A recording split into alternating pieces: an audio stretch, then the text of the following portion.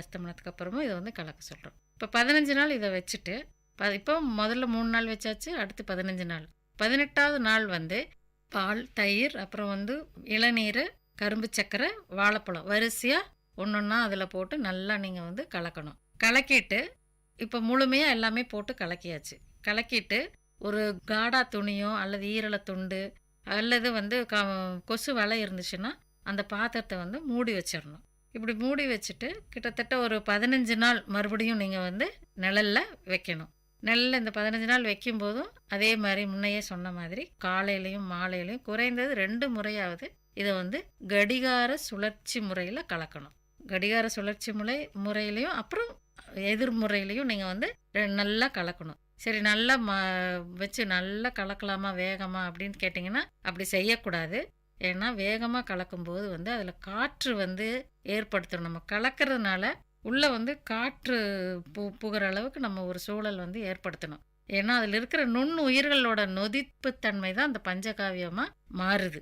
அதனால தான் காலையிலையும் மாலையிலையும் மறக்காமல் நீங்கள் என்ன அவசர வேலையாக இருந்தாலும் இதை வந்து நீங்கள் கலக்கணும். கலக்கிட்டு 33 நாள் கழித்து இதை வந்து பயிர்களுக்கு வந்து தெளிக்கலாம். எப்படி தெளிக்கிறது அப்படின்னா, இது வந்து ஒரு மாதிரி திரவ வடிவத்தில் இருக்கிறதுனால என்ன பண்ணணும், 33வது நாள் நீங்கள் வந்து வடிகட்டணும். இதை வடிகட்டி அந்த வடி நீர் இருக்குது பாருங்கள், அந்த வடி நீரை தான் வந்து பயிர்களுக்கு வந்து நம்ம தெளிக்கணும். மேலே அந்த வடிப்பானில் மிஞ்சிரும் இல்லைங்களா, அதை வந்து நீங்கள் வந்து பயிர்களுக்கு அப்படி வயலில் போட்டாலும் சரி, ஏதாவது மண்புழு உரம் தயாரிக்கிற மாதிரி இருந்தால் அதில் போட்டுக்கலாம், இல்லை உரக்குழியில் வந்து போட்டுக்கலாம். இந்த திரவத்தை வந்து பயிர்களுக்கு வந்து 3% அளவில் நீங்கள் வந்து பயிர்களுக்கு தெளிக்கணும். அதாவது பூக்கும் பருவத்துக்கு முன்னாடி, அதுக்கப்புறம் 15 நாள் கழித்து ஒரு தெளிப்பு, அதுக்கப்புறம் காய் பிடிக்கிறதுக்கு முன்னாடி ஒரு தெளிப்பு. 2 தடவை வந்து நீங்கள் இந்த இதை வந்து பயிர்களுக்கு தெளிக்கணும். 3% தான் தெளிக்கணும். இப்போ தெளிப்பு பயிர்களுக்கு இலைவழி தெளிப்புன்னா 3%. இப்போ நேரடியாக நீங்கள் வந்து பயிர்களுக்கு கொடுக்கணும் அப்படின்னா சிலர் வந்து ட்ரிப்பு போட்டிருப்பாங்க, சொட்டு நீர் பாசனம் போட்டிருப்பாங்க. அந்த மாதிரி இதுக்கு என்ன பண்ணணும் அப்படின்னு கேட்டிங்கன்னா 50 லிட்டர், அதாவது 1 ஹெக்டர் தென்னை தோப்பு வச்சுருந்தாங்கன்னா அந்த ட்ரிப்பு வழியாக 50 லிட்டர் வந்து இதை கலந்து கொடுக்கலாம். அப்படி இல்லை, எங்ககிட்ட ட்ரிப்பு இல்லை, ஒரு மரத்துக்கு தனித்தனியாக தான் நாங்கள் தண்ணி கட்டுவோம் அப்படின்னீங்கன்னா தண்ணி கட்டிட்டு ஒரு மரத்துக்கும் அதில் 50 மில்லி இந்த பஞ்சகாவியத்தை வந்து ஊற்றி விடணும். ஒரு மரத்துக்கும் 50 மில்லி ஊற்றி விட்டிங்கன்னா பயிர்கள் வந்து நல்லா வரும். தென்னை மரத்துக்கு கிட்டத்தட்ட காய் பிடிக்கிறதுக்கு முன்னாடி ஒரு தடவை இந்த பஞ்சகாவியத்தை கொடுக்கணும். அப்புறம் ஒரு மாதம் இடைவெளியில் 2 தடவை நீங்கள் கொடுத்தா போதும். அதுக்கப்புறம் விதை நேர்த்தியும் இதை வந்து செய்யலாம். விதை நேர்த்தி எப்படின்னா அதே 3% இந்த பஞ்சகாவியம் தயார் பண்ணி விதையை நம்ம என்ன விதைக்க போகிறோமோ அந்த விதையை வந்து இதில் பஞ்சகாவியம் இந்த திரவத்தில் வந்து ஒரு 20 நிமிஷம் ஊற வச்சு ஒரு லேசாக வெயிலில் இல்லாமல் நிழலில் உணர்த்தி விதைக்கணும். நாற்றங்கால் நடவு வரும்போது என்னென்னா இதே 3% திரவத்தை வந்து நாற்றங்கால் பறித்து இந்த நாற்றங்காலை வந்து இந்த திரவத்தில் ஒரு அரை மணி நேரம் ஊற வச்சு அப்புறம் எடுத்து நம்ம வயல்களில் நடலாம். இப்படி பண்ணும்போது என்னென்னா பயிர்கள் வந்து நன்கு வளர்ந்து நல்ல மகசூலை கொடுக்கும். இதில் ஏன் அப்படின்னு கேட்டிங்கன்னா இதில் வந்து முக்கியமாக வளர்ச்சி ஊக்கிகள், அதாவது இண்டோல் அசிட்டிக் ஆசிட், ஜிபர்லிக் ஆசிட்னு 2 வளர்ச்சி ஊக்கிகள் வந்து இதில் அதிகமாக இருக்குது. அதுதான் பயிர்களுக்கு வந்து வளர்ச்சியை கொடுக்குது. அது இல்லாமல் பூச்சி தாக்குதலை வந்து இது வந்து கண்டிப்பாக வந்து கட்டுப்படுத்துது. ஏன்னா பூச்சி தாக்குதல் வராமல் இருக்கிறதுக்கு இதில் சில என்சைம் நொதிகள் வந்து இருக்குது. அந்த நொதிகள் வந்து ஹெக்ஸனாலாக மாற்றி கொடுத்து பூச்சி எதிர்ப்பு திறனை வந்து பயிர்களுக்கு இது வந்து கொடுக்குது. இது மட்டும் இல்லை, பாக்டீரியா, பூஞ்சானம் நோய்கள் மூலியமாக வரக்கூடிய நோய்களையும் வந்து இது வந்து கட்டுப்படுத்துகிற ஒரு சிறந்த அங்கக திரவியம்.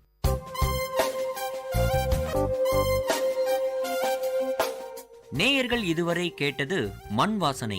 உங்கள் VID பண்பலை 90.8 வேளாண்மை சார்ந்த தொழில்நுட்பம், பசுமை படரும் விவசாய தொழில்கள், பண்ணை முறைகள் என மானுடம் காக்கும் உழவு சார்ந்த நிகழ்ச்சி.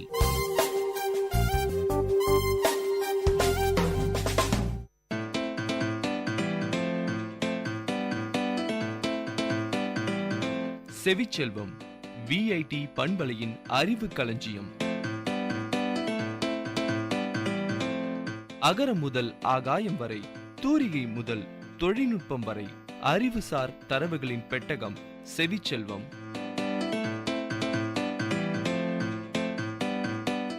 இது விஐடி பண்பலை 90.8 செவிச்செல்வம் நிகழ்ச்சியில் மணத்தக்காளியை பற்றி அறிவு சார்ந்த தொகுப்புகளோடு ஹரிதா. கீரையில் பல வகை உண்டு. அதில் மணத்தக்காளி கீரையும் ஒன்று. அதில் மிகவும் மருத்துவ குணம் அடங்கியுள்ளது. அதனால் இதை மணி தக்காளி என்றும் கூறுவார்கள். வாய்ப்புண் உள்ளவர்களுக்கு வயிற்றிலும் புண் இருக்கும். இந்த பிரச்சனைக்கு நல்ல மருந்து மணத்தக்காளி கீரை.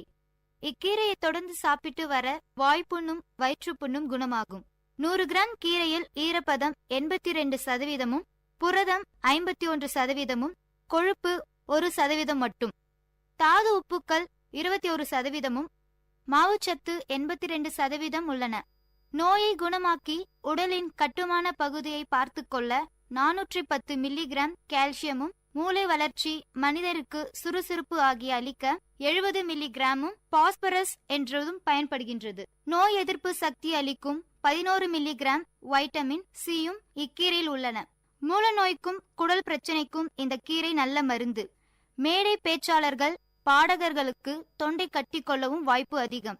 இவர்கள் மணத்தக்காளி கீரையை தினமும் சாப்பிட்டு வருவது நல்லது. இக்கீரை உடலில் தோன்றும் வீக்கங்கள், கட்டிகள் முதலியவற்றை எதிர்த்து போரிடும். அவற்றை குணப்படுத்தியும் விடும். சிறுநீரு கோளாறுகளை நீக்க, அத்துடன் சிறுநீரு நன்கு பிரியவும் வழி அமைத்து கொடுக்கும். சிறிது கசப்பு சுவை உடையது. நீர்க்கோவை நோய் மிக சிறந்த முறையில் குணமாக இக்கீரை பயன்படுகின்றது. இக்கீரையை கசாயமாய் அருந்தலாம் அல்லது பருப்பு சேர்த்து மசியல், பொரியல் என்றும் சாப்பிடலாம். கீரையும் இளந்தண்டுகளையும் சாராக மாற்றி ஒரு வேளைக்கு 6 மில்லி வீதம் அருந்தலாம். மேற்கண்ட 3 முறைகள் ஏதாவது ஒன்றை பயன்படுத்தினாலும் நீர்க்கோவை நோய் விரைந்து குணமாகும். மணத்தக்காளின் காயும் பழமும் மிளகு அளவேதான் இருக்கும். இது நன்கு பசி எடுத்து சாப்பிடவும் இப்பழம் உதவுகின்றது. தேம்பல், வீக்கங்கள், பருக்கள், கொப்பளங்கள் குணமாக இக்கீரை சாற்றை தடவலாம். உடலில் வலியுள்ள இடங்களிலும் வலி நீக்கும் மருந்து போல் இக்கீரை சாற்றை தேய்த்து உடல் வலி நீங்க பெறலாம். நாள்பட்ட நோய் வியாதிகள் குணமாக இக்கீரை சாற்றை மோர், தயிர், பால், தேங்காய் தண்ணீர், இளநீர் போன்ற ஏதாவது ஒன்றில் சேர்த்து தினமும் அருந்தி வர வேண்டும். மணத்தக்காளி காயை வற்றலும் போடலாம். வற்றிலும் மருத்துவ குணங்கள் சிதையாமல் இருக்கின்றது. மணத்தக்காளி அல்சரை ஆற்றுவதில் முதன்மையானது. குடலுக்கு பலம் அளிக்கின்றது. குடற்புழுவையும் அகற்றுகின்றது. நேர்களே, இதுவரை நீங்கள் கேட்டது செவிச்செல்வம் நிகழ்ச்சியில் மணத்தக்காளி பற்றி அறிவு சார்ந்த தரவுகளோடு Haritha.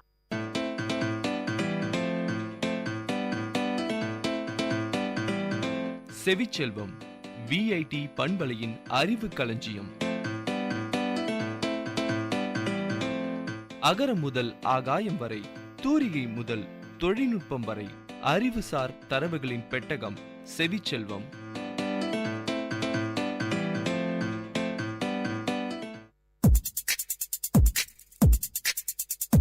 Ladies and gentlemen, guys and girls, this is Data Chunks on Vit Community Radio 90.8 FM. This program features chunks of informative data on various fields, be it computers, environment, technology, physics, or any field. Data Chunks has it all. Hello VIT, I'm Sudeep from MTech ST and I'm here at Data Chunks to give some information about WAV files. WAV is an audio format used to store sound data. It is similar to the AIFF format but is based on the Resource Interchange File format, a container format designed to store data in chunks. Therefore, each WAV file contains one or more chunks that store audio data or other information. A typical WAV file includes a format chunk and a data chunk. The format chunk describes how the waveform data is stored and specifies the number of channels, sampling rate, and the compression type. The data chunk contains the actual audio data and is separated into channels such as the left channel and the right channel for stereo audio recording. Optional chunks include the silent chunk which defines silent parts of the audio, and the wavelist chunk specifies the location of silent sections. Wave files may also include several other optional chunks such as Q chunk which marks specific points in the audio, and the info chunk which is used to store metadata that describes the file. Wave format supports several types of media compression including Microsoft ADPCM, Yamaha Yamaha ADPCM, A-Law, MU-Law, GSM and MPEG compression. However, most WAV files store data in an uncompressed PCM format. For example, most Windows programs that rip audio from CDs export the data as uncompressed WAV files. These files maintains the original CD quality audio, which includes 2 audio channels, a sample size of 16 bits and a sample rate of 44.1 kHz. This is identical to the uncompressed AIFF files exported by most Macintosh audio ripping utilities. Since the WAV and AIFF formats are so similar, most audio programs can read and write both formats. The common file extensions for WAV format files are .wav and .wave. You've heard about WAV files at Data Chunks with me, Sudeep. Ladies and gentlemen, guys and girls, this is Data Chunks on Vit Community Radio 90.8 FM. See you next time with another interesting, informative chunk of data on Data Chunks.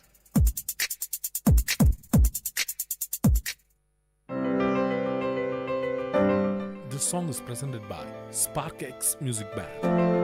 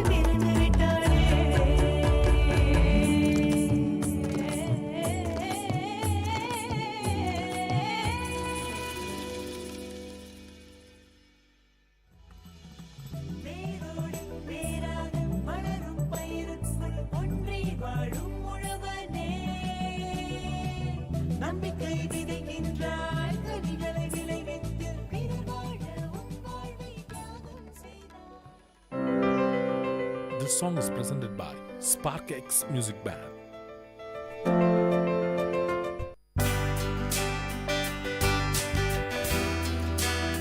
உங்கள் VIT பண்பலை 90.8 அனுபவ மேடை. மக்கள் தங்கள் வாழ்க்கை அனுபவங்களையும் முன்னேற்ற பாதைகளையும் விரிவாக கலந்துரையாடும் நிகழ்ச்சி.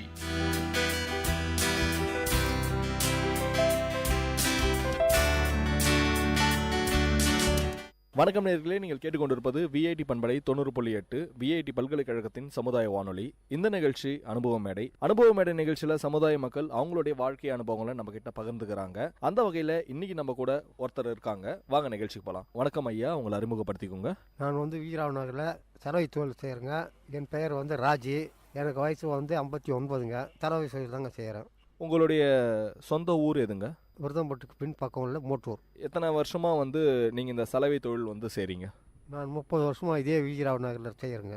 எதனால் வந்து உங்களுக்கு வந்து சலவை தொழில் நம்ம செய்யணும் அப்படின்ற மாதிரி உங்களுக்கு தோணுச்சு? அதை பற்றி கொஞ்சம் சொல்லுங்கள். அது வந்து எங்கள் அப்பா காலத்துலேருந்து செய்கிறாங்க தொடர்ந்து. அப்போ படிச்சிருந்து வேலை கிடைக்கல. சரி, இது வந்து ஒரு நல்ல தொழில், இது கைத்தொழிலும் கூட. அதனால் நாங்கள் இந்த தொழிலையே வந்து தேர்ந்தெடுத்து செய்கிறோம். தொழிலுக்கு வரும்போது ஃபஸ்ட்டு ஸ்டார்டிங்கில் வந்து எப்படிலாம் நீங்கள் வந்து இந்த தொழிலை கற்றுக்கிட்டீங்க? யார் உங்களுக்கு கற்று தந்தாங்க? அதை பற்றி சொல்லுங்கள். இது ரொம்ப கஷ்டமான தொழில் தாங்க. கொஞ்சம் சூடு அதிகமாக போனாலும் வேஸ்ட்டாக துணி போயிடும். சூடு கம்மியாக இருந்தாலும் துணி அயன் ஆகாது. நானே சொந்த முயற்சியால் எங்கள் அப்பா அம்மா செய்வாங்க அந்த வேலையை, அதை கண்ணால் பார்த்து அப்படியே வந்து கற்றுக்கிட்டு அப்படியே நான் தனியாக ஆரம்பிச்சேங்க. ஸோ நீங்கள் இது மாதிரி வந்து 30 வருஷமாக வந்து தொழில் செஞ்சிட்ருக்குறோம் அப்படின்ட்டு, நீங்கள் ஸ்டார்டிங்கில் இந்த தொழிலுக்கு வரும்போது நீங்கள் மட்டும் செஞ்சீங்களா, இல்லை உங்கள் அப்பா கூட சேர்ந்து செஞ்சீங்களா? முதல்ல வந்து நானும் எங்கள் அப்பா எல்லாம் வந்து காங்கேநல்லூர் கூட்டு ரோட்டில் கடை இருக்குதுங்க, அங்கே 2 பேரும் சேர்ந்து செஞ்சோம். அங்கேருந்து நான் பிரிஞ்சு தனியாக வந்து இங்கே வந்து தனியாக நான் கடை வச்சு இங்கே செலவு செய்கிறேங்க. நல்லா சொன்னீங்க, இது மாதிரி அப்பா கூட சேர்ந்து அதுக்கப்புறம் நான் தனியாக வந்து செய்கிறேன் அப்படின்ட்டு. இப்போ இந்த இடத்துல நீங்கள் புதுசாக வந்து கடை வச்சுருப்பீங்க. அப்போல்லாம் உங்களுக்கு எப்படி இருந்தாங்க கஸ்டமர், இப்போ எப்படி இருக்கிறாங்க? அதை பற்றி சொல்லுங்கள். அப்போ வந்து நான் வைக்கிறப்போ 1988ங்க கடை வைக்கிறப்போ, அப்போ வந்து ஒரு துணிக்கு வந்து 4 அணா. அப்போது வந்து இந்த ஏரியாவில் வந்து எங்கேயோ ஒரு வீடு இருக்கும். ஒரு நாளைக்கு நான் ₹1 இல்லை ₹1.25 சம்பாதிச்சா ரொம்ப வசதிங்க. ஆனால் அன்றைக்கி நிலவரத்துக்கு அதுக்கு ஓரளவுக்கு எனக்கு போதுமானதாக இருந்தது. நல்லா சொன்னீங்க. ஏன்னா வந்து ஒரு நாளைக்கு ஒரு துணிக்கு 4 அணா தான் தருவாங்க. இப்போ வந்து ஒரு துணிக்கு வந்து எவ்வளோ வாங்குறீங்க? துணியோட சேர்த்து வந்து பேண்ட் ஷர்ட் இதெல்லாம் கூட வந்து துவைக்கிறதுக்கெல்லாம் கூட போடுவாங்க. இதுக்கெல்லாம் எவ்வளோ வாங்குறீங்க? அதை பற்றி சொல்லுங்கள். இப்போ வந்து ஒரு துணிக்கு வந்து ஒரு பேண்ட்டு ஒரு ஷர்ட்டுக்கு ₹12. நாங்கள் வந்து இந்த ஏரியாவில் யாரும் வந்து துணி வாஷ் பண்ணுறதில்ல. ஏன்னா வீட்டுக்கு கிணறு இருக்குது. அதனால் அவங்களே துவச்சி காய வச்சு கொண்டாந்து கொடுத்துருவாங்க. நாங்கள் அயன் மட்டும் செஞ்சு கொடுப்போம். ஒரு செட்டுக்கு வந்து ₹6 ₹12. பேண்ட்டுக்கு ₹6, சட்டைக்கு ₹6, புடவைக்கு ₹20. நிறைய இடத்துல நான் பார்த்துருக்குறேன். நான் ஒரு ஷர்ட் ஏதாவது ஒன்று கரையாயிடுச்சு அப்படின்னா வந்து, இல்லை ஒரு பேண்ட் ஏதோ கரையாயிடுச்சு அப்படின்னா, அது அவங்களால துவைச்சும் போகல அப்படின்னா எடுத்துகிட்டு வந்து உங்ககிட்ட தருவாங்க. நீங்கள் அந்த கரையெல்லாம் கூட போகிற மாதிரி வாஷ் பண்ணி தருவீங்க. எண்ணெய் போட்டால் வந்து அந்த துணிக்கு நார்மலாக கரெல்லாம் போகும். ஒரு வாழை கரையோ ஏதோ ஒரு கரை பட்டுருச்சு திடீர்னுட்டு ஒரு பேண்ட்டில், அவங்க எண்ணெய் போட்டால் அந்த கரைகள்லாம் சீக்கிரமாக போகும். இது வந்து அது ஒரு டெக்னிக்கல் இருக்குதுங்க. ஒயிட் துணி இருந்தால் அந்த கரை உடனே போயிடும். இந்த கலர்லாம் வந்து டார்க் கலர்லாம் வந்து போகிறதுக்கு கஷ்டம். இந்த ஒயிட்டு ஷர்ட்டு வேஷ்டி இது மாதிரி இருக்கிறது வந்து கரை பட்டுச்சுன்னா நாங்கள் வந்து இந்த ப்ளீச்சிங் பவுடர்னு ஒன்று இருக்கும், லிக்விடு. அது ப்ளீச்சிங் பவுடர் இருக்குது பாருங்கள், அதிலே வந்து லிக்விடு தண்ணி கலரில் இருக்கும், ப்ளீச்சிங் வாட்டர் அது பேர். அது சும்மா கொஞ்சோண்டு விட்டு அந்த கரையாண்ட கொஞ்சம் தேய்ச்சிட்டு ஒரு 2 நிமிஷம் காய வச்சு அப்படியே தண்ணியில் போட்டோம்னா அந்த கரை உடனே போயிடும்.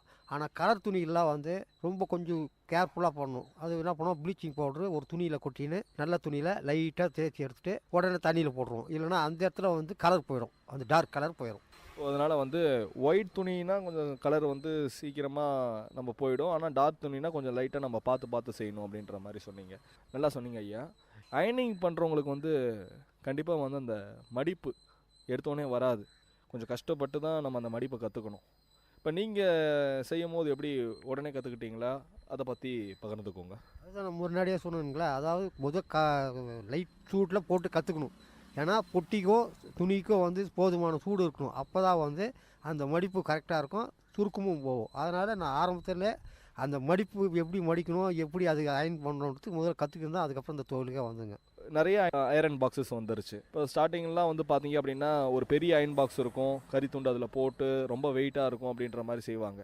அந்த அயன் பாக்ஸில் செய்கிறதுக்கு உங்களுக்கு இந்த தொழில் ஈஸியாக இருக்குதா, இல்லை இப்போ லேட்டஸ்ட்டு வர அயன் பாக்ஸ்லாம் கூட உங்களுக்கு வந்து ஈஸியாக இருக்குதுங்களா? முன்னாடிலாம் வந்து பெரிய பொட்டிங்க, அது பேர் வந்து வெல்காம் பொட்டின்னு சொல்லுவாங்க. அதில் வந்து கறி போட்டு ஃபுல்லாக போட்டு அயன் பண்ணோன்னா குறைஞ்சபட்சம் ஒரு நாளைக்கு பொட்டிக்கு வந்து 3 மணி நேரம் குறைஞ்சபட்சம் வேலை செய்வோங்க. இப்போ வந்து எலக்ட்ரிக் பாக்ஸ் வந்துச்சு. இருந்தாலும் எங்களுக்கு அந்த கறி பொட்டியினுடைய வேலை தான். இப்போ கரண்ட்டில் வந்து எங்களுக்கும் அதே மாதிரி பெரிய பாக்ஸ் இருக்குது, கரண்ட் பொட்டியே. இப்போ எங்கள் பொட்டி சைஸ்க்கே இருக்குது. இப்போது கரண்ட் பில் அதிகம். ரெண்டாவது வந்து அது ரொம்ப ரிஸ்க்கு. அயன் பாக்ஸ் கீழே வச்ச உடனே சுவிட்ச் ஆஃப் பண்ணணும். திரும்ப என்ன பண்ணணும், அயன் பண்ணுறப்ப திரும்ப சுவிட்ச் போடணும். ஏன்னு கேட்டிங்கன்னா நான் வச்சு அந்த துணி மடிச்சுட்டுக்குள்ளே சரன்னு சூடு ஏறிடும். அதுக்கப்புறம் அடுத்த துணியை அயன் பண்ண முடியாது. அதனால் அயன் பண்ணி வச்ச உடனே நான் சுவிட்ச் ஆஃப் பண்ணணும். திரும்ப அயன் பண்ண ஸ்டார்ட் பண்ணால் உடனே சுவிட்ச் போடணும். அது ரொம்ப கஷ்டமான வேலைன்றதுனால இந்த அடுப்பு கறி போட்டு செய்யறதுனால எங்களுக்கு எல்லாருக்கும் அனுகூலமாக இருக்குது. அயன் பாக்ஸில் நார்மல் அயன் பாக்ஸ் இப்போ வர அயன் பாக்ஸ்லாம் வந்து பார்த்தீங்க அப்படின்னா காட்டன், சில்க்கு எல்லாமே அதிலே ஆப்ஷன்ஸ் அதிலே இருக்குது. நம்ம ஒரு காட்டன் பேண்ட் அயன் பண்ணுறோம் அப்படின்னா காட்டனில் வச்சு நம்ம போட்டு அயன் பண்ணுவோம். சில்க்கு பண்ணுறோம் அப்படின்னா சில்கில் போட்டு அயன் பண்ணுவோம். இதில் ஒரு ஆப்ஷன்ஸ் இப்படி இருக்குது. இதில் நார்மலாக கறி போடுறதுல வந்து நீங்கள் எல்லாத்துக்கும் ஒரே சூடாக தான் போட்டு பண்ணுவீங்க. இதில் எப்படி பிரித்து நீங்கள் அயன் பண்ணுவீங்க? நீங்கள் நல்ல கேள்வி கேட்டிங்க. அடுப்பு கறி நாங்கள் ஸ்டார்டிங்கில் போட்ட உடனே அப்போ வந்து மிதமான சூடு இருக்கும். அப்போ அந்த நேரம் பார்த்து இந்த டெர்லின், டெரிகாட்டன் என்ன ரொம்ப நைஸான துணி ஃபஸ்ட்டில் போட்டுப்போம். அதுக்கப்புறம் கொஞ்சம் சூடு ஏறும். உடனே என்ன பண்ணுவோம், ஓரளவுக்கு இந்த பேண்ட்டு ஷர்ட்டு தாங்குகிற அளவுக்கு சூடு அதை போடுவோம். அது ஃபுல்லாக சூடு கறி பற்றிக்கின பிற்பாடு நல்லா காட்டன் துணியாக தான் போட முடியும். ஏன்னா நல்லா கனகனன்னு இருக்கும் பொட்டி. அப்போ அந்த நேரம் பார்த்து நாங்கள் காட்டன் புடவை, cotton veshti, cotton shirt, cotton pant, jeans pant அதை மட்டும் லாஸ்ட் டைம் அதாவது அணையிற நேரம் பார்த்து அந்த நல்ல சூடு இருக்கும் அந்த நேரம் போடும். அந்த ஸ்டார்டிங்கில் மட்டும் டெரி காட்டன் ஷர்ட்டு, டெர்லின்னு இந்த மாதிரி வந்து ரொம்ப நைஸ் துணி ஸ்டார்டிங்கில் போடும். துணி அப்படின்னா ஒன்றுத்துக்கு வந்து ஒரு குவாலிட்டி இருக்கும். பார்ப்போம் நம்ம அந்த துணி எப்படி இருக்குது அப்படின்ற மாதிரி. இப்போது ஒரு சில்க் வருது, அதை எப்படி நீங்கள் இது பண்ணுவீங்க? பார்த்தீங்கன்னா பட்டுலாம் கூட அயன் பண்ணுறதுக்கு ரொம்ப அதுக்கு சில ஒரு டெக்னிக்ஸ்லாம் தெரிஞ்சு தான் பண்ணணும் அப்படின்ற மாதிரி சொல்லுவாங்க. அந்த அயன் பண்ணும்போது அந்த டெக்னிக்ஸ் பற்றி அதை பற்றி சொல்லுங்கள்.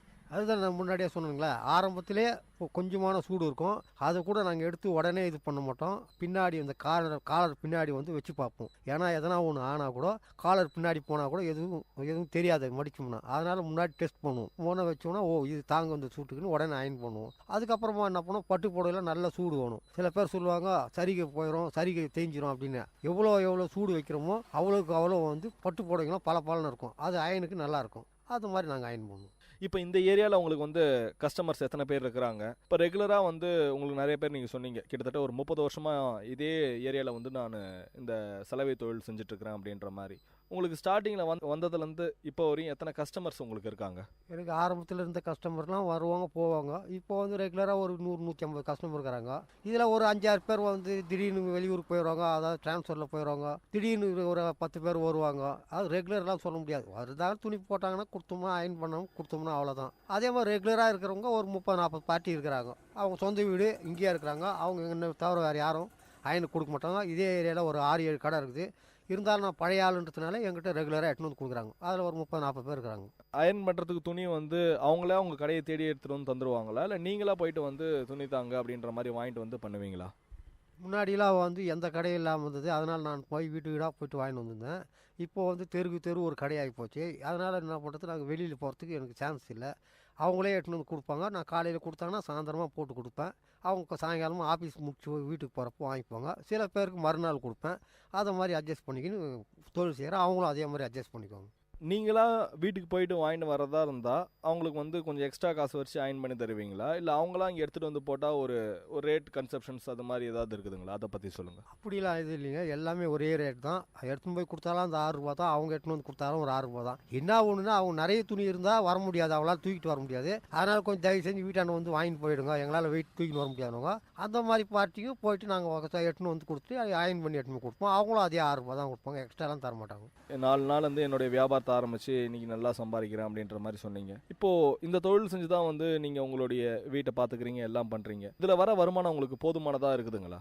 எனக்கு நல்ல வருமானங்க, போதுமானது. எனக்கு வந்து 3 பிள்ளைங்க, 2 பொண்ணு 1 பையன். 3 பேருக்கும் கல்யாணம் பண்ணி இந்த வருமானத்தில் தான் நான் முடித்தேன். அதே மாதிரி வந்து நான் வந்து வாடகை வீட்டில் இருந்தேன். அந்த எனக்கு வந்து இந்த 95க்கு மேலே வந்து நல்ல வருமானம் வந்தது. அதில் நான் சம்பாதிச்சு சொந்தமாக வீடு வாங்கிட்டேன். அதுக்கப்புறம் படிப்படியாக ஒரு பிள்ளைக்காக கல்யாணம் பண்ணி இப்போ 3 பேருக்கும் கல்யாணம் முடிச்சுட்டு நிம்மதியாக இருக்கிறேன். ஆனால் இது வரைக்கும் எந்த வித கடனும் இல்லை. இந்த வருமானத்தை நம்பி தான், இந்த வருமானத்தை சம்பாதிச்சு தான் எல்லாமே செஞ்சுங்க. உங்களுடைய பசங்க யாராவது வந்து இந்த தொழில் செய்கிறாங்களா? அதை பற்றி சொல்லுங்கள். இல்லைங்க ஐயா, எங்கள் பசங்க யாரும் தொழில் செய்யலை. ஏன்னா எனக்கு வந்து 2 பொண்ணும் வந்து சென்னையில் கட்டி கொடுத்துட்டேன். பையன் ஒருத்தன், அவனும் எங்கள் தொழில் செய்யலை, அவன் வெளியில் வேலை செய்கிறாங்க. சொன்னீங்க இந்த தொழிலே வந்து நல்லா கொஞ்சம் எடுத்து இப்போ பண்ணும்போது பார்த்தீங்கன்னா ஒரு அட்வான்ஸாக நம்ம பண்ணலாம். அயன் பண்ணுறதுக்கு ஆள் போட்டு பண்ணலாம், இல்லை ஒரு இப்போல்லாம் நிறைய மிஷின்ஸ் வந்துருச்சு, வாஷிங் மிஷின்ஸு, அதெல்லாம் கூட போட்டு பண்ணி தராங்க. அது மாதிரி உங்கள் பையனை என்னைக்காவது நீங்கள் பண்ண சொல்லியிருக்கீங்களா? இது மாதிரி பண்ணால் கொஞ்சம் நல்லா வியாபாரமும் ஆகுமே அப்படின்ற மாதிரி. நான் அவன் சும்மா இருக்கிற காலத்திலே கூப்பிட்டேங்க, வாங்க நான் அந்த வேலை கற்றுத்தரேன், செய்யலாம் 2 பேரும். இந்த மாதிரி வந்து இந்த கடையை இன்னும் கொஞ்சம் டெவலப் பண்ணோம்னா நல்ல வருமானம் கிடைக்கும் அப்படின்னு. அவருக்கு வந்து இந்த இன்ட்ரெஸ்ட் இல்லை, இந்த வேலை செய்யணுன்ற இன்ட்ரெஸ்ட் இல்லை. அதனால் அவர் நான் செய்ய மாட்டேன்ட்டு இப்போ அவர் கவர்மெண்ட் ஜாப் போயிட்டார். அதனால் இந்த தொழில் என்னோட தான் போயிடும், அவ்வளோதாங்க. இதுக்கு மேற்கொண்டு நான் வந்து ஆளை வச்சும் செய்யலாம். எனக்கு வந்து முதுமையாகி போச்சு. அதனால் இனிமேல் நான் சம்பாரிச்சு என்ன படுத்து, இன்னும் வருமானம் தான் போதும், எங்கள் குடும்பத்துக்கு கரெக்டாக இருக்குது. நீங்கள் சொன்னீங்க கிட்டத்தட்ட ஒரு 30 வருஷமாக இந்த தொழில் செஞ்சிட்ருக்கிறேன் அப்படின்ட்டு. இப்போ இந்த தொழில் ஏதாவது வந்து உங்களுக்கு ஏதாவது ஒரு சுவாரஸ்யமான விஷயங்கள் ஏதாவது நடந்துருக்குதுங்களா? ஏதாவது உங்கள் வாழ்க்கையில் ஏற்பட்ட ஒரு அனுபவமாக கூட இருக்கலாம், அதை கூட ஏதாவது ஷேர் பண்ணிக்கோங்க. எனக்கு வந்து கரெக்டாக அனுபவம்னா, நம்ம ஒரு 2010 ஒரு தம்பி அயன் பண்ணுறதுக்கு துணி எடுத்துன்னு வந்தார் பிளாஸ்டிக் கவரில். அதில் வந்து 1,16,000 இருந்ததுங்க. அது வந்து அப்படியே எடுத்து அன்றைக்கி வந்து கரெக்டாக நியூ இயருங்க. அவர் வந்து இந்த கோழி பண்ணையில் வந்து சிக்கன்லாம் வந்து டோர் டெலிவரி எட்டுன்னு போய் போகிறதுங்க, வேன் வேணாம். அது கேஷ்க்கு வந்து இன்றைக்கி வந்து வாங்கி எட்டுன்னு வந்து அந்த கவர்லேயே வச்சுட்டு ஞாபகம் துணி கொடுத்துட்டு போயிட்டாருங்க. அதுக்கப்புறம் வந்தார். அவர் துணி தான் கேட்டார், வழி காதில் இருக்கிற காசு இருக்கா என்னன்னு கேட்கலிங்க. அதுக்கப்புறம் நான் என்ன பண்ணேன், தம்பி இந்த மாதிரிப்பா 1,16,000 இல்லை 1000 நோட்டு அப்படி திருப்பி கொடுத்தேன். அவர் கையில் காலில் விழுந்து, நான் குமஸ்தாங்க இந்த மாதிரி வேலை செய்கிறேன், இதில் பேங்க்கில் எடுத்துன்னு போய் கட்ட சொன்னாங்க, நான் தெரியாமல் இந்த பையில் வச்சு அப்படியே எடுத்துன்னு வந்துட்டேன் அப்படின்னு சொல்லிட்டு அப்புறம் என்ன பண்ணார், அவர் ஆந்திராக்கார். அப்புறம் ஆந்திராவில் வந்து ஒரு 2 வாரம் பொறுத்து திருப்பதி லட்டு, அப்புறம் பாம்பே ஸ்வீட்டு அதெல்லாம் வாங்கிட்டு வந்து ஒரு 1000 கையில் கொடுத்து ரொம்ப நன்றின்னு காலில் விழுந்தாருங்க. எனக்கு அதெல்லாம் வேணாப்பா, நீ வச்சுக்கோ 1000, எனக்கு ஸ்வீட்டு மட்டும் எடுத்துக்கிறேன். இல்லை நான் 1000 கொடுத்தாருங்க. அதே மாதிரி இன்னொரு அனுபவம், பழைய காட்பாடியில் வந்து குவாரி ஏஜென்ட் அவர், குவாரி நடத்துகிறாரு வாலாஜாவில் மணல் குவாரி. அவர் ஒரு முறை கட்ட பேக்கில் துணி கொடுத்தாருங்க. நான் எப்பவுமே ஒரு 2 நாள் 3 நாள் பொறுத்து தான் கொடுப்பேன் அவருக்கு. அவரும் அதே மாதிரி ஒரு ரெக்ஷன் பேக்கில் ஒரு 2 லட்ச ரூபா 2 கட்டு 1000 கட்டு 2 வச்சுட்டு மறந்துட்டுக்கிறாரு போலுங்க. ஒரு 3 நாள் பொறுத்து வந்து அந்த பேக் கொஞ்சம் கொடுங்க, அதில் சாவி இருக்குதுன்னு சொன்னாருங்க. சரி நான் பேக் எடுத்து கொடுத்தேன். அப்புறம் பார்த்தா கை விட்டுணுன்னாரு, கிடைக்கல. அப்புறம் டேபிள் மேலே அப்படியே தலைகீழாக கொட்டி அந்த பையை பார்த்தா அந்த ரெக்ஷன் பாக்ஸ் இருந்துச்சு, அந்த பேக் இருந்துச்சு. உடனே எடுத்து பிரித்து பார்த்தாரு, அதில் 2 லட்ச ரூபா இருந்தது. அப்புறம் தான் 2 கட்டி எடுத்து பார்த்தாரு, அப்போ தான் தெரியும் அது துட்டு அதில் வச்சுருக்கிறாரு. சரி அவரும் என்னை ரொம்ப பாராட்டி இந்த மாதிரிங்க அவருக்கு ஒரு 1000 கொடுத்தாருங்க. அது மாதிரி ஒரு 2-3 அனுபவம் இருக்குதுங்க. ரொம்ப நல்லா சொன்னீங்க. நம்ம எந்த அளவுக்கு ஒரு நேர்மையாக தொழில் செய்கிறோமோ அந்த அளவுக்கு கண்டிப்பாக எல்லாமே நம்மளை தேடி வரும் அப்படின்ற மாதிரி. இப்போ ஒரு நாளைக்கு எவ்வளோ நேரம் நீங்கள் காலையில் உங்களுடைய தொழில் எத்தனை மணிக்கு ஆரம்பிப்பீங்க, சாயந்தரம் எத்தனை மணிக்கு முடிப்பீங்க, எத்தனை நாள் உங்களுக்கு வந்து வாரத்தில் உங்களுக்கு ஒரு விடுமுறை தேவைப்படுது, என்னென்னைக்கெல்லாம் உங்கள் கடை இருக்கும், அதை பற்றி சொல்லுங்கள். நான் ஆரம்பத்தில் வந்துங்க கடை வந்து 29 வயசுக்கு முன்னாடி வச்சுங்க. அப்போது வந்து காலையில் 5:30 5 மணிக்கெலாம் வந்து திறந்துருவேன். நைட்டு 8:30 9க்கு தான் போவேன். இப்போ வந்து இந்த 30 வருஷமாக அப்படி தான் செஞ்சுருந்தேன். இப்போத்துக்கு வந்து ஒரு 4-5 வருஷமாக வந்து காலையில் 6:30க்கு வந்தேன்னா அதே மாதிரி நைட்டு 6:30 12 மணி நேரம் வேலை செய்வேங்க. மற்றது முன்னெல்லாம் சீக்கிரமாக வருங்க. இப்போ லீவு நாட்கள் அப்படின்றத வந்து பார்த்தீங்கன்னா கண்டிப்பாக எல்லாருக்கும் வந்து உழைப்பாளிகள் எல்லாத்துக்கும் வந்து ஒரு விடுமுறை நாட்கள் தேவை. வாரத்தில் ஒரு நாளாவது கண்டிப்பாக வந்து ஒரு விடுமுறையாக இருக்கணுன்ற மாதிரி யோசிப்பாங்க. ஸோ உங்களுடைய விடுமுறை நாட்கள் என்னைக்கு? நான் வந்து எப்போயுமே விடுமுறைன்றதே விடுத்துறீங்க. விசேஷ நாளில் கூட வேலை செய்வேன். எங்கேயாவது வெளியூர் போகிற பட்சம், கல்யாணம் அந்த மாதிரி நாள் தான் விடுமுறை விடுவேன். மற்ற எந்த நாளும் விடுமுறையே இல்லைங்க. நான் இப்போது வந்து ஒரு வருஷமாக தாங்க நான் சனிக்கிழமை ஞாயிற்றுக்கிழமைனா அதுவும் அரை நாள் மதியத்துக்கு மேலே விடுமுறைங்க. மற்ற நாளில் முன்னாடிலாம் வந்து காலையிலேருந்து நைட் வரைக்கும் வாரம் ஃபுல்லாக வேலை செய்வேங்க. விடுமுறையே விட மாட்டேன். இப்போ சில பேர் வந்து துணி தந்துட்டு உடனே கேட்பாங்க, எங்களுக்கு சீக்கிரமாக அயன் பண்ணி தாங்க அப்படின்ற மாதிரி கேட்பாங்க, எங்களுக்கு உடனே வேணுன்ற மாதிரி கேட்பாங்க. அந்த நேரத்தில் நீங்கள் என்ன பண்ணுவீங்க? அதாங்க அட்ஜஸ்ட் பண்ணிக்கோங்க. அவசரமாக கேட்குறவங்க போட்டுருவேன். முன்னாடி கொடுத்தவங்களுக்கு நான் டைம் சொல்லிவிடுவேன். இந்த மாதிரிங்க 5 மணிக்கு ஆவாங்க 6 மணிக்கு ஆவாங்கன்னு. திடீர்னு வந்து ஒரு 10 துணி எடுத்துன்னு வந்தார், ஏங்க நான் அவசரமாக ஊருக்கு போகணும் இல்லை ட்ரெயினுக்கு போகணும் அப்படின்னு கேட்பாங்க. உடனே ஒரு 1/2 மணி நேரம் பொத்து வாங்கன்னுவேன். அந்த 1/2 மணி நேரத்தில் அந்த 10 துணியை போட்டு வச்சுருவேன். பின்னாடி சொன்ன டைமுக்கு அதுக்கப்புறம் எடுத்து தேய்ப்பேன். இந்த மாதிரி அவசர டைமில் எடுத்துன்னு வந்து உடனே போட்டு கொடுத்துருவேன். சரி, இப்போ நார்மலாக உங்கள் கடைக்கு வந்து ஒரு துணி தரணும், எடுத்துகிட்டு வந்து இப்போ தந்தால் எத்தனை மணிக்கு வாங்கிக்கோங்க அப்படின்ற மாதிரி நீங்கள் சொல்கிறீங்கல்ல. காலையில் ஒரு 8 மணிக்கு உங்ககிட்ட துணி தந்தால் நீங்கள் எத்தனை மணிக்கெலாம் திருப்பி ரிட்டர்ன் தந்துடுவீங்க? நான் பொதுவாக பார்ட்டிக்கிட்ட கேட்பேங்க, உங்களுக்கு எத்தனை மணிக்கு வேணும் அப்படின்னுவேன். அவங்க அவசரம்னா ஒரு 12 மணிக்கு வரேன்னுவாங்க. இல்லைன்னா அவங்களே சொல்லிடுவாங்க, சாயங்காலம் நான் வரப்போ வாங்கிக்கிறேன்னுவாங்க. இல்லை சில பேர் ஆஃபீஸ் போவாங்க, அவங்க 9 மணிக்கு கொடுத்துட்டு போவாங்க, நான் 6 மணிக்கு ரிட்டர்ன் வரப்போ வாங்கிக்கிறேன்னுவாங்க. இதில் அவசரமாக கேட்குற பார்ட்டி ஒரு 11 மணிக்கு வேணும் அப்படின்வாங்க. நான் கரெக்டாக அதே மாதிரி 11 மணிக்கு போட்டுடுவேன். அவங்களும் வந்து 11 மணிக்கு வாங்கிடுவாங்க. அதுக்கப்புறம் அந்த 6 மணிக்கு வரவங்க 5 மணிக்கு வரவங்க அதை போட்டு அட்ஜஸ்ட் பண்ணி வச்சுருவேன். காலையில் வரும்போதே வந்து உங்களுடைய சாப்பாடெல்லாம் நீங்களே கட்டி எடுத்துகிட்டு வந்துடுவீங்களா, இல்லை அதுக்கு ஏதாவது ஹோட்டலில் எங்கேயாவது வெளியில் போய் சாப்பிட்டு வந்து அதுக்கப்புறம் உங்களுடைய தொழில் ஆரம்பிக்கிற மாதிரி பண்ணுவீங்களா? இல்லைங்க, நான் காலையில் 6 மணிக்கு வீட்டிலேருந்து வந்துடுவேன். அதனால் எங்கள் வீட்டில் இருக்கிறவங்க யாரும் அவ்வளோ சீக்கிரம் எந்திரிச்சு செய்ய மாட்டாங்க. நான் காலையில் மட்டும் மதியம் காலையில் 9 மணிக்கு ஹோட்டலில் டிஃபன் பண்ணிவிடுவேன். மதியம் வந்து எங்கள் வீட்டில் செஞ்சு எடுத்துன்னு வந்து கொடுத்துருவாங்க. நைட்டு வீட்டுக்கு போய் சாப்பிடுவேன். 2 வேளை வீட்டில், காலையில் மட்டும் ஹோட்டலில் சாப்பிடுவேன். இந்த தொழிலில் ஒரு நாளைக்கு உங்களுக்கு எவ்வளோ சார் வந்து வருமானம் கிடைக்கிது, அதை பற்றி சொல்லுங்கள். அதுதாங்க மேக்ஸிமம் ஒரு 600 ரூபாய்க்கு கிடைக்குங்க. கொஞ்சம் உழைப்பு அதிகமாச்சுன்னா 600 700 சம்பாதிப்புங்க. 700 எப்படி பார்த்தாலும் வந்து உங்களுக்கு 500 ஒரு நாளைக்கு கண்டிப்பாக வரும். கண்டிப்பாக கம்பல்சரி 500 சம்பாதிப்பேன். கொஞ்சம் உழைப்பு அதிகமாச்சுன்னா 600 700 சம்பாதிப்பேங்க. இப்போ பிஸ்னஸ் பண்ணுறவங்க எல்லாருமே சொல்லுவாங்க, ஒரு நாள் வியாபாரம் இருக்கும், ஒரு நாள் வியாபாரம் இருக்காது அப்படின்ற மாதிரி. இப்போ உங்களுக்கு அது மாதிரி வந்து என்னைக்காவது தோணிருதுங்களா, இன்னைக்கு கொஞ்சம் வியாபாரம் டல்லாக தான் இருக்கும் அப்படின்ற மாதிரி ஏதாவது? அப்படியா இல்லைங்க, எனக்கு என்றைக்கும் ஒரே மாதிரி தொழில் தான். ஆனால் என்ன ஒன்றுனா சில பேர் வராமல் போயிடுவாங்க. அன்றைக்கி வந்து வியாபாரம் கம்மியாயிரும், மறுநாள் வாங்கிறவங்க அந்த காசு வந்து எனக்கு சேர்ந்துடும். இன்றைக்கி 500ரூபா சம்பாதிக்கிறேன்னு வச்சுங்களேன், அன்றைக்கி ஒரு 200ரூபாய்க்கு பார்ட்டி வராது, அன்றைக்கி 300ரூபா தான் சம்பாதிப்பேங்க. மறுநாள் என்ன பண்ணால் அந்த 500ரூபா சம்பாதிப்பேன், அந்த 300ரூபா பார்ட்டியை வந்து வாங்கி போனோம், அப்போ 800ரூபா ஆகிடும். அதுக்கு கம்பல்சரி எனக்கு 500ரூபாய்க்கு எப்போ ரெகுலராக இருக்குதுங்க. இப்போ பருவநிலை மாற்றம் கண்டிப்பாக எல்லாத்துக்குமே இருக்குது. இப்போ வெயில் காலத்தில் இந்த தொழில் செய்யும் போது ரொம்ப கஷ்டமாக இருக்கும். மழை காலத்தில் வந்து எது மாதிரி கஷ்டங்கள் நீங்கள் ஃபேஸ் பண்ணுறீங்க, எது மாதிரி கஷ்டங்கள் உங்களுக்கு வருது, அதை பற்றி சொல்லுங்கள். வெயில் காலத்தில் எல்லா துணியை நல்லா காய வச்சு கொண்டு வருவாங்க, அயன் பண்ணுறதுக்கு எங்களுக்கு வசதியாக இருக்கும். மழை காலத்தில் வந்து விடாமல் மழை பெஞ்சுன்னா அவங்க ஃபேன் காற்றுல அதுலேருந்து துவச்சி போட்டு கொஞ்சம் ஈரமாகவும் எடுத்துன்னு வருவாங்க, அதை அட்ஜஸ்ட் பண்ணி போட்டு தான் கொடுக்கணும். ஆனால் வருமானம் அதே ஒரே மாதிரி தான் இருக்குங்க. ஏன்னா அவங்க வீட்டில் ஃபேனில் கேனில் போட்டு எப்படியாவது ஆஃபீஸ் போகிறவங்க, ஸ்கூல் பசங்க போகிறவங்க, அதனால் ஃபேனில் கேனில் போட்டு கொஞ்சம் ஈரமாக எடுத்துன்னு வருவாங்க. அது மட்டும் நமக்கு கொஞ்சம் கஷ்டமாக இருக்கும். வெயில் காலத்தில் நல்லா உலர்த்தி நல்லா காய வச்சு எடுத்துன்னு வருவாங்க, அப்போது எனக்கு ஈஸியாக இருக்கும் வேலை. இப்போ எல்லாத்துக்குமே வந்து ஒரு பண்டிகை நாட்கள் அப்படின்றது வந்து பார்த்தீங்கன்னா ஒரு காமனான ஒரு விஷயம். இப்போ இந்த பண்டிகை நாட்களில் தான் எல்லாருமே வந்து எங்கேயாவது வெளியில் கிளம்புவாங்க, எங்கேயாவது ஊருக்கு கிளம்புவாங்க அப்படின்ற மாதிரி ஒரு சுச்சுவேஷன்லாம் கூட இருக்கும். அப்போல்லாம் அயன் பண்ணுறதுக்கு எடுத்துகிட்டு வந்து போடுவாங்க. இப்போ உங்களுக்கு இந்த சம்மர் ஹாலிடேஸ் இது மாதிரிலாம் நேரங்கள் வரும்போது எந்தெந்த நேரங்கள்லாம் உங்களுக்கு வந்து வியாபாரம் அதிகமாக இருக்கும்? உங்களுக்கே தெரியும்ல, இப்போது இன்றைக்கி வந்து இந்த சம்மரில் நிறைய பேர் ஊருக்கு போவாங்க, எடுத்து வந்து அயன் பண்ண தருவாங்க. அதுக்கப்புறம் வேறு என்னைக்காவது ஏதாவது ஒரு பண்டிகை நாட்களில் ஊருக்கு போகும்போது இவ்வளோ துணி வரும் அப்படின்ற மாதிரி உங்களுக்கு ஏதாவது கெஸ்ஸிங்ஸ் ஏதாவது இருக்குதுங்களா? எனக்கு வந்து இந்த மாதிரி நேரத்தில் வந்து சனி ஞாயிறு தாங்க அதிகமான வேலை வரும், அதிகமான வருமானம் வரும். ஏன்னு கேட்டால் சனிக்கிழமை அவங்க என்ன பண்ணுவாங்க, வந்து உடனே வந்து கிளம்பி ஊருக்கு போயிடுவாங்க. ஞாயிறு திங்கள் அது மாதிரி 3 நாள் 4 நாள் வேலை லீவ் நாளில் சனிக்கிழமை வந்து அயன் பண்ணி எடுத்துன்னு போயிடுவாங்க. ஞாயிற்றுக்கிழமை இந்த ஸ்கூல் யூனிஃபார்மு, அப்புறம் திங்கக்கிழமை ஆஃபீஸுக்கு போகிறவங்களாம் அன்றைக்கி எடுத்துன்னு வருவாங்க. அன்றைக்கி 2 நாள் நல்ல வருமானம் வருங்க, சனி ஞாயிறு. இப்போ இந்த தொழில் நல்லா பண்ணால் நல்லா சம்பாதிக்கலாம் அப்படின்ற மாதிரி நீங்கள் சொன்னீங்க. இதில் கூட வந்து உங்களுடைய ரிலேஷன்ஸ் யாராவது இருந்திருப்பாங்க, நல்லா சம்பாதிக்கிறவங்க இருந்திருப்பாங்க. இப்போ இந்த தொழில் நல்லா ஒரு நேர்த்தியாக செய்யணும், கரெக்டாக செய்யணுன்னா இந்த தொழில் ஒருத்தர் எடுத்து செய்யணும். ஒரு பெரிய லெவலில் ஒரு அப்பார்ட்மெண்ட்ஸ் எல்லாம் கூட வந்து நீங்கள் நிறையா ஆயிடுச்சு. ஒன்றும் கிடையாது, நம்ம ஒரே ஒரு இடத்துக்கு போனோமா 300 வீடு 200 வீடுலாம் ஒரே இடத்துல இருக்குது. இப்போ 200 வீட்டில் கரெக்டாக துணி போட்டாங்க அப்படின்னா கூட நம்மளுக்கு ஒரு பெரிய லாபம் கிடைக்கும். அப்படி இருக்கும்போது இந்த தொழிலை கொஞ்சம் பெருசுப்படுத்தி செய்யணும் அப்படின்ற மாதிரி யாராவது நினச்சாங்கன்னா அவங்களுக்கு நீங்கள் என்ன சொல்ல விரும்புகிறீங்க?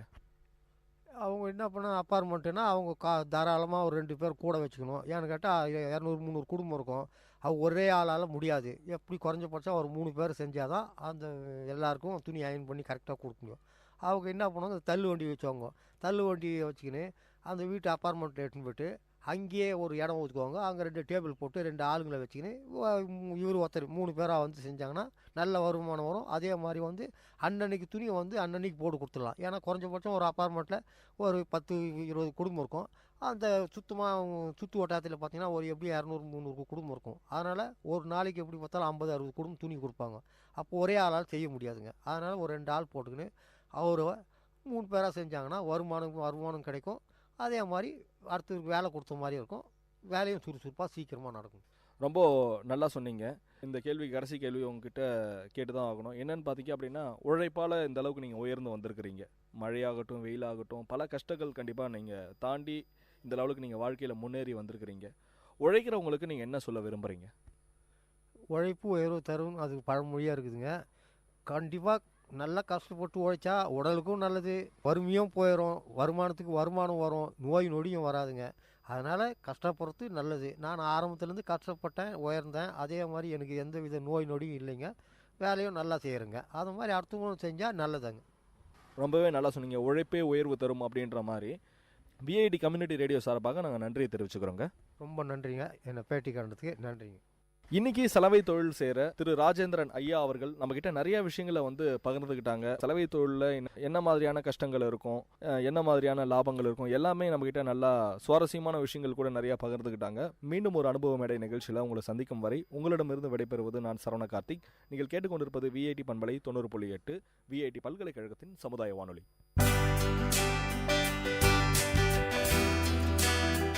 நேர்கள் இதுவரை கேட்டது அனுபவ மேடை. மக்கள் தங்கள் வாழ்க்கை அனுபவங்களையும் முன்னேற்ற பாதைகளையும் விரிவாக கலந்துரையாடும் நிகழ்ச்சி. உங்கள் விஐடி பண்பலை 90.8 விஐடி பல்கலைக்கழகத்தின் சமுதாய வானொலி.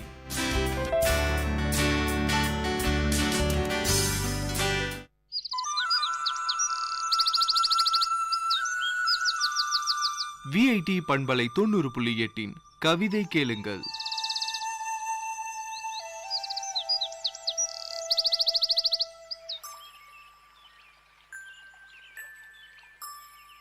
இது கவிஞனின் காலம். காகிதங்கள் காதோறும் கவிதை பாடும் காலம். இது கவிஞனின் காலம். அதிகாலை பூங்குயில் குலுங்கிச் சிரிக்கும் காலம். இது கவிஞனின் காலம்.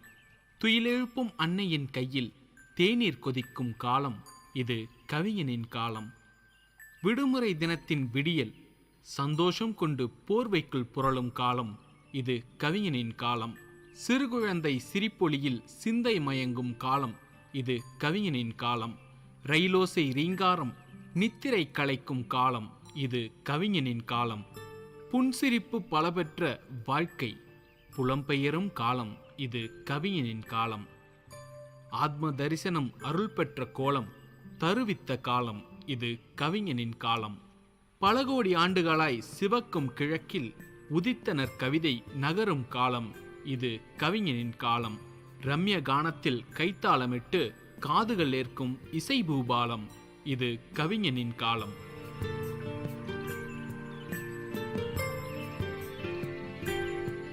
கைபேசி கணக்கணக்க அன்னை எதிர்முனையில். கைபேசி சினுசினுங்க காதலி எதிர்முனையில். கைபேசி கலகலக்க அக்கால் எதிர்முனையில். கைபேசி கரகரக்க அப்பா எதிர்முனையில். கைபேசி படபடக்க நண்பன் எதிர்முனையில். கைபேசி துடிதுடிக்க கடன்காரன் எதிர்முனையில். கைபேசி மணியடிக்க யார் தொடுப்பாரோ என எதிர்பார்த்து கண்ணோக்கிய காலம். இது கவிஞனின் காலம். கைபேசி மணியடிக்க யார் தொடுப்பாரோ என எதிர்பார்த்து கண்ணோக்கிய காலம். இது கவிஞனின் காலம்.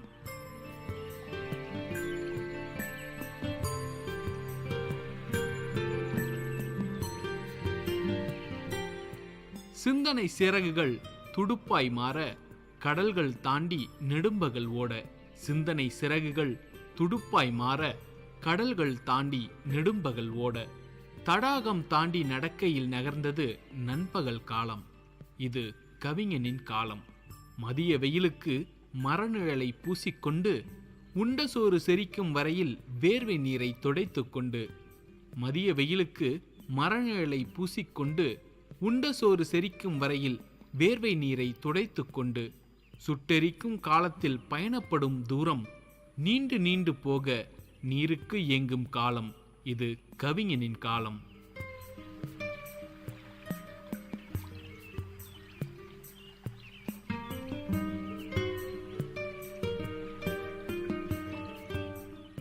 வாஞ்சையாய் எதிர்பட்ட மாலை நேரம் மயங்கி போன குளிர்காற்றாய் மாறும் காலம். ஈசானி மூலையில் கருமேகம் கார்குழல் சூட. கண்கள் ஏற்கும் ஏக்கப் பார்வையில் மனதும் துணை நிற்கும் ஊக்கத்தின் காலம். இது கவிஞனின் காலம். விடிய விடிய ஓடி ஓடி இருள் சூழ வீடு நாடி அமைதியில் அமரும் உடல்களின் காலம். இரவு எனும் இமை இளைப்பாறும் காலம்.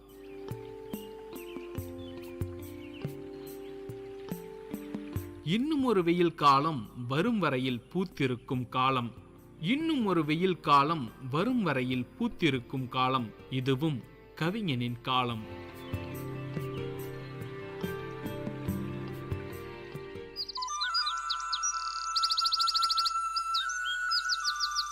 நேயர்கள் கேட்டது விஐடி பண்பலை 90.8 கவிதை கேளுங்கள்.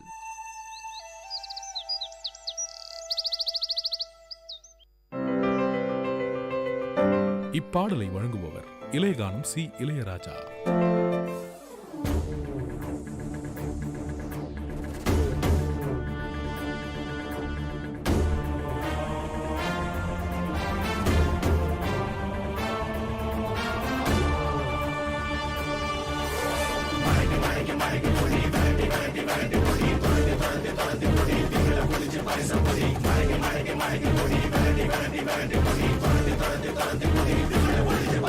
எத்தி பறக்க முட்டி பாரு திமுல நீயும் தொட்டு பாரு புடுற புடுற. எத்தி பறக்க முட்டி பாரு திமுல நீயும் தொட்டு பாரு. எங்க ஊரு ஜல்லிக்கட்டு எதிர நின்னு மல்லு கட்டு. செத்து பொழைச்சு வந்தானா செவலக்கார மண்ண கீறி வந்தானா மயிலக்கார. செத்து பொழைச்சு வந்தானா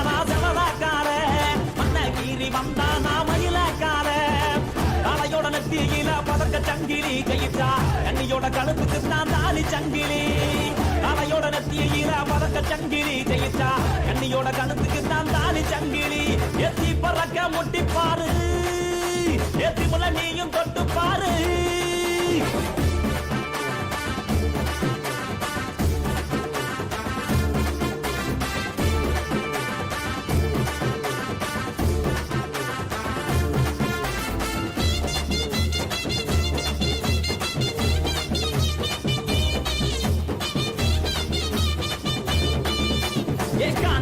கால அது கதற விடுவால வளஞ்சவம் பூக்கால அது வரி புளிய போல ஏ காரி கால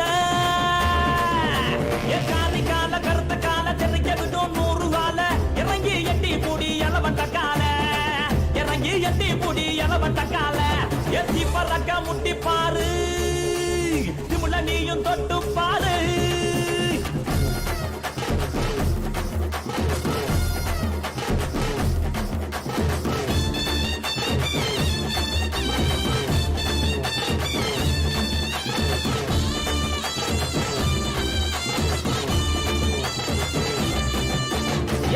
நத்தி கால அது சுருள விடும் வால செவந்த நத்தி கால அது செதற விடும் வால ஏ மாஞ்சு புடி மடக்கி புட்டி ஒத்த கையில் தூக்கி அடி பக்கப்பட்டு வந்து நிப்பா வஞ்சி கோடி எத்தி பறக்க முட்டி பாரு திமுல நீயும் தொட்டு பாரு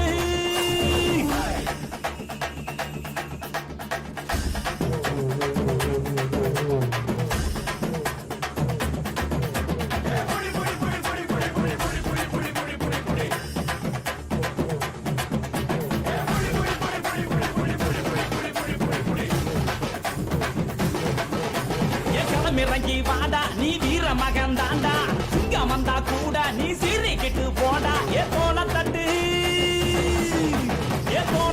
தொலைய தட்டு அச்சத்தெல்லாம் அறுத்து கட்டு எட்டாத சிகரம் இல்ல கொடியா கட்டு எத்தி பறக்க முட்டி பாரு திமுல நீயும் தொட்டு பாரு எங்க ஊரு ஜல்லிக்கட்டு எதிர நின்னு மல்லு கட்டு எத்து பொழைச்சு வந்தானா ஜமலக்கார கீரி வந்தா நான் மயிலக்கார எத்து பொழைச்சு வந்தா நான் ஜமலக்கார கீரி வந்தா நான் மயிலக்கார காலையோட நெத்தியில பறக்க சங்கிலி ஜெயிச்சா கண்ணியோட கழுத்துக்கு தான் தாலி சங்கிலி காலையோட நெத்தியில பறக்க சங்கிலி ஜெயிச்சா கண்ணியோட கழுத்துக்கு தான் தாலி சங்கிலி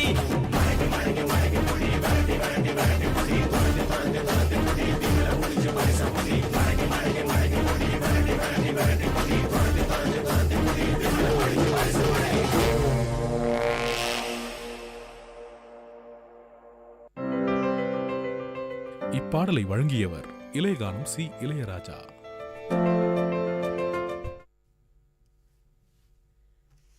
Hello everyone, this is Silena from Vit Community Radio. I'm going to recite a poem written by me, A Piece of Me.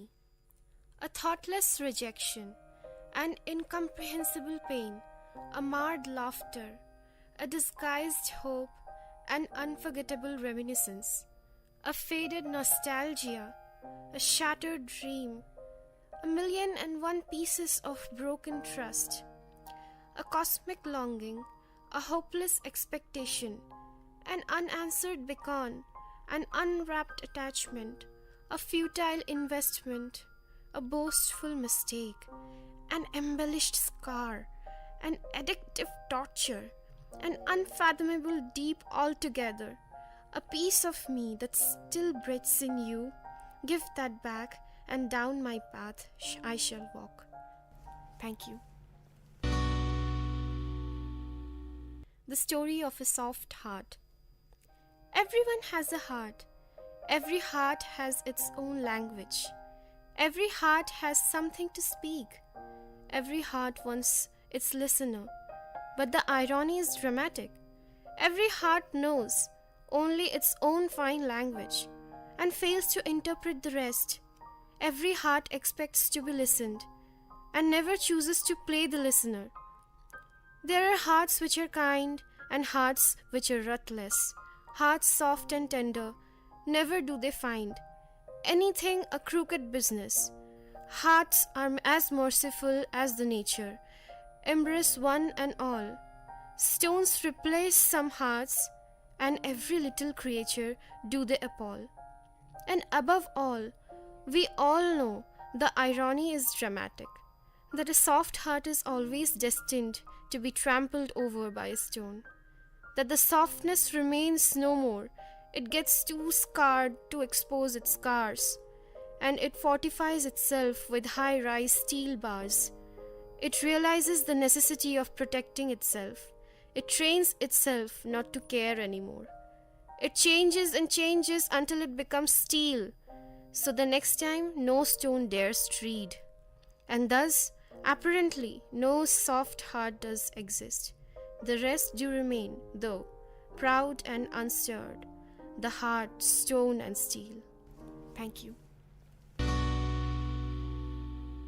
Only a few people. Hundreds of millions of people share this planet. The predominant fraction is incognizant of your existence.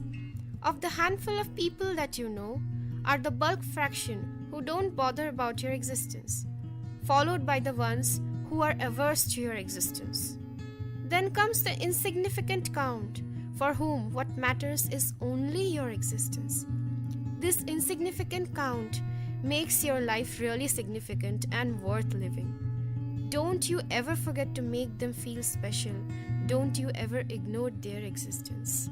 Thank you. Fish knows water the last. Traveling since quite some time, down the unfathomable yards of pain, luggage packed on the back, so heavy of miserable disdain. You are tired, your thirst reasons fine. You survive on water, you drink it, and it takes you to cloud 9. As dear as gold and meaningful unto life, serves you the nectar when life and death do strive. Fish swims, survives in water, takes it for granted and knows it the last, until hits the pitch dry plank with a spine-fracturing thrust. One nurtured, cared and loved does not perceive love as love, until the day when love does relinquish, does he split with an unsettled soul, that restless forgery does vanquish the truth and plainness of love. He is that fish that knows water the last. Thank you. I miss you, my innocence. Time taking its test, wayward winds raising ghastly storms. Every time my innocence being challenged, amidst each turmoil, when I see faces unveil, all selfish, ruthless, condescending and sadistic, I grumble, I forge my heart to harden. I become scared and then overly protective. I contemplate on fighting back. Vengefulness and jealousy start peeking through the voids of doubts and uncertainties. My innocence gets smothered unnoticed, and that mirror, being no less cruel, mocks at me and asks, "Who are you?" every time I face it. Horror and doubt, all unknown, have a crunchy snack on my clueless mind. For an ounce of a moment, I stare blank, inner voice of no help, a bleak and barren moor. I utter to myself an impulsive reply, "I miss you, my innocence, I miss you. Thank you." Emotional hibernation. This emotional hibernation comes in cyclic phases. As winter follows autumn, so does my pattern follows its traces. I merrily go through my happy summer days. Least could I surmise my emotional sabbath. Unnoticed follows the winter that stays. And it is when life succumbs inside to a satirical aftermath. Expectations creep in furtively. What a havoc does it create, O Lord! I deluge in the downpour of heft, my feelings lessening to nothingness. I cannot but mourn at the theft. And then I know, feeling sad is better than feeling nothing. At least I'm breathing, I know. Thank you. never regret whatever. When everything is visibly changing on the outer and inner surfaces, when I feel dimensions expanding and contracting within my cosmic conscience, when I see situations and people change, when I witness the old flowers wither and new ones grow, I realize deep within I'm moving ahead to embrace the ultimate, leaving behind the transitoriness in the depths of my memory. As things seem moving on, I'm assured that it's me sailing through. For the viewer seated in the boat interprets the world flying past and himself standing still. I have changed.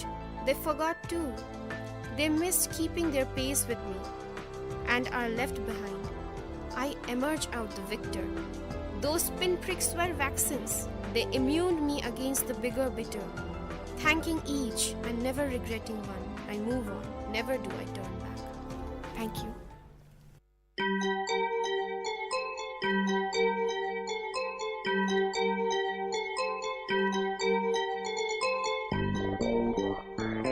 வணக்கம், நமஸ்தே, நமஸ்கார், சலாம் and வந்தனம். நீங்கள் கேட்டுக்கொண்டிருப்பது VIT பண்பலை 90.8. இது VIT பல்கலைக்கழகத்தின் சமுதாய வானொலி. உங்க எல்லோரையும் புதுமை பெண்கள் நிகழ்ச்சிக்கு வரவேற்கிறேன். நான் உங்க அட்டானா.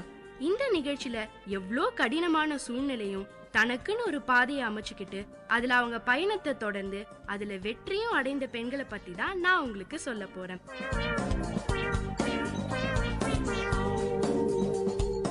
நம்ம எல்லார் வீட்லயும் பொதுவா ஏதாவது புக்ஸ் வாங்குறது உண்டு. ஏன் காலையில தினத்தந்தில ஆரம்பிச்சு குமுதம், குங்குமம்னு லிஸ்ட் ரொம்ப பெருசா போயிட்டே இருக்கோங்க. நம்மளும் அதை படிப்போம், அப்படியே எடைக்கு போட்டுட்டு வெங்காயமும் வாங்கிடுவோம். ரொம்ப அவசியமான பக்கங்களை சேர்த்து வச்சு திரும்பி படிக்கிறதோ இல்ல அதை தேவைப்படும் போது எடுத்து படிக்கிற மாதிரியான வசதியெல்லாம் நம்ம வச்சுக்கிறது இல்ல. நம்ம பாட்டி காலத்துல பாத்தீங்கன்னா ரொம்ப இல்லனா கூட ராமாயணம், மகாபாரதம், பல இதிகாசங்களை பத்திரமா பார்த்து பார்த்து வச்சிருப்பாங்க. ஆனா இன்னைக்கு ஏதோ ஒரு சிலர் வீட்டுல தான் இந்த மாதிரியான புத்தகங்களை பார்க்க முடியுது. அந்த காலத்துல எல்லாம் மாத வருமானம் ரொம்ப கம்மியா இருந்திருக்கும். ஆனா அதுல இருந்து ஒரு சின்ன பங்கு புத்தகங்களை வாங்க செலவிடுவாங்க. இந்த மாதிரி ஒரு புக்கா வாங்கி சேர்ப்பாங்க. அதுவே கொஞ்ச நாள்ல ஒரு குட்டி நூலகமா மாறிடும். ஆனா இன்னைக்கு அந்த பழக்கம் கொஞ்சம் கூட நம்மகிட்ட இல்ல. கேட்டா வேலைக்கு போயிட்டு வரவே கடினமா இருக்கு, இதுல எங்க இருந்து புக்ஸ் படிக்கிறது? இன்னும் சிலர் மாசம் வீட்டு செலவுக்கே சம்பாதிக்கிற பணம் போயிடுது. அப்படியே புத்தகங்கள் படிக்கிறவங்க இ புக் படிக்கிறோம்னு சொல்றாங்க. இந்த மாதிரி பல காரணத்துக்காக புத்தகங்கள் வாங்குற எண்ணிக்கையும் கம்மியாயிடுச்சு. வீட்டுல சிறு நூலகம் இருக்கிறது போயே போச்சு. ஆனா நான் இன்னைக்கு சொல்ல போற பெண்மணி நூலகங்கிறது ஆடம்பரம் இல்ல, வாழ்க்கையின் அத்தியாவசிய தேவைகள்ல ஒண்ணுன்னு நினைக்கிறவங்க. அவங்கதான் முனைவர் ஆர் சம்யுக்தா, முதன்மை நூலகர், புதுவை பல்கலைக்கழகம். சம்யுக்தாவோட குடும்ப பின்னணி, நூலகத்துறைக்கு எப்படி வந்தாங்க, அவங்க எப்படி செயல்படுறாங்கன்னு விவரமா நான் இன்னைக்கு உங்களுக்கு சொல்ல போறேன். சம்யுக்தாவோட அப்பா சவுத் ஈஸ்டர்ன் ரயில்வேஸ்ல சீஃப் இன்ஜினியர். ஆந்திரா, மேற்கு வங்காளம், வடகிழக்கு இந்தியாவில ரொம்ப உள்ளடங்கின ஒரு காட்டு பகுதியில ஆதி பழங்குடியினர் வாழ்ற இடத்துல இருந்தாரு.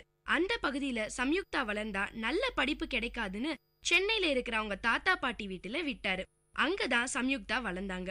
கோடம்பாக்கத்துல இருக்கிற ஃபாத்திமா கான்வென்ட்ல படிச்சாங்க. அப்பா ரயில்வேல இருந்தனால டிக்கெட்டுக்கு பிரச்சனையே இல்லைங்க. 3 மாசத்துக்கு ஒரு தடவை ரயில்ல போக பாஸ் கிடைக்குமாம். அப்போலாம் தவறாம அப்பாவை போய் பாப்பாங்களாம். இதுல என்ன ஒரு நல்ல விஷயம்னா, இந்த மாதிரி பயணம் பண்ணும்போது புது மனுஷங்க, புது இடம், வாரத்துக்கு ஒரு முறை கூடுற சந்தை, புது கலாச்சாரம்னு பலதையும் பார்க்க முடிஞ்சது சம்யுக்தாவால. அப்பாவை பார்க்க போன பயணங்கள் எல்லாமே சம்யுக்தாக்கு பல அனுபவங்களையும் எதையும் பக்குவத்தோட பாக்குற அணுகுமுறையும் கொடுத்திருக்கு. இன்னொரு நல்ல விஷயமும் இருக்குங்க. அடிக்கடி இந்த மாதிரி பயணம் செஞ்சதால நிறைய மொழிகள்ல பேச கத்துக்கிட்டாங்க சம்யுக்தா. அவங்க தலைமுறையிலேயே முதல் முறையா அதிகம் படிச்ச குடும்பம் அவங்க அப்பாது தானாம். அவரு இன்ஜினியர். அவரோட அக்கா அண்ணாமலை பல்கலைக்கழகத்துல பேராசிரியர். அப்பாவுக்கு பூர்வீகம் ஊட்டி, அம்மா தெலுங்கு. அதனாலேயே சம்யுக்தாவுக்கு தமிழ், தெலுங்குன்னு ரெண்டுமே நல்லா பேச வருமாம். கல்யாணத்துக்கு அப்புறம் கணவர் கேரளாங்கிறதால மலையாளமும் கத்துக்கிட்டாங்க. இது தவிர ஹிந்தி, பெங்காலி, கன்னடா, இங்கிலீஷ்னு மொத்தம் 7 மொழி தெரியுமாங்க. சொபா, எனக்கு இப்ப இத சொல்றதுக்கே கண்ணை கட்டுது. இவங்கள ரொம்ப நல்லா தெரிஞ்சவங்க லிங்குவிஸ்ட்னு கூப்பிடுவாங்களாம். சம்யுக்தா எதேச்சியா தான் நூலகத்துறைக்கு வந்தாங்களாம். பியூசி முடிச்சதுக்கு அப்புறம் WCCல பிஎஸ்சி நியூட்ரிஷன் அண்ட் டயட்டிக்ஸ் சேர்ந்தாங்க. 1977ல பிஎஸ்சி முடிச்சதும் என்ன பண்ணலாம்னு யோசிச்சுட்டு இருந்தாங்களாம். அப்போதான் திடீர்னு அவங்க ஃப்ரெண்டு ஃபோன் பண்ணாங்களாம். சும்மா அப்படியே ஜாலியா பேசிக்கிட்டு இருக்கப்ப bachelor of library and information சயின்ஸ்னு ஒரு கோர்ஸ் மெட்ராஸ் யூனிவர்சிட்டியில இருக்கு, அதுக்கு விண்ணப்பிக்க நாளையோட கடைசி நாள்னு சொன்னாங்களாம். சம்யுக்தாவுக்கு சம்பந்தம் இல்லாத துறைன்னு தெரிஞ்சே விளையாட்டு போக்கா விண்ணப்பத்தை அனுப்பினாங்க. வெறும் 45 சீட்டுக்கு சுமார் 900 பேர் விண்ணப்பிச்சிருந்தாங்களாம். இதுல எல்லாம் எங்க இடம் கிடைக்க போகுதுன்னு சும்மா அப்படியே நினைச்சு விண்ணப்பித்ததோட அதை விட்டுட்டாங்களாம். ஆனா அதிர்ஷ்டவசமா சம்யுக்தாவுக்கு அந்த கோர்ஸ்ல சேர இடம் கிடைச்சிருச்சு. சரி, என்னதான் அந்த கோர்ஸ்ல சொல்லி தராங்கன்னு பாப்போமேன்னு அப்படியே சேர்ந்தாங்களாம். கொஞ்ச நாள்ல படிக்க படிக்க அந்த துறையில ஆர்வம் அதிகமாயிடுச்சு சம்யுக்தாவுக்கு. இளங்கலை படிப்போட நிறுத்திடாம master of library and information சயின்ஸையும் படிச்சாங்க. 21 வயசுல காலேஜ் படிச்சுட்டு இருக்கும் போதே கல்யாணம் முடிஞ்சிருச்சு. 1981ல முதுகலை படிப்பை முடிச்சாங்க. ரிசல்ட் வரத்துக்கு முன்னாடியே சம்யுக்தா கையில வேலை ரெடியா இருந்தது. முதல் வேலையே சும்மா சூப்பரான காலேஜ்லங்க, சென்னை மீனாட்சி மகளிர் கல்லூரியில நூலகர். அதான் நல்ல வேலை கிடைச்சிருச்சுன்னு அத்தோட நம்ம சம்யுக்தா நிறுத்தல. அங்க நூலகரா வேலை பார்த்துட்டு இருக்கும் போதே MA பப்ளிக் அட்மினிஸ்ட்ரேஷன் படிச்சாங்க. 1989ல முனைவர் பட்டத்துக்கான ஆய்வை தொடங்கினாங்க. நூலகங்களை 3 வகையா பிரிக்கலாம்ங்க. 1 பள்ளி, கல்லூரி, பல்கலைக்கழகங்களுக்கான அகாடமி லைப்ரரி. 2வது பல்வேறு விதமான ஆய்வுகளுக்கு உதவும் ஸ்பெஷல் லைப்ரரி. 3வது பொது நூலகங்கள். நூலகங்களுக்கான முக்கியத்துவம் அத்தியாவசியமான ஒண்ணு. ஆனாலும் இத பத்தி நம்ம பலருக்கு தெரியறதில்ல. சம்யுக்தா அவங்களோட ஆய்வுல டாக்டர், இன்ஜினியர், பேராசிரியர்னு பல துறைகளை சார்ந்து 14 பேரோட பட்டியலை பொதுமக்கள் கிட்ட கொடுத்து பார்த்தாங்க. அதுல நூலகருக்கு 12 அல்லது 13வது இடம் தான் கிடைச்சுதான். சம்யுக்தாவை பொறுத்த வரைக்கும் இதுக்கு காரணம் சினிமா ஊடகம் தானாங்க. பொதுவா எந்த சினிமாவில பார்த்தாலும் லைப்ரரியன்னா பெருசா கண்ணாடி போட்டுட்டு இறுக்கமான முகத்தோட முகத்துல ஒரு சிரிப்பு கூட தெரியாத மாதிரி தான் காட்டுவாங்க. இந்த தாக்கம் பலருக்கும் ஏற்பட்டிருக்கிறத சம்யுக்தா புரிஞ்சுக்கிட்டாங்க. ஆனா ஆராய்ச்சி பணிகளுக்கு நூலகர் ரொம்பவே அவசியம்ங்க. ஆவணங்களை வாங்கி கொடுக்கறது, அதை தொகுக்கிறதுன்னு பல முக்கியமான பணிகள் நூலகர்களுக்கு இருக்கு. இதே பல்கலைக்கழக அளவுல பார்த்தோம்னா ஒரு லைப்ரரியனுக்கு மதிப்பு ரொம்பவே ஜாஸ்திங்க. காலங்காலமா ஒரு நூலகர்னா புத்தகம் கொடுக்கறது, வாங்கறது, கேக்குறவங்களுக்கு எடுத்து கொடுக்கறது தான் வேலைன்னு நம்ம நினைச்சுக்கிட்டு இருக்கோம். ஆனா அது அப்படி இல்லைங்க. அதே மாதிரி நூலகம் சார்ந்த படிப்புகளை இந்த காலத்துல பலரும் படிக்கிறது இல்ல. அதெல்லாம் படிச்சா வேலை கிடைக்காதுன்னு நம்மளே தப்பா நினைச்சுக்கிட்டு இருக்கோம். எந்த படிப்புக்கும் இடம் கிடைக்கலனா கடைசியா நூலகம் சார்ந்த படிப்புகளை தேர்ந்தெடுப்பாங்க சில பேர். இன்னும் சில பேர் இத படிக்காமையே இருந்துடலாம்னு நினைக்கிறாங்க. ஆனா அது நம்மளா நமக்கு ஏற்படுத்திக்கிட்டு இருக்க தோற்றம். உண்மையில பாத்தீங்கன்னா நூலகம் சார்ந்த படிப்புகளை படிச்சவங்களுக்கு மற்ற துறைகளையும் வெவ்வேறு பேர்ல வேலை கிடைக்குது. கார்ப்பரேட் கம்பெனில டெக்னிக்கல் எடிட்டர், வெப் மாஸ்டர், இப்படியெல்லாம் பதவிகளும் இருக்கு. சம்யுக்தா முனைவர் பட்ட ஆய்வை 1995ல முடிச்சாங்க. 1997ல திருநெல்வேலி மனோன்மணியம் சுந்தரனார் பல்கலைக்கழகத்துல நூலகர் வேலை கிடைச்சுதான். ஆனா அங்க போய் சேர ரொம்ப யோசனையா இருந்துதான். பழகின சென்னையை விட்டுட்டு போக மனசே வரல. அப்போதான் சம்யுக்தாவோட மகன் 10வது படிச்சுக்கிட்டு இருந்தாராம். இவ்ளோ குழப்பத்துல உடனே ஏன் முடிவெடுக்க வேணும்னு தள்ளி போட்டுட்டாங்க. அப்போதான் சென்னை பல்கலைக்கழகத்தோட தரமணி கேம்பஸ்ல டெபுட்டி லைப்ரரியன் வேலை கிடைச்சுது. உடனே போய் சேர்ந்துட்டாங்களாம் சம்யுக்தா. 4 வருஷம் அங்கேயே வேலை பார்த்தாங்களாம். பல நவீன தொழில்நுட்பங்களை புகுத்தி லைப்ரரிய ஆட்டோமேஷன் பண்ணினாங்களாம். இவங்களோட இந்த வேலையும் உழைப்பையும் பார்த்துட்டு 2001ல கிண்டி கேம்பஸ்ல லைப்ரரிக்கு ஹெட்டா மாத்தினாங்க. அங்க இருந்த நூலகத்தையும் கணினிமயமாக்கினாங்களாம் சம்யுக்தா. ஆன்லைன்லயே எல்லா தகவல்களையும் கிடைக்கிற மாதிரி அப்டேட் பண்ணினாங்களாம். புத்தகங்கள், பத்திரிகைகள்னு எல்லாத்தையுமே இணையதளத்துல படிக்கிற மாதிரியான வசதிகளையும் செஞ்சிருக்காங்க. இந்த மாதிரி லைப்ரரினா போருங்கிற கான்செப்ட மாத்திருக்காங்க சம்யுக்தா. லைப்ரரிக்கு ஒரு புது தோற்றத்தையும் அதோட செயல்பாட்டையும் புதுமையாவும் சுலபமாவும் மாத்திருக்காங்க. லைப்ரரியோட இந்த புது தோற்றம் மாணவர்களுக்கு ரொம்பவே பிடிச்சிருந்ததாம். பல பேர் ஆன்லைன் மூலமா பல புக்ஸ படிக்க ஆரம்பிச்சிருக்காங்க. இதனால மாணவர்களோட படிக்கிற பழக்கம் ரொம்பவே அதிகமாச்சாம். 2008ல சென்னை பல்கலைக்கழகத்தோட சேப்பா கேம்பஸ்ல லைப்ரரி இன்சார்ஜ் வேலை கிடைச்சது. அங்க 7 மாசம் தான் வேலை பார்த்தாங்களாம். அதுக்குள்ள புதுவை பல்கலைக்கழகத்துல லைப்ரரியன் வேலைக்கான வாய்ப்பு வந்துதாம். அப்போ சம்யுக்தாக்கு 50 வயசாம். சென்னையை விட்டுட்டு போகணுமான்னு இருந்துச்சாம். ஆனா அவங்க ஃப்ரெண்ட்ஸ் எல்லாரும் புதுவை பல்கலைக்கழகம் ஒரு சென்ட்ரல் யூனிவர்சிட்டி லைப்ரரி, வேலை பார்க்கறது ரொம்ப சவாலானதா இருக்கும், நீ திருப்தியா வேலை செய்யலாம்னு சொன்னாங்களாம். அப்பயும் சம்யுக்தாவுக்கு சென்னை விட்டுட்டு போக முழு மனசு வரல. சரி, சென்னையில இருந்து புதுச்சேரி 2.5 மணி நேரம் தானே, பயணத்தை பாத்துக்கலாம்னு விண்ணப்பம் செஞ்சாங்க. 15 பேர் கலந்துகிட்ட நேர்முக தேர்வுல மெரிட்ல செலக்ட் ஆனாங்க சம்யுக்தா. அப்போ புதுவை பல்கலைக்கழகத்தோட துணைவேந்தராய் இருந்தவரு பேராசிரியர் தரீன். இவரோட அயராத உழைப்பாலையும் இவருடைய ஊக்கப்படுத்துற மனசும் 5-6 வருஷத்துக்குள்ளேயே புதுவை பல்கலைக்கழகத்தை பிரம்மாண்டமாக்கி மேலான நிலைக்கு கொண்டு போயிடுச்சு. இந்தியாவிலேயே உலக தரத்துல செயல்படுற பல்கலைக்கழகம்னு பேர் வாங்கி கொடுக்க காரணமாக இருந்தவங்கள இவரும் ஒருவர். சம்யுக்தா அங்க வேலைக்கு சேர்ந்த அன்னைக்கே அவங்களுக்கு போன் வந்தது. லைப்ரரி ஆட்டோமேஷன் தொடர்பா ஒரு சர்வதேச மாநாடு 6 மாசத்துல நடக்க போகுது, நீங்க தான் எல்லாத்தையும் ஒருங்கிணைக்கணும்னு சொன்னாராம். சம்யுக்தாவுக்கு ஒரு நிமிஷம் ஒண்ணுமே புரியல.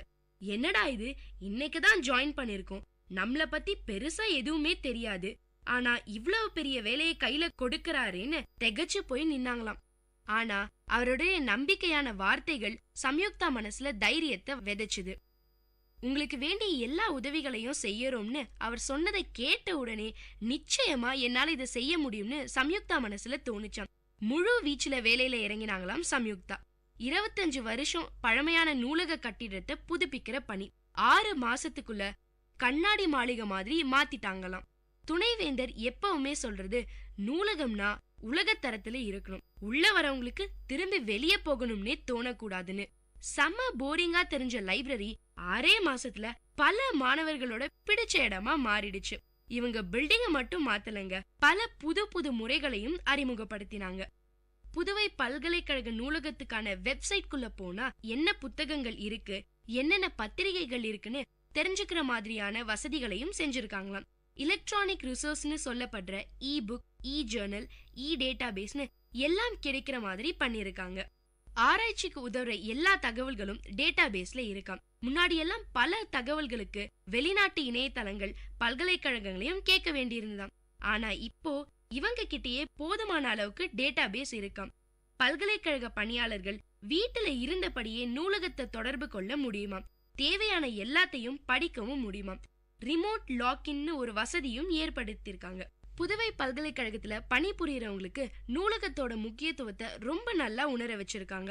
மாசத்துக்கு ஒரு முறை மீட்டிங் போடுவாங்களாம்.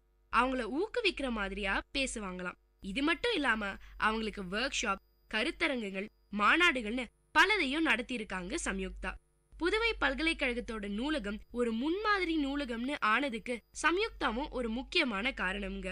ஒரு நூலகத்துல என்னெல்லாம் புதுசா கொண்டு வர முடியுங்கிறதுக்கு புதுவை பல்கலைக்கழகத்துல சம்யுக்தா செஞ்சதெல்லாம் ஒரு சிறந்த உதாரணம். பார்வையற்ற மாற்றுத்திறனாளி மாணவர்கள் கம்ப்யூட்டர் மூலமா படிக்க இவங்க ஒரு சாஃப்ட்வேர் இன்ஸ்டால் பண்ணிருக்காங்க. அவங்க இங்க படிக்க எந்த கட்டணமும் கட்ட தேவையில்லையாம். 24 மணி நேரமும் மாணவர்கள் நூலகத்துல படிக்க ஹால், மினி ஆடிட்டோரியம், கெஃபெட்டேரியான்னு பல வசதிகளும் இருக்காம். இங்க ரேடியோ ஃப்ரீக்வன்சி ஐடென்டிஃபிகேஷன் ஃபெசிலிட்டின்னு ஒரு வசதியும் அறிமுகப்படுத்தியிருக்காங்க. யாராவது சீல் வைக்காம புத்தகம் எடுத்துட்டு போனா கேட்ல அதை கண்டுபிடிச்சு அலாரம் அடிக்கிற மாதிரி பண்ணிருக்காங்க. கியோஸ்க் ஈஸியா புத்தகம் எடுத்துட்டு போற மாதிரி ஒரு வசதி, இப்படி ஏராளமான விஷயத்த கொண்டு வந்திருக்காங்க சம்யுக்தா. இந்தியாவிலேயே ஒரு மிகப்பெரிய நூலகத்தை உருவாக்கியிருக்காங்க சம்யுக்தா. சம்யுக்தாவை பொறுத்த வரைக்கும் நூலகர் பணியை தேர்ந்தெடுக்கிறதும் அதுல முன்னுக்கு வர்றதும் அவங்க திறமைய பொறுத்த விஷயம். நூலகத்தை கையாளும் திறமைய வளர்த்துக்கிட்டாதான் இந்த துறையில ஜொலிக்க முடியும்ன்றாங்க. நல்ல பேச்சு திறமையும் ரொம்பவே அவசியம். சாதாரண லைப்ரரிக்கும் பிரிட்டிஷ் லைப்ரரிக்கும் நிறையவே வித்தியாசம் இருக்காங்க. அதனால நாம எங்க வேலை பார்க்கிறோம், அதுக்கு என்ன தேவைங்கிறத தெளிவா தெரிஞ்சுக்கணும். எந்த மாதிரியான லைப்ரரியா இருந்தாலும் சரளமா பேசுற பழக்கம் அவசியமான தேவை. பிற மொழிகள் தெரிஞ்சுக்கிறது இந்த துறையில இருக்கவங்களுக்கு கூடுதல் பலம். முனைவர் பட்ட ஆய்வு செய்யற அளவுக்கு ஆர்வம் இருந்தா மேல மேல போய்கிட்டே இருக்கலாம். எத்தனை பேர் டாக்டர் படிப்பு படிச்சுட்டு சும்மா இருக்காங்க? அது மாதிரிதான் நூலகர் வேலையும். திறமைய வளர்த்துக்கிட்டா பொருத்தமான வேலை நிச்சயமா கிடைக்கும்னு சக்சஸ் டிப்ஸ் சொன்ன நம்ம சம்யுக்தா சாத்கால் பெண் நூலகர் விருது உள்ளிட்ட 2 தேசிய விருதுகளை வாங்கியிருக்காங்க. அது மட்டும் இல்லைங்க, சமீபத்துல சென்னை புத்தக கண்காட்சியில பபாசி சிறந்த நூலகர் விருதும் வாங்கியிருக்காங்க. நமக்கெல்லாம் முன்னுதாரண மனுஷியா இருக்காங்க சம்யுக்தா. புத்தகங்களோட வாழறதை விட பெரிய பாக்கியம் வேற எதுவுமே இருக்க முடியாதுன்னு சொல்றாங்க. என்ன நேயர்களே, இன்னைக்கு நிகழ்ச்சியில இருந்து பல விஷயங்களை கத்துக்கிட்டு இருப்பீங்கன்னு நினைக்கிறேன். இதே மாதிரி இன்னொரு புதுமை பெண்ணோட உங்களை கூடிய சீக்கிரம் சந்திக்கிறேன். அது வரைக்கும் டாடா பை சொல்லி விடைபெறுது உங்க அட்டானா. இது VIT பண்பலை 90.8. கேளுங்க கேளுங்க, கேட்டுக்கிட்டே இருங்க.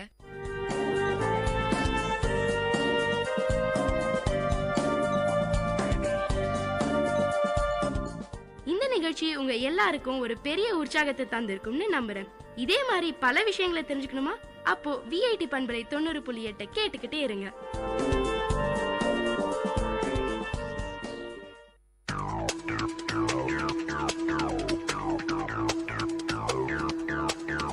நேர்களே, இது VIT பண்பலை 90.8. இந்த நிகழ்ச்சி திரைக்கடலோடி கண்டங்களை இணைக்கும் ஒரு புரிதல் தொடர்.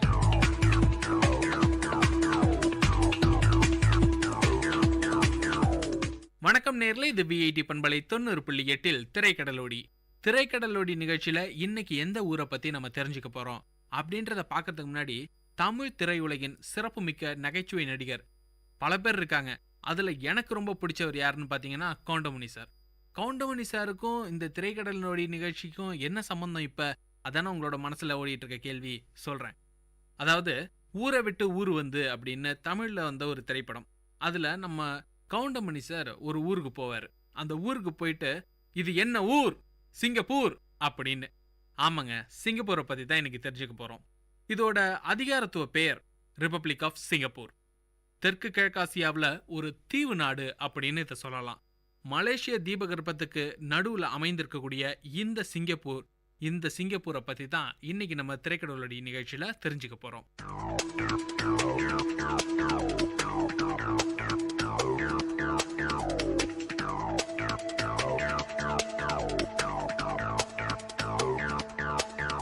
ஜோகூர் நீர்சந்தி. இந்த நீர்சந்தி தாங்க மலேசியாவையும் சிங்கப்பூரையும் பிரிச்சு வச்சிருக்கு. அதே மாதிரி தெற்கு பக்கம் சிங்கப்பூர் நீர்ச்சந்தி இந்தோனேஷியாவுக்கும் சிங்கப்பூருக்கும் நடுவில் ஓடுது. அர்பனைசேஷன் நம்ம பலமுறை கேள்விப்பட்டிருப்போம். அதாவது நகரமயமாக்கல். இந்த நகரமயமாக்கல் எந்த அளவுக்கு நல்லது, எந்த அளவுக்கு கெட்டது அப்படின்ற ஒரு சில விவாதங்களை தாண்டி சிங்கப்பூர்ல இது ரொம்ப பிரசித்தம். ஏன்னா இந்த நகரமயமாக்கல் அப்படின்ற ஒரே ஒரு கொள்கையை வச்சுக்கிட்டு தான் சிங்கப்பூர் இன்னைக்கு இந்த அளவுக்கு முன்னேறி இருக்கு. நகரமயமாக்கல்ல சிங்கப்பூருக்கு முதலிடமே கொடுக்கலாம். மழைக்காடுகள் ரொம்ப குறைவா இருக்கக்கூடிய இந்த சிங்கப்பூர்ல விவசாய நிலம் ரொம்ப குறைவு. அதே மாதிரி ஏற்றுமதி இறக்குமதி இந்த ஒரு விஷயத்த மட்டுமே நம்பி சிங்கப்பூர் வளர்ந்துகிட்டு இருக்கு. சரிங்க, சிங்கப்பூர்னு இதோட நிறைய தடவை சொல்லியாச்சு. சிங்கப்பூர்ல யாரெல்லாம் இருக்காங்க, எப்படி வந்தாங்க, என்ன பண்றாங்க, இதை பத்தி தெரிஞ்சுக்கலாம். அதாவது சிங்கப்பூருடைய வரலாற்றை பத்தி இப்ப கொஞ்சம் தெரிஞ்சுக்கலாம்.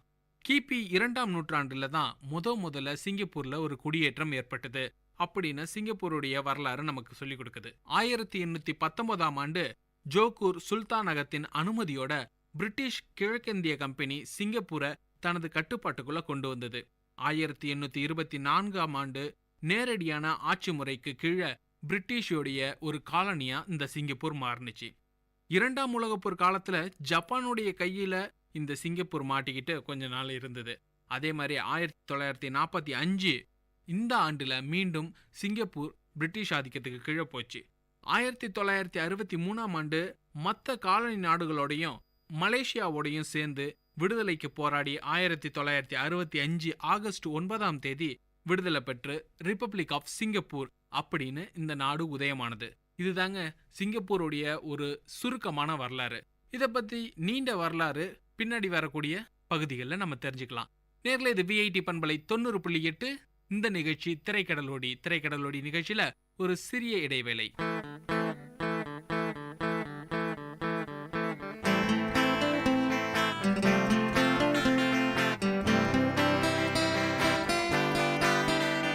உங்கள் இல்லம் நுழைந்திடும், உங்கள் செவிகளை தீண்டிடும், உங்கள் மனதினை வருடவே பண்பலையாய் மலருதே. உங்கள் இல்லம் நுழைந்திடும், உங்கள் செவிகளை தீண்டிடும், உங்கள் மனதினை வருடவே பண்பலையாய் மலருதே. VIT 90.8 வேலூரில் நாங்க தாம்பே. VIT 90.8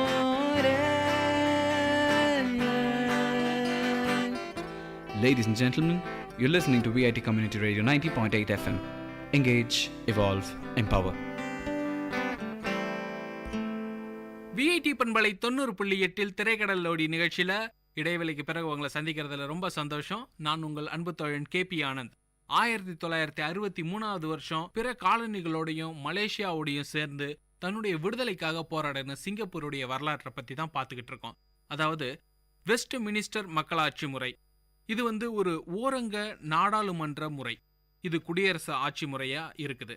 1959ஆம் ஆண்டு மக்கள் செயல் கட்சி அப்படின்னு ஒரு கட்சி துவங்கப்பட்டது. சிங்கப்பூர்ல இன்னைக்கு வரைக்கும் மக்கள் செயல் கட்சி தான் ஆட்சியில் இருக்குதுன்றது குறிப்பிடத்தக்கது. 1965ஆம் ஆண்டு ஆகஸ்ட் 9ஆம் தேதி தனி நாடா விடுதலை பெற்று தனி ஆட்சி முறைக்கு கீழே இந்த சிங்கப்பூர் நடைபெற்று வருது. இந்த சிங்கப்பூர்ல இருக்கக்கூடிய பொருளாதாரம் பற்றி ஒரு சில விஷயங்களை பார்க்கலாம். பொருட்கள் வாங்கும் திறன், அதாவது ஒவ்வொரு மனிதர்களும் தங்களுடைய பொருட்களை வாங்கி விற்று தன்னுடைய வாழ்க்கை முறையை நடத்திட்டு இருக்காங்க. அதே மாதிரிதான் ஒரு நாடும் பொருட்களை வாங்கி வித்து அதோடைய திறனை நிர்ணயம் செஞ்சுக்கும். இந்த திறன் சமநிலையில இருக்கணும். அப்படி இருந்தா தான் அந்த நாட்டுடைய பொருளாதாரம் சரியான நிலையில இருக்கு அப்படின்னு சொல்லுவாங்க. அப்படி பார்த்தோம்னா தனி நபருடைய வருமானம் உலக அளவுல 3வது இடத்துல சிங்கப்பூர் இருக்கு. சிங்கப்பூர்ல இருக்கக்கூடிய ஒவ்வொரு தனி மனிதருடைய வருமானமும் மற்ற நாடுகளுக்கு கூட ஒப்பிட்டு பார்த்தோம்னா தனி நபருடைய வருமானம் 3வது இடத்துல இருக்குதுன்னு சொல்றாங்க. 2011ஆவது ஆண்டோட கணக்குப்படி 5 மில்லியன் மக்கள் தொகையா சிங்கப்பூர்ல கணக்கெடுத்திருக்காங்க. 5 மில்லியன் மக்கள் இருந்தாலும் கூட இதுல ரொம்ப கணிசமான அளவு, அதாவது 2.91 மில்லியன் மக்கள் அங்கேயே பிறந்தவங்க, அதாவது அடுத்த தலைமுறைக்காரங்க. அவர்கள பெரும்பாலானவங்க சீனர்களா இருக்காங்க. அடுத்ததா மலாய் மொழி பேசக்கூடிய மலேசியாவிலிருந்து குடியேறியவர்களோட அடுத்த தலைமுறையினர் இருக்காங்க. அடுத்ததா சிங்கப்பூர் இந்தியர்கள், அதாவது இந்தியாவிலிருந்து போய் அங்க தங்கி அங்க குடியேறின மக்களுடைய அடுத்த தலைமுறையினர். சரிங்க, சிங்கப்பூருடைய வரலாறு, பொருளாதாரம், அதே நேரத்துல மக்கள் என்னென்ன இனங்களா இருக்கிறாங்க, இவ்வளோத்தையும் பார்த்தாச்சு. இப்போ ஆட்சி அமைப்பை தாண்டி சிங்கப்பூர்ல என்ன ஒரு முக்கியத்துவம் இருக்கு அப்படின்றத பத்தி கேட்டீங்கன்னா, சார்க் அமைப்பு, ஆசியாவில் இருக்கக்கூடிய இந்த சார்க் அமைப்புடைய தலைமையகம் சிங்கப்பூர்ல தான் இயங்கிட்டு இருக்கு. அது மட்டும் இல்லைங்க, ஆப்ஸ் APEC அப்படின்னா என்ன அப்படின்னு கேக்குறீங்களா? ஆசியா பெசிபிக் எக்கனாமிக் கோஆபரேஷன் கூட்டமைப்புடைய தலைமையகமும் சிங்கப்பூர்ல தான் அமைஞ்சிருக்குது. சிங்கப்பூரோட அலுவல் மொழி என்னன்னு கேட்டீங்கன்னா ஒண்ணு கிடையாதுங்க, பல அலுவல் மொழிகள் இருக்கு. அதாவது ஆங்கிலம், சீனம், மலாய், அப்புறம் தமிழ். இந்த மாதிரி 4 வித்தியாசமான மொழிகளை கொண்ட ஆட்சி முறையை அவங்க நடத்திக்கிட்டு இருக்காங்க. ஆட்சி மொழிகளா இத்தனை மொழிகள் இருக்கிறதுக்கான காரணம் அங்க இருக்கக்கூடிய மக்கள் பலதரப்பட்ட இனங்களா பிரிக்கப்பட்டிருக்கிறது தான். இந்த பகுப்பு முறை எப்படி உண்டானது அப்படின்றத பத்தி பின்னாடி வரக்கூடிய பகுதிகளில் பார்க்கலாம். உலகத்திலேயே ரொம்ப சின்ன நாடா இருக்கக்கூடிய சிங்கப்பூர் விடுதலைக்கு அப்புறமா பல்வேறு பொருளாதார மாற்றங்களாலையும் அரசுடைய துணையோட தன்னுடைய உள்கட்டுமானத்தை தரப்படுத்தி கொண்டதாலையும் இந்த நாட்டு மக்களோட வாழ்க்கை முறை மிகவும் பன்மடங்கு உயர்ந்திருக்குன்னு சொல்லணும். வரலாறு முக்கியம் அமைச்சரே அப்படின்னு சொன்னீங்கன்னா வரலாறு ரொம்ப முக்கியம்தான். அதை விட முக்கியம் ஒரு நாட்டுடைய பெயர். அந்த நாட்டுடைய பெயர் எப்படி உருவானுச்சு அப்படின்றத தெரிஞ்சுக்கலன்னா நம்மளுக்கு மண்டைய வெடிச்சிரும்ல. சரி, இப்போ சிங்கப்பூர் அப்படின்ற ஒரு ஊருடைய பெயர் எப்படி உருவானுச்சுன்னு பார்க்கலாம். இதுக்கு 2-3 விதமான பதில்கள் நம்மளுக்கு கிடைக்குது. தமிழ் மொழியிலிருந்து தான் இந்த சிங்கப்பூர் உருவானுச்சு அப்படின்னு சொல்றாங்க. அப்படி பார்த்தோம்னா சிங்கம் கூட்டல் ஊர், அதாவது சிங்கப்பூர் அப்படின்னு தமிழ்ல நேரடியான ஒரு பொருள் தரக்கூடிய விஷயமும் அங்க இருக்கு. ஆனா மலாயில வேற மாதிரியான ஒரு புரிதல் முறை இருக்கு. சிங்கப்பூரா அப்படின்ற ஒரு சொல்லுல இருந்து தான் இந்த சிங்கப்பூர் வந்துச்சுன்றாங்க. இந்த சிங்கப்பூரா அப்படின்ற ஒரு சொல் மலாய் மொழியில சிங்கா அப்படின்ற ஒரு சொல்லாலையும் பூரா அப்படின்ற ஒரு சொல்லாலையும் இணைக்கப்பட்டது தான். சிங்கா அப்படின்னா என்னன்னு கேக்குறீங்களா? ஒன்னும் இல்லைங்க, நம்ம ஊர்ல சொல்லக்கூடிய அதே சிங்கம் தான். பூரா அப்படின்றது நம்ம ஊர்ல சொல்லக்கூடிய ஊர் அப்படின்ற ஒரு பொருள் தரக்கூடியது. சிங்கம் கூட்டல் ஊர், அதே தாங்க அங்கேயும் பொருள்படுது. மலாய் வரலாறு மூலமா இந்த வரலாறை கொஞ்சம் மீட்டெடுத்து பார்க்கலாம். அப்படின்னு பார்த்தோம்னா சுமாந்திரா அப்படின்னு சொல்றாங்க. மலாய் இளவரசர் சாங் நீங் உத்தமா அப்படின்ற ஒருத்தர் பெரும் கடும் புயல் ஒன்று ஏற்பட்டதுனால எங்க கரை ஒதுங்கிறது அப்படின்னு தெரியாம ஒரு தனித்து இருக்கக்கூடிய ஒரு தீவுல போய் கரை ஒதுங்குறாரு. இப்படி ஒதுங்கின அந்த கரையில ஒரு சிங்கம் மாதிரியான உருவம் கொண்ட ஒரு மிருகத்தை பாக்குறாரு. இவரு தவறுதலா அது சிங்கம் தான் அப்படின்னு நினைச்சுக்கிட்டு இந்த ஊருக்கு சிங்கப்பூரா அப்படின்னு அவரு ஒரு பேர் கொடுத்துட்டாரு. அந்த சாங் நிலா உத்தமா அப்படின்ற ஒரு இளவரசருடைய தவறான உச்சரிப்புனால தான் இன்னைக்கு சிங்கப்பூர் அப்படின்ற ஒரு ஊர் உருவாயிருக்கு, இந்த பேர் பெற்றிருக்கு அப்படின்னு ஒரு வரலாறு மலாய் வரலாறு மூலமா சொல்லப்படுது. அது மட்டும் இல்லாம தமிழ்லயும் இன்னொரு வரலாறு தனியா சொல்றாங்க. 14ஆம் நூற்றாண்டுக்கு முன்னாடி, அதாவது இந்த மலாய் வரலாறுக்கு முன்னாடி ஒரு விஷயத்த சொல்றாங்க தமிழ் வரலாறுல. மலேசியா, சிங்கப்பூர், இந்தோனேஷியா இது எல்லாத்துக்குமே தமிழ்ல இன்னொரு பேரும் இருக்குதுங்க. அதாவது கடாரம் அப்படின்னு சொல்லப்படுது. இந்த கடாரம் அப்படின்ற ஒரு சொல் என்னத்தை குறிக்குது அப்படின்னு கேட்டீங்கன்னா, சோழர்களோட ஆட்சிக்கு கீழே இருந்த ஒரு இடத்தை தான் குறிக்குது. அந்த சோழர்களுடைய ஆட்சி முறை அங்க இருந்ததுக்கான ஆதாரங்களும் நமக்கு கிடைக்குது. மலாய் வரலாறு மூலமா 14ஆம் நூற்றாண்டுல துமாசிங் நகரம் அப்படின்னு ஒன்று சொல்லப்படுது. துமாசிங் நகரம் வேற எதுவும் இல்லைங்க, சிங்கப்பூரை தான் அவங்க துமாசிங் நகரம் அப்படின்னு சொல்றாங்க. சுமாந்திராவுக்கு கீழே இருக்கக்கூடிய ஆட்சியில ஸ்ரீ விஜய பேரரசு கீழே வர்த்தக மையமா இது இயங்கிட்டு இருந்திருக்கு. இது மாதிரி மலாயிலையும் அதே நேரம் தமிழ்லையும் பல்வேறு விதமான வரலாறுகள் சொல்லப்பட்டு இருக்கு. இந்த ஸ்ரீ விஜய பேரரசோட வீழ்ச்சிக்கு பின்னாடி ஜாவால இருந்து மஜா பாஹித் பேரரசு, தாய்லாந்துலேருந்து அயுத்தியா அரசு, இவங்களுக்கு கீழே சிங்கப்பூர் ஆட்சி பெற்று வந்தது. அயுத்தியா அரசு வெற்றி பெற்றதுக்கு அப்புறமா துமாசிக் நகரம் சிங்கப்பூர்னு பேர் மாற்றம் பெற்றது அப்படின்னு சொல்றாங்க. சரிங்க, இதெல்லாம் பழைய வரலாறு. புது வரலாறு அப்படின்னா என்ன அப்படின்னு கேக்குறீங்களா? அதாவது ஆங்கிலேயர்களுடைய ஆதிக்கத்துக்கு கீழே வந்த பிறகு புதுசா இன்னொரு வரலாறு கட்டமைக்கப்பட்டிருக்கு அப்படின்னு ஒரு சில குறிப்புகள் சொல்றாங்க. அந்த குறிப்புகள் ரொம்ப ஆதாரத்தோட இருக்கிறதுனால அது புதிய வரலாறு அப்படின்னு பெயர் பெற்றிருக்கு. 1819ஆம் ஆண்டு பிரிட்டிஷோடைய பிரித்தாளும் ஆட்சி முறை அது சிங்கப்பூர்ல அறிமுகப்படுத்தப்பட்டது. அந்த அறிமுகத்துக்கு அப்புறமா அந்த சிங்கப்பூர் என்னென்ன மாதிரியான மாற்றங்கள் அடைஞ்சது அப்படின்றத இந்த ஒரு சிறிய இடைவெளிக்கு அப்புறமா தெரிஞ்சுக்கலாம். இது விஐடி பண்பலை 90.8 இந்த நிகழ்ச்சி திரைக்கடலோடி. நான் உங்கள் அன்பு தோழன் கேபி ஆனந்த். உள்ளம் கொள்ளை போகுமே விஐடியின் ரேடியோ, பங்கு பெற வாருங்கள், நிகழ்ச்சிகள் ஆயிரம், தீரன்களின் சங்கமம், திறமைகள் வெளிப்படும், விஐடியின் ரேடியோ, உங்கள் ரேடியோ. என்ன ரகு, ரொம்ப சந்தோஷமா இருக்க போல? ஆமாண்டா, ரொம்ப நாள் கழிச்சு வீட்டுக்கு போறேன் இல்லையா, அந்த சந்தோஷம் தான். எப்பவும் வீட்டுக்கு போறப்பெல்லாம் கடையே வாங்கிட்டு போவிய, இந்த தடவை எப்படி? இந்த தடவை தான் அம்மாவுக்கு புடவை, தம்பிங்களுக்கு Dress, அப்பாவுக்கு வேட்டி சட்டை, ஒஸ்தியான சுருட்டு, பாட்டிக்கு வெத்தலை பாக்கு, வாசனை சுண்ணாம்புன்னு புகையில கூட வாங்கிட்டு போறேன். அட பாவி, ஏண்டா உன் குடும்பம் இவ்வளவு நாள் சந்தோஷமா இருந்தது மட்டும் போதுமா உனக்கு? ஏன்டா இப்படி கேக்குற? ஆமா, உங்க அப்பா கேட்டாருன்னு சுருட்டு வாங்கிட்டு போற. அது அவரு வீட்டுல தான் பிடிப்பாரு. அவரோட உடல் நல்லா பாதிக்கும். வீட்டுல நல்ல காத்தே இருக்காது. பசங்களுக்கு சுவாசிக்கிறதுக்கு நல்ல காத்து இல்லைன்னா அவங்க எப்படி ஆரோக்கியமா வளருவாங்க? அது மட்டும் இல்லாம பாட்டிய கூட நீ விட்டு வைக்க மாட்டேன்ற. அவங்களுக்கும் கூட புயலைய வாங்கிட்டு போற. அது உயிரை கெடுக்கிறது இல்லையா? உங்க பாட்டி பசங்களை எடுத்து கொஞ்சும் போது அவங்க வாயில இருந்து தொற்று நோய் உண்டாக்கக்கூடிய கிருமிகள் பசங்களுக்கு போய் தோல் புற்றுநோய் ஏற்படுத்துறதுக்கான வாய்ப்பும் கூட இருக்கு. இப்ப சொல்லு, நீ செய்யறது சரிதானா? எப்பவோ ஒரு தடவை தான் வாங்கிட்டு போறேன், இதுக்கெல்லாமா நோய் வரும்?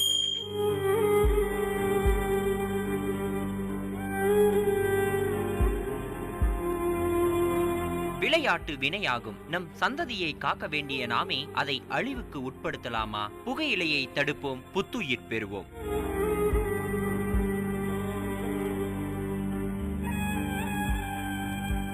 வணக்கம் நேர்களே, இது விஐடி பண்பலை 90.8 இந்த நிகழ்ச்சி திரைக்கடலோடி. திரைக்கடலோடியில ரொம்ப சுவாரஸ்யமா சிங்கப்பூருடைய வரலாறை பத்தி தெரிஞ்சுக்கிட்டு இருக்கோம். நான் உங்கள் அன்பு தோழன் கேபி ஆனந்த். புதிய வரலாறை பத்தி சொல்லிட்டு இருந்தேன். அதாவது 1819ஆம் ஆண்டு பிரிட்டிஷ் அரசாங்கம் கிழக்கிந்திய கம்பெனி அப்படின்ற ஒரு நிறுவனமா இருந்து அதுக்கப்புறம் தன்னுடைய ஆட்சிக்கு கீழே கொண்டு வரப்பட்ட சிங்கப்பூர்ல பிரித்தாளும் ஆட்சி முறையை கொண்டு வந்தாங்க. இனவாரியா மக்களை பிரிச்சு வேற வேற இடங்கள்ல குடியமர்த்தினாங்க. சிங்கப்பூர் ஆறு அனைவருடைய ஆதாரமா இருந்த ஆறு. அந்த ஆற்றுக்கு கீழே இந்தியர்கள் பெரும்பாலானவங்க கூலி தொழிலாளிகளாகவும் மலேசியர்கள் மீனவர்களாகவும் கடலோடிகளாகவும் இருந்தாங்க. இந்த பிரித்தாளும் ஆட்சி முறைக்கு கீழே பிரிட்டிஷ் அரசாங்கம் ரொம்ப வலுவா தன்னுடைய ஆட்சியை நடத்திட்டு இருந்தது. 1942 பிப்ரவரி 15ஆம் தேதி. என்ன அப்படி அந்த தேதியில முக்கியமான விஷயம் இருக்குன்னு தானே யோசிக்கிறீங்க? 2ஆம் உலகப்போர் நடந்துட்டு இருந்த காலகட்டங்க அது. 2ஆம் உலகப்போர்ல பிரிட்டிஷுக்கு பெருத்த அடியா இருந்தது அன்றைக்கு. அதாவது ஜப்பானியர்கள்ட்ட அடிபணிஞ்சு போற அளவுக்கு ஒரு சரணாகதி ஏற்பட்டது. அத பெரும் இழப்பு அப்படின்னு சொல்றாங்க. இது பிரிட்டிஷோடைய வரலாற்றிலேயே பெரும் இழப்பு அப்படின்னு சொன்னது வேற யாரும் கிடையாது. 2ஆம் உலகப் போர் அப்ப தன்னுடைய பிரிட்டிஷ் ராணுவத்தை தன்னுடைய கைக்குள்ள வச்சிட்டு இருந்த வின்ஸ்டன் சர்ச்சில் தான். ஜப்பானியர்களுக்கு கீழே சிங்கப்பூர் கைப்பற்றப்பட்டு ஒரே 1 மாதம் தான் ஆட்சி நடத்தியிருப்பாங்க ஜப்பானியர்கள். அதுக்குள்ள பிரிட்டிஷ் அரசாங்கம் திரும்பவும் அந்த ஆட்சியை கைவசம் படுத்திக்கிச்சு. சிங்கப்பூர் பிரிட்டிஷோட கைக்கு திரும்பவும் வந்துடுச்சு. அதுக்கப்புறம் 1959ஆம் ஆண்டு தன்னாட்சி நாடா தன்னுடைய கீழே இருந்த இந்த காலனியை பிரிட்டிஷ் அறிவிச்சது. அது மட்டும் இல்லாம நாட்டு தலைவரா யூசுப்பின் இசாக் பதவியேற்றாரு. அதே மாதிரி பிரதமரா லீ குவான் யூ பதவியேற்றாரு. 1963ஆம் ஆண்டு முழு விடுதலை பெற்ற நாடா தன்னை தானே அறிமுகம் பண்ணிக்கிடுச்சு இந்த சிங்கப்பூர். 1963ஆம் ஆண்டு செப்டம்பர் மாசம் மலேசிய கூட்டமைப்போட மலேசியா, சிங்கப்பூர், சபா, சர்வாக் இந்த 4 நாடுகளும் இணைந்து மலேசிய கூட்டமைப்பா உருவானாங்க. 1963 செப்டம்பர் மாசம் இந்த மலேசிய கூட்டமைப்பு உருவானாலும் வெறும் 2 வருஷம் தாங்க இது நீடிச்சது. 2 வருஷத்துக்குள்ள கோலாலம்பூர்ல இருந்த மக்கள் செயல் கட்சிக்கும் மற்ற கட்சிகளுக்கும் இடையில கருத்து வேறுபாடு கொள்கை ரீதியாகவும் செயல் ரீதியாகவும் ஏற்பட்டது. 1965ஆம் ஆண்டு ஆகஸ்ட் மாதம் 9ஆம் தேதி சிங்கப்பூர் தன்னுடைய தனி இறையாண்மை கொண்ட நாட்டை உருவாக்கி தன்னுடைய நிரந்தரமான ஆட்சி முறையை கொண்டு வந்தாங்க. அதாவது அந்த நாட்டிலையும் தன்னுடைய நாட்டு தலைவரா யூசுப்பின் இசாக்கும் லீ குவான் யூவும் பிரதமரா பதவியேற்றிருந்தாங்க. அவங்களுடைய தொடர்ந்த பணி நீடிச்சுக்கிட்டே இருந்தது. இந்த நிலைமையில வேலையின்மை, வீடு பற்றாக்குறை, நில இயற்கை வள பற்றாக்குறை, இது மாதிரி பலவிதமான பிரச்சனைகள் அவங்களுக்குள்ள இருந்தது. இந்த பிரச்சனைகள் எல்லாத்துக்கும் தீர்வு காணணும் அப்படின்னா என்ன பண்றது அப்படின்னு ஒரு பெரிய குழப்பமே ஏற்பட்டுக்கிட்டு இருந்தது. அந்த குழப்பங்களுக்கு இடையில தன்னுடைய ஆட்சி முறையில பலவிதமான மாற்றங்கள் தேவை அப்படின்னு நினைச்ச பிரதமர் லீ குவான் யூ என்ன பண்ணாரு அப்படின்றதுதான் ரொம்ப சுவாரஸ்யமான ஒரு விஷயம். சிங்கப்பூர்ல இருக்கக்கூடிய பொருளாதார கொள்கைகளை மாற்றி அமைக்கணும் அப்படின்னு அவர் ஒரு முயற்சி பண்ணாரு. அந்த முயற்சி மூலமா வெளிநாட்டிலிருந்து வரக்கூடிய யார் வேணாலும் இங்க தொழில் தொடங்கலாம், அப்படி தொடங்கக்கூடிய தொழில்களுக்கு பலவிதமான வரி சலுகைகளும் கொடுக்கப்படும் அப்படின்னு ஒரு சில விஷயங்களை கொண்டு வந்தாரு. அந்நிய சந்தை, அந்த முதலீடு, இது மாதிரி பலவிதமான மாற்றங்கள் ஏற்பட்டுச்சு. சிங்கப்பூர் ஒரு பெரிய பொருளாதார அடிப்படை கொண்ட நாடா மாறுனுச்சு. அது மட்டும் இல்லாம கட்டாயம் அப்படின்ற ஒரு சொல் அந்த நாட்டுக்கு கீழே எப்படிதான் இவ்வளோ நல்லா வேரூன் இருந்துச்சு அப்படின்னு தெரியலங்க. கட்டாய படை சேவை அந்த நாட்டுக்கு ஒரு பெரிய உறுதுணையா இருக்குது. அது மட்டும் இல்லாம கட்டுப்பாடுகள் சுத்தத்தை மையப்படுத்தியும் அந்த சுத்தத்தை மீறினா, அதாவது அசுத்தம் செய்பவர்களுக்கு ரொம்ப கடுமையான தண்டனைகளும் வழங்கப்பட்டது. இது மாதிரி புது புது தண்டனைகளும் சட்டங்களும் இந்த கட்டுப்பாடுகளும் தான் சிங்கப்பூரை இன்னைக்கு ஒரு பெரிய பொருளாதார வளமிக்க நாடா மாத்திருக்கு அப்படின்னு சொல்லணும். சரிங்க, பொருளாதாரம், மருத்துவ சுற்றுலா, விளையாட்டு, ஊடகம், கல்வி, போக்குவரத்துன்னு பலவிதமான துறைகள்ல வளர்ச்சி அடைஞ்ச நாடா இன்னைக்கு சிங்கப்பூர் விளங்கிட்டு இருக்கு. அதெல்லாம் சரி, திரைக்கடலோடியில ரொம்ப முக்கியமான விஷயம் என்ன? அதாவது சுற்றுலா. இந்த சுற்றுலா தலங்களை பத்தி உங்களுக்கு இன்னும் நான் எதுவுமே சொல்லன்னு தான் நினைக்கிறீங்க. அடுத்த பகுதியில அதை பத்தி சொல்றேன். அது வரைக்கும் காத்திருங்க. இது விஐடி பண்பலை 90.8 விஐடி பல்கலைக்கழகத்தின் சமுதாய வானொலி. இந்த நிகழ்ச்சி திரைக்கடலோடி. நான் உங்கள் அன்பு தோழன் KP ஆனந்த். ஒரு சிறிய இடைவேளைக்கு பிறகு வானொலி ஒலித்திடுதே, மனிதத்தை வளர்த்திடுதே, சமுதாயத்தை நலமாய் மாற்றிடுதே, செவிகளை வருடிடுதே, கவிதைகள் வார்த்திடுதே, பண்பலைகளின் பயன்களை பரவிடுதே. வணக்கம் நேர்களே, இது விஐடி பண்பலை 90.8. இந்த நிகழ்ச்சி திரைக்கடலோடி. திரைக்கடலோடி நிகழ்ச்சியில சிங்கப்பூரை பத்தின தகவல்களை உங்களுக்கு கொடுத்துட்டு இருக்க நான் உங்கள் KP ஆனந்த். இன்னைக்கு சிங்கப்பூரை பத்தின பல விஷயங்கள் வரலாற்று பூர்வமாகவும் அதிகாரப்பூர்வமாகவும் பல விஷயங்கள் உங்களுக்கு கொடுத்துருக்கோம். அது மட்டும் இல்லாம இப்ப இந்த பகுதியில சுற்றுலா தலங்கள், அதாவது உங்களுக்கு ரொம்ப பிடிச்ச தலங்களை பத்தி இப்போ நம்ம தெரிஞ்சுக்கலாம். சிங்கப்பூர்ல நீங்க முதல்ல பார்க்க வேண்டிய சுற்றுலா தலம் என்னன்னு கேட்டீங்கன்னா மெரினா பே சாண்ட்ஸ். இது 2010ஆம் ஆண்டு திறக்கப்பட்டது. இந்த கட்டடங்கள் எப்படி இருக்கும் அப்படின்னு பாத்தீங்கன்னா 3 சிம்னிகளும் அதுக்கு மேல ஒரு ட்ரெயின் போற மாதிரியும் இருக்கும். இதை பார்க்கறதுக்கு ஒரு கப்பலை தலைகீழ வடிவமைச்ச மாதிரி இருக்கிறதுனால இதை பார்க்கறதுக்கே பல பேர் அங்க கூடிட்டு இருக்கிறாங்க. இது எப்படி கட்டப்பட்டது அப்படின்றது ரொம்ப சுவாரஸ்யமான ஒரு விஷயம். அதாவது 5.7 பில்லியன் US$, அமெரிக்க டாலருடைய விலை மதிப்புல 5.7 பில்லியன் டாலர்கள்ல இந்த கட்டிடம் கட்டப்பட்டது. இது கட்டப்பட்டதுல என்னங்க அப்படி சுவாரஸ்யம் இருக்குன்னு தானே நினைக்கிறீங்க? இதோடைய விலை இவ்வளோ அதிகமா இருந்தாலும் கூட இது எல்லாத்தையும் சுற்றுலாக்கு வராங்கல்ல அவங்களுடைய வரியிலேருந்து எடுத்து கட்டியிருக்காங்க. இது உண்மையிலேயே பெரிய விஷயம் தானே. வெறும் சுற்றுலாக்கு வந்தவங்கள்ட்டேருந்து வசூலிச்ச வரியிலேருந்து ஒரு பெரிய கட்டடத்தையே நிர்மாணிக்க முடியுதுன்னா அது சிங்கப்பூர் அரசாங்கத்தால் மட்டும்தான் முடியும். இந்த கட்டடத்தில் திரையரங்கம், மியூசியம், ஸ்கேட்டு, அதாவது உள்ளேக்கையே ஒரு ஸ்கேட்டிங் அரங்கத்தையே உருவாக்கியிருக்காங்க. இது மாதிரி பல சுவாரஸ்யமான விஷயங்கள் மெரினா பே சாண்ட்ஸில் இருக்கு. நீங்க போனீங்கன்னா மறக்காம அதை பார்த்துட்டு வாங்க. அதுக்கு அடுத்து சிங்கப்பூர் ஃப்ளையர்ஸ்.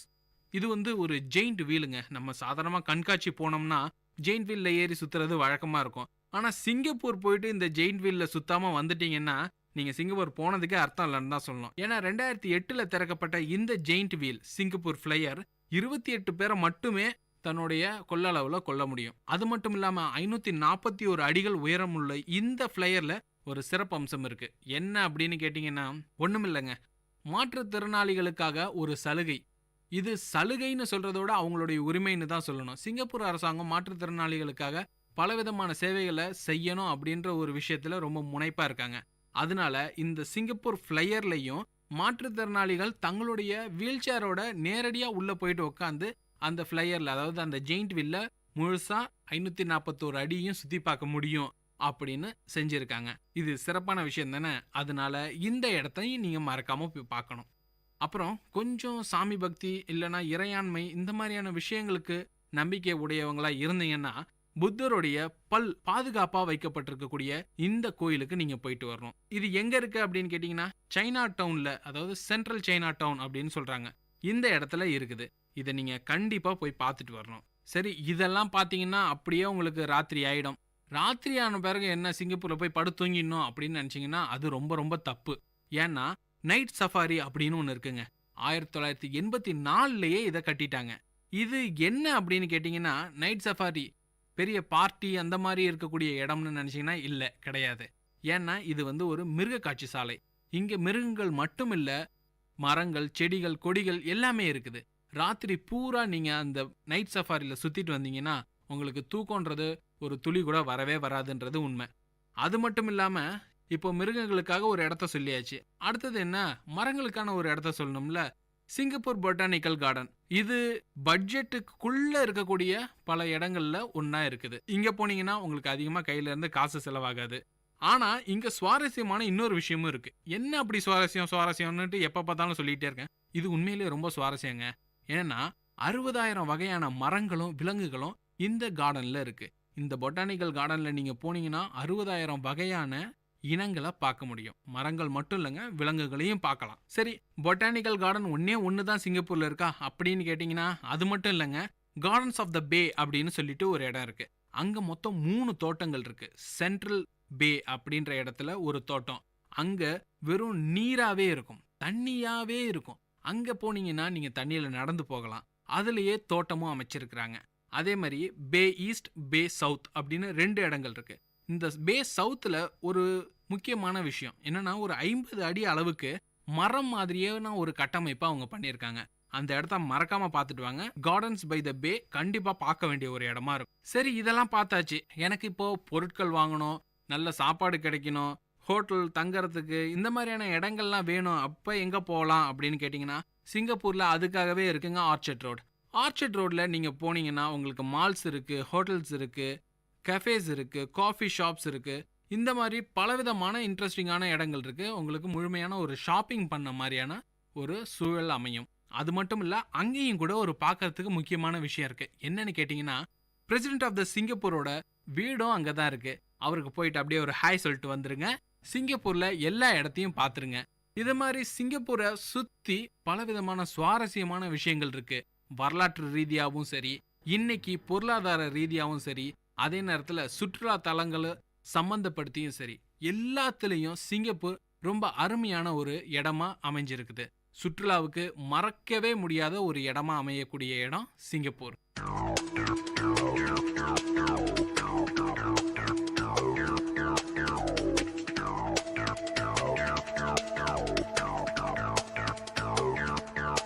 இன்னைக்கு திரைக்கடலோடி நிகழ்ச்சியில சுற்றுலா பற்றிய விஷயங்களையும் சேர்த்து வரலாறு மற்றும் பொருளாதார ரீதியா சிங்கப்பூரை பத்தி எல்லா விஷயத்தையும் தெரிஞ்சுக்கிட்டோம். இந்த நிகழ்ச்சி திரைக்கடலோடி மீண்டும் ஒரு வித்தியாசமான இடத்தோடைய தகவல்களோட உங்களை சந்திக்கிறேன். நான் உங்கள் அன்பு தோழன் KP ஆனந்த். இது திரைக்கடலோடி VIT பண்பலை 90.8 VIT பல்கலைக்கழகத்தின் சமுதாய வானொலியில். நன்றி நேயர்களே.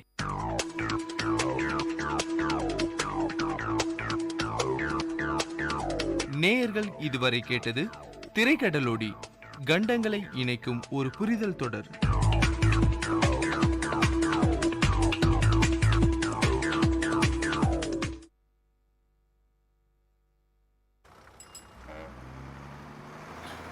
Circuit house.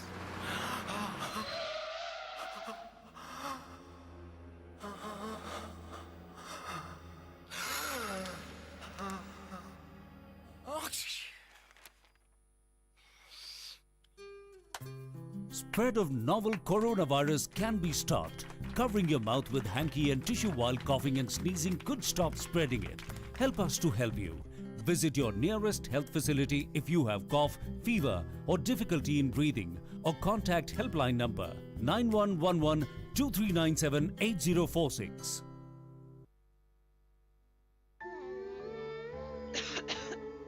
Baby, see this.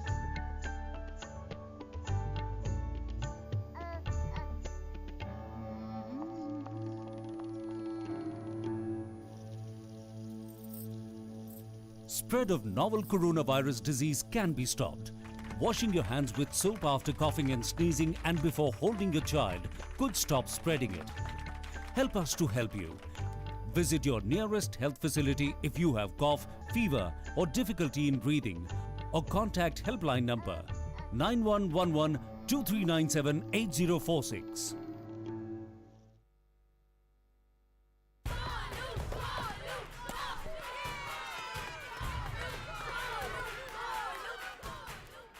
If Arjun is batting, why are we cheering for Golu? He isn't even here. Arey, you don't know? He hasn't come so that we don't get infected. Spread of novel coronavirus disease can be stopped.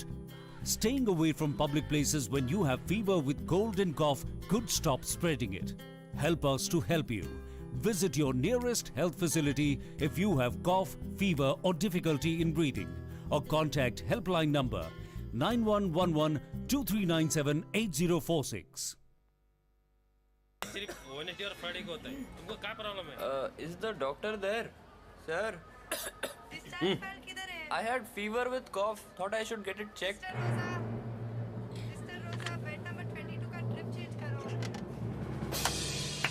Spread of novel coronavirus disease can be stopped.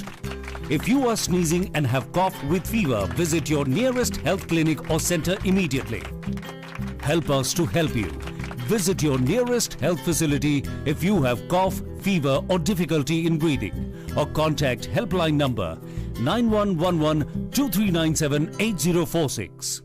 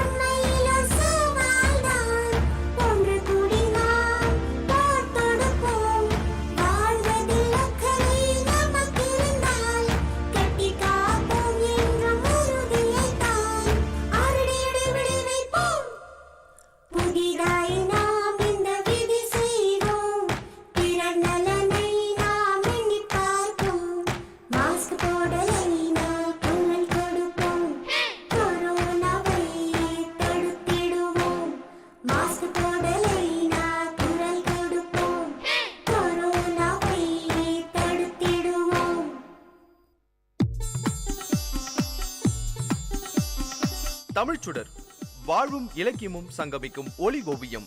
உங்கள் VIT பண்பலை 90.8.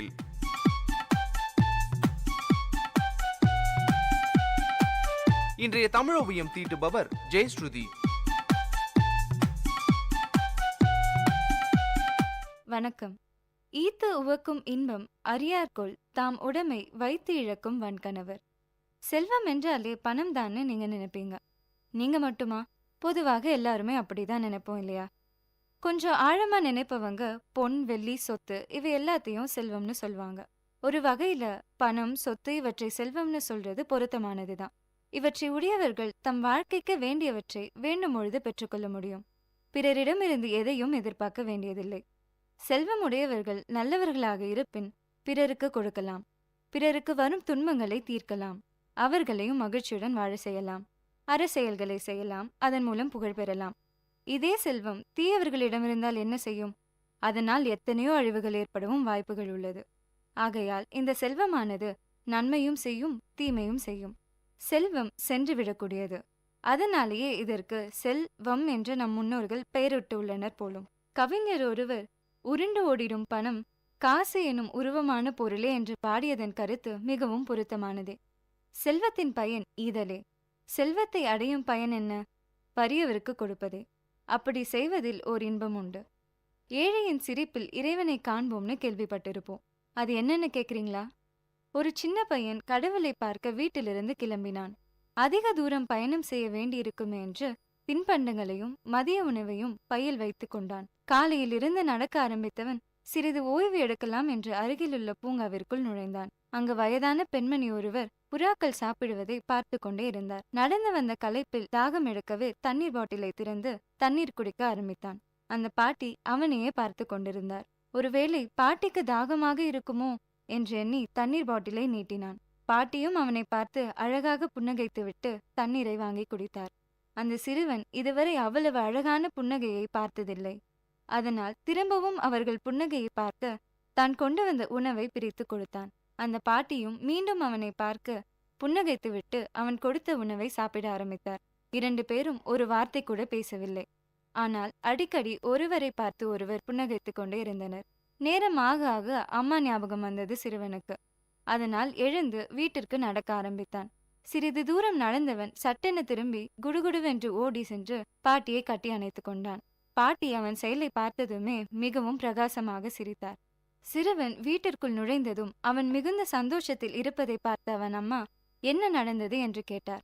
நான் மதியம் கடவுளுடன் சாப்பிட்டேன் என்றான். கடவுளின் புன்னகை மாதிரி நான் இதுவரை எங்கும் பார்த்ததில்லை என்றான். கடவுளை வேறெங்கும் தேடாதீர். அறிமுகம் இல்லாதவர்களிடம் ஒரு சின்ன புன்னகை, சின்ன உதவி செய்து பாருங்கள். சர்க்கரையை சுவைத்து பழகியவர்களுக்குத்தான் அதன் இன்பச் சுவை தெரியும்.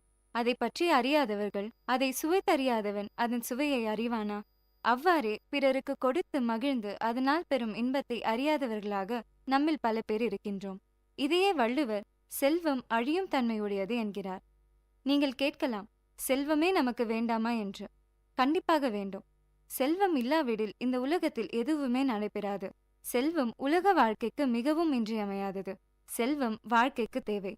ஆனால் செல்வமே வாழ்க்கையன்று. அதனால் செல்வத்தை தேடுவதும் அதை சேர்த்து வைப்பதுமே வாழ்க்கை என இருக்கக்கூடாது.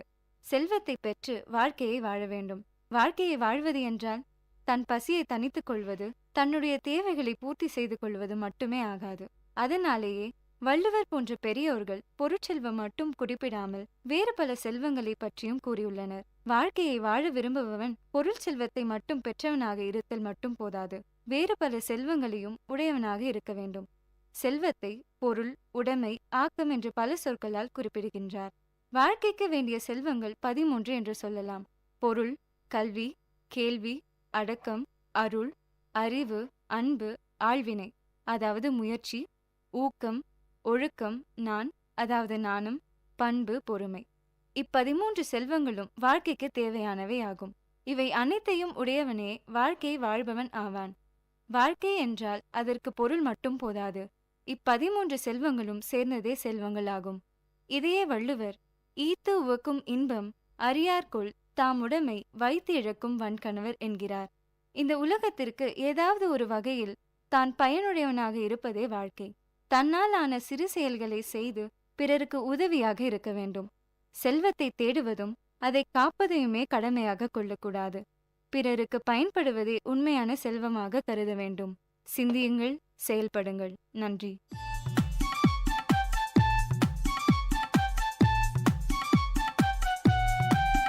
நேயர்கள் இதுவரை கேட்டது வாழ்வையும் இலக்கியத்தையும் இணைத்த ஒளி ஓவியம் தமிழ் சுடர். இன்றைய தமிழ் ஓவியம் தீட்டியவர் ஜெயஸ்ருதி. இது உங்கள் VIT பண்பலை 90.8.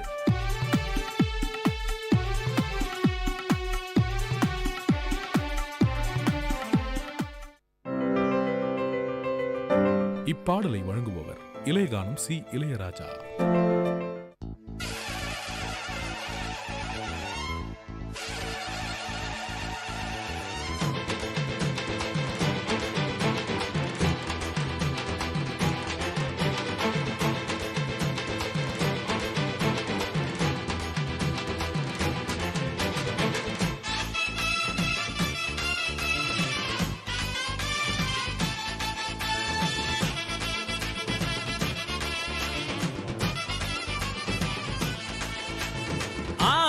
பெருக்குத்தான் தமிழகத்து ஆத்துல தண்ணி வரும்.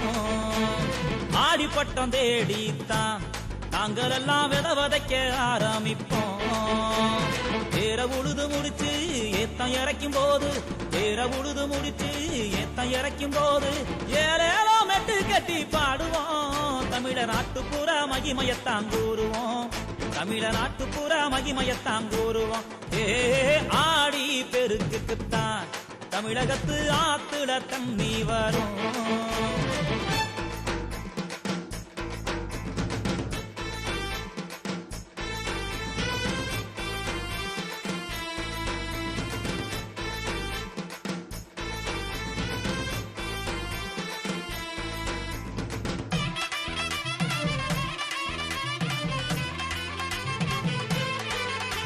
ஏரல் முளைச்சு வித வரும், வித முளைச்சு நாத்தாகும், நாத்து வந்தா கருது வரும், கருது வந்தா நெல்மணியும் காய்ச்சி குழுங்கும். கரு கருவா கைய வெட்டும், வெட்டிய இடத்தில் ரத்தம் கொட்டும், சுண்ணாம்ப குறைச்சு வைப்போம். இல்லைன்னா சும்மா தான் வேலைய பார்ப்போம்.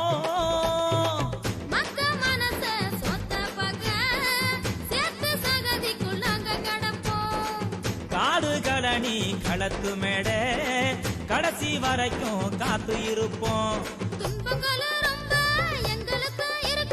துயரங்களும் ரொம்ப எங்களுக்கும் இருக்கு, இருந்தாலும் எங்களுக்கு பாட்டு தான். இருந்தா சோறு தண்ணி தேவையில்லை கூத்துத்தான், இருந்தா சோறு தண்ணி தேவையில்லை கூத்துத்தான். ஆடி பெருக்குத்தான் தமிழகத்து ஆத்துல தண்ணி வரும்.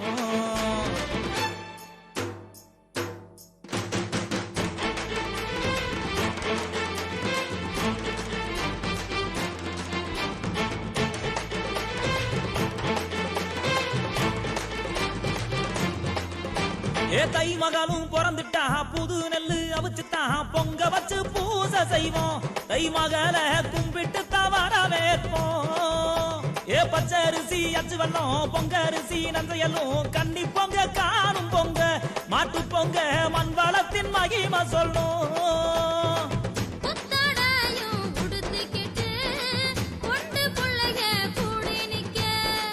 மல்லு வேட்டி மடிச்சு கட்டி ஆம்பளைங்க காலையடக்க குலவ போட்டு பாடு இது வீர தமிழநாடு. கும்மி கொட்டி ஆடுவோம். தை பொங்கலோ பொங்கல் என்று பாடுவோம். தை பொங்கலோ பொங்கல் என்று பாடுவோம்.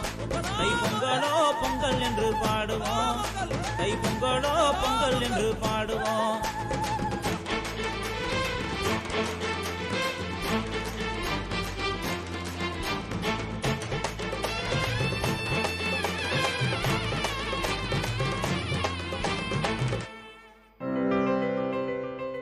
இப்பாடலை வழங்கியவர் இளையகானம் சி இளையராஜா.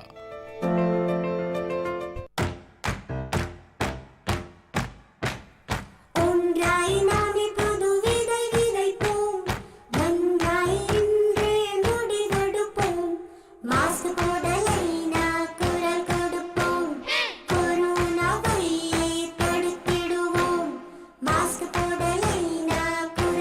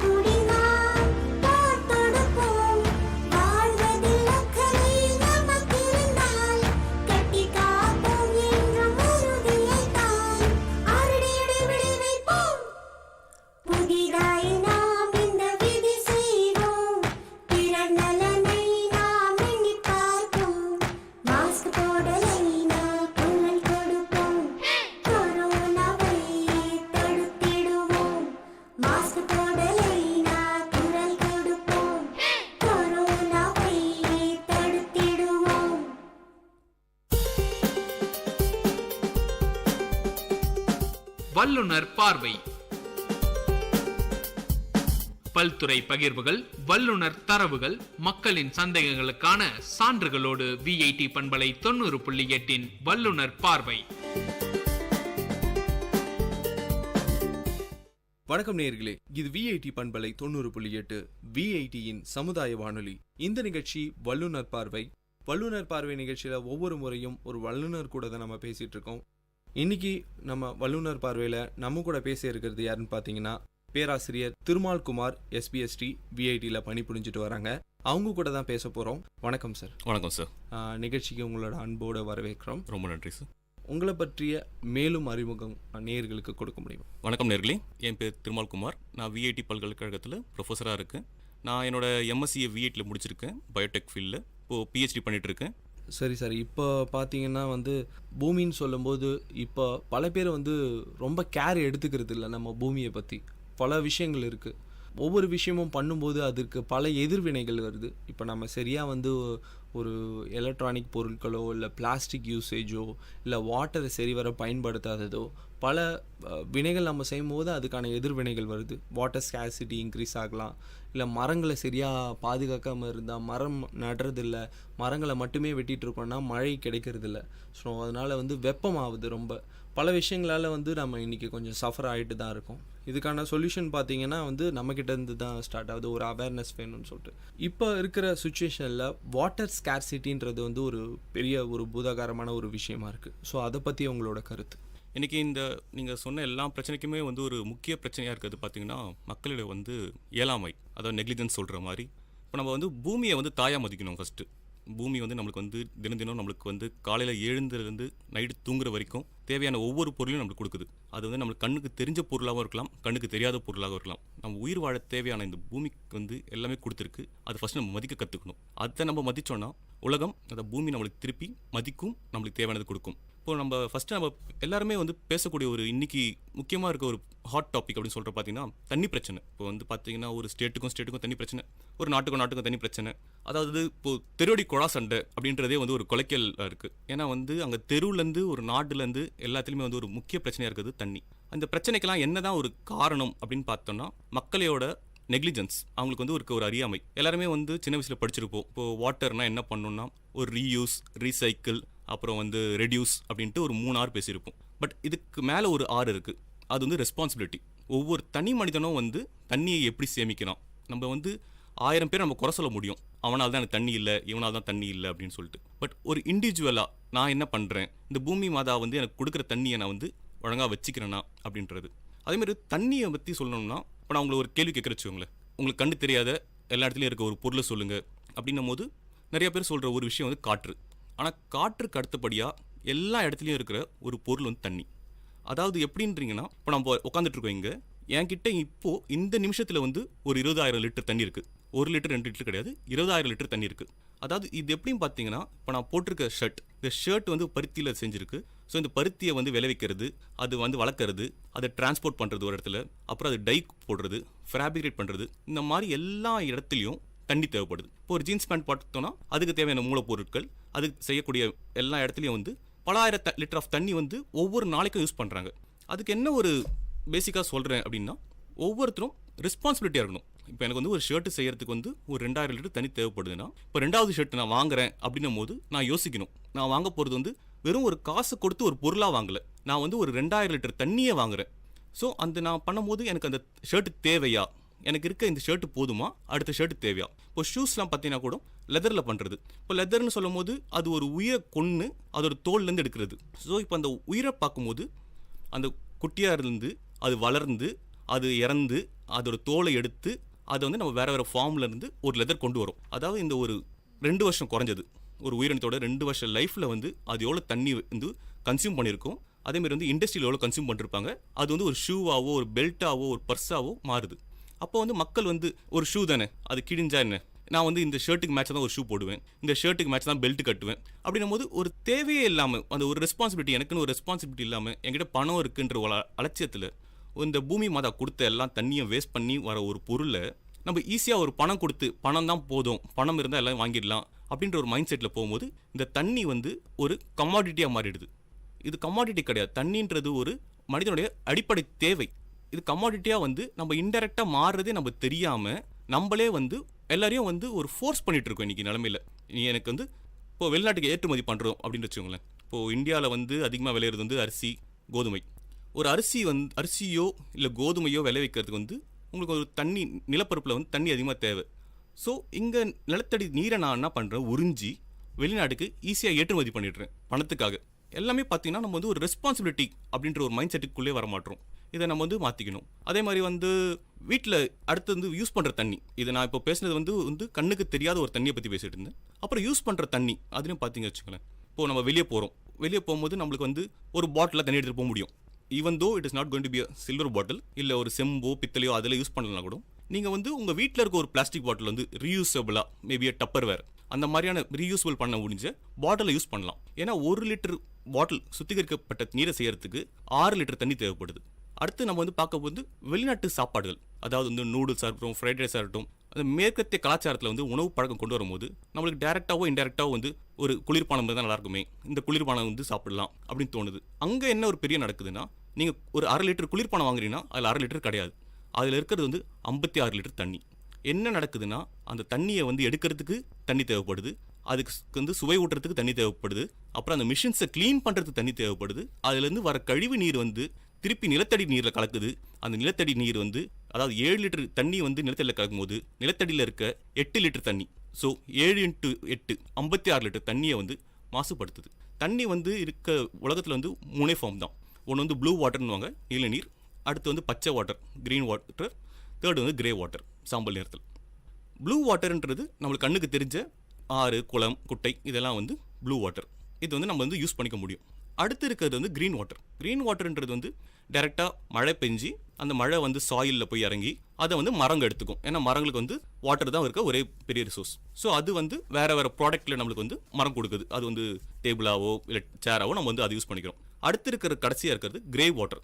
கிரே வாட்டர்ன்றது தான் இன்றைக்கி ஒரு அபாயகரமான நிலையில் போய்ட்டுருக்கு. கிரே வாட்டர்ன்றது நாம் சுத்திகரிக்கப்படாத மற்ற விஷயத்துக்கு யூஸ் பண்ண தண்ணீரை வந்து கலப்படம் பண்ணிட்டோம். அதாவது வந்து அதை யூஸ் பண்ண முடியாத ஒரு ஃபார்முக்கு நம்ம வந்து எடுத்துகிட்டு போய் சேர்த்துட்டோம். அந்த தண்ணியோட நிலைமை வந்து இன்றைக்கி அதிகமாக ஆகிட்டே இருக்குது. இந்த தண்ணி வந்து கடல் நீரோட சேரும் போது கடல் நீரும் வந்து உயர்ந்து அழிய ஆரம்பிக்குது. பல விஷயங்கள் இப்போ சொல்லிட்டு இருந்தீங்க. ஒரு குளிர்பானம் தயாரிக்கிறதுக்கு வந்து ஒரு 1/2 லிட்டர்னா அதுக்கு பின்னாடி பல லிட்டர் தண்ணிகள் வந்து வேஸ்ட் ஆகிறதோ இல்லை அதுக்கு பயன்படுத்தியோ ஏதோ ஒரு காரணம் இருக்குது. பல லட்சம் லிட்டர்கள் தண்ணி வந்து செலவழிச்சாதான் வந்து ஒரு 1/2 லிட்டரோ நிறையா குளிர்பானங்கள்லாம் தயாரிக்க முடியுது. இப்போ ஒரு கான்செப்ட், இந்த விர்ச்சுவல் வாட்டர் பற்றி கொஞ்சம் மேலும் எக்ஸ்பிளைன் பண்ண முடியுமா சார்? இப்போ ஒரு பல பேருக்கு தெரியாது அந்த விர்ச்சுவல் வாட்டர்னா என்னன்னு சொல்லிட்டு, அதை பற்றி கொஞ்சம் சொல்ல முடியுமா? இந்த விர்ச்சுவல் வாட்டர் அப்படின்ற ஒரு கான்செப்ட் வந்து ஒரு 90s வந்து ஒரு கான்செப்ட். அதாவது இது வந்து ஃபஸ்ட்டு மிடில் ஈஸ்ட் அப்படின்ற அந்த Saudi Arabia, Iraq, Iran, Israel அந்த இடத்துல வந்து ஆரம்பித்த ஒரு கான்செப்ட். என்ன ஆக்சுவலாக அவங்க யோசிச்சாங்கன்னா, அவங்ககிட்ட கோதுமை நல்லா விளையுது, அந்த கோதுமை வந்து எக்ஸ்போர்ட் பண்ண ஆரம்பிக்கிறாங்க. ஒரு கட்டத்துக்கு அப்புறம் என்ன ஆகுதுன்னா, அவங்க வந்து ஒரு ஃபீல் பண்ண ஆரம்பிக்கிறாங்க. என்னென்னா அவங்களுக்கு ஏற்கனவே தண்ணி கம்மியாக இருக்குது, ஏன்னா பெட்ரோல் விலை தாங்க அதிகம், தண்ணி கம்மியாக இருக்குது. ஒரு கோதுமையை வந்து நம்ம விவசாயம் பண்ணும்போது நிறைய தண்ணி செலவாகுது. அது இன்டெரக்டாக வந்து நம்ம மற்ற நாட்டுகளுக்கு வந்து ஏற்றுமதி பண்ணும்போது நம்ம நாட்டுக்கு வந்து தண்ணி இன்னும் வந்து டிமாண்ட் அதிகமாகிடும். ஸோ எல்லாருக்கும் சொல்லிட்டு இருக்காங்க, 3வது உலக போர் வந்தால் தண்ணிக்காக தான் வரும் அப்படின்னு சொல்லிட்டு இருக்காங்க. பட் ஆனால் இஸ்ரேலும் அந்த சவுதி அரேபியாவோ அந்த ஈராக்கோ இதை உணர்ந்துட்டாங்க ஃபஸ்ட்டு. ஸோ 3வது உலக போர் வந்து இன்றைக்கி நான் அடித்து சொல்ல முடியும். அதேமாதிரி மேலே சில ஆலன் அப்படின்ற கோட்பாடெல்லாம் சொல்லிட்டு இருக்காங்க. அந்த கோட்பாடு என்ன சொல்கிறாங்கன்னா, இந்த யாரெல்லாம் இந்த விர்ச்சுவல் வாட்டர் கான்செப்டை வந்து கரெக்டாக புரிஞ்சிட்ட கண்ட்ரி இருக்கோ அவங்க வந்து இந்த 3வது உலக போரில் வந்து தலையிட மாட்டாங்க. இப்போ நம்ம ஊரில் பார்த்தீங்கன்னா திருப்பூர்னு ஒரு இடம் இருக்குது. அந்த இடத்துல வந்து இன்றைக்கும் நம்ம வந்து காட்டன் அப்படின்றத வந்து பனியனாவோ செஞ்சு வெளிநாட்டுக்கு வித்துட்டு இருக்கோம், அதிகமாக லாபத்தை ஈட்டிருக்கோம்னு சொல்லிட்டு நம்ம அரசாங்கம் சொல்லிட்டு நம்ம பெருமையாக இருக்கும். பட் என்ன ஒரு இதில் ஒரு பிளாக் ட்ரூத் அப்படின்னு சொல்லும் போது, ஒவ்வொரு காட்டன் விளையும் போது அதிகப்படியான தண்ணி தேவை. இது வந்து சாகுபடி பண்ணுறதுக்கு மற்ற செடிகளை காட்டிலும் இந்த காட்டனுக்கு வந்து அதிகமான தண்ணி தேவை. அதனால் என்ன பண்ணுறாங்கன்னா வெளிநாட்டுக்காரங்க அவனோட மிஷினரிஸ் கொடுத்துட்றாங்க, அவனோட ட்ரெயினர் பீப்புள் கொடுத்துட்றான், அவன் கிட்ட எக்யூப்மெண்ட் எல்லாமே நம்ம கிட்ட கொடுத்துட்றாங்க. நம்ம கிட்ட இருந்து அவன் என்ன வாங்கிக்கிறான்னா இந்த ரிஃபைன்டு ப்ராடக்ட். நான் வந்து ஒரு செடியை வளர்த்து செடியிலேருந்து ஒரு பனினை செஞ்சு அவன் கிட்ட கொடுத்துருவேன். மறுபடியும் அவன் என்ன பண்ணுறான், டை போட்டு கலர் பண்ணி அவன் பிராண்டு போட்டு எனக்கு வித்துடுறான். இப்போ லாபம் வந்து நம்மளுக்கு நினைக்கிறது என்னென்னா, நான் எக்ஸ்போர்ட் பண்ணுறேன், நான் பணம் சம்பாதிக்கிறேன்றது. பட் அதில் இருக்க ஒரு அந்த பேட் ட்ரூத் அப்படின்னு பார்க்கும்போது தண்ணி அதிகமான தண்ணி உறிஞ்சக்கூடிய ஒரு செடியை நான் இங்கே உற்பத்தி பண்ணி என் மக்களுக்கு கொடுக்க முடியாமல் நான் ஒரு எக்ஸ்போர்ட் பண்ணிடுறேன். இது வந்து இங்கன்னு இந்தியான்னு சொல்ல முடியாது. எங்கெல்லாம் வந்து இந்த மூன்றாவது நாடுகள் டெவலப்பிங் கண்ட்ரிஸ் அப்படின்னு இருக்க எல்லா கண்ட்ரிலுமே இந்த மாதிரியான சில ப்ராப்ளம் இருக்குது. இது திருப்பூர் ஒரு எக்ஸாம்பிள்ஸ் பண்ணோம். அதுமாதிரி நாமக்கல்ல நம்ம முட்டையில் நம்பர் 1 இருக்கும். ஸோ முட்டைக்கு பார்த்தீங்கன்னா ஒரு முட்டைக்குள்ளே வந்து 140 லிட்டர் தண்ணி இருக்குது. அதாவது வந்து ஒரு கோழி வந்து சின்னதுலேருந்து வளர்ந்து அது உணவு கொடுக்கறது, அந்த முட்டை அப்படின்னு அப்புறம் டிரான்ஸ்போர்ட், இது எல்லாமே பார்க்கும்போது ஒரு முட்டையில் வந்து 140 லிட்டர் தண்ணி இருக்குது. நான் ஆக்சுவலாக இதுக்கு என்ன சொல்ல வரேன்னா, நம்ம எக்ஸ்போர்ட்டே பண்ணக்கூடாது அப்படின்றது கிடையாது. எதெல்லாம் வந்து ரொம்ப தேவையோ அதை எக்ஸ்போர்ட் பண்ணிக்கலாம். இப்போ நான் வந்து ஒரு ஆடம்பரத்துக்காக நான் சிலது எக்ஸ்போர்ட் பண்ணுறேன், நான் பணத்துக்காக மட்டும் எக்ஸ்போர்ட் பண்ணுறேன், இங்கே நடுவில் இருக்க மீடியேட்டர்ஸ்க்கு வந்து பணம் சம்பாதிக்கிறாங்கிறதுக்காக எக்ஸ்போர்ட் பண்ணுறேன் அப்படின்றது இல்லாமல் என் நாட்டுக்கு வந்து இது இருக்குது, ஓகே சஃபிஷியன்ட். நான் சொன்ன மாதிரி முன்னாடி சொன்ன மாதிரி சவுதி அரேபியாக்காரன் வந்து ஒரு காலத்தில் கோதுமையை வந்து எக்ஸ்போர்ட் பண்ணியிருந்தான். இன்றைக்கே வந்து அந்த கோதுமையை இம்போர்ட் பண்ணிட்டு இருக்காங்க. அவங்களுக்கு என்ன காரணம்னா, ஓகே தண்ணி சேமிச்சா பிரச்சனை கிடையாது. ஏன்னா இன்னைக்கு பணமாக மாற்றுற தண்ணிக்கு நாளைக்கு அதே பணத்தை கொடுத்து நம்ம தண்ணியை மட்டும் தான் வாங்க போகிறோம். இதை வந்து நம்ம கரெக்டாக கான்செப்டை புரிஞ்சுக்கிட்டோம். முக்கியமான விஷயம், பல பேருக்கு தெரியாத விஷயத்த இப்போ ஷேர் பண்ணியிருக்கீங்க. ஸோ அடுத்ததாக பார்த்தீங்கன்னா வந்து புவி வெப்பம் அடையறதுனால வந்து பல பனிக்கட்டி பாறைகள் அண்டார்டிகாவில் வந்து உருக்கிறதா சொல்லிட்டு இருக்காங்க. அதனால வந்து கடல் தண்ணீர் வந்து உயர்ந்துட்டு இருக்கு. ஸோ இதனால் பல பின்விளைவுகள் வரும். இப்போ யாரும் உணர்றது கிடையாது. இப்போ தானே அது பாட்டு அங்கே உருகிட்டு இருக்குன்னு ஒரு நியூஸாக படிச்சுக்கலாம். இந்த சீ வாட்டரை வந்து குடிநீராக்கிறதுக்கு பல ரிசர்ச் அதெல்லாம் போயிட்டுருக்கு. ஸோ உங்களோட பார்வையில் அதை பற்றி சொல்ல முடியுமா? இது ஒரு நல்ல கேள்வி சார். ஆக்சுவலாக ஏன்னா எல்லாருமே அதாவது புரிஞ்சிக்கக்கூடிய ஒரு விஷயம் என்னென்னா, உலகம் ஃபுல்லாக கடல் இருக்குது, அந்த தண்ணியை நம்ம வந்து ரியூஸ் பண்ண முடியாதா? ஏன்னா எங்கே பார்த்தாலும் கடல், 75% of the earth is covered water அப்படின்னும் போது சரி அதை நம்ம ஒரு மறுசுழற்சி பண்ணலாம் அப்படின்னு சொல்லிட்டு சில கோட்பாடுகள் இருக்குது. இப்போ என்னன்னா 75% வந்து கடல் நீராக இருக்குது, மீதி இருக்க 35% வந்து 34% மேலே தண்ணி வந்து கிளேசியஸ் நீங்கள் சொன்ன பனிக்கட்டிகளாக இருக்குது. மீதி இருக்க அந்த ஒரு 1% இல்லை 0.5% தான் நம்மளுக்கு குடிநீராக எனக்கு இருக்குது. ஸோ இந்த குடிநீரோட அளவை ஏற்றணும், நான் வந்து கடல் நீரை வந்து சுத்திகரிக்கப்படுறேன் அப்படின்னும் போது இன்றைக்கி எக்கச்சக்கமான டெக்னாலஜி வந்திருக்கு. அது வந்து மாற்று கருத்து என்கிட்ட இல்லை. பட் என்ன ஒரு மறுபடியும் அதில் ஒரு விஷயம் என்னென்னா, நான் மறுபடியும் சொன்ன அந்த விர்ச்சுவல் வாட்டர் அந்த சொல்லணும்னா, இப்போது நீங்கள் வந்து 1 லிட்டர் கடல் நீரை வந்து குடிநீராக மாற்றணும் அப்படின்னா உங்களுக்கு 1 லிட்டர் வந்து 1/2 லிட்டர் குடிநீராக வரும். அதாவது நீங்கள் வந்து ஒரு 100 லிட்டர் கடல் நீர் எடுத்தீங்கன்னா 50 லிட்டர் குடிநீர் கண்டிப்பாக கிடைக்கும். இதில் வந்து மாற்று கருத்து இல்லை. ஆனால் அதுக்கான மறுபடியும் நீங்கள் யூஸ் பண்ணுற மிஷின்ஸ், அதுக்காக நீங்கள் வந்து க்ளீன் பண்ண வேண்டிய, அப்புறம் அதுக்கு நீங்கள் வந்து ஒரு லேபர் ஒர்க் பண்ணுறோன்னா அவங்க கன்சியூம் பண்ணுற தண்ணி, ஒரு இண்டஸ்ட்ரி உருவாக்குறீங்கன்னா அந்த இண்டஸ்ட்ரியில் ஒரு செவுறு கட்டணும்னா கூட அதில் தண்ணி இருக்கும். ஸோ இந்த மாதிரியான தண்ணியோட அளவு மறுபடியும் நம்ம ஒரு இன்க்ரீஸ் பண்ணிட்டு தான் இருக்க போகிறோம் கன்சப்ஷனு. ஸோ நான் என்ன சொல்ல வரேன்னா, நம்ம ஒரு ஆல்டர்னேட்டிவாக நம்ம தேடுறதுக்கு முன்னாடி நம்ம இருக்கிறத எப்படி சேமிக்கிறது, எப்படி அதை பாதுகாத்துக்கிறது அப்படின்னு. இப்போது ஃபார் எக்ஸாம்பிள், இப்போ நீங்கள் வீட்டில் வந்து ஒரு துணி துவைக்கிறீங்க, துணி துவைக்கும் போது அதில் சோப்பு தண்ணி வருது. நீங்கள் அந்த சோப்பு தண்ணியை வந்து உங்கள் கார் துடைக்கிறதுக்கோ இல்லை வந்து உங்கள் பைக் துடைக்க யூஸ் பண்ணலாமே. அட்லீஸ்ட் உங்களுக்கு வந்து வீட்டில் இருக்க செடிக்கு வந்து தண்ணி அதை விடலாம். ஆனால் நம்ம என்ன பண்ணுறோம், நம்ம வீட்டில் வர அந்த சோப்பு தண்ணியிலிருந்து ரோட்டில் விட்டுறது, இல்லை வந்து யூஸ் பண்ணாமல் அதை வந்து வேஸ்ட் பண்ணுறது, அப்படி மறுசுழற்சியே நம்ம எதுவுமே பண்ணல, நம்ம வந்து ரீயூஸே பண்ணல எதுவுமே அப்படின்னும் போது கன்சப்ஷன் ரேட் அதிகமாகிட்டே தான் இருக்கும். நம்ம என்ன தான் ஆல்டர்னேட்டிவ் கொண்டு வர முடிஞ்சாலும் சயின்ஸை வச்சு அதுக்கான இன்வெஸ்ட்மெண்ட் அகைன் இங்கே வந்து மணியாக இருக்க போகிறது, இன்வெஸ்ட்மெண்ட்ன்றது வாட்டராக தான் இருக்க போகுது. நம்மக்கிட்ட இருக்க இந்த 1% ஆஃப் வாட்டரை வந்து நம்ம எப்படி சேமிக்கிறதுன்னு பார்க்கணுமே தவிர, அடுத்த ஆல்டர்னேட்டிவ் நம்ம யோசிக்க ஆரம்பிக்கும் போது இந்த 1% நம்ம வந்து இன்வெஸ்ட்மெண்ட்டாக பண்ணிவிட்டு அதை கம்மி பண்ணால் அதில் வேலைக்கு ஆகாது. ஸோ நம்மளுக்கு இப்போ ஒரு நீர் தேவை இருக்கும்போது 1% இருக்குன்னா அதுக்கு வர வைக்கிறதுக்காக பின்னாடி பல விஷயங்கள் நம்ம செய்ய வேண்டியது இருக்குது. இப்போ நீராதாரம் பார்த்திங்கன்னா முன்னாடியும் சரி, பூமி தொடங்குறதுலேருந்தே சரி, நீராதாரம் பார்த்திங்கன்னா வந்து மழை தான் நம்மளுக்கு ஒரே ஒரு நீர் ஆதாரம். அதன் மூலிமா தான் வந்து நிலத்தடி நீர் நம்மளுக்கு வந்து கிடைச்சிது. அது மூலிமா தான் நம்ம எல்லாம் யூஸ் பண்ணிகிட்ருக்கோம். இப்போ ஒரு குளமோ ஒரு குட்டையோ இல்லை கிணறோ வந்து மழை நீரால் நிறைஞ்சதுன்னா நம்மளுக்கு ஃப்யூச்சரில் யூஸ் பண்ணுறதுக்கான வாய்ப்புகள் நிறையா இருக்குது. ஸோ அந்த வகையில் இந்த ரெயின் வாட்டர் ஹார்வெஸ்டிங்ன்ற ஒரு விஷயம் வந்து முன்னாடி கொஞ்ச நாளுக்கு முன்னாடி நிறைய அவேர்னஸ் வந்தது, நிறைய பேர் பண்ணிகிட்டு இருந்தாங்க. இப்போ அது கொஞ்சம் கொஞ்சமாக டவுன் ஆகிடுச்சு. ஸோ மறுபடியும் செய்கிறதுனால ஃப்யூச்சரில் நம்ம சந்திக்க போகிற வாட்டர் ஸ்கேர்சிட்டியை ஃபேஸ் பண்ண முடியுமா?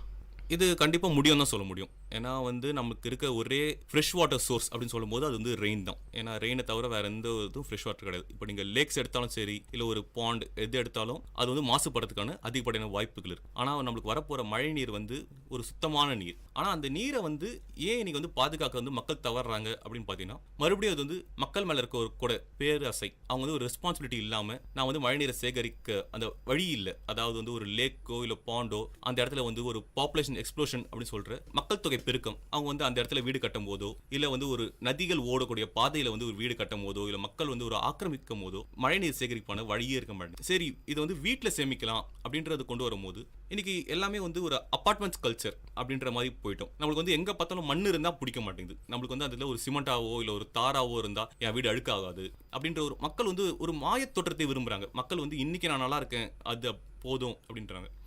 அவங்க வந்து ஒரு மழைநீர் சேகரிச்சா அட்லீஸ்ட் என் வீட்டு கிணத்துலையா தண்ணி வருமே, என் வீட்டில் இருக்க போர்லையா தண்ணி வருமே, அப்படி வந்தால் என் பையன் நல்லா இருப்பானே, என் பேரன் நல்லா இருப்பானே அப்படின்ற ஒரு ப்ராட் மைண்டில் வந்து மக்கள் வந்தாங்கன்னா கண்டிப்பாக இந்த மழைநீர் சேகரிப்பை வந்து அரசாங்கமோ இல்லை யாரோ வந்து கம்பல் பண்ணணும் அப்படின்ற அவசியம் இல்லாமல் வீட்டில் சேமிப்பாங்க.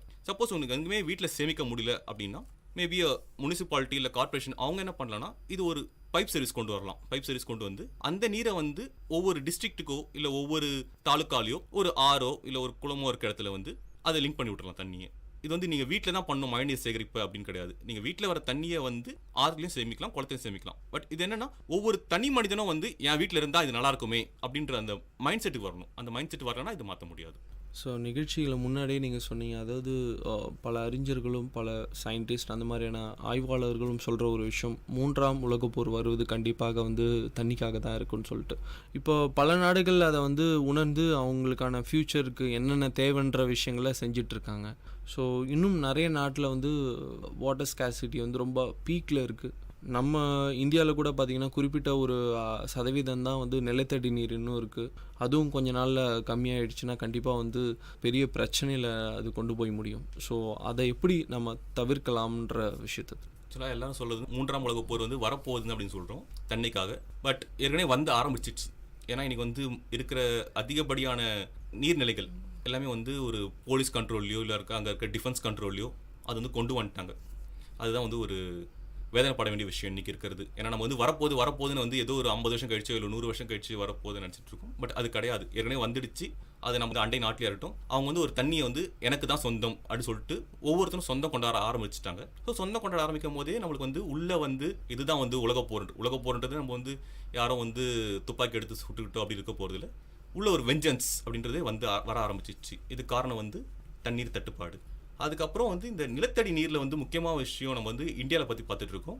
பட் ஆஃப்ரிக்காவில் ஏற்கனவே நிலத்தடி நீர் ஆல்மோஸ்ட் 0 லெவல் தொட்டுச்சு. கேப்டவுன் அப்படின்ற ஒரு நகர் வந்து 0% தொட்டுட்டு திருப்பி அது வந்து ரிசோர்ஸ் வந்து ரீகெயின் பண்ணிட்டு இருக்காங்க. பட் அது எந்த அளவுக்கு வந்து இன்னும் சாத்தியமாக இருக்கும் அப்படின்றது வந்து நம்மளால் வந்து ஒரு கான்ஃபிடென்ட்டாக சொல்ல முடியாது. இந்த லெவல் வந்து கண்டிப்பாக இன்க்ரீஸ் ஆகிடும் அப்படின்னு.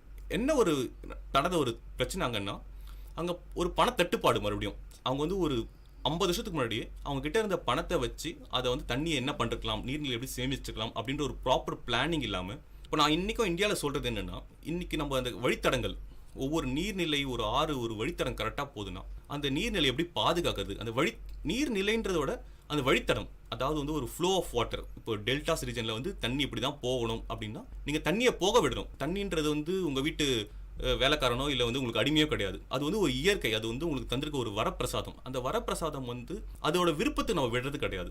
ஒரு நீர் வந்து ஒரு நிலையில் ஒரு upper to lower region move ஆகிற தண்ணியை வந்து நீ இப்படி போகாத, நீ இப்படி தான் போகணும்னு கால்வா வெட்டுறது.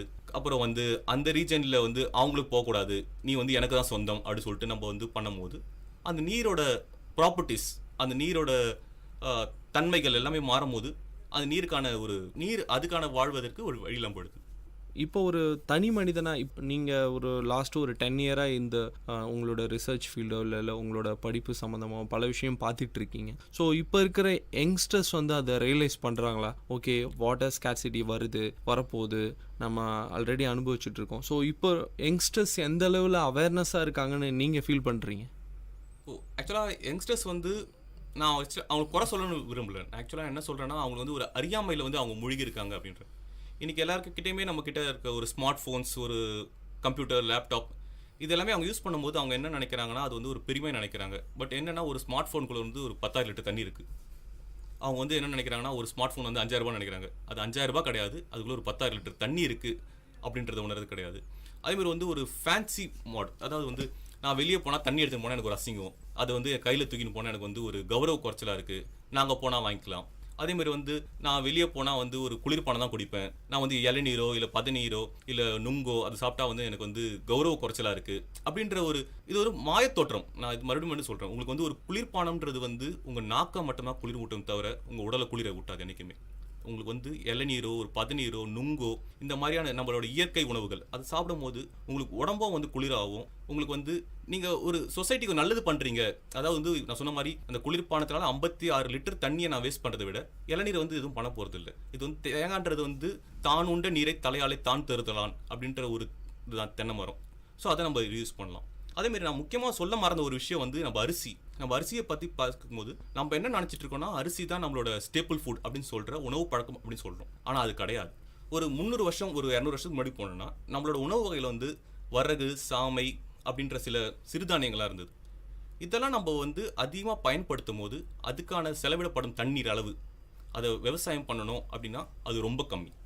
ஆனால் அரிசியை வந்து நம்ம விவசாயம் பண்ணும்போது தண்ணி அதிகமாக செலவு பண்ணி நம்ம என்ன பண்ணுறோம்னா இன்டைரக்டாக or directly we are exporting to other countries. அதாவது வந்து ஒரு வெளிநாட்டுக்காரன் வந்து நம்ம மைண்டில் ஒரு மாய ஒலையை உருவாக்குறோம். அதாவது என்னென்னா அரிசி சாப்பிட்டா தான் உணர்வு, அரிசி தான் உனக்கு வந்து எனர்ஜி தரும், அரிசின்றது வெறும் ஒரு குளுக்கோஸ், ஒரு கார்போஹைட்ரேட் ஃபுட். அதை தாண்டி நம்மளுக்கு தேவை ப்ரோட்டீன்ஸ் இருக்குது, விட்டமின்ஸ் இருக்குது, அது எதுவுமே நம்மளுக்கு வந்து தேவையில்லை அப்படின்ற மாதிரி ஒரு மாய விலை கொண்டு வந்து நம்மளை கல்டிவேட் பண்ண வச்சு, அதாவது கல்டிவேட் பண்ணுறது காரணம் என்ன, நம்ம கிட்ட தண்ணி வந்து அபண்டண்டாக இருக்குது, நம்மளுக்கு அதிக அளவில் தண்ணி இருக்குது. ஸோ நம்ம என்ன பண்ணுறோம், அதை கல்டிவேட் பண்ணி நம்மளும் சாப்பிட்றோம், அவனுக்கு எக்ஸ்போர்ட் பண்ணுறோம். பட் அதை மீறி நீங்கள் வந்து சிறுதானிய உணவுகளை வந்து விவசாயம் பண்ண முடியும் அப்படின்னு கொண்டு வந்தீங்கன்னா அதுக்கு ஏற்படும் தண்ணியோட அளவும் கம்மி. It is highly ப்ரோட்டீனஸ்.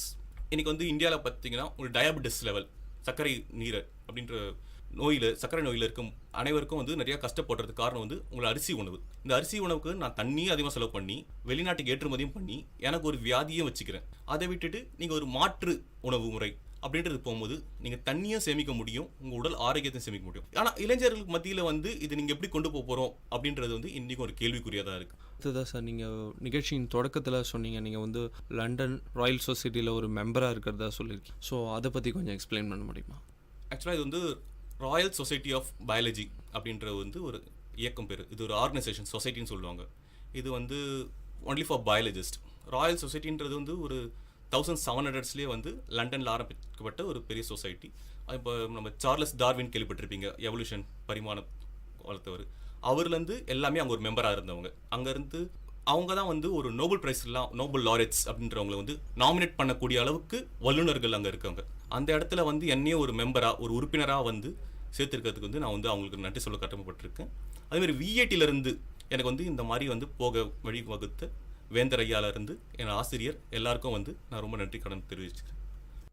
சரி சார், இப்போ பார்த்தீங்கன்னா வந்து ஒவ்வொரு வருடமும் பூமி நாள் கொண்டாடிட்டு இருக்கோம். ஏதாவது ஒரு அவேர்னஸ், ஒரு கருப்பொருள் இருக்கும் ஒவ்வொரு வருஷமும். இந்த வருஷம் ஒரு கருப்பொருள் இருக்குது, அதாவது பிளாஸ்டிக்கை வந்து யூசேஜை கம்மி என் பண்ணணும்னு சொல்லிட்டு. உங்களோட ஃபைனல் கருத்தாக மக்களுக்கு என்ன சொல்ல வரீங்க? எந்த மாதிரியான விஷயம், ஒரு பிளாஸ்டிக்கை தடை பண்ணுறதோ இல்லை பிளாஸ்டிக் யூசேஜ் ரீயூசபிள் பண்ணுற விஷயங்களாக இருக்கட்டும், மரம் நடுறதா இருக்கட்டும், இல்லை வந்து தண்ணீரை எப்படி சரியான வகையில் வந்து அதை ஸ்பெண்ட் பண்ணுறது, ஸோ எல்லா வகையிலும் ஏதோ ஒரு வகையில் வந்து நம்ம பூமியை காப்பாற்ற முடியும். நீங்கள் பிகினிங்கில் சொன்ன மாதிரி நம்ம அது எடுத்துக்கிட்டோம்னா கரெக்டான இதை மறுபடியும் நம்ம திருப்பி கொடுக்கும்போது வந்து அந்த பூமி வந்து நம்மளை நல்லா வச்சுருக்கோம். ஸோ உங்களோட ஃபைனலாக நேயர்களுக்கு நீங்கள் என்ன சொல்ல வரீங்க? இயற்கை சார்ந்த விஷயங்களோடு நம்ம வாழ்ந்தால் நல்லாயிருக்கும். ஸோ என்ன கருத்தை நீங்கள் பகிர்ந்துக்க விரும்புகிறீங்க நேயர்கள்? அதாவது வந்து பூமியை நம்ம காப்பாற்றணும் அப்படின்னு சொல்கிறதே வந்து ஒரு கேலிக்கான விஷயம். நம்ம வந்து பூமியை காப்பாற்றி தான் பூமி வந்து வாழப்போகுதுன்னு கிடையாது. நம்ம அல்டிமேட்டாக இங்கே என்ன போராடிட்டு இருக்கோம் அப்படின்னா நம்ம காப்பாற்றிக்கிறதுக்கு, நம்மளோட தலைமுறையை காப்பாற்றுறதுக்கு மனித இனம் அப்படின்ற ஒன்று வந்து அட்லீஸ்ட் அடுத்த ஒரு 1000-2000 வருஷங்கள் தாண்டி வாழணும் அப்படின்றதுக்கு வந்து நம்ம இன்னைக்கு போராடிட்டு இருக்கோம். பட் போராடுற அதே காலத்தில் வந்து நம்ம வந்து புரிஞ்சுக்கணும், நம்ம வந்து பணம் இருந்தால் மட்டும்தான் வாழ்க்கையில் வர முடியும், இல்லை வந்து நம்ம முன்னேற முடியும் அப்படின்றது கிடையாது. நம்ம வந்து பூமியை முன்னேற்றத்தை பற்றி தான் பார்க்கணும். ஏன்னா இது வந்து ஒரு சொசைட்டி. நம்ம இப்போ வந்து சொசைட்டின்ற போது என்னென்னா ஒரு கம்யூனிட்டியாக இருக்கும் போது எல்லாமே ஒருங்கிணைந்தவர்கள். இப்போ வந்து ஒரு பட்டாம்பூச்சியோட நிறம் மாறத்துக்குமே சுனாமி வரத்துக்கு கூட சம்மந்தம் இருக்குது. அதுதான் கேஎஸ் தியரியில் சொல்கிறாங்க. ஸோ இந்த மாதிரி எல்லாமே இன்டர்லிங்காக இருக்கிறத வந்து நம்ம ஃபஸ்ட்டு புரிஞ்சுக்கணும். அந்த புரிஞ்சிக்காமல் இருக்கிறது தான், அந்த அறியாமை தான் இன்றைக்கி பிரச்சனைக்கு காரணம். இப்போ நீங்கள் பிளாஸ்டிக்கை பற்றி சொல்கிறீங்க. இந்த பிளாஸ்டிக்கை வந்து நான் ஒருத்தர் வந்து ஒரு கவர் வாங்க போகிறாரு வச்சுக்கோங்க, ஒரு பால் பேக்கெட் வாங்க போனால் கூட ஒரு மஞ்சப்பை தூக்கி போனால் அவருக்கு ஒரு கௌரவ குறைச்சலாக இருக்குது. நான் ஏன் திருப்பி சொல்கிறேன்னா, ஒரு தனி மனிதனா நான் எப்படி ரெஸ்பான்சிபிளாக இருக்கணும் அப்படின்னு நான் பார்க்கணுமே தவிர, நான் வந்து மற்றவங்க மேலேயே குறை சொல்லிட்டு இருக்கேன், நான் மற்றவங்களுக்கே அட்வைஸ் பண்ணிட்டு இருக்கேன் அப்படின்ற வந்து ஒரு தப்பான கோட்பாடு ஆகிடும். இப்போ நான் ஒரு பால் பாக்கெட் வாங்க போகிறேன்னா நான் ஒரு மஞ்சப்பை எடுத்துகிட்டு போகலாம், இல்லை ஒரு பால் பாக்கெட்டுன்ற போது என்னால் மஞ்சப்பை எடுத்துகிட்டு போக முடியலன்னா வெறும் கையில் வாங்கிட்டு வரலாம். பட் அதுக்கு வந்து ஒரு கவர் தாங்க தேவையில்லை. ஒரு பேனா 5 ரூபா பேனா வாங்கும்போது ஒரு பிளாஸ்டிக் கவர் தாங்க அப்படின்றது வந்து நமக்கு வந்து அந்த ஒரு பிளாஸ்டிக் கவராக தான் தெரியுமே தவிர, நாளைக்கு நம்ம பண்ணுற பூமிக்கு பண்ணுற ஒரு அநீதியாக தெரிய மாட்டேங்குது. அது எல்லாமே நமக்கு திருப்பி நான் மறுபடியும் சொல்கிற மாதிரி நமக்குள்ளே வந்து we need a change from inside. சேஞ்சுன்றது நம்ம வந்து வெளியே பண்ணுறதோ இல்லை வந்து நான் பூமியை வந்து ஒரு 100 பிளான்ட் நட்டு வச்சு உடனே நான் மாற்றிடுறேன் அப்படின்றது கிடையாது. நீ 100 பிளான்ட் நடலாம், பட் 100 பிளான்ட் தண்ணி ஊற்றுறதுக்கு வந்து முடியுமா? அந்த 100 பிளான்ட் வந்து மெயின்டைன் பண்ணுறதுக்கான மனசு இருக்குது அவங்ககிட்ட அப்படின்றது எல்லாமே நீங்கள் ரியலைஸ் பண்ணி நீங்கள் எர்த்தை வந்து பூமி மாதாவை மதிக்கணும். மாதான்றது தாய். பூமி தாயை வந்து எப்படி ஒரு அம்மா வந்து ஒரு பையனை வளர்த்ததுக்கப்புறம் அந்த பையன் வந்து அம்மாவுக்கு செய்கிறானோ அந்த மாதிரி பூமி நம்மளுக்கு கொடுத்துருக்கு, திருப்பி இந்த பூமிக்கு நம்ம செய்யணும் அப்படின்ற ஒரு கோட்பாடு வரும்போது எல்லாமே மாறும். ரொம்ப நன்றி சார். இந்த நிகழ்ச்சியில் கலந்துக்கிட்டு பல விஷயங்களை வந்து மக்களுக்கு தெரியாத விஷயங்களை வந்து வாட்டரை எப்படி நம்ம வந்து கன்சர்வ் பண்ணோம், வாட்டரை ஒரு பொருள் செய்யும்போது எவ்வளோ வாட்டர் வந்து அதுக்கு நம்ம ஸ்பெண்ட் பண்ணுறோம், அப்புறம் ரிச்சுவல் வாட்டர், அப்புறம் ரெயின் வாட்டர் ஹார்வெஸ்டிங், அந்த மாதிரியான விஷயங்களை வந்து இந்த நிகழ்ச்சியில் வந்து ஷேர் பண்ணிக்கிட்டீங்க. நிகழ்ச்சியில் கலந்துக்கிட்டதுக்கு விஐடி பண்பலை சார்பாக உங்களுக்கு நான் நன்றிகளை தெரிவிச்சுக்கிறேன் சார். Thank you very much. நன்றி சார். தேங்க்யூ. நேயர்கள் இதுவரை கேட்டது பல்துறை பகிர்வுகள், வல்லுநர் தரவுகள், மக்களின் சந்தேகங்களுக்கான சான்றுகளோடு விஐடி பண்பலை 90.8 வல்லுநர் பார்வை. நன்றி, வணக்கம்.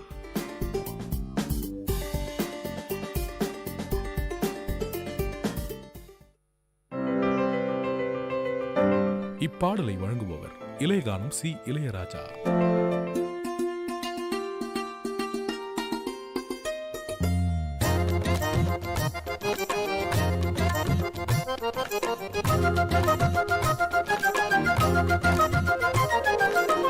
கண்ணே ஒன்ன காணாம நான் கவி பாடுறேன், நெஞ்சுக்குள்ள ஒன்ன வச்சு தினவாடுறேன். மதுரை மல்லி வாசம் உன்னை பார்த்தாலே பேசும், கொலுசு சத்தம் கேட்டு அந்த கோயில் மணியாடும். கண்ணே ஒன்ன காணாம நான் கவி பாடுறேன், நெஞ்சுக்குள்ள ஒன்ன வச்சு தினவாடுறேன்.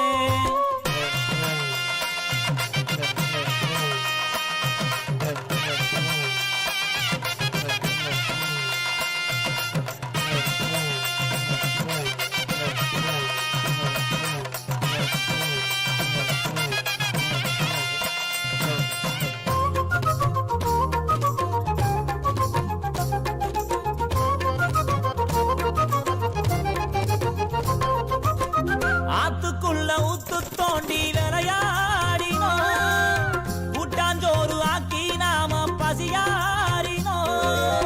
பள்ளி கூட பாடம் மறந்து அடி வாங்கினோம், அம்மா அப்பா பேர சொல்லி கதை பேசினோம். காலம் போட்ட கோணம் அழிஞ்சு தசை மாறினோம்.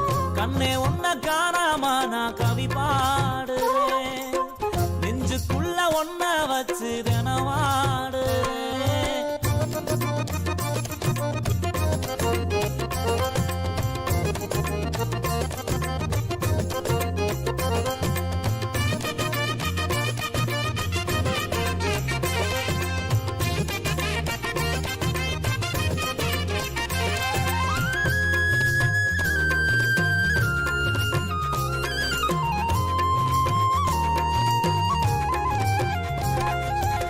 நொங்குரோத வண்டி ஓட்டி நான் ஓடினோம், மண்குதிரை மேல நின்று சதிராடினோம்.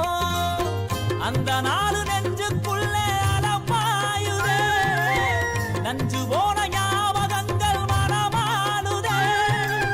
பாதையெல்லாம் பார்த்து பார்த்து விழிவாடுதே. கண்ணே ஒன்ன காணாம நான் கவி பாடுறேன், நெஞ்சுக்குள்ள ஒன்ன வச்சு தினவாடுறேன்.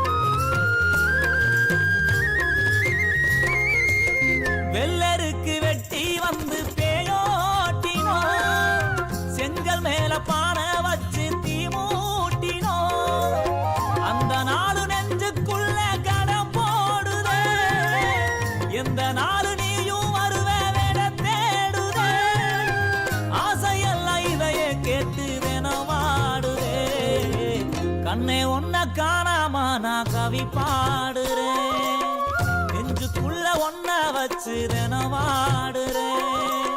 மதுரை மல்லி வாசம் உன்னை பார்த்தாலே பேசும், கொலுசு சத்தம் கேட்டு அந்த கோயில் மணியாடும். கண்ணே உன்ன காணாம நான் கவி பாடுறேன், நெஞ்சுக்குள்ள ஒன்ன வச்சு தினவாடுறேன். இப்பாடலை வழங்கியவர் இளையகானம் சி இளையராஜா.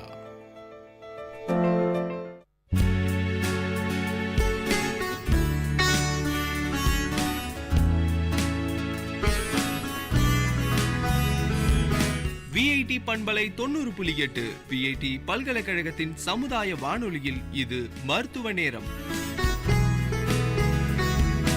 பல்வேறு மருத்துவ துறைகளிலிருந்து தேர்ச்சி பெற்ற மருத்துவர்களுடன் கலந்துரையாடும் நேரம் இது.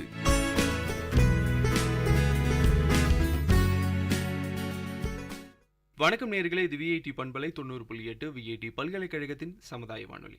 இந்த நிகழ்ச்சி மருத்துவ நேரம். மருத்துவ நேரம் நிகழ்ச்சியில ஒவ்வொரு வாரமும் ஒரு மருத்துவர் கூட தான் நம்ம இன்னைக்கு பேசிட்டு இருக்கோம். இன்னைக்கு யார் கூட பேச போறோம்னு பாத்தீங்கன்னா, டாக்டர் தேரணி ராஜன், பேராசிரியர் மற்றும் குழந்தை நல மருத்துவர், அரசு வேலூர் மருத்துவக் கல்லூரி. நிகழ்ச்சிக்கு வரவேற்கிறேன்.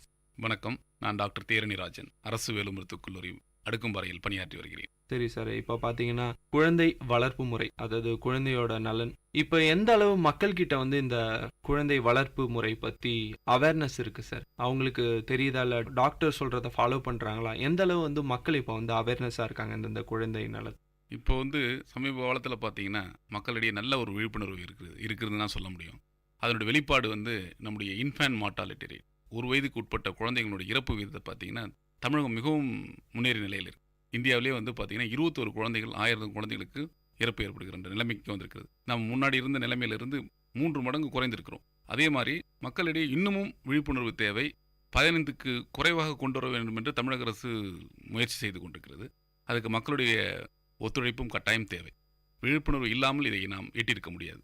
சரி சார், இது ஒரு நல்ல முன்னேற்றம் கூட சொல்லலாம். அடுத்ததாக பார்த்தீங்கன்னா சார், இந்த குழந்தை பிறந்த உடனே வந்து அடுத்த கட்ட நடவடிக்கை அந்த வேக்சின் சொல்லுவாங்க, தடுப்பூசிகள் நிறையா இருக்கும். அதை வந்து நிறைய பேர் வந்து விட்டுறதுனால வந்து பின்னாடி குழந்தைகளுக்கு நிறைய பாதிப்புகள் கூட ஏற்படுவதற்கான வாய்ப்புகள் அதிகமாக இருக்குது. ஸோ எந்த சமயத்தில் வந்து இந்த தடுப்பூசி பற்றிய விழிப்புணர்வு அவங்களுக்கு தேவை? அதாவது தடுப்பூசி வந்து ஒரு வரப்பிரசாதம், அப்படி தான் சொல்லுவேன். ஏன்னா முன்னெல்லாம் வந்து கொள்ளை நோய்கள் மாதிரி இருந்த நோய்களெல்லாம் தடுக்கப்பட்டு விட்டது.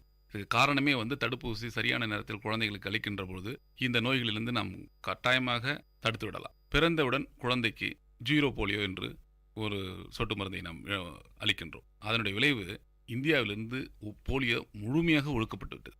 நம்ம இந்தியாவை வந்து WHO டிக்ளேர் பண்ணிட்டானே போலியோ இந்தியாவிலிருந்து கிடையாது அப்படின்னு. இன்னமும் நம்ம ஏன் போட்டுட்ருக்கோம்னா, நம்முடைய சுற்று வட்டாரத்தில் இருக்கின்ற கண்ட்ரிஸ், பாகிஸ்தான், நேபாள் போன்ற கண்ட்ரிலாம் இன்னும் போலியோ ரிப்போர்ட் ஆகிட்டு இருக்கிறதுனால அங்கிருந்து விசிட்டர்ஸாக நமக்குள்ளே வந்தாங்கன்னா இந்த குழந்தைங்களுக்கு பாதிப்பு ஏற்படலாம் என்ற ஒரு காரணத்தினால நம்ம போலியோ டிராப்ஸ் இன்னும் போட்டுக்கிட்டு இருக்கோம். அதனுடன் சேர்ந்து மஞ்சட்காமாலை பி பிறந்தவுடனே போட வேண்டியது, BCG டியூபர்குலோசிஸ்க்காக தடுக்க வேண்டிய ஒரு தடுப்பூசி. இது போட்டு 6 வாரத்தில் மறுபடியும் முதல் தவணை DPT, டிப்தீரியா, பெர்டுசிஸ், டெட்டனஸ் என்கின்ற தொண்டை அடைப்பான், டெட்டனஸ், இந்த நோய்களை தடுக்கக்கூடிய ரணஜன்ன ஊசி என்று சொல்லுவோம், அதுவும் சேர்ந்து போடுவோம். பிறகு போலியோ டிராப்ஸும் கொடுப்போம். அடுத்தது இப்போ வந்து என்னாச்சுன்னா லேட்டஸ்ட்டாக இன்னும் அட்வான்ஸாக நம்ம போயிட்டே இருக்கோம். பென்டாவேலண்ட்னு ஒரு வேக்சினை அரசு வந்து இப்போ கொடுக்க ஆரம்பிச்சிருக்குது. இதனுடைய விளைவாக மூளைக்காய்ச்சலை தடுக்கக்கூடிய ஹீமோஃபிலியஸ் இன்ஃப்ளூயன்ஸா என்ற நோயினுடைய தாக்கத்தை தடுக்கக்கூடிய வேக்சினும் அதில் இணைக்கப்பட்டுள்ளது. ஸோ 6 வாரம், 10 வாரம், 14 வாரம் என்கின்ற விகிதத்தில் 1 மாத இடைவெளியில் சுகாதாரத்துறையினுடைய சார்பாக செவிலியர்கள் மூலமாக, கிராம சுகாதார செவிலியர்கள் மூலமாக, அரசு மருத்துவமனைகள், தாலுகா மருத்துவமனை எல்லா இடங்களிலும் இந்த தடுப்பூசி போடப்படுகிறது. அதனை மக்கள் கட்டாயம் பயன்படுத்தி இந்த நோய்கள் வராமல் தடுக்க வேண்டியது அவருடைய கட்டாய கடமை. அதுக்கு அடுத்து 9 மாதத்திலே வந்து தட்டமை, மீசில்ஸ்ன்னு சொல்லுவோம், அந்த நோய் வராமல் தடுக்க முடிகிறது. அடுத்து 1 வயதுக்கு வேக்சின் என்ன வேணும், ஹெப்படைட்டிஸ் A, மஞ்சட்காமாலை A என்கின்ற வேக்சினை போடலாம். பிறகு 15 மாதத்திலிருந்து 18 மாதத்திற்கு MMR, மீசில்ஸ், மம்ஸ், அதே மாதிரி தட்டமை, புட்டாளம்மை, இந்த நோய்கள் எல்லாம் தடுக்கக்கூடிய வேக்சின் எல்லாம் வந்துவிட்டது. இதெல்லாம் அரசு மருத்துவமனையில் கிடைக்கின்றது. சில வேக்சின்ஸில், அதாவது கொஞ்சம் அப்டேட்டட் வேக்சின்ஸ் எல்லாம் வந்து கவர்மெண்ட் ஒவ்வொன்றாக கன்சிடர் பண்ணி அதையும் இன்க்ளூட் பண்ண ஆரம்பிச்சிருக்காங்க. ஸோ இந்த தடுப்பூசிகள் வந்து அவசியம் குழந்தைகளுக்கு நீங்கள் பெற்றோர்கள் வந்து கட்டாயம் அளிக்கணும். அளித்தால் இந்த குழந்தைகளுடைய எதிர்காலம் நல்ல சிறப்பாகவும் இருக்கும், நோய்கள் வராமல் தடுக்க முடியும் என்பதில் எந்த விதமான ஐயமும் கிடையாது. இந்த தடுப்பூசி பற்றி கொஞ்சம் டீட்டெயிலாகவே சொன்னீங்கன்னு நினைக்கிறேன். ஏன்னா மக்களுக்கு வந்து தெரியறது கிடையாது. குழந்தை பிறந்த உடனே ஆஸ்பத்திரியிலேருந்து வந்தோடனே நாமளா வந்து எந்த இது வேணால் கொடுத்துக்கலாம், உணவு மட்டுமே போதுமே அவங்க நினச்சிட்டு இருக்காங்க. இந்த மாதிரி தடுப்பூசிகள் கொடுத்தா பின்னாடி வர சந்ததிகள் வந்து சிறப்பாக இருக்கும்னு நினைக்கிறேன். அடுத்ததான் மக்கள் கிட்ட இருக்கிற ஒரு சின்ன பிரச்சனைன்னு பார்த்தீங்கன்னா, குழந்தை பிறந்த உடனே வந்து அதாவது ஹாஸ்பிட்டல்லேருந்து வந்தோடனே அவங்க வந்து அவங்களா வந்து ஒரு முறை ஃபாலோ பண்ணுறது, குளிக்க வைக்கிறதா இருக்கட்டும், சில வந்து அதாவது ட்ரெடிஷ்னல் மெடிசன் சொல்லக்கூடிய அந்த அவங்கள வந்து சில கஷாயம் கொடுக்கறது குழந்தைகளுக்கு, அது அவங்களுக்கு கொடுக்கலாமா வேணாம் கூட தெரியறது இல்லை. ஸோ இந்த மாதிரியான விஷயங்கள் வந்து குழந்தைகளுக்கு தரலாமா, இல்லை வந்து இது சரியான முறைன்னு நினைக்கிறீங்களா டாக்டர்? இது வந்து ட்ரெடிஷ்னல் பர்த் அட்டெண்டன்ட் சொல்லிட்டு கிராமத்திலலாம் நிறைய பேர் இருப்பாங்க.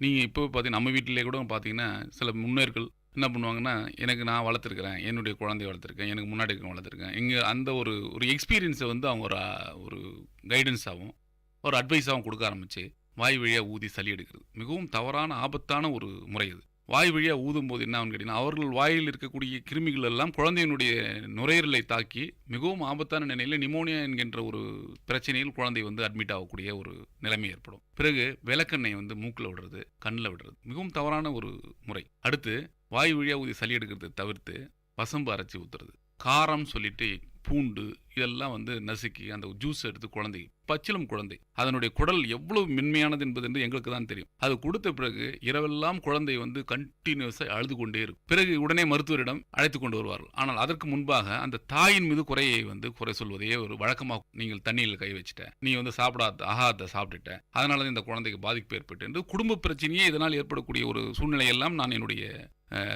எக்ஸ்பீரியன்ஸில் பார்த்துருக்கிறேன். இதெல்லாம் தவிர்க்கணும்னா மெயினாக வந்து இந்த முறைகள் என்னெல்லாம் செய்யக்கூடாதுங்கிறத வந்து நாங்கள் எத்தனையோ முறை எங்கள் மருத்துவமனையில் பார்த்தீங்கன்னா டிஸ்சார்ஜ் ஆக போகும்போது கவுன்சிலிங் என்ற ஒரு நிலைமையை ஏற்படுத்தி அங்கே எல்லாரும் சீல் செஞ்சு ஒரு சாப் செஞ்சு டிஸ்சார்ஜ் சம்மரியிலே அடித்து இதெல்லாம் செய்யக்கூடாது, சாம்பிராணி புகை போடக்கூடாது, சாம்பிராணி புகை போகும்போது மூக்கு அடைபட்டுரும், அதுக்கு பிறகு குறுன்ட்டு சட்டம் இருக்குது அப்படி இருந்துன்னு சொல்லிட்டு மருத்துவரிடம் வந்து பார்க்க வேண்டிய ஒரு நிலைமை ஏற்படும். அதுக்கு அடுத்து பார்த்தீங்கன்னா நீவி விடுறது, உரம் எடுத்தல் போது குழந்தை வந்து திடீர்னு வந்து குழந்தைக்கு வந்து ஒரு கையை பிடிச்சி அடிக்கும்போது ஒரு எக்ஸஸ் ப்ரெஷரில் தலையிலேயே கூட குழந்தைக்கு வந்து ரத்தம் உறைந்து கூட போகக்கூடிய ஒரு சூழ்நிலை கூட ஏற்படும். வெளிநாடுகள்லாம் வந்து மிகவும் இதை வந்து ரொம்ப சீரியஸாக பார்ப்போம். ஷேக்கன் பேபி சிண்ட்ரோம் என்றே பேர். இது என்னன்னு கேட்டிங்கன்னா, ஷேக்கன் பேபி வந்து குழந்தை மேலேருந்து தூக்கி போட்டு உழுக்கிறது இதெல்லாம் செய்யும்போது அந்த குழந்தையினுடைய ப்ரெஷர் வந்து பிரெயினுக்கு அதிகமாகி தடனா வந்து எமரேஜ் ஆகிட்டு குழந்தை பேச்சு மூச்சு இல்லாமல் அந்த குழந்தை வந்து வலிப்பு நோயுடன் குழந்தையை கொண்டு வரக்கூடிய சூழ்நிலைகள் எல்லாம் நான் பார்த்திருக்கின்றேன். இதெல்லாம் மிகவும் ஆபத்தான வழிமுறைகள். இதை முழுமையாக செய்யக்கூடாது. அது இன்னொன்றையும் நான் தெளிவாக சொல்லிக் கொள்கிறேன். முதல் 6 மாதங்களுக்கு நீங்கள் வெறும் தாய்ப்பாலை மட்டும் கொடுத்து விட்டு அந்த குழந்தை சிறுநீர் கழித்தாலும் மலம் கழித்தாலும் துடைத்து விட்டு தேவையான நேரங்களிலே உடலுக்கு வந்து வெதுவெதுப்பான தண்ணீரிலே அவர்களை சுத்தம் செய்து கொண்டு வைத்திருந்தால் எந்தவித நோயும் அண்டாது. தண்ணீர் கூட 6 மாதத்திற்கு கொடுக்க வேண்டிய அவசியம் கிடையாது. ஆகவே அவர்கள் தவறாக நினைத்துக் கொள்ளக்கூடாது. இந்த முறைகள் எல்லாம் தவறான முறைகள். இதையெல்லாம் மீறி இந்த குழந்தை நல்ல வளர்ச்சி அடைய வேண்டும் என்றாலோ இல்லது குழந்தையினுடைய இறப்பு குறைக்க வேண்டும் என்றாலோ இந்த வழிமுறைகள் மிகவும் ஆபத்தான வழிமுறைகள், அதை தவிர்க்க வேண்டும் என்று நான் கேட்டுக்கொள்கிறேன். 6 மாதங்களுக்கு வெறும் தாய்ப்பாலே போதும்னு சொன்னீங்க, அதுவே சிறந்த உணவு. குழந்தைங்களுக்கு 6 மாதம் அந்த தாய்ப்பாலே போதுமான உணவுன்னு சொல்கிறீங்க. அடுத்ததாக டாக்டர், இப்போ பார்த்தீங்கன்னா வந்து குழந்தைகளுக்கு சில டைம் வந்து இந்த காய்ச்சல் வர்றதுக்கான வாய்ப்புகள் இருக்குது. காய்ச்சல் வரும்போது திடீர்னு ஃபிக்ஸ் வரலாம், வலிப்பு வரலாம். அந்த மாதிரி சமயங்களில் வந்து பெற்றோர்கள் என்ன பண்ணலாம், எந்த மாதிரியான ஃபர்ஸ்ட் எய்ட் எடுத்துக்கலாம், டாக்டரை பார்ப்பதற்கு முன்னாடி வந்து எப்படி எந்த விதமான ஃபர்ஸ்ட் எய்ட் எடுத்துக்கலாம், அந்த வழிமுறைகளுக்கு? இது வந்து ஒரு காமனாக பார்க்கக்கூடிய ஒரு கிளினிக்கல் சினாரியோ என்று நான் சொல்ல முடியும். ஏன்னு கேட்டிங்கன்னா, இது எல்லாருக்கும் வராது. இப்போ பெரியவங்களுக்கு காய்ச்சல் வந்தால் வலிப்பு வருதான்னு கேட்டால் கிடையாது. ஏன் குழந்தைங்களுக்கு மட்டும் ஏற்படுதுன்னு கேட்டிங்கன்னா, இது 6 மாதத்தில் இருந்து 5 வயதுக்கு உட்பட்ட குழந்தைகளுக்கு மட்டுமே காய்ச்சலினால் வலிப்பு ஏற்படக்கூடிய நிலைமை இருக்கிறது. ஏன்னு கேட்டிங்கன்னா, பிரெயின் வந்து மெச்சூர்ட் ஆகாதனால ரைசிங் டெம்பரேச்சர், குழந்தையோட உச்சநிலை டெம்பரேச்சர் ரைஸ் ஆகும்போது அந்த பிரெயின் அதனோட டெம்பரேச்சர் தாழ முடியாமல் அது வலிப்பாக மாறி ஏற்படுகிறது. அது ஒரு 10 நிமிடங்களுக்கு உட்பட்டு தான் இருக்கும். அதுக்கு பிறகு அந்த குழந்தை நார்மல் நிலைமைக்கு திரும்பி வந்துவிடும். ஆக பெற்றோர்கள் பதட்டப்பட வேண்டிய அவசியம் இல்லை. அவர்கள் குழந்தைகளாக இருக்கும்போது இந்த நிலைமை ஏற்பட்டிருக்கும். இது ஃபெமிலியல்னு சொல்லுவோம், ஜெனட்டிக்காக கூட ஏற்படுறதுக்கான வாய்ப்புகள் உண்டு. அதனால் வந்து அவர்களுடைய யாராவது ஒருவருக்கு இந்த வலிப்பு நோய் வந்து குழந்தைய பருவத்திலே காய்ச்சல் ஏற்பட்டிருக்கலாம். இரண்டாவது, என்ன செய்ய வேண்டும் என்றால் உடனே பதட்டம் அடைய வேண்டிய அவசியம் இல்லை. டெம்பரேச்சரை குறைக்கணும். டெம்பரேச்சர் எப்படி குறைக்கலாம்னு கேட்டிங்கன்னா, எல்லாரும் முன்னாடி வந்து என்ன பண்ணணும், டெபிட் ஸ்பாஞ்சிங் பண்ணலாம், ஈர துணி அது தவறான முறை. மேலை நாடுகள் எல்லாம் இதெல்லாம் தடுத்து விட்டார்கள். அது தவறான முறை. அதனால் குழந்தைக்கு வந்து இன்னும் அதிகமான பாதகங்கள் தான் ஏற்படுமே தவிர அது வந்து எந்த விதத்திலும் முன்னேற்றத்தை ஏற்படுத்தாது. பேராசிட்டமால் என்கின்ற மாத்திரை, அந்த மாத்திரை சிறப்பாக இருக்கிறது. அதையே ஆசன வாய் வழியாக செலுத்தக்கூடிய வகையிலும் இப்போது மருந்துகள் எல்லாம் கிடைக்கின்றன. அதை வைத்து அந்த பேராசிட்டமால் சிறப்பை கொடுக்கும்போது டெம்பரேச்சர் உடனடியாக குறைந்துவிடும். அடுத்தது நீங்கள் மருத்துவரை நீங்கள் அணுகினால் மருந்து கொடுக்க வேண்டுமா அல்லது வலிப்பை கட்டுப்படுத்தக்கூடிய மருந்து தேவையா என்பதை அவர் முடிவு செய்வார். மூன்றாவது, அப்படியும் இல்லை என்றால் அடுத்த கட்டமாக நீ கொடுக்கும்போது இந்த ஆசன வாய் வழியாக அந்த பேராசிட்டமால் மருந்தை வைக்கின்ற பொழுது உடனடியாக டெம்பரேச்சர் குறைந்துவிடும். நீங்கள் எந்த விதமான பாதிப்பும் ஏற்படாது. இன்னொன்று, அடுத்து நீங்கள் இந்த குழந்தைக்கு ஏற்படுமா என்று கேட்டால் 1/3 ஆஃப் தி சைல்டு அடுத்த முறை ஏற்படுறதுக்கான வாய்ப்பு உண்டு. 1/3 வரவே வராது. 1/3 ஆஃப் குழந்தைக்கு பிறகு நீண்ட நாளுக்கு பிறகும் ஏற்படுறதுக்கான வாய்ப்புகள் உண்டு. இது ஒரு ஆபத்தற்ற என்ற நிலைமை என்றே நான் சொல்வேன். இது பயப்பட வேண்டிய அவசியம் கிடையாது. 5 வயதுக்கு பிறகு இந்த நிலைமை ஏற்படாது. டாக்டர், அடுத்த கேள்வி பார்த்தீங்கன்னா, இப்போ குழந்தைகளுக்கு உடம்பு சரியில்லைன்னா, நம்ம முன்னாடி இப்போ காய்ச்சல் வலிப்பு பற்றி பார்த்தோம். குழந்தைகளுக்கு உடம்பு சரியில்லைன்னா முன்னாடி இந்த டாக்டர் கொடுத்த மருந்துகளை மறுபடியும் டாக்டரை கன்சல்ட் பண்ணாமலே மெடிக்கலில் இவங்களா வாங்கி கொடுக்கறது. ஓகே, இது ஜுரம் மாத்திரை பரவாயில்ல, இது ஒரு 6 மாதங்களுக்கு முன்னாடி கூட டாக்டர் எழுதி கொடுத்துருக்கலாம், இந்த மருந்தை பயன்படுத்துங்கன்னு சொல்லிட்டு அதே ப்ரிஸ்கிரிப்ஷனை கொண்டு போய் கொடுத்து இதே மாத்திரைகளோ இல்லை டானிக்கோ இவங்களா செல்ஃபாக வாங்கி கொடுக்கறது எந்த வகையில் குழந்தைகளுக்கு பாதிப்பு தரக்கூடிய? சரி, இது மிகவும் ஆபத்தான ஒரு நிலைமை. இது நான் கூட நிறைய முறை பார்த்துருக்கேன். என்னுடைய ப்ராக்டிஸ்லையும் பார்த்தீங்கன்னா, பேஷண்ட்ஸ் வரும்போது, சார் நீங்கள் கொடுத்த மருந்தை வச்சு நான் இந்த முறையும் கொடுத்து பார்த்தேன், 3 நாள் கொடுத்து பார்த்தேன், சரியாகலை, அதனால நான் இங்கே கூப்பிட்டு வந்திருக்கிறேன். சரி, ஒரு நிலைமையும் மருத்துவர் பரிசோதிக்கும் பொழுது அந்த குழந்தையின் நிலைமையை அறிந்தே மருந்துகளை ப்ரெஸ்கிரிப்ஷன் கொடுப்பாரே தவிர ஏதோ ரொட்டீனாக கொடுக்கக்கூடிய மருந்துகள் அல்ல. அதே மாதிரி ஓவர் த கவுண்டர் நேரடியாக போயிட்டு ஒரு டாக்டர் குழந்தைக்கு இந்த மாதிரி காய்ச்சல் இருக்குது, உடனே மருந்து கொடுங்க அப்படின்னும் போது அந்த மருந்து கொடுப்பவருக்கு அதனுடைய மருந்தின் பின்விளைகளை பற்றி சுத்தமாக தெரியாது. சாதாரணமாக ஒரு சின்ன எக்ஸாம்பிள் சொல்கிறேன். பேராசிட்டமால்ன்ற மருந்து எல்லாருக்கும் தெரியும், தலைவலி ஜார்ச்சல் போடுவோம். அதுவே அளவுக்கு அதிகமாக போனால் என்ன ஏற்படும் என்று தெரியுமா? தெரியாது. ஆனால் லிவர் பாதிக்கப்படும். அது மருத்துவருக்கு தான் தெரியும். அதே மாதிரி அந்த மருந்தினுடைய அளவு 10 மில்லிகிராம் பர் கேஜி, ஒரு கிலோவுக்கு 10 மில்லிகிராம் தான் தர வேண்டும் என்ற ஒரு அளவு இருக்கிறது. அந்த அளவினுடைய இதுவும் அந்த கொடுக்குற அந்த கவுண்டர் செல்லருக்கும் தெரியாது. இதே மாதிரி ஆன்டிபயோட்டிக்கை கேட்கறது, காஃப் சிரப் கொடுங்கன்னு கேட்கறது, இதெல்லாம் மிகவும் ஆபத்தான ஒரு தவறான ஒரு வழிமுறைகள். அதையெல்லாம் கட்டாயம் கொடுக்கவே கூடாது. இதனால் குழந்தைகளுக்கு நன்மை ஏற்படாது, தீமை மட்டுமே ஏற்படும் என்பதை மிகவும் நான் ஆணித்தரமாக சொல்ல கடமைப்பட்டிருக்கிறேன். இந்த மாதிரி சமயங்களை கண்டிப்பாக டாக்டரை கன்சல்ட் பண்ணி தான் மருந்துகளை கன்ஃபார்ம். ஆமாம், அதில் எந்த விதமான சந்தேகமும் இல்லை. ஈவன் சாதாரண ஒரு மூக்கு சளி, தலைவலி, காய்ச்சல் இருந்தாலும் கூட மருத்துவரை அணுகி மருந்துகள் பெறுவதுதான் சால சிறந்தது. சார், அடுத்ததாக பார்த்தீங்கன்னா, இப்போ ரீசெண்டாக பார்த்தீங்கன்னா குழந்தைகளுக்கு கை மற்றும் அப்புறம் வாய்களில் புண் வருது. அது எதனால், அந்த டிசீஸ் எதனால் வருது?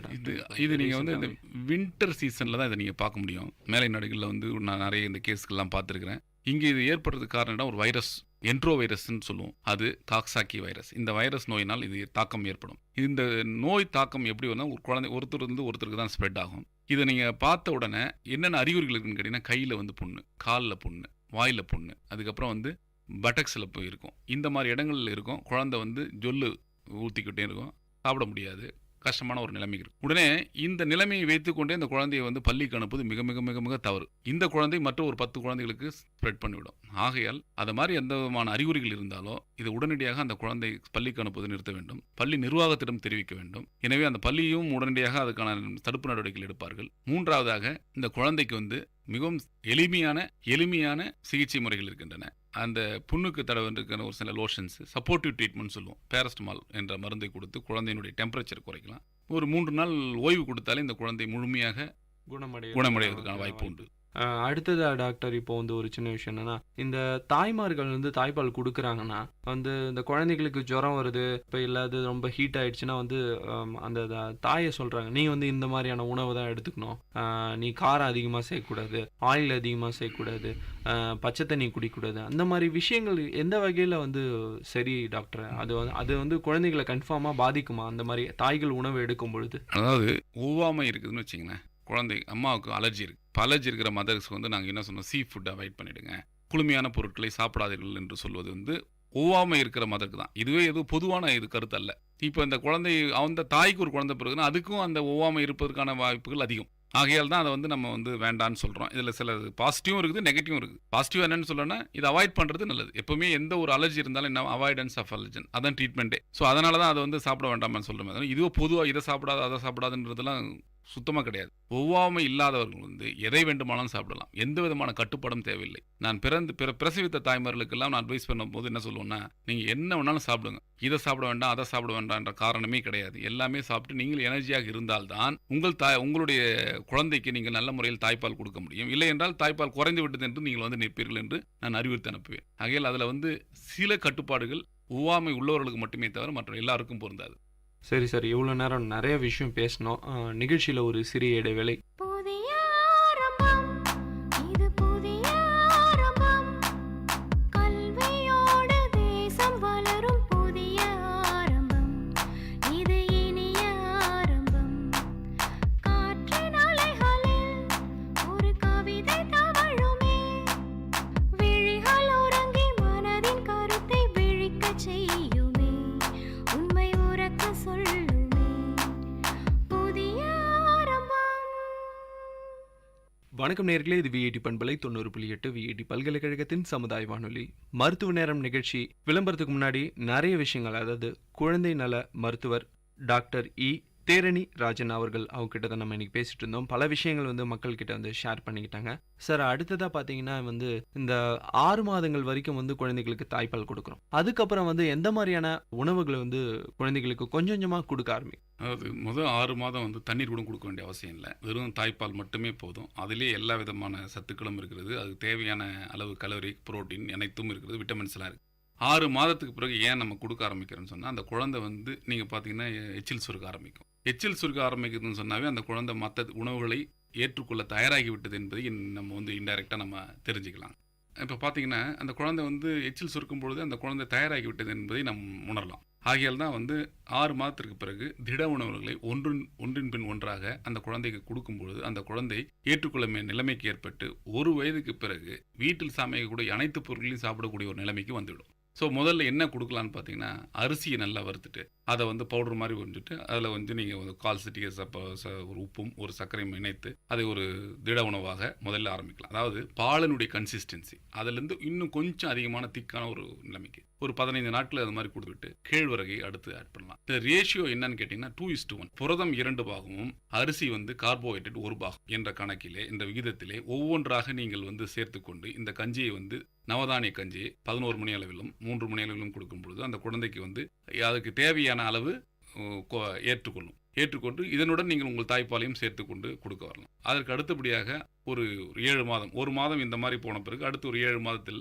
அடுத்து திட உணவு, அடுத்து வந்து சில ஜூஸஸ் கொடுக்க ஆரம்பிக்கலாம். அதுக்கடுத்து 9 மாதத்தில் வந்து சூப்பு மாதிரி ஏதாவது வீட்டில் செஞ்சு கொடுக்கலாம். 10 மாதத்தில் வந்து முட்டை சேர்க்க ஆரம்பிக்கலாம். முட்டை கொடுக்க ஆரம்பிக்கும் போது முதலில் வெள்ளைக்கணும், பிறகு வந்து மஞ்சள் கருவும் இணைத்து கொடுக்கலாம். இதில் ஒவ்வொரு பொருட்களும் கொடுக்கும்போது நீங்கள் கவனிக்க வேண்டியது, குழந்தைக்கு ஏதாவது வயிற்றுப்போக்கு ஏற்படுகிறதா, இல்லது கண்ணிலே அல்லது மூக்கிலே ஏதாவது தண்ணீர் மாதிரி வருகிறதா என்றது நீங்கள் பார்த்தாலே இந்த குழந்தையை ஒத்துக்கொள்கிறதா அல்லது ஒவ்வாமை பொருளா என்பதை நீங்கள் அறிந்துவிடலாம். அதை வைத்துக்கொண்டே நீங்கள் ஒரு டைரி மாதிரி வந்து ஃபாலோ பண்ணும்போது இந்த குழந்தைக்கு எல்லா பொருட்களையும் ஒவ்வொன்றாக கொடுத்து கொண்டே வரணும். எடுத்த உடனே இப்போ 6 மாதம் முடிஞ்சவொடனே உடனே அந்த குழந்தைக்கு சாதம் கொடுக்க முடியாது. ஸோ திரவ உணவிலிருந்து கொஞ்சம் கொஞ்சமாக திட உணவிற்கு மாறி திட உணவுக்கு பிறகு சாதத்தை கொடுக்க ஆரம்பித்து அதுக்கு பிறகு 1 வயதுக்கு டாக்டரை அணுகி எந்த சாப்பாடு கொடுக்கணுன்ற கேட்க வேண்டிய அவசியமே கிடையாது. வீட்டிலே சமைக்கின்ற அனைத்து பொருட்களையும் குழந்தைக்கு ஒரு தட்டிலே போட்டு வைத்து விட்டால் எவ்வளவு சிந்தனாலும் பரவாயில்லை என்று அந்த சாப்பிடுகின்ற ஒரு முறையையும் அந்த குழந்தைக்கு அறிமுகப்படுத்தி தானாகவே உண்ணக்கூடிய ஒரு நிலைமைக்கு அந்த குழந்தையை கொண்டு வரலாம். இதில் வந்து சந்தேகங்களுக்கோ ஆர்டிஃபிஷியல் ஃபுட்ஸுக்கோ போக வேண்டிய அவசியமும் கிடையாது. இதை கொடுக்கலாமா அதை கொடுக்கலாம், இதெல்லாம் வந்து உங்களுக்கு வந்து எக்கனாமிக்கலாக செலவும் ஆகும், பிறகு குழந்தைக்கு வந்து ஒரு நல்ல சத்தும் கிடைக்காது. உங்கள் கண் முன்னாடியே நீங்கள் கொடுக்கின்ற ஒவ்வொரு பொருளும் அதனுடைய இது வந்து நீங்கள் ஃபார் எக்ஸாம்பிள் வந்து ஒரு கேரட் கொடுக்குறீங்கன்னா அதில் விட்டமின் ஏ அதிகமாக இருக்குது. ஒரு சூப் கொடுக்குறீங்க, வெஜிடபிள்ஸ் எல்லாம் சேர்த்து கொடுக்கும்போது அகைன் அதில் வந்து வெஜிடபிள்ஸ் அதிகமாக இருக்குது. ஸோ ஒரு பொருட்களையும் கொடுக்கும்போது அந்த குழந்தைக்கு வந்து அனைத்து விதமான வீட்டில் பயன்படுத்தக்கூடிய காய்கறிகள், புரதச்சத்துக்கள் அனைத்தையும் அறிந்து அந்த குழந்தை வந்து ஒரு நல்ல நிலைமைக்கு 1 வயதுக்கு வந்துவிடும். அதற்கு பிறகு எந்த விதமான பிரச்சனையும் உங்களுக்கு ஏற்படாது. ரொம்ப டீட்டெயிலாகவே சொல்லிட்டீங்க சார். அடுத்ததாக சில குழந்தைகளை வந்து வளர்ச்சி வந்து ஒன்று ஜெனட்டிக் ப்ராப்ளமாக இருக்கலாம், இல்லை வந்து நார்மலாக வந்து சத்து குறைபாடாக கூட இருக்கலாம் வளர்ச்சி முறை. அதுக்காக வந்து இந்த சப்ளிமெண்ட் எடுத்துக்கிறாங்க. டாக்டரை கன்சல்ட் பண்ணாமலோ இல்லை டிவியில் பார்த்தோ இல்லை யாராவது சொல்லி வந்து இந்த சப்ளிமெண்ட்ஸ்லாம் எடுத்துக்கிறாங்க. அது எந்த வகையில் நல்லது டாக்டர்? இது வந்து நீங்கள் பார்த்தீங்கன்னா என்கிட்ட இது காமனாக ஒரு பெற்றோரும் கேட்கக்கூடிய ஒரு கேள்வி. என் குழந்தை சாப்பிடவில்லை, வளர்ச்சி அடையவில்லை, மற்ற குழந்தையை கம்பேர் பண்ண வேண்டியது. அந்த குழந்தை வந்து நல்லா வளர்ந்துருக்குது, வீட்டில் அருகில் உள்ளவர்கள் என் குழந்தையை பார்த்து ஏன் உன் குழந்தை வந்து மிகவும் இளைத்து இருக்கிறது, இந்த மாதிரி கேள்விகளுக்கெல்லாம் முதல்ல செவி சாய்க்கக்கூடாது. பெற்றோர்கள் தன்னை கண்ணாடி முன்றாக பார்த்துக்கொள்ள வேண்டும். நாம் குண்டாக இருக்கிறோமா, ஒல்லியாக இருக்கிறோமா, அதுதான் அந்த குழந்தைக்கும் வரும். ஜெனட்டிக் இன்ஃப்ளூயன்ஸ் தான் ஃபஸ்ட்டு. ஸோ ஹைட்டு, வெயிட்டு இது எல்லாமே எப்படி டிட்டர்மின் ஆகுதுன்னா, நம்ம எப்படி அந்த குழந்தைக்கு முக உருவத்தையும் கலரையும் அதனுடைய வளர்ச்சியும் கொடுப்போமோ அதே மாதிரி தான் இந்த வளர்ச்சியினுடைய பேட்டர்னும் அதே மாதிரி தான் அந்த குழந்தைக்கு இருக்கும். ஸோ அதனால் அதை வச்சு மற்ற குழந்தைகளை கம்பேர் பண்ணிட்டு பார்க்குறது மிகவும் தவறான செயல். இன்னொரு குழந்தை குண்டாக இருக்குது, என் குழந்தை ஏன் ஆகலைன்னா அது அவங்க பேரண்ட்ஸினுடைய இது இன்ஃப்ளூயன்ஸ் இருக்கும், அந்த ஃபேக்ட். அதனால் வந்து கம்பேரிசன் முதல்ல தவிர்த்தணும். ரெண்டாவது, இந்த குழந்தைங்களுக்கு வந்து சப்ளிமெண்ட்ஸ் எப்போ தேவைப்படுதுன்னு சொன்னால், ஒரு குறை மாதத்தில் பிறக்குதுன்னு வச்சுங்க. ஒரு 9 மாதத்தில் பிறக்க வேண்டிய குழந்தை 7 மாதத்தில் குறைந்து மாதத்தில் பிறக்கும்பொழுது அந்த குழந்தை நர்சரி விட்டு வெளியே போகும்போது நாங்கள் சப்ளிமெண்ட்ஸ் போட்டு தான் அனுப்புவோம். ஏன்னா அது வந்து அயனில் கம்மியாக இருக்கும், அதுக்கடுத்து விட்டமின்ஸில் கம்மியாக இருக்கும், கால்சியத்தில் கம்மியாக இருக்கும். இது மூன்றையுமே நாங்கள் சப்ளிமெண்ட்டாக கொடுப்போம். ஒரு குழந்தை 37 வாரம் தாயினுடைய கருவறையில் இருந்து விட்டு வெளியே வரும்போது அந்த குழந்தைக்கு எந்த விதமான சப்ளிமெண்ட்ஸும் தேவை கிடையாது. ஏனென்றால் மற்றது எல்லாமே அந்த குழந்தைக்கு கிடைக்கிறது. சப்ளிமெண்ட்ஸு இதெல்லாம் வந்து பிளாசிபோன்னு சொல்லுவோம். இது என்னன்னு கேட்டால், அந்த பேரண்ட்ஸை சாட்டிஸ்ஃபை பண்ணுவதற்காக கொடுக்கப்படுகின்ற பொருட்களே தவிர அது நேரடியாக குழந்தையினுடைய வளர்ச்சியில் எந்த பங்கும் அளிக்காது என்பதை நான் உறுதியாக சொல்ல கடமை. எப்பொழுது நம்ம கொடுக்கணும், அந்த குழந்தைக்கு ஏதாவது விட்டமின் டிஃபிஷியன்சி இருக்குது அப்படின்னா அதை சப்ளிமெண்ட் கொடுப்பதில்ல நியாயம். இது ருட்டீனாக வந்து இது கொடுத்தா குழந்தை பூஸ்டி ஆகிடும், குழந்தை வந்து வெயிட் ஏறிடும் அப்படிங்கிறதெல்லாம் வந்து தவறான எண்ணங்கள். அதை தவிர்ப்பது நல்லது. சரி சார், நீங்கள் முன்னாடி இப்போ பேசும்போது ஒரு விஷயம் சொன்னீங்க, அந்த குறை பிரசவம்னு சொல்லிட்டு. அந்த குறை பிரசவம் தடுப்பதற்கு என்ன நடவடிக்கை எடுக்கலாம் சார்? அது இந்த மாதிரியான வழிமுறைகள் ஃபாலோ பண்ணும்போது இதை கொஞ்சம் தடுக்கலாம், வாய்ப்புகள் அதிகமாக இருக்கலாம், அது வந்து சரி செய்ய முடியாமல் கூட இருக்கலாம். உணவு பழக்க வழக்கங்கள் போன்ற விஷயங்களை வந்து தாய்மார்கள் எடுத்துக்கும் போது இந்த குறை பிரசவத்தை தடுக்கலாம். ஏதாவது என்ன ரீசன் சார் அது குழந்தை இப்போ அதுக்கான அதுக்கு ஆக்சுவலாக ஆராய்ச்சியை நான் செஞ்சுக்கிட்டு இருக்கோம். நாங்கள் வெள்ளூர் மருத்துவக் கல்லூரியிலே வந்து ஏன் வந்து குழந்தை இப்போ வந்து குறை பிரசவத்தில் பிறக்கிறது, நம் மாவட்டத்தில் ஏன் வந்து இருக்கிறது என்ற காரணத்துக்களை நான் ஆராய்ச்சி செய்து கொண்டிருக்கின்றோம். ஆனால் என்னை பொறுத்தவரையில் நான் பார்க்கின்ற வரையில் இதுக்கான காரணங்கள் கேட்டிங்கன்னா, குழந்தை வந்து மதர் வந்து நியூட்ரிஷன்லாம் வந்து சரியான முறையில் ஆகாரம் எடுத்துக்காது. அவங்களுடைய வளர்ச்சி, சப்போஸ் இந்த மதர் வந்து 145 சென்டிமீட்டர் ஹைட் இருக்கணும், ஆனால் அதோட குள்ளமாக இருக்காங்க. அப்போ அந்த குழந்தைய அந்த மதருடைய பெல்விஸ், அந்த குழந்தையை தாங்கிக் கொள்ளுகின்ற சக்தி கம்மியாக இருக்கின்ற காரணத்தினால் ஏர்லியராக வர்றதுக்கான வாய்ப்பு. பிறகு இந்த கர்ப்ப காலத்திலே அவர்களுக்கு வந்து ப்ரெஷர் ஏற்படுறது, ஹைப்பர் டென்ஷன் சொல்லுவோம். அந்த மாதிரி ஒரு ப்ரெஷர் ஏற்படும் போது அதனால் வந்து அந்த குழந்தையை முன்னாடி எடுக்க வேண்டிய ஒரு நிர்பந்தத்துக்கு அந்த தாய்மார்கள் ஏற்படுகிறார். அதுக்கு அடுத்தபடியாக வந்து பார்த்தீங்கன்னா ட்வின் பிரெக்னன்சி, 2 குழந்தைகள் வந்து அந்த அம்மா சுமைக்கிறாங்கன்னா அந்த அம்மா வந்து முன்னாடியே வந்து டெலிவரி ஆகிறதுக்கான வாய்ப்பு உண்டு. அதெல்லாம் வந்து ரேரான ஒரு காஸ். ஆனால் மேல் நியூட்ரிஷன் தான். அயன் கம்மியாக இருக்கிறது, ஃபோலிக் ஆசிட் கம்மியாக, அயன் கம்மியாக இருக்கும்போது அந்த தாய்க்கு வந்து நியூட்ரிஷனல் அனிமியான்னு சொல்லுவோம். அதாவது வந்து உணவு வகையினால வந்து அனிமியா இருக்கும். அதெல்லாம் இது போக்குறதுக்காக அரசு இப்போ வந்து நீங்கள் வந்து எல்லாமே வந்து அந்த கர்ப்ப காலத்தில் வந்து அனைவருக்கும் வந்து அயன் மாத்திரை, ஃபோலிக் ஆசிட் இதெல்லாம் கொடுத்துட்ருக்காங்க, ஆன்டிநேட்டல் செக்அப்லாம் பண்ணிக்கிட்டு இருக்காங்க.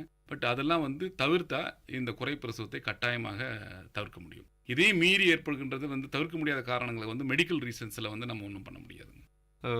அடுத்து பார்த்தீங்கன்னா சார், இந்த இப்போ இருக்கிற உணவு பழக்க வழக்கங்கள், குழந்தை வந்து சின்ன வயசுலேயே வந்து ஒபிசிட்டியாக இருக்கிறது, நல்லா பயங்கர குண்டாயிடுறது, அந்த அந்த பெற்றோர்கள் வந்து குழந்தைகள் கேட்குறாங்கன்னு சொல்லிட்டு ஜங்க் ஃபுட்டையே வாங்கி கொடுக்கறது, அவங்களுக்கு வந்து ஒரு சத்துள்ள தேவையான பொருட்களை வாங்கி கொடுக்கறத தவிர்த்து இந்த ஜங்க் ஃபுட்டாக வாங்கி கொடுக்குறது. அதனால வந்து அவங்களுக்கு சின்ன வயசுல இந்த ஒபிசிட்டி வருவதற்கான காரணங்கள் அதிகமாக இருக்குது. அதை எப்படி சார் தடுக்கிறது? இப்போ நீங்கள் மேலை நாடுகள்லாம் இதுக்கு வந்து வேர்ல்டு ஒபிசிட்டி டே என்று கொண்டாடக்கூடிய ஒரு நிலைமைக்கு தள்ளப்பட்டுருக்குது. இது என்னென்னு கேட்டிங்கன்னா, நம்ம வந்து குழந்தையின் மேலே இருக்கின்ற பாசத்தை வந்து அவங்களுக்கு கேட்கின்ற பொருட்களை வாங்கி கொடுத்து நம்ம பாசத்தை தெரிவிக்க வேண்டிய அவசியம் கிடையாதுங்க. நம்பர் 1. 2வது வந்து இந்த ஜங்க் ஃபுட்ஸ்னால் என்ன ஏற்படுகிறது என்றால், இந்த குழந்தை வந்து இதுக்கே அடிக்ட் ஆகிடுது. இது சாப்பிட்டா தான் டேஸ்டியாக இருக்குது. நான் அதான் சொல்லுவேன், வறுத்த பொருட்களை, ஃப்ரைட் ஐட்டம்ஸை கண்ணால் பார்க்கலாம், வெந்த பொருட்களை உண்ணலாம் என்று சொல்லுவேன். எப்பவுமே வந்து நீங்கள் வந்து ஃப்ரைடாக இருக்கிற ஐட்டத்தில் வந்து ஆயில் கன்சப்ஷன் அதிகம், ஆயில்னால கலோரி அதிகம். ஃபார் எக்ஸாம்பிள், 1 டியூஸ்பூன் ஆயில் வந்து எவ்வளோ கொடுக்குதுன்னா 50 கேலரிஸ், 50 கிலோ கேலரி வந்து 50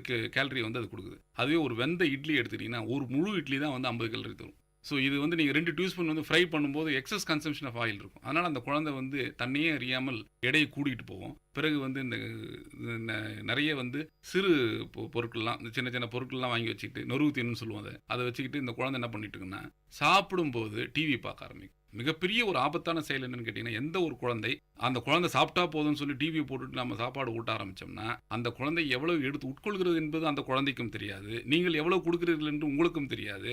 அண்ட் லெஸ் ஆக்டிவிட்டி, எனர்ஜி வந்து டோட்டலா வந்து எக்ஸ்பெண்டிச்சரே கிடையாது. அந்த குழந்தை எந்த விதத்திலையும் வந்து ஓடி ஆடி விளையாடாமல் சாப்பிடுவதனாலும், குழந்தை ஒரே இடத்துல இருக்கிறதுனால அப்படியே வந்து சென்ட்ரல் ஒபிசிட்டின்னு சொல்லுவோம். அதாவது வயிற்று சுற்றி இருக்கின்ற கொழுப்பு சக்திகள் அதிகமாகி அந்த குழந்தை வந்து ஒரு சென்ட்ரல் ஒபிசிட்டி நிலைமைக்கு போயிடும். அதனால தான் முதல் ஸ்டெப் என்னன்னு கேட்டால், டிவி வாட்ச் பண்ணிக்கிட்டு உணவு கொடுப்பதை தவிர்க்க வேண்டும். ஜங்க் ஃபுட்ஸை டோட்டலாக அவாய்ட் பண்ண வேண்டும். நல்ல ஒரு எக்ஸசைசஸை வந்து குழந்தைகளுக்கு அடிப்படையாகவே சொல்லிக் கொடுக்கும்பொழுது இந்த ஒபிசிட்டியை தாராளமாக தடுக்க முடியும். இன்னொன்று, இதனுடைய பின் விளைவுகள் நான் என்ன செய்வேன்னு கேட்டிங்கன்னா, இந்த மாதிரி ஒபிசிட்டியோடு வரக்கூடிய குழந்தைகளை வந்து அவர்களிடையே நான் கேட்பேன், இதனால் என்னென்ன பிரச்சனைகள் ஏற்படுது நீங்கள் சொல்லுங்களேன் அப்படின்னு சொல்லி அந்த குழந்தை கேட்டால் 1-2 சொல்லும், ஒரு சில சொல்லாது. பிறகு நீங்கள் பார்த்தீங்கன்னா அந்த குழந்தை வந்து மற்ற குழந்தைகளுடன் சேர்ந்து விளையாட முடியாது, ஒதுங்கி நிற்கும். இதனால் என்னவென்றால் மற்றவருடைய கேலிக்கு அந்த குழந்தை ஆளாகும். 3வது, உடம்பு முழுவதையும் கீழே உள்ள எலும்புகள் தாங்குவதனால் கால் வலி ஏறும், நடக்க முடியாது. இந்த குழந்தை பார்த்தீங்கன்னா வெளியில் வந்த உடனே ஆட்டோ தேடும், ஆட்டோவில் ஏறி வீட்டுக்கு அடுத்த இடத்துக்கு போகலாமா, நடக்கிறதையே வந்து தவிர்க்கிறதுக்கு விரும்புவாங்க. டிப்ரெஷன், மன அழுத்தம். ஏன்னா மற்ற குழந்தைகள் பியர் குரூப்ஸ் வந்து இவனை டீஸ் பண்ணும்போது இந்த குழந்தை மன அழுத்தத்துக்கு ஏற்படுகிறது. அடுத்தது பார்த்தீங்கன்னா இந்த குழந்தைக்கு வந்து ப்ரெஷர் இன்க்ரீஸ் ஆகும், இதே தாராமல் பிபி ரைஸ் ஆகும். இந்த குழந்தைக்கு சக்கரை வியாதியும் ஏற்படுவதற்கான வாய்ப்பு உண்டு பிற்காலத்தில். இது அனைத்து விதமான பின்விளைவுகளும் அந்த குழந்தைக்கு ஒவ்வொன்றா நானே எடுத்து சொல்வேன். சொல்லும்போது அந்த குழந்தை புரிந்து கொள்ளும்பொழுது இது முழுமையாக இந்த குழந்தைகள் தவிர்க்கின்றன. இது என்னுடைய கண்கூடாக என்னுடைய எக்ஸ்பீரியன்ஸில் நான் பார்த்துருக்கிறேன். ஸோ இந்த ஜங்க் ஃபுட்ஸ் வாங்கி கொடுத்து தன் பாசத்தை பெற்றோர்கள் கொடுப்பதை கட்டாயம் தவிர்க்க வேண்டும். சரியா சொன்னீங்க சார். பெற்றோர் கையில் தான் இருக்குது, அதாவது சரியான உணவை வந்து குழந்தைகிட்ட எடுத்து செல்றது. அடுத்த ஒரு முக்கியமான கேள்வி பார்த்தீங்கன்னா, இப்போ பிறக்கும் குழந்தைக்கே வந்து சர்க்கரை நோய் இருக்குது, என்ன காரணம் சார்? அதை குணப்படுத்த முடியுமா? அது வாய்ப்புகள் எதனால் வந்து இளம் வயதில், அதாவது ஒரு 30 வயது முன்னாடி வந்து ஒரு 40 வயது இருந்தது சர்க்கரை நோய், இப்போ பார்த்தீங்கன்னா 30 வயதில் கூட நிறைய பேருக்கு வருவதற்கான வாய்ப்புகள் அதிகமாக இருக்குது. இப்போ பார்த்தீங்கன்னா பிறக்கும் குழந்தைக்கே வந்து சர்க்கரை நோய் வருவதற்கான காரணங்கள் அதிகமாக இருக்கா? என்ன ரீசன் சார்? அது டயபிட்டிஸ்ன்றது சர்க்கரை நோய். சர்க்கரை நோயில் 2 டைப் இருக்குங்க, டைப் 1 அண்ட் டைப் 2. டைப் 1ங்கிறது ஜுவனைல்னாவே இளம் பருவத்தில் ஏற்படுகின்ற ஒரு சர்க்கரை நோய்க்கு தான் டைப் 1 என்று பேர். இது என்னன்னு கேட்டிங்கன்னா, முழுமையாக கணையம் வந்து இன்சுலினை சுரக்க மறுக்கிறது, அதுதான் டைப் 1. டைப் 2ங்கிறது வந்து கணையம் சுரக்கிறது, ஆனால் சுரக்கின்ற இன்சுலினுக்கு பாடி ஏற்றுக்கொள்ள மாட்டேங்குது, ரெசிஸ்டன்ஸ்னு சொல்லுவோம். அதனால தான் வந்து மாத்திரைகளால் டைப் 2 வந்து மேனேஜ் பண்ண முடியுது. டைப் 1க்கு வந்து முழுமையாக இன்சுலின் போட்டு தான் அந்த குழந்தைய வந்து நம்ம வந்து காப்பாற்ற முடியும். இன்னொன்று ஏன் ஏற்படுதுன்னு கேட்டிங்கன்னா, இதுக்கு வந்து பல காரணங்கள் இருக்கு. ஜெனட்டிக் காரணங்கள், ரன்னிங் இந்த ஃபேமிலி, இந்த மாதிரி டிசீஸ் வந்து இருக்குது.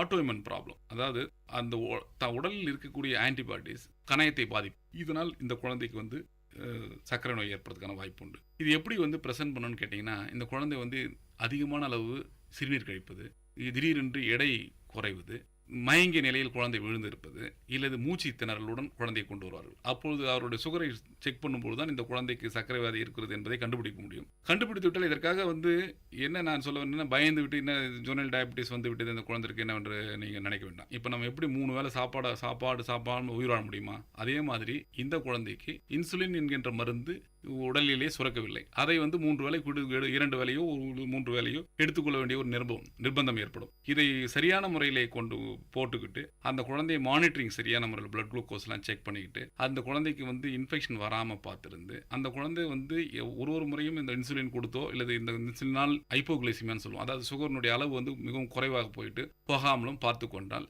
நல்ல நிலைமையில் இந்த குழந்தைகள் வளரக்கூடிய நிலைமையில் இருக்கலாம். நான் ஒரு எக்ஸாம்பிள் சொன்னால், வாசிம் அக்ரம், நீங்கள் வந்து பாகிஸ்தானுடைய கிரிக்கெட் பிளேயர், அவர் வந்து கேப்டன்லாம் வந்திருக்காரு. அவரே வந்து ஜுவனைல் டைப், அவர் இன்சுலின் தான் போட்டிருக்காரு. அவர் என்ன வேர்ல்டு ஃபேமஸ் ஆனது. அவரை பார்த்தீங்கன்னா நீங்கள் வந்து ஒன்றும் பெருசாக ஒன்றும் மாற்றங்கள் கிடையாது, அவர் சப்ளிமெண்ட்டாக ஒரு இன்சுலின் போட்டுக்கிறார். நான் ஒரு எக்ஸாம்பிளாக தான் அவரை சொல்கிறேன். இந்த மாதிரி இருக்கும்போது ஒரு நல்ல நிலைமைக்கு இருக்க முடியும் போது பல உதாரணங்கள் இருக்கின்றன.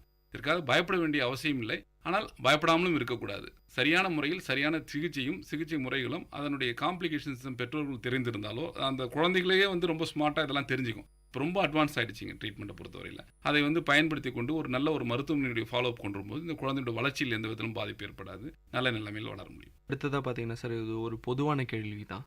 டெங்கு காய்ச்சல் வந்து வருவதற்கான முக்கியமான காரணம் என்ன? வந்தால் எந்த மாதிரியான சிகிச்சைகள் எடுக்கணும்? தனக்கு டெங்கு தான் வந்திருக்குன்னு சொல்லிட்டு எந்த அறிகுறியை வச்சு டெங்கு காய்ச்சல் தான் நமக்கு வந்திருக்குன்னு எப்படி வந்து ஐடென்டிஃபை பண்ணுறது? இதை பற்றி கொஞ்சம் விஷயங்கள் சொல்லுங்கள் சார். டெங்கு எப்படி ஏற்படுதுன்னு கேட்டிங்கன்னா, இது ஒரு வைரஸ், டெங்கு வைரஸ் 4 வைரஸ் இருக்குது. டைப் 1, டைப் 2, டைப் 3, டைப் 4ன்னு. இப்போது இந்த சமயத்தில் வந்திருக்கிறது வந்து 2, 4ன்னு சொல்கிறாங்க. இது எதனால் பரவுதுன்னா, பாதிக்கப்பட்ட ஒரு குழந்தைகிட்ட இருந்து இன்னொரு குழந்தைக்கு கொசுவின் மூலமாக பரவுது. அங்கிருந்து கொண்டு வந்து இந்த குழந்தைக்கு பைட் பண்ணும்போது இந்த குழந்தைக்கு இந்த வருந்துடும். ஸோ எப்படி என்னென்ன பிரச்சனைகள் ஏன் வருது, இந்த கொசு எப்படி வளருதுன்னு கேட்டிங்கன்னா, வீட்டை சுற்றி இருக்கிற பயன்படுத்தப்படாத பொருட்களிலே தண்ணி தேங்கி நிற்கிறது. அதனால் வந்து இந்த கொசு வந்து வளர்ச்சி அடைந்து இந்த டெங்கு கொசு வளர்ந்து அதன் மூலமாக தான் ஸ்ப்ரெட் ஆகுது. அதனால தான் வந்து தடுப்பு முறைகள் மிகவும் மிகவும் முக்கியம். அதை வந்து அரசு நல்ல முறையில் செய்து கொண்டிருக்கிறது. அதே மாதிரி இந்த டயர்ஸு தேங்காய் கொட்டை உடைச்சல் எந்தெந்தெல்லாம் பயன்பாட்டுக்கு இல்லாதோ அதே மாதிரி செடிகளுக்கு கீழே இருக்கிற தண்ணி தேங்கி இருக்குது. இந்த இடங்களெல்லாம் இந்த கொசு வந்து வளர்கிறதுக்கான வாய்ப்பு உண்டு. அதனால் வீட்டை சுற்றி சுத்தமாக வைத்துக் கொள்வது மிக மிக முக்கியம். இது ஏசி இருக்குதுன்னு வச்சுங்க, ஏசிக்கு பின்னாடி தண்ணி சேர்ந்துருக்குது, அதுக்கு தண்ணி வந்து கொசு சேருது. இதெல்லாம் வந்து இந்த பிரச்சனைகள்னால வந்து இந்த கொசு வளருது. ஸோ வந்துட்ட பிறகு என்ன பண்ணலாம் அப்படின்னு கேட்டிங்கன்னா, நீங்கள் மருத்துவரை உடனடியாக சந்திக்க வேண்டியது கட்டாயம். என்னென்ன சிம்டம்ஸ்ன்னு பார்த்தீங்கன்னு வச்சிங்கன்னா, கண்டினியூஸாக 3 நாட்களுக்கு இடைவிடாத காய்ச்சல், குழந்தை கண்ணை சுற்றி பயங்கரமாக வலிக்குதுன்னு சொல்லும், பயங்கர கடுமையான தலைவலி, உடலை சுற்றி பயங்கர வலி, குழந்தை டெம்பரேச்சருக்கு வந்து பேரஸ்டமால் கொடுத்தாலோ அந்த குறைப்பதற்கான வரிகளே இருக்காது. எவ்வளோ கொடுத்தாலும் டெம்பரேச்சர் குறைக்கல. அடுத்த கட்டமாக அந்த குழந்தை வாந்தி, கண்டினியூஸாக எதுவுமே ரீட்டைன் பண்ணலை, குழந்தை வந்து ஒரு என்ன சொல்கிறது சுயநினைவு இழக்கக்கூடிய நிலைமை வந்தது கடைசி ஸ்டேஜ். அதுக்கு முன்னாடி நம்ம பார்க்க வேண்டியது இந்த 3 நாள் இடைவிடாத காய்ச்சல், கண்ணை சுற்றி வலி, தலைவலி, உடம்பு வலி, இந்த வலி இருந்தாலே உடனடியாக மருத்துவரை சந்திப்பது நல்லது. இதில் என்னென்ன பேனிக் ஆக வேண்டிய அவசியம் கிடையாது. உடனே வந்து டெங்கு வந்துடுச்சுன்னு பயந்துட்டு ரொம்பலாம் அவசரப்பட வேண்டியதில்லை. உடனடியாக சிகிச்சை முறைகள் இதுக்கு ரொம்ப எளிதானது. உடனடியாக இதை நாம் நிவர்த்தி செய்ய முடியும். என்ன செய்யலாம்னா, குழந்தைக்கு தேவையான உணவுகளை மிகவும் திரவ உணவுகளை அடிக்கடி கொடுத்து கொண்டே இருந்து அந்த குழந்தை நல்ல முறையில் சிறுநீர் கழித்து கொண்டே இருந்தால் இந்த டெங்கு ஃபீவரை மிகவும் எளிதாக நிவர்த்தி செய்ய முடியும். இன்னொன்று என்னன்னா, இந்த டெங்கு பேரே என்னன்னு கேட்டால் 7 நாள் காய்ச்சல்னு சொல்லுவோம். மொத்தமே 7 நாள் தான், அதுக்கு மேலே இதனுடைய பிரச்சனையே கிடையாது. ஆபத்தான பகுதி எதுன்னு கேட்டிங்கன்னா, 4வது நாள், 5வது நாள், 6வது நாள் மட்டும்தான் ஆபத்தான நாள். அந்த 3 நாள்கள் குழந்தையின் உயிருக்கு எந்த விதமான ஆபத்தும் ஏற்படாது. இந்த 3 நாள் நான் சொன்னேன் காய்ச்சல் ரொம்ப இடைவிடாத காய்ச்சல், 4வது நாள் டெம்பரேச்சர் குறைஞ்சு உடனே வந்து பேரண்ட்ஸ் வந்து நல்லா ஆயிடுச்சு, அதுதான் தவறு. அந்த மாதிரி டெம்பரேச்சர் குறையக்கூடாது. இதுக்கு பேர் என்னன்னா சேடல் பேக் ஃபீவர். அதாவது முதல்ல ஒரு ஹை ஃபீவர் டக்குன்னு வந்து குறையிறது, அதுக்கப்புறம் காம்ப்ளிகேஷன்ஸில். ஸோ அந்த பீரியடை வந்து ரொம்ப கேர்ஃபுல்லாக மானிட்டர் பண்ணணும்.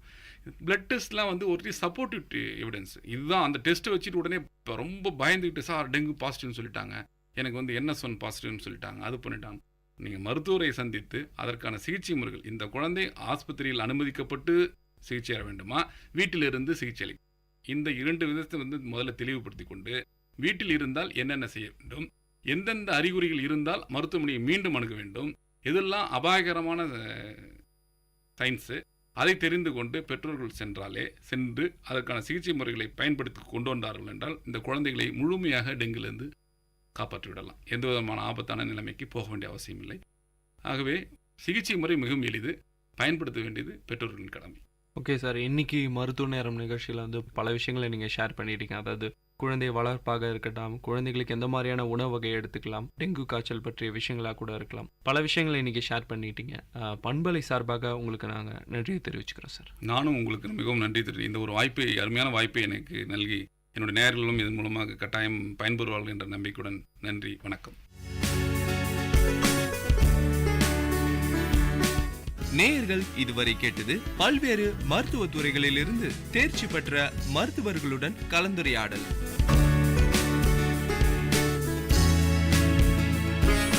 மருத்துவ நேரம் VIT பண்பலை 90.8. நன்றி, வணக்கம்.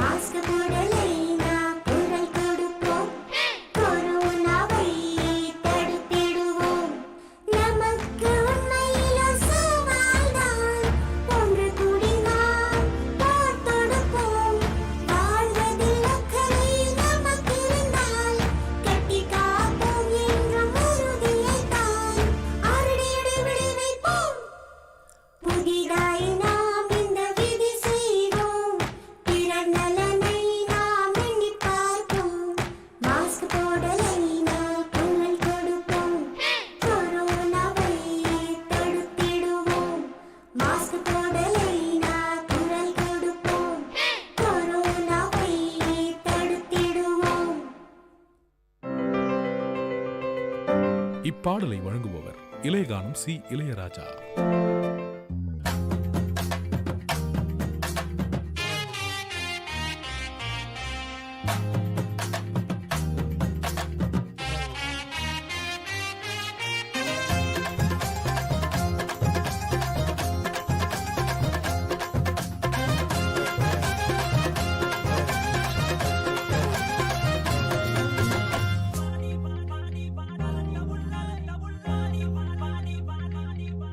ஆடி வாடி என் கருத்த உள்ள 2 நாளாக உறக்க வல்ல.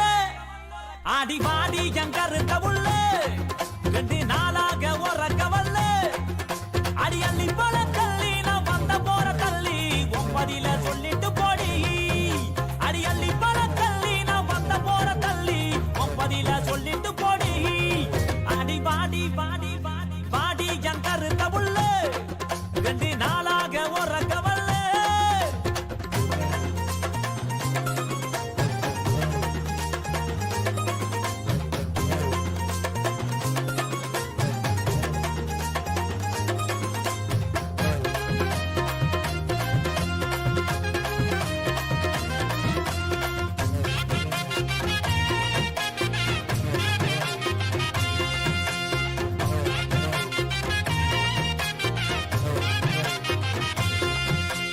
பாட்டெடுத்து பாடி வாரேன் தெம்மாங்கு பாட்டு. நீ இளையராசா பாட்ட கேளு அதிருது வேட்டு.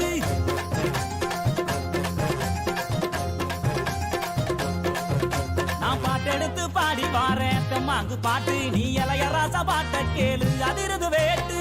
யாரு துணையும் இல்ல எனக்கு நிகர் யாரும் அல்ல. உடும்பு உடம்பு புள்ள என்னைய ஜெயிக்க எவனும் இல்ல. மோதி பாரு அடி பாடு நீ போட்ட போட்டி போடு. எனக்கான ஒரு கூட்டம் அடமேலம் கொட்டி ஆட்டம் போடு. வாடி அடி வாடி அடி வாடி என் கருத்த உள்ள 2 நாளாக உறக்க வல்ல.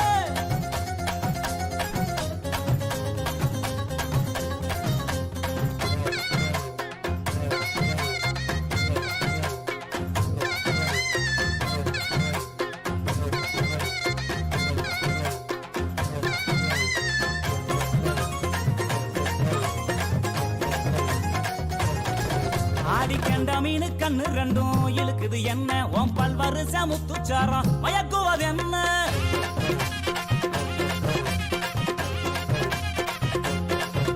ஆடி கண்ட மீனு கண்ணு 2 இழுக்குது என்ன. உன் பல்வரிச முத்துச்சாரம் மயக்குவது என்ன. உறிஞ்சு ஓதட்டுறைய என்னைய இதுக்கே முடிஞ்சு புட்டு. சங்கு கழுத்துறதா என்னையும் வதச்சு வாட்டி புட்டு. அடிச்சிட்ட தங்க பட்ட என் பக்கம் நில்லடி. ஒன்னு தார உதட்டால நீ வெக்க விட்டு கட்டி கூடி. வாடி அடி வாடி அடி வாடி என் கருத்த உள்ள 2 நாளாக உறக்க வல்ல.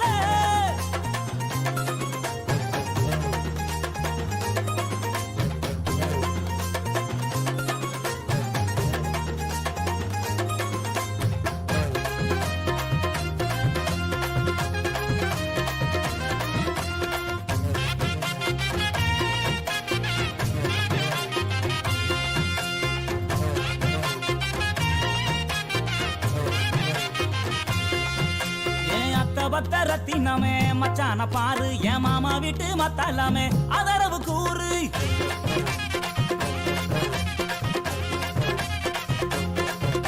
என் அத்த பத்த ரத்தினமே மச்சான பாரு. என் மாமா வீட்டு மத்தாலாமே அதரவு கூறு. உன்னை விட்ட யாரும் இல்ல எனக்கு ஒட்டிக்கிற வாடி உள்ள. கண்ணசைக்கும் நேரத்துல எனக்கு காதல் தீ மூட்டு உள்ள. இதை தெரிஞ்சு கொஞ்சம் புரிஞ்சு இந்த மச்சா சொல்ல கேளு. இந்த உலகம் உள்ள வரைக்கும் நீ என்னோட தான் ஒட்டி வாழ. வாடி என் கருத்த உள்ள 2 நாளாக உறக்க வல்ல. அடி வாடி என் கருத்த உள்ள 2 நாளாக உறக்க வல்ல. அடி அள்ளி போல தள்ளி நான் வந்த போற தள்ளி ஒன்பதில சொல்லிட்டு போடி. அடி அள்ளி போல தள்ளி நான் வந்த போற தள்ளி ஒன்பதில சொல்லிட்டு போடி. அடி வாடி வாடி வாடி வாடி என் கருத்த உள்ள. இப்பாடலை வழங்கியவர் இளையகானம் சி இளையராஜா.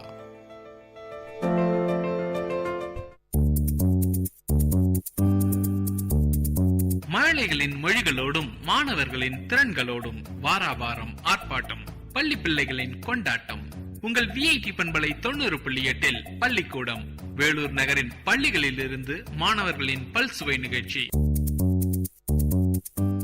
இன்றைய பள்ளிக்கூடம் நிகழ்ச்சியில் வில்லியம்ஸ் மெட்ரிக் மேல்நிலைப்பள்ளி மாணவர்கள் வழங்கும் பல்சுவை நிகழ்ச்சிகளை கேட்கலாம். நிகழ்ச்சியில் தொடக்கமாக எல்கேஜி மாணவர் குருசாய் வழங்கும் பாடலை கேட்கலாம்.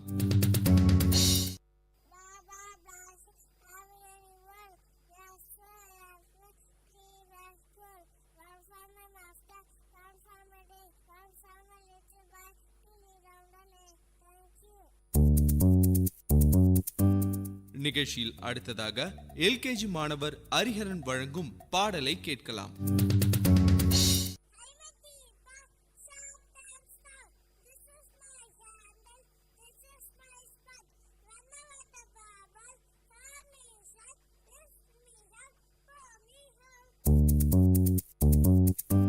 நிகழ்ச்சியில் அடுத்ததாக யூகேஜி மாணவி ஆனி தெரஸ் வழங்கும் கதையை கேட்கலாம்.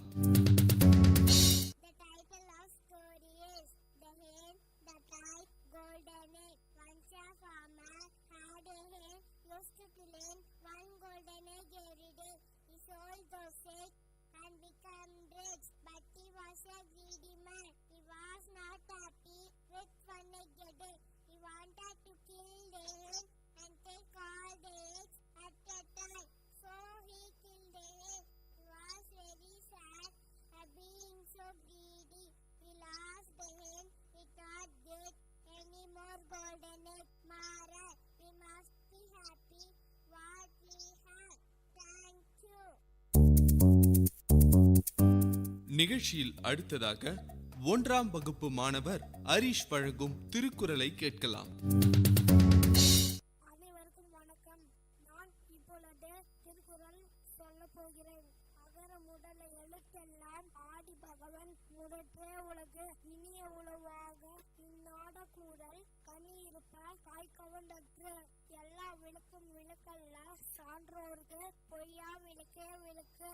நன்றி மறுப்பது நன்றன்று நன்றல்லது அன்றே மறுப்பது நன்று. செல்வத்துள் செல்லும் செவிச்செல்வம் அச்செல்வம் செல்வத்துள் எல்லாம் தலை. ஈன்ற பொழுதும் பெரிதுவக்கும் தான் மகனை சான்றோர் என கேட்டதாய். அன்பும் மரணும் உடைத்தாயின் இல்வாழ்க்கை பண்பும் பயனும் அடு. தீயினால் சுட்டப்பும் உள்ளாரும் ஆறாடு நாவினால் சுட்டவடு. பட்டனை தூரும் மணற்கேணி மாண்டர்க பட்டனை தூரும் அறிவு. துப்பாக்கு துப்பாய துப்பாக்கி துப்பாக்கு துப்பாய தூவும் மலை. நன்றி. நிகழ்ச்சியில் அடுத்ததாக 3ஆம் வகுப்பு மாணவர் சக்தி வழங்கும் ஆங்கில பாடலை கேட்கலாம்.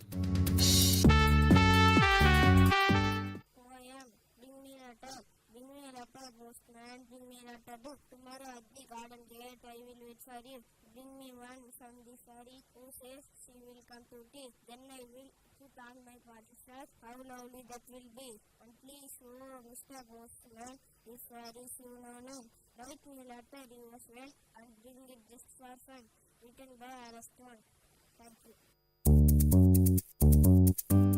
நிகழ்ச்சியில் அடுத்ததாக 4ஆம் வகுப்பு மாணவி ஆலிஸ் ஆலிவ் வழங்கும் ஆங்கில உரையை கேட்கலாம்.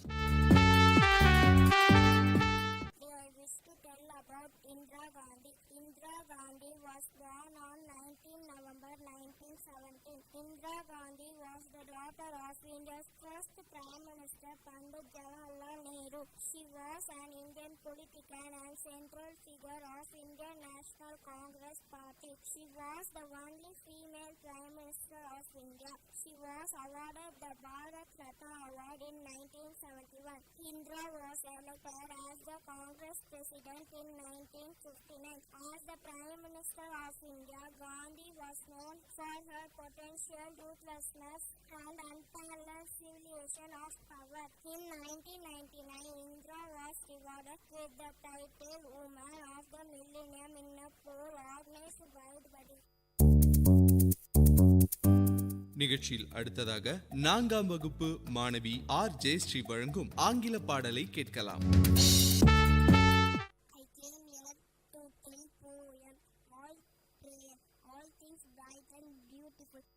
creatures created small, all things wise and wonderful. The Lord God made them all. Each flower that opened, each bird that sang. He made their glowing color. He made their tiny wings, the cold wind in the winter, the ripe fruits in the garden, the pleasant summer sun. He made them everyone. Written by C.C. Francis Alexander. Thank you. நிகழ்ச்சியில் அடுத்ததாக 11ஆம் வகுப்பு மாணவி மீனாட்சி வழங்கும் ஆங்கில உரையை கேட்கலாம். Good afternoon to all my excellences and my friends. One of the most fundamental ways of letting everyone know about the Women's Day and its importance in schools, colleges and other places is Women's Day speeches. I would like to speak on the topic of women empowerment. Empowering women in India is very necessary to bring gender equality, or we can say that gender equality is very necessary to empower women. Gender equality. It is the first step to bring women empowerment in India.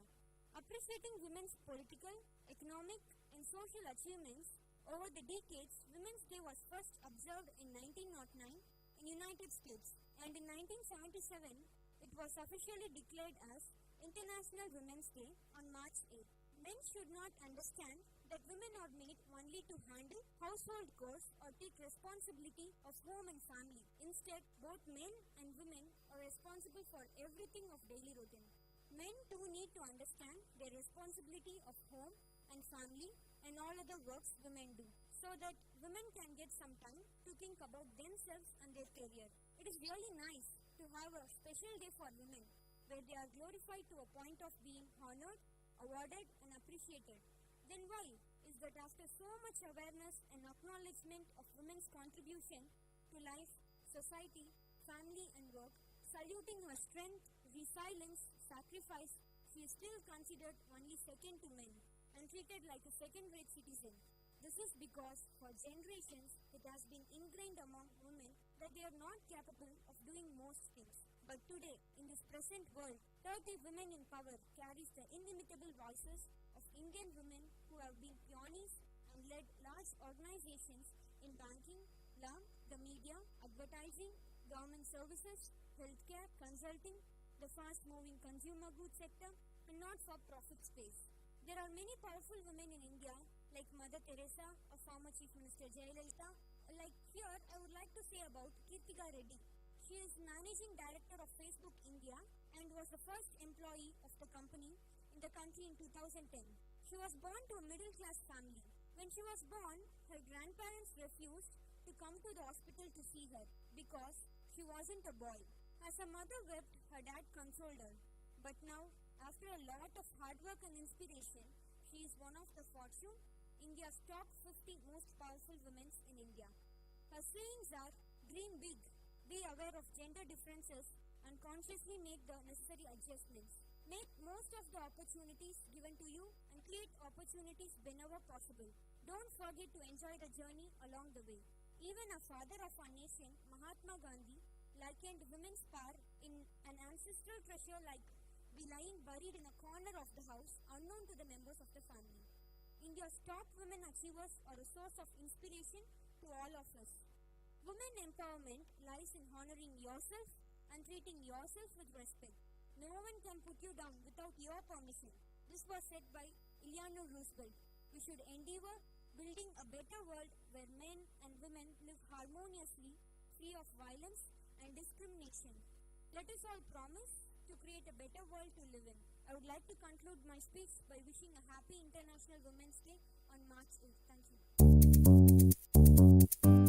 நிகழ்ச்சியில் அடுத்ததாக 5ஆம் வகுப்பு மாணவி Monica வழங்கும் பாடலை கேட்கலாம்.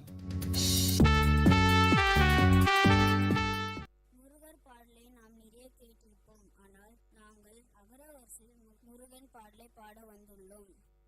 அன்பருக்கு அன்பனே வா வா சண்முகா, ஆறு படை வீடுடைய வா வா சண்முகா, இன்பமய ஜோதியே நீ வா வா சண்முகா, ஈசனுமே பாலகனே வா வா சண்முகா, குருசையில் மறுபவனே வா வா சண்முகா, ஊமைக்கு நேசிப்பவன் வா வா சண்முகா, எட்டு குடி வேலவனி வா வா சண்முகா, ஏழுமையில் வாகனமே வா வா சண்முக, ஐங்கர குலையவனே வா வா சண்முக, அகிலோக நாயகனே வா வா சண்முக, ஒய்யாரி வல்லிலனே வா வா சண்முக, ஓங்கரந்த தத்துவமே வா வா சண்முக, அவ்வை குபநேசித்தவன் வா வா சண்முக, அருணகிரி கொரு சுகந்தாள் வா வா சண்முக, ஆடிவாணி ஓடிவாணி வா வா சண்முக, ஓடிவாணி ஆடிவாணி வா வா சண்முக, வா வா சண்முக, வா வா சண்முக, வா வா சண்முகா. நன்றி. நிகழ்ச்சியில் அடுத்ததாக 10ஆம் வகுப்பு மாணவி ஆனந்தி வழங்கும் தமிழ் உரையை கேட்கலாம்.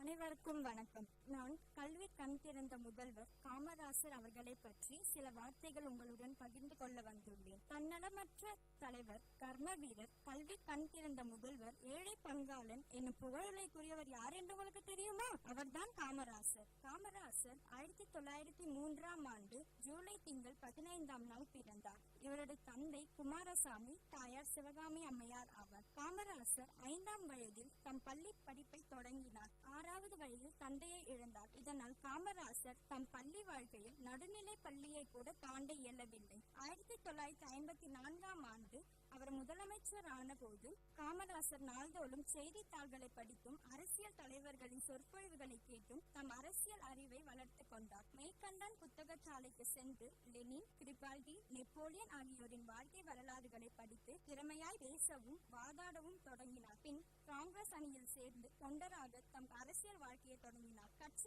கூடங்களில் நடத்தினார். ஊர்வலங்கள் கலந்து கொண்டார். கொடி பிடித்தார். சைமன் குழு எதிர்ப்பு, உப்பு சத்தியாகிரகம், வெள்ளையனே வெளியேறு ஆகிய போராட்டங்களில் சிறை சென்றார். காமராசர் முதல்வராய் இருந்த காலத்தில் தமிழகத்தில் பல பொருளியல் தொழில்களை திட்டங்கள் தொடங்கப்பட்டன. மின் திட்டங்கள் மிகுந்தன. சாலைகள் போடப்பட்டன.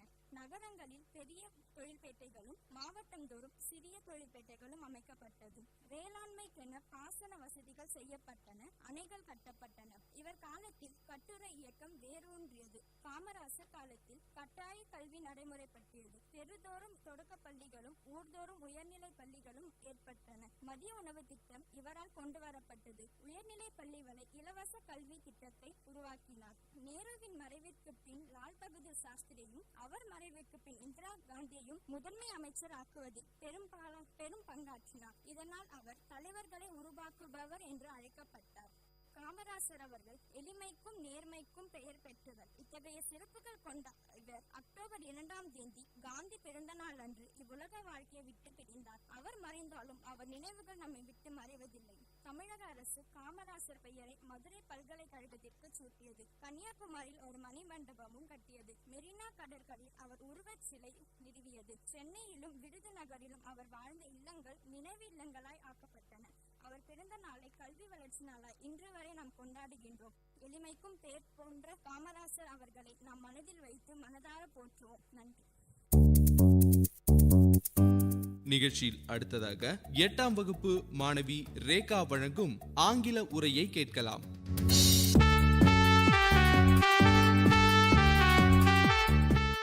My name is Rekha. I am studying 8th standard. I am going to talk about global warming. What is global warming?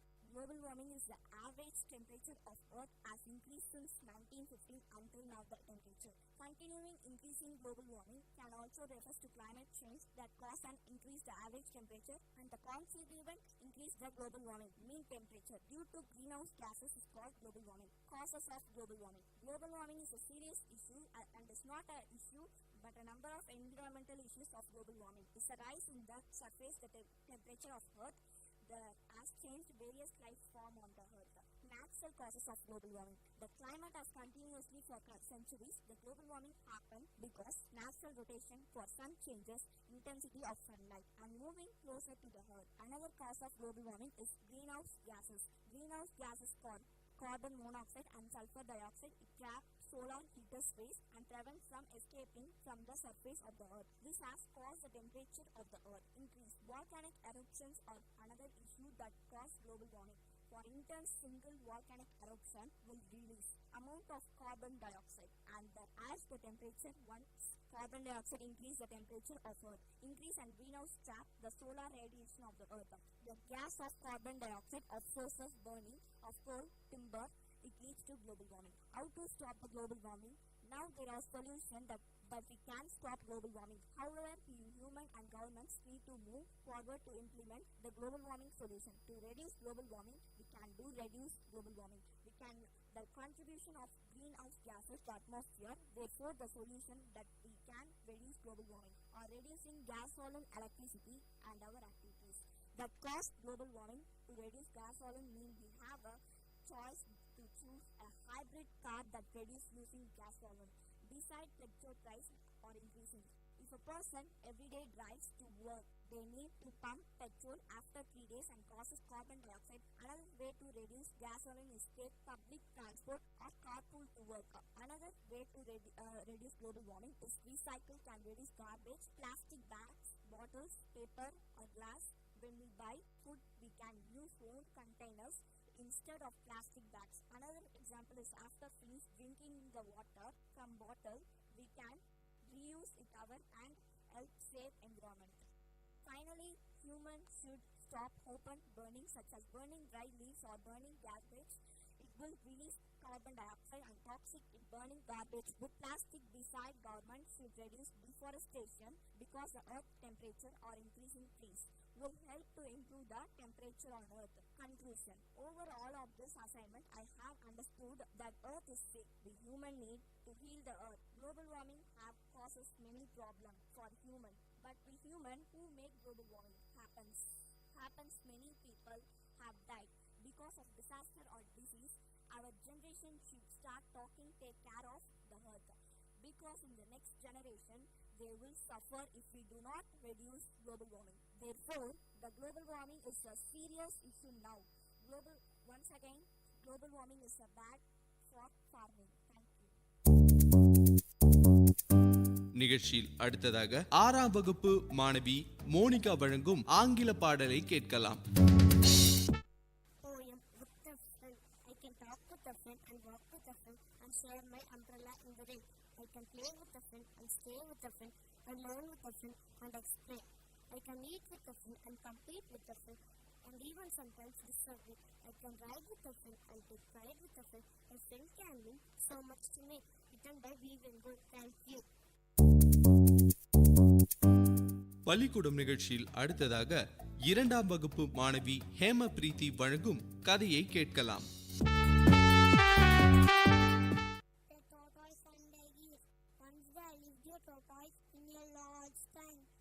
Two races as friends. There was no rain for a long time. The tank behind to dry up. They decided to fly to some other place where they could find a night food. Dear tortoise, the east said, what can we do to help you out of the situation? You cannot fly, but somehow you must take me with you. The tortoise said, bring me a stick. I shall hold the middle of the stick. With my teeth, you can hold the two ends of the stick. With your wings and fly up, taking me with you. As flying the geese spotted, flying the people of the city noticed. They gathered in large numbers. They clapped their hands and shouted, why are those fools shouting at you? Tortoise wanted to open its mouth. He lost hold of the stick and down he fell. He ventured to get moral right before a fall. Thank you. நிகழ்ச்சியில் அடுத்ததாக 7ஆம் வகுப்பு மாணவர் விக்னேஷ் வழங்கும் ஆங்கில கதையை கேட்கலாம்.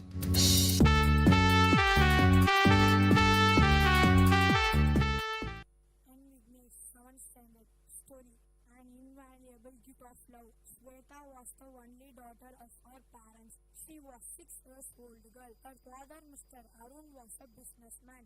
Unfortunately, he had lost a lot of money in his business and had to deal with financial troubles. One day, Sweta took a piece of gold wrapping paper from her father's collection in order to wrap a gift box. Her father became annoyed when he saw his daughter using up the paper. He thought she was wasting it. Angrily, he asked Sweta, "Why are you wrapping this box with this costly paper? I bought this for some other purpose and you are wasting it." The little daughter felt sad and said, "I am very sorry, Dad." Tears rolled down from her eyes, but her father did not notice them. The very next day, it was a Christmas. Sweta came to her father with a gift wrapped with a golden paper. Her father regretted his early behavior and received the gift with great pressure. But when he unwrapped the paper and opened the box, he found nothing inside. Again he was very angry. He asked her daughter, "Haven't you learned that you should not gift an empty box to anybody? It should be filled with a worthy gift. But you have gifted me an empty box." Sweta's eyes filled with tears and she answered, "Oh Daddy, the box is not empty. I have put some kisses in the box. They are all for you, Daddy." Now tears welled up in father's eyes, put his arms around the little girl and begged for her forgiveness. All after suddenly the girl met an accident and died. Mr. Arun became unconscious. One day, Mr. Arun was sitting alone in his room and saw the gift box lying in the corner of his room. He picked up the box and put near his bed. Whenever he was depressed, he would take out an imaginary kiss and remembered how his daughter had loved him and put kisses for her in the box. All of us have been gifted with unconditional love and kisses from our children, family members, friends and God. There is nothing more precious in this world than love. So love your friends and family wisely. Love is the most precious gift for every human being in this world. We can buy all things, but we cannot buy true love. It is invaluable. It cannot be substituted for wealth. Moral love is the most precious gift in the world. Thank you. நிகழ்ச்சியில் அடுத்ததாக 5ஆம் வகுப்பு மாணவிகள் கிருஷ்ணபிரியா, ஐஸ்வர்யா வழங்கும் குழு பாடலை கேட்கலாம். படிப்பை தொடங்கும் சரஸ்வதியை துதித்து விட்டு பின் பாடத்தை தொடங்கும். அந்த பாடலை இப்போது பாட வந்துள்ளோம். சரஸ்வதி அடியினை பணிந்தேன் அனுகிரகம் செய்வாயே. அம்பாள் சரஸ்வதி அடியினை பணிந்தேன் அனுகிரகம் செய்வாயே. வண்டார் குரல் செய் மனோமணி தாயே. வண்டார் குரல் செய் மனோமணி தாயே. மதுர ಋತುವಚನವಾ கருள்வாயே. அம்பாள் சரஸ்வதி அடியினை பணிந்தேன் அனுகிரகம் செய்வாயே. அம்பாள் மேல் அன்புடன் நான் கவி பாட. அம்பாள் மேல் அன்புடன் நான் கவி பாட. நாவிலிருந்து தினமும் நீ விளையாட. தன் தமிழுதவிய மாதனி கேளா. தன் தமிழுதவிய மாதனி கேளா. வாக்கிலிருந்தென்றைக்கும் வரம் தந்தாழ்வா. வாக்கிலிருந்தென்றைக்கும் வரம் தந்தாழ்வா. அம்பாள் சரஸ்வதி அடியினை பணிந்தேன் அனுகிரகம் செய்வாயே. அம்பாள் சரஸ்வதி அடியினை பணிந்தேன் அனுகிரகம் செய்வாயே. நன்றி. நிகழ்ச்சியில் அடுத்ததாக 5ஆம் வகுப்பு மாணவிகள் துஷாரா, ஹரிணி வழங்கும் பாடலை கேட்கலாம். குழந்தை பருவத்தில் குழந்தைகளின் குறும்பு பாடலை கேட்டிருப்பீர்கள். ஆனால் இப்போது நாங்கள் பாலகிருஷ்ணனின் குறும்பு பாடலை பாட வந்துள்ளோம். பாலகிருஷ்ணடி அவன் மேகவர்ணடி. பாலகிருஷ்ணடி அவன் மேகவர்ணடி. பாலகிருஷ்ணன் மேகவர்ணன் மேலுகானம் செய்குறான். பாலகிருஷ்ணன் மேகவர்ணன்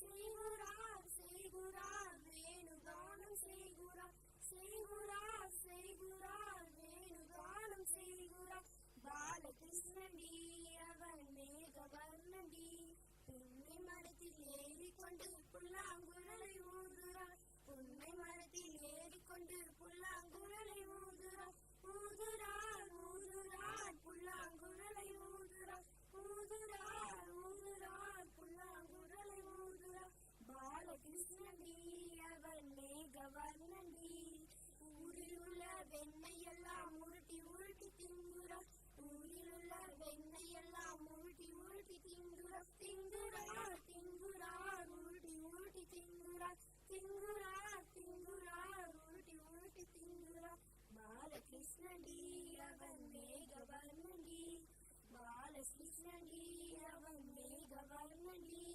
பாலகிருஷ்ணண்டி அவன் மேகவர்ணண்டி. நன்றி.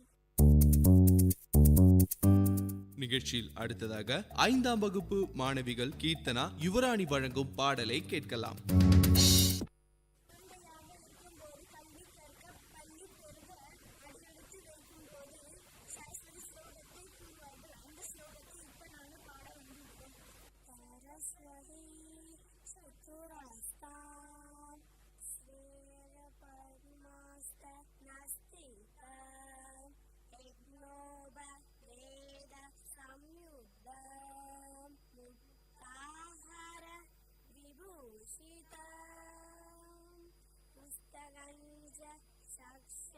सूत्रंज रचनतु करत्वमे सुगम पद्माच वामेतु तदाना चारुरूपिणी वन्दे वाग्देवतां देवी त्वच दिव धनप्रिया मुक्ताहार विभूषिता.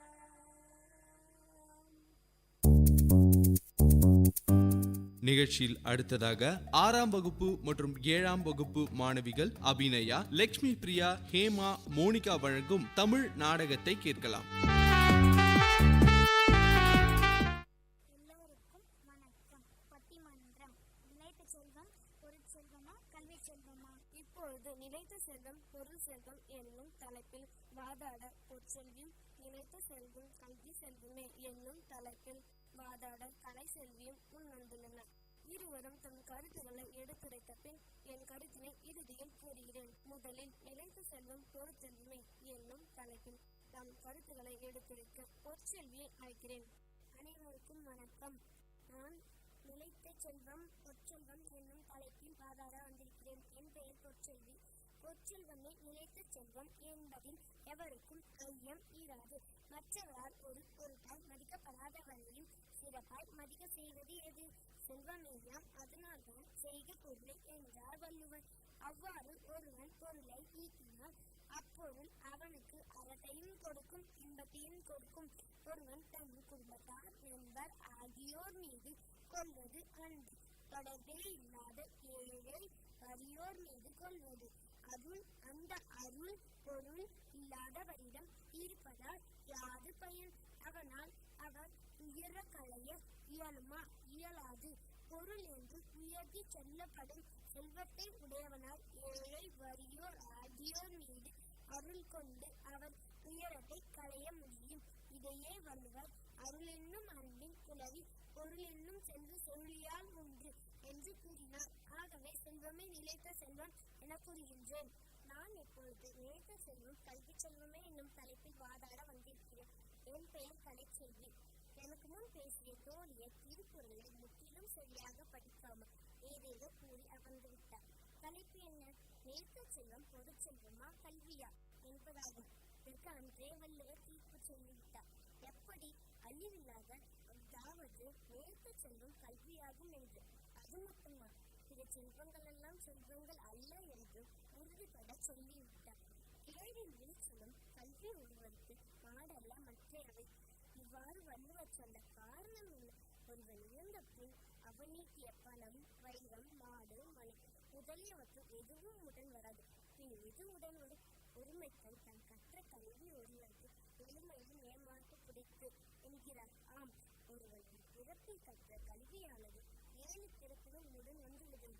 ஆக வள்ளுவரை இழைத்த செல்வம் கல்வி என்று தீர்ப்பு கூறிவிட்டார். அவ்வாறு இருக்க நடுவர் மட்டும் அவ்வாறு கூறாமல் இருப்பாரா என்ன? பொருளும் செல்வம் தான், கல்வியும் செல்வம் தான். ஆனால் அவற்றுள் எந்தவித பாதிப்பும் என்றும் நிலைத்திருக்கக்கூடியது. ஒரு செல்வம் கல்வரால் கவரப்படக்கூடியது, தீயால் வென்று அழியக்கூடியது, வெள்ளத்தால் அடித்து செல்லக்கூடியது, பிறருக்கு கொடுத்தால் குறையக்கூடியது. ஆனால் கல்விக்கு இந்த கேடுகளில் எதுவும் நேராது. மாறாய் கலை செல்வி கூறியது போல் எதுவும் 7 பிறப்பும் உடன் வந்து உதவக்கூடியது. எனவே நிலைத்து செல்லும் கல்வியே என தீர்ப்பு கூறி விடுபடுகிறேன். நன்றி. நிகழ்ச்சியின் இறுதியாக தமிழ் நாடகம் வழங்குபவர்கள் ஆகாஷ், மோனிஷ்குமார், விஷ்ணு, கோகுல், ஜெகதீஷ், தனுஷ், ஜஷ்வந்த், கிஷோர், யோகேஸ்வரன்.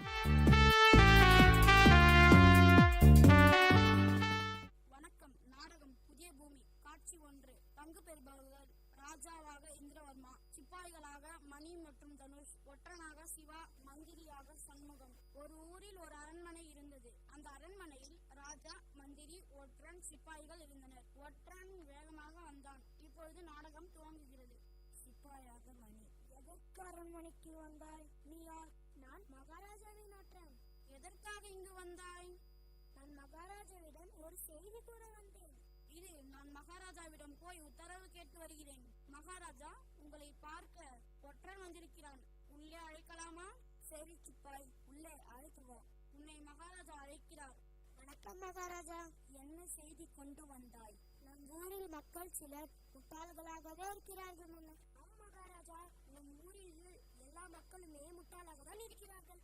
வாருங்கள் மந்திரி, நம் ஊரில் சுற்றி மக்கள் நிலைமையை பார்க்கலாம். முதல் தெருவுக்கு செல்வோமா?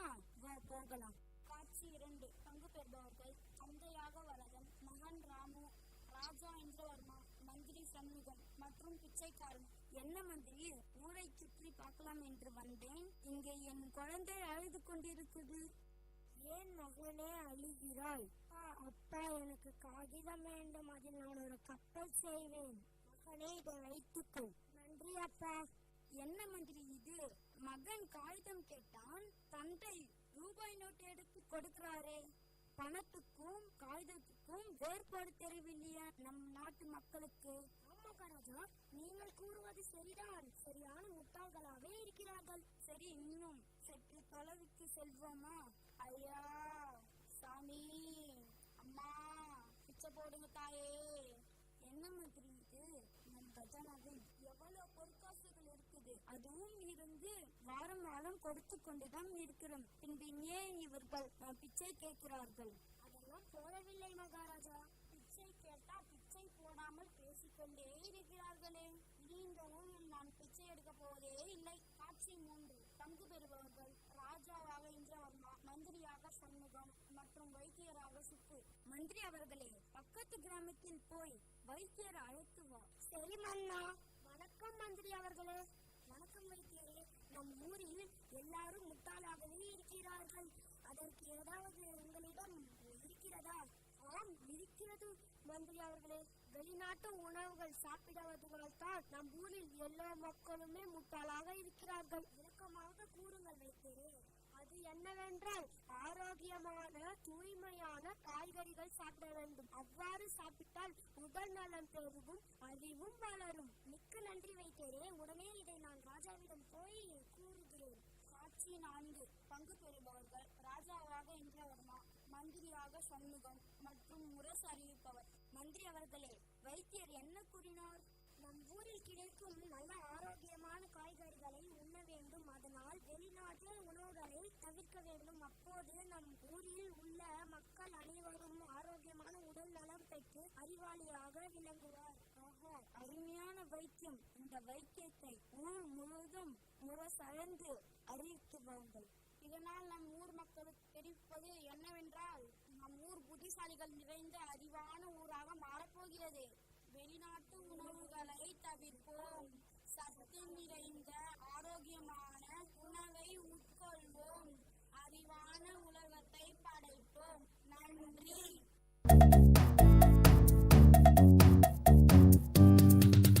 நேயர்கள் இதுவரை கேட்டது வில்லியம் மெட்ரிகுலேஷன் மேல்நிலைப்பள்ளி மாணவர்கள் வழங்கிய பள்ளிக்கூடம் பல்சுவை நிகழ்ச்சி.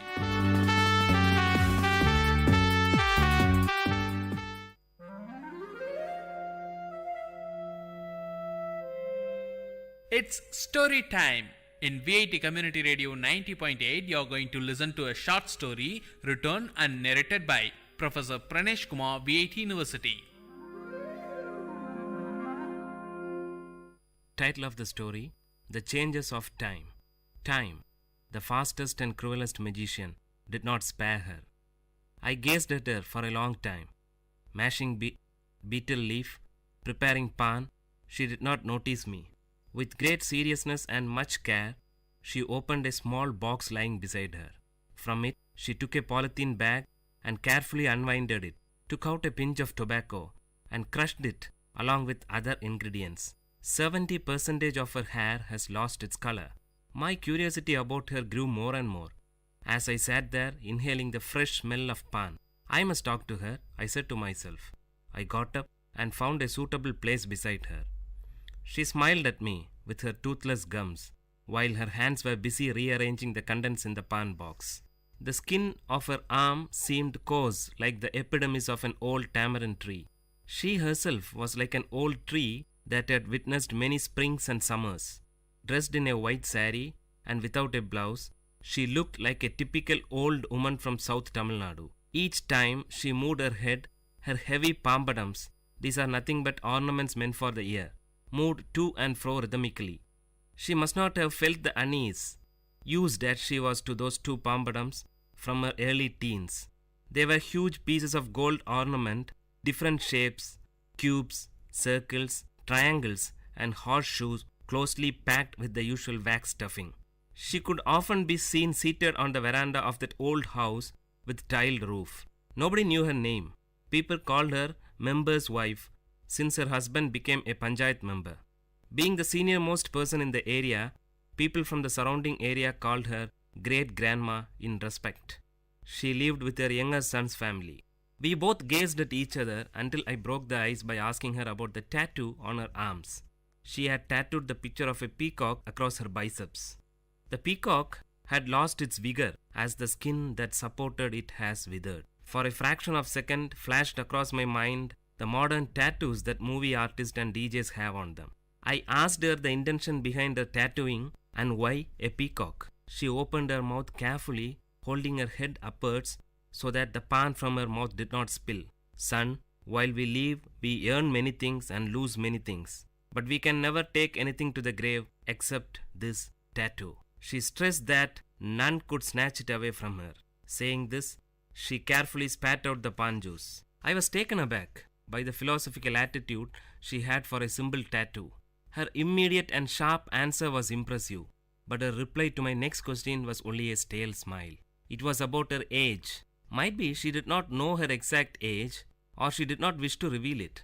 I don't know for sure. I did not question her anymore, but she started talking. She murmured the names of Tamil months: Thai, Margari, Pankini, Chittirai. It will rain today, she said to herself. She must have observed the casual smile and expression on my face. She continued, I am sure it usually rains on the final day of Mandakiyat festival. It's a local temple festival of South Kanyakumari.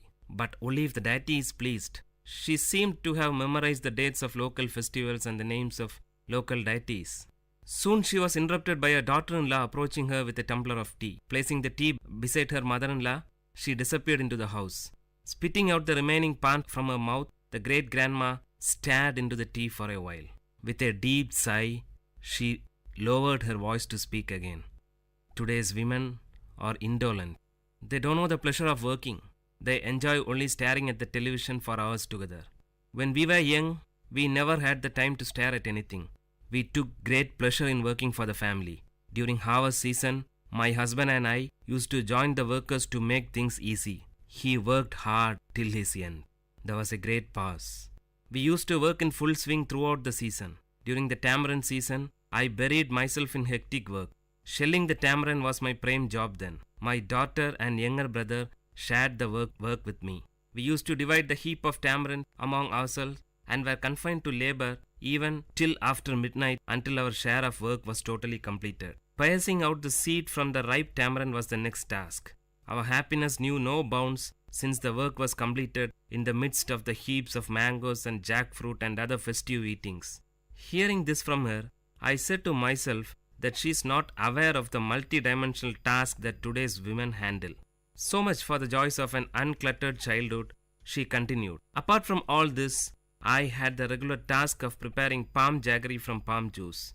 Early in the morning before dawn, palm tree climbers would collect palm juice from the small pots tied to the treetop. Those climbers would howl and shriek from the treetop to convey the message that their work was done. As soon as he received the signal, my younger brother would run to collect the juice and bring it home.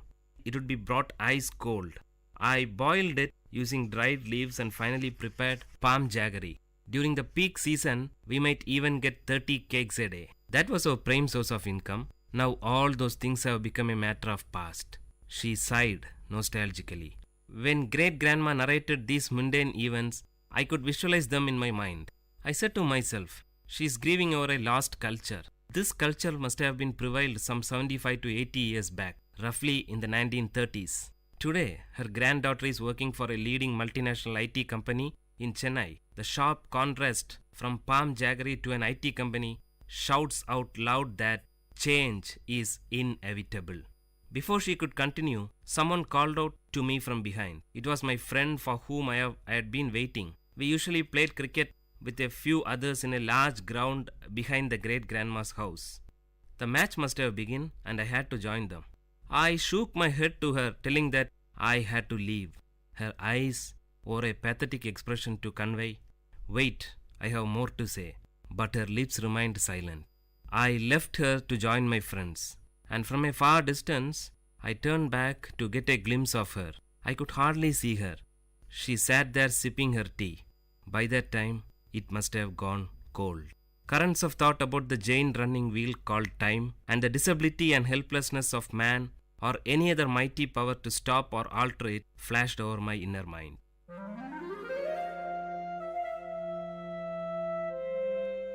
Dear listeners, you had listened to a short story written and narrated by Professor Pranesh Kumar, VIT University, in VIT Community Radio 90.8.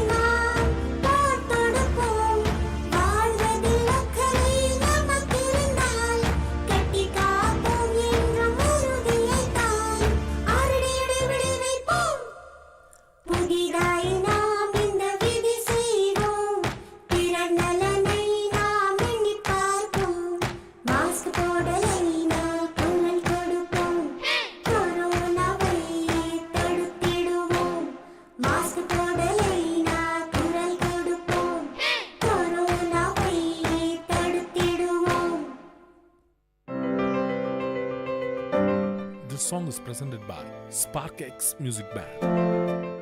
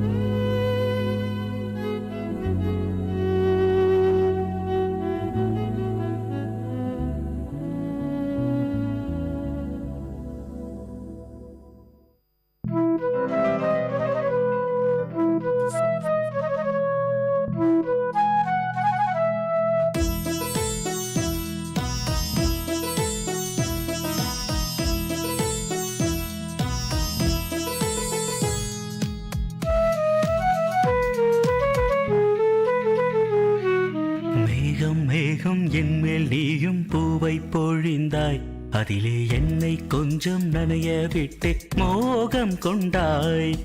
மேகம் மேகம் என்மேல் நீயும் பூவை பொழிந்தாய், அதிலே என்னை கொஞ்சம் நனைய விட்டே மோகம் கொண்டாய். காலை கதிரே உன் பனித்துளி நான், தினம் என்னை கிள்ளியே நீ எழுப்பி விட்டாய். மேகம் மேகம் என்மேல் நீயும் பூவை பொழிந்தாய், அதிலே என்னை கொஞ்சம் நனைய விட்டே மோகம் கொண்டாய்.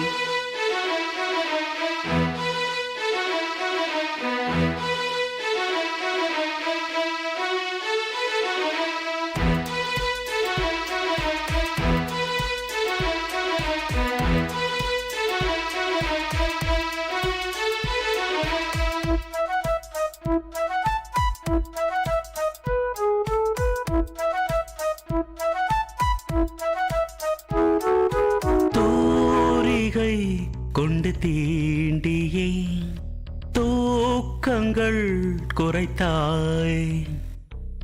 பூமகள் என்று என்னையே போர்வைக்குள் இழுத்தாய். நிலவோடும் நிலம் மீதும் என்னை ஏந்தியே நீலவானிலே நெஞ்சோடு சாய்ந்தாடும் தென்றலே. நம்மை கண்டு நட்சத்திரம் வெட்கப்பட்டு கண்மறைக்கு. மேகம் மேகம் என்மேல் நீயும் பூவை பொழிந்தாய், அதிலே என்னை கொஞ்சம் நனைய விட்டு மோகம் கொண்டாய்.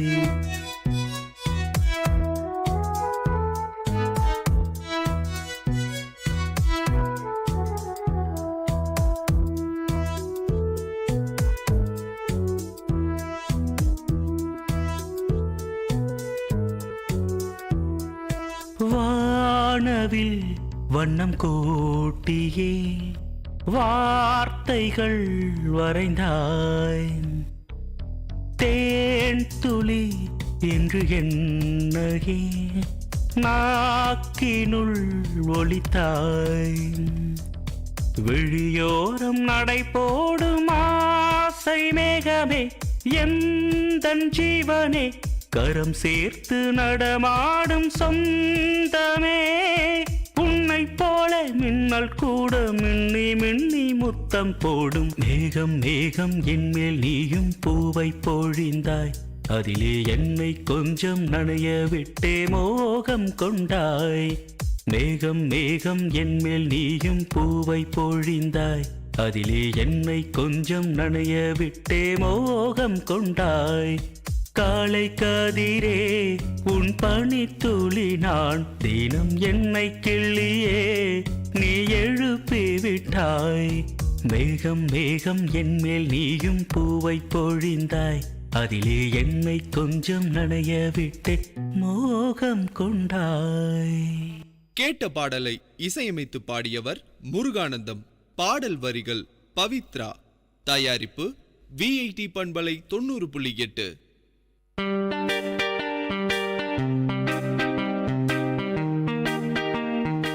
Dear listeners, for the next hour, you are going to listen to the program Team Speak Time in VIT Community Radio 90.8 FM.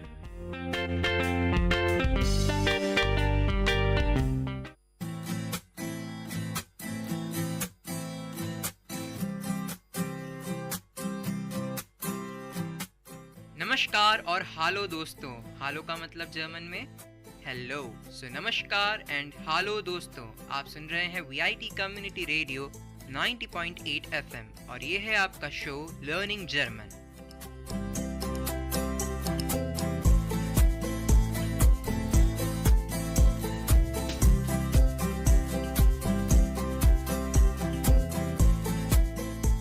तो अभी आज मेरे दोस्त ने बताया है कि लर्निंग जर्मन हमारा शो है और मैं हूँ आपकी होस्ट श्राव्या.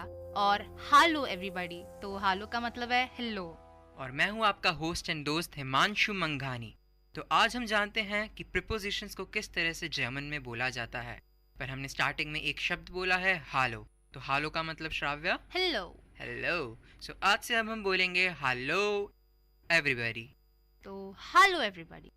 एवरीबॉडी का वर्ड आपको बाद में बताएंगे जर्मन में. धीरे धीरे सीखिए. हाँ, हम लोग तो वैसे धीरे धीरे सीखने वाले हैं. सारी चीजें एक बार सीखने से वर्क लोड तो बहुत बढ़ जाएगा. सही कहा तुमने. तभी तो कहते हैं कि ये जो क्रैश कोर्स कराते हैं 30 घंटे में जर्मन सीखो, 40 घंटे में जर्मन सीखो, तो बहुत इतना ओवरलोड हो जाता है कि कुछ नहीं सीख पाते. वो बंदा पैसा कमा लेता है और तुम देखते रह जाते हो. अरे नहीं, सीखते हैं बट 2 दिन के लिए सीखते हैं, तीसरे दिन भूल जाते हैं सब कुछ. हाँ सही बोले, एकदम 2 दिन के लिए सीखते हैं, तीसरे दिन भूल जाते हैं. तो चलिए आज सबसे पहला हमारा प्रीपोजिशन वाला वर्ड है आउस. आउस मतलब फ्रॉम. बाय मतलब इन. और ये बी वाई बाय नहीं है, ये BEI बाय है. सो इन ये कंपनी के लिए यूज होता है. जैसे मैं बोलूं, रुको मैं तुम्हें एक एग्जांपल देती हूँ. अभी इसको बोलो कि आई गो टू गूगल, तो तुम कैसे बोलोगे? अच्छा तुम टू वाला पूछ रही हो मुझसे. टू को बोलते हैं नाक. तो नाक यानी प्लेस के लिए. अब गूगल क्या है? एक प्लेस है. तो इश गेहे नाक गूगल. ओके, सो इह गेहे नाक गूगल मतलब आई गो टू गूगल. तो अगर क्या कि I am in Google. I am in Google. हाँ. इश बिन इन गूगल. इश बिन इन गूगल. सो यहाँ पे ध्यान रखिएगा, हमने इंग्लिश वाले इन प्रपोजिशन को जर्मन वाले इन से रिप्लेस किया है. हाँ, तो ये बहुत अच्छी चीज है कि अगर तुम इन प्लेस की बात कर रही हो तो इंग्लिश में भी वही इन है और जर्मन में भी वही इन है. पर एक चीज जो इम्पोर्टेंट थी इसमें, मैंने बोला था इश बिन यानी आई एम. तो हमने जो लेसन 2 में सीखा था, कुछ शब्द सीखे थे. For the first singular, second singular, third singular, first plural, second plural and third plural person. तो ये 2 एक्सेप्शन आज हम वो भी जानेंगे, जो कि है सीन. सीन मतलब टू बी. अगर आपको बोलना है I am, we are, you are, we all, तो अब कैसे यूज करेंगे इसे. और फिर हम जानेंगे हैव को लेकर, जैसे कि I have, we have, you have, we all have, you all have. तो किससे स्टार्ट करें पहले, हैव से या सीन से? इससे पहले मैं अपने सारे लिसनर्स को याद दिला दूं कि हमने पिछले सेशन में किया था प्रोनाउंस. तो मैं एक और बार आपको याद दिला देती हूँ कि कौन सा प्रोनाउन किसके लिए यूज करते हैं. बहुत बढ़िया श्राव्या. हाँ, तो फर्स्ट पर्सन सिंगुलर यानी कि आई, तो हम आई के लिए जर्मन में यूज करते हैं इश. और you that is second person singular, हम उसके लिए यूज करते हैं दू. और थर्ड पर्सन सिंगुलर यानी वो, सो हम उसके लिए यूज करते हैं ही, शी, इट. तो वो इन जर्मन इट बिकम्स एर, सी और एस. लाइक ही के लिए एर, शी के लिए जी एंड इट के लिए एस. राइट. तो अभी हम आएंगे प्लूरल टर्म्स में. तो फर्स्ट पर्सन प्लूरल बनेगा वी ऑल यानी हम सब. तो वो हम यूज करेंगे वियर. समझे हिमांशु, सो गए? नहीं, इतना जल्दी कैसे सो सकते हैं. वेयर मतलब वी ऑल. हाँ. और अब सेकंड, चलो मैं बोलता हूँ, सेकंड पर्सन प्लूरल, तो उस केस में इहर, IHR. और थर्ड पर्सन प्लूरल, उस केस में सी, जी. इट्स नॉट सी. या जी. हाँ, और दोस्तों उसको हम लिखते हैं SIE. तो we do not pronounce it as साई, बट वो सी है. जी है. जी सिनेमा वाला जी है. हाँ. ओके, सो चलो श्राव्या, मुझे ये सिखा दो तुम सीम टू बी को किस तरह से बोलेंगे? मतलब आई एम को क्या बोलते हैं, वी आर को क्या बोलते हैं, यू आर को क्या बोलते हैं? सबसे पहले तो आई एम को हम बोलते हैं इश बिन और यू आर को बोलते हैं दू बिस्ट। मैंने आपको अभी अभी बोला था कि आई को हम जर्मन में इफ प्रोनाउंस करते हैं और यू को दू। तो यहाँ पे थोड़े बहुत कंडीशंस हैं जिसको हमें फॉलो करना पड़ता है आज हमसे कि ग्रामर के रूल्स। तो उसके हिसाब से आई एम बनता है इश बिन और यू आर बनता है दू बिस्ट। तो अभी वी आर कहाँ से बनता है? वी आर बनेगा, उसमें भी कुछ थोड़े से चेंजेस हैं। ये कुछ दो ऐसे केसेस हैं जिसमें जो अपन ने पहले सीखा वो उसके चलते ये एक एक्सेप्शन है। एक नहीं, दो एक्सेप्शन है। काफी एक्सेप्शन है जर्मन लैंग्वेज में। जर्मन लैंग्वेज में काफी एक्सेप्शन है और कोई सी भी लैंग्वेज ले लो, रूल्स एक बेसिकली तुम्हें पर्टिकुलर नंबर ऑफ जो सेंटेंसेस बनेंगे उस बेस पे बनेंगे, पर कुछ ऐसे सेंटेंसेस होंगे जो उस रूल को फॉलो नहीं करते। और वो होता है क्योंकि जिस तरह से एवोल्यूशन हो रहा है लैंग्वेज का, थोड़े चेंजेस आने लग जाते हैं, तो जिसके चलते वो रूल्स थोड़े हट जाते हैं। तो अभी श्राव्या ने मुझसे पूछा वी आर को क्या बोलेंगे, तो वी तो हम जानते हैं विर और आर को बोलेंगे सिंध। उसी तरह से अगर आपको जानना हो कि दे आर को क्या बोलेंगे, दे को भी हम पहले आपको बता चुके हैं, जी यानी कि थर्ड पर्सन प्लूरल, तो इसके साथ भी कोई छेड़खानी नहीं, यानी कि सिंध, तो जी सिंध। सो वी आर विर सिंध, दे आर जी सिंध। तो आपको यहाँ पे एक डाउट आया होगा कि हम यू आर को दू बिस क्यों कह रहे हैं। ये एक एक्सेप्शन है जिसको हमें नोट करना है। हम यूजुअली आर के टर्म में सिंध यूज करते हैं, बट सिर्फ यू आर के लिए दू बिस यूज करते हैं। और अगर यही सेकंड पर्सन प्लूरल हो, जैसे कि यू ऑल आर या यू आर ऑल, तो उसके लिए हम बोलेंगे इहर सीत। अब तुम्हें आप सभी को पता है इहर तो हम पहले भी यूज कर चुके हैं, तो नया वर्ड क्या है? सिद। तो बेसिकली 6 वर्ड जो नए हैं। हाँ, एक शब्द और भूल गए हम, और क्या भूल गए? इस्ट। तुम बताओ श्राव्या, क्या है ये इस्ट? इस्ट का मतलब है इज। सपोज अगर मैं बोलूंगी कि माई नेम इज श्राव्या, तो मैं ऐसे बोलूंगी, माई को हम क्या बोलते हैं? माइन वर्नामा इस्ट श्राव्या। या माइन वर्नामा इस्ट श्राव्या। राइट। वर्नामे मींस फर्स्ट नेम और नाकनामा मींस लास्ट नेम। वो हम आपको बाकी के क्लासेस में बता देंगे। जरूर बात बताएंगे आप लोगों को। तो एक चीज ये भी है, अगर आपको ही इज बोलना है, शी इज बोलना है, इट इज बोलना है, तो इर जी इस के साथ आप क्या लगाएंगे? इस्ट। Very nice. आशा है आप भी अच्छी तरह से समझ रहे होंगे। तो इस केस में हमने जाने 6 नए शब्द। सबसे पहला था बिन, सिंध, बिस्ट, सीद, इस्ट एंड सिंध। तो एक और बार रिवीजन कर दिया जाए? या जरूर रिवीजन बहुत ज़रूरी है। तो हमने आपको शब्द तो हम पहले ही बता चुके हैं, तो हम कोई आपको फर्स्ट पर्सन सेकंड पर्सन ये नहीं बोलेंगे, सीधा हम बोलेंगे। पक चुके हैं फर्स्ट पर्सन सेकंड पर्सन सुन के। सही है। तो हम बस सीधा बोलेंगे इश बिन विर सिंध, क्योंकि ये ऐसे सेंटेंसेस जो आप हमेशा उनके जुगलबंदी रहेगी उन शब्दों की, तो क्यों ना उसी से ही प्रैक्टिस करा जाए। और ये ऐसी भी बात है, मुझे अभी याद आ गई, बहुत सारे लोगों को जब हम नई भाषा सीखते हैं तो हमारे हिसाब से स्टार्टिंग ट्रबल होती है। तो अभी ये जो सेंटेंसेस हम आपको पढ़ा रहे हैं, ये एक सेंटेंस की शुरुआत के लिए बहुत यूजफुल है। ज़रूर हो सकता है आपको पहले थोड़ी स्ट्रगल करनी पड़े, बट सच्ची में आपको हम इतना सिखा देंगे कि ये जो कॉमन सेंटेंसेस हैं और ये जो जुगलबंदी वाले शब्द हैं, उनमें आप अपना कमांड अच्छी तरह से कर लेंगे। अब यहाँ कमांड को कमांडो मूवी से तो कुछ नहीं जोड़ोगी ना तुम? नहीं।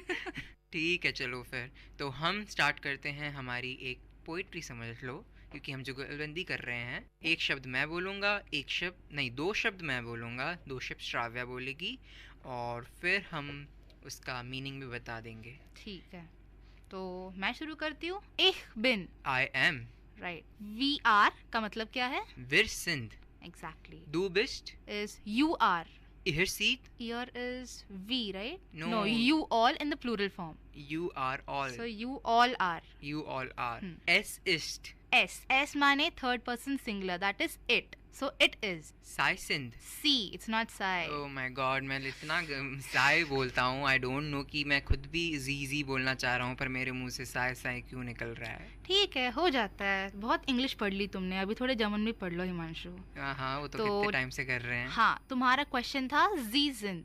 सी का मतलब है थर्ड पर्सन प्लूरल, यानी दे, जिंद is are, so it's they are. Okay, तो अब मेरा टर्न. तुम मेरे को इंग्लिश में बोलो आई एम, मैं बताऊंगा उसका वर्ड. तुम मुझे इंग्लिश में बोलो वी आर, मैं उसका बताऊंगा जर्मन ट्रांसलेशन पूरा. ठीक है, चलो अभी तुम्हारी टेस्ट ली जाए. ये I don't get chances like this.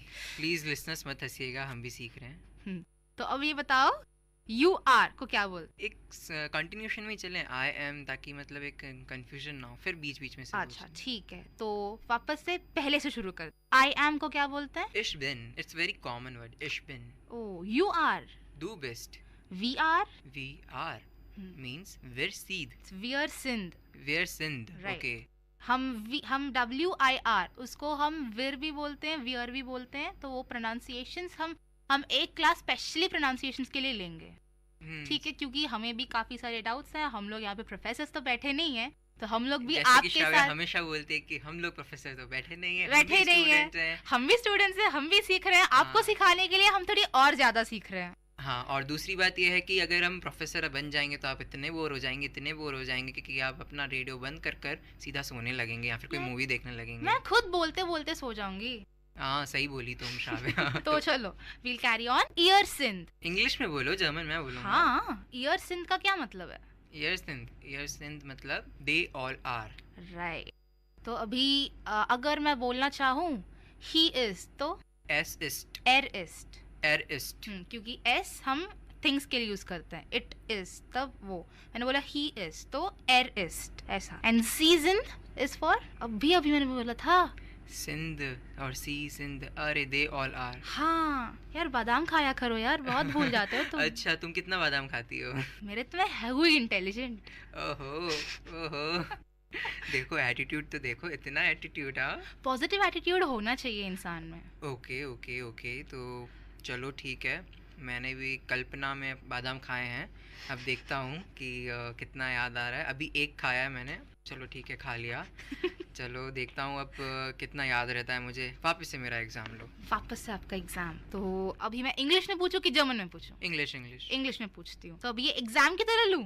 Literally जरूर. तो ये बताओ कि you are, you all are. You are डू बेस्ट. यू ऑल आर इहर सीध. ईयर सीड. राइट भाई, बादाम ने अपना जादू कर दिया. और अभी शी इज जीइस्ट. और दे ऑल आर. बाप रे, ये शाबिया तो दे ऑल आर ही पूछेगी हमेशा. इतनी 3 बार पूछ चुकी है. तो बताओ भी जवाब. अरे बता रहा हूँ. सिंध रहता है, ठीक है ना, लास्ट में तो सिंध रहता है. और स्टार्टिंग में इसके क्या रहेगा मैं खुद बताऊंगा. रुको याद करने दो. पहले के लिए था इश, फिर उसके लिए था सेकंड के लिए वीर, और फिर था दू नहीं हो सकता. और एक और हमने पढ़ा इहर, वो भी नहीं है. फिर एक हमने पढ़ा इर इस जी, वो भी नहीं. हाँ, जी. तो जी सिंध. इतने में तुम्हारा बादाम हजम भी हो गया. हजम क्या हो गया, पूरा मैंने बोल दिया. देखो जी सिंध. चलो, तो अभी हम इसके आगे क्या पढ़ने वाले हैं हिमांशु? नहीं, अब मैं तुमसे भी पूछूंगा, लोगों को पता पूछ होना लो चाहिए. भाई. I am. Ich bin. इश बिन. We are. Wir sind. You are मतलब you are की you all are. You are. You is du bist. You all are. Ihr sind. सीध. He is. He मतलब so ist. They all are. Sie sind. तुम्हें पूछ के मुझे वो याद हो गया.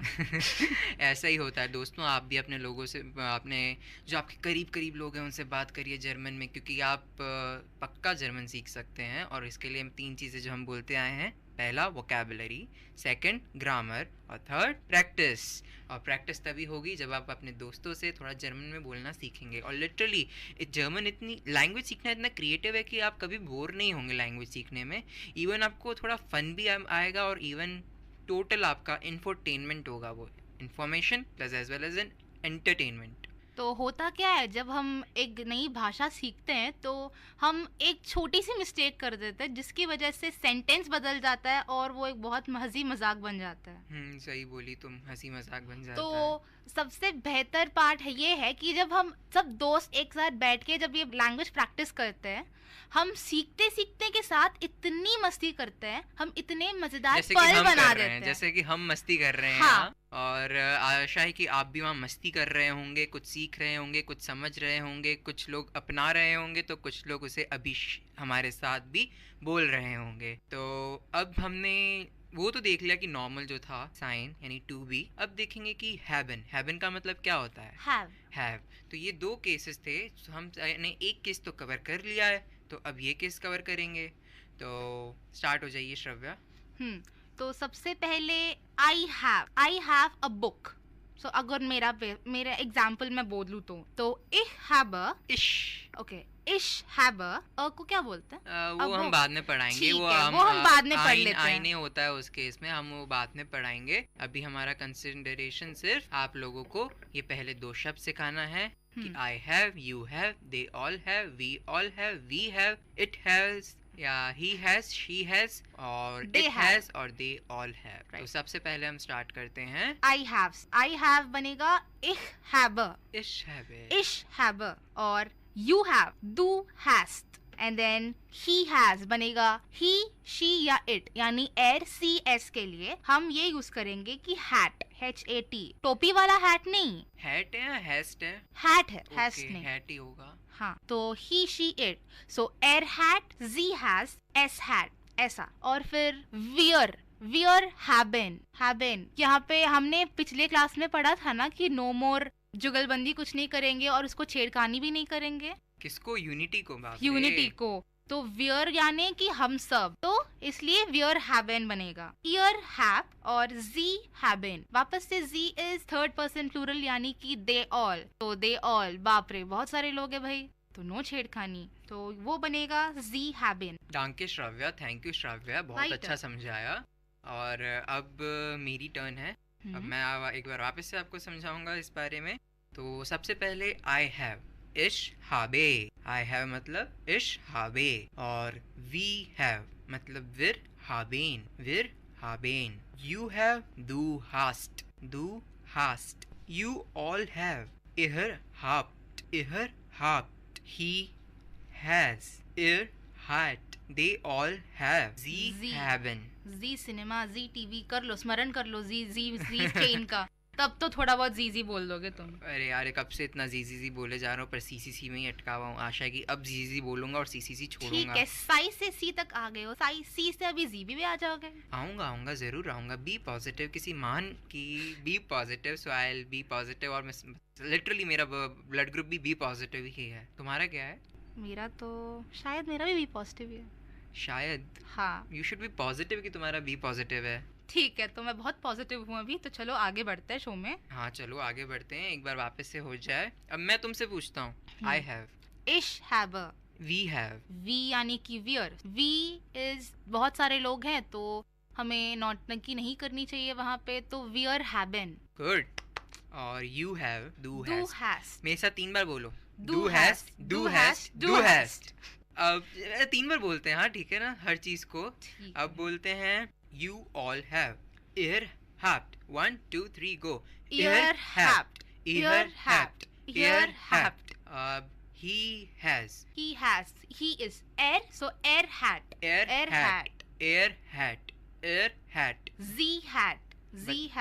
z is the female, like she, not the plural wala z। अब फिर it has, s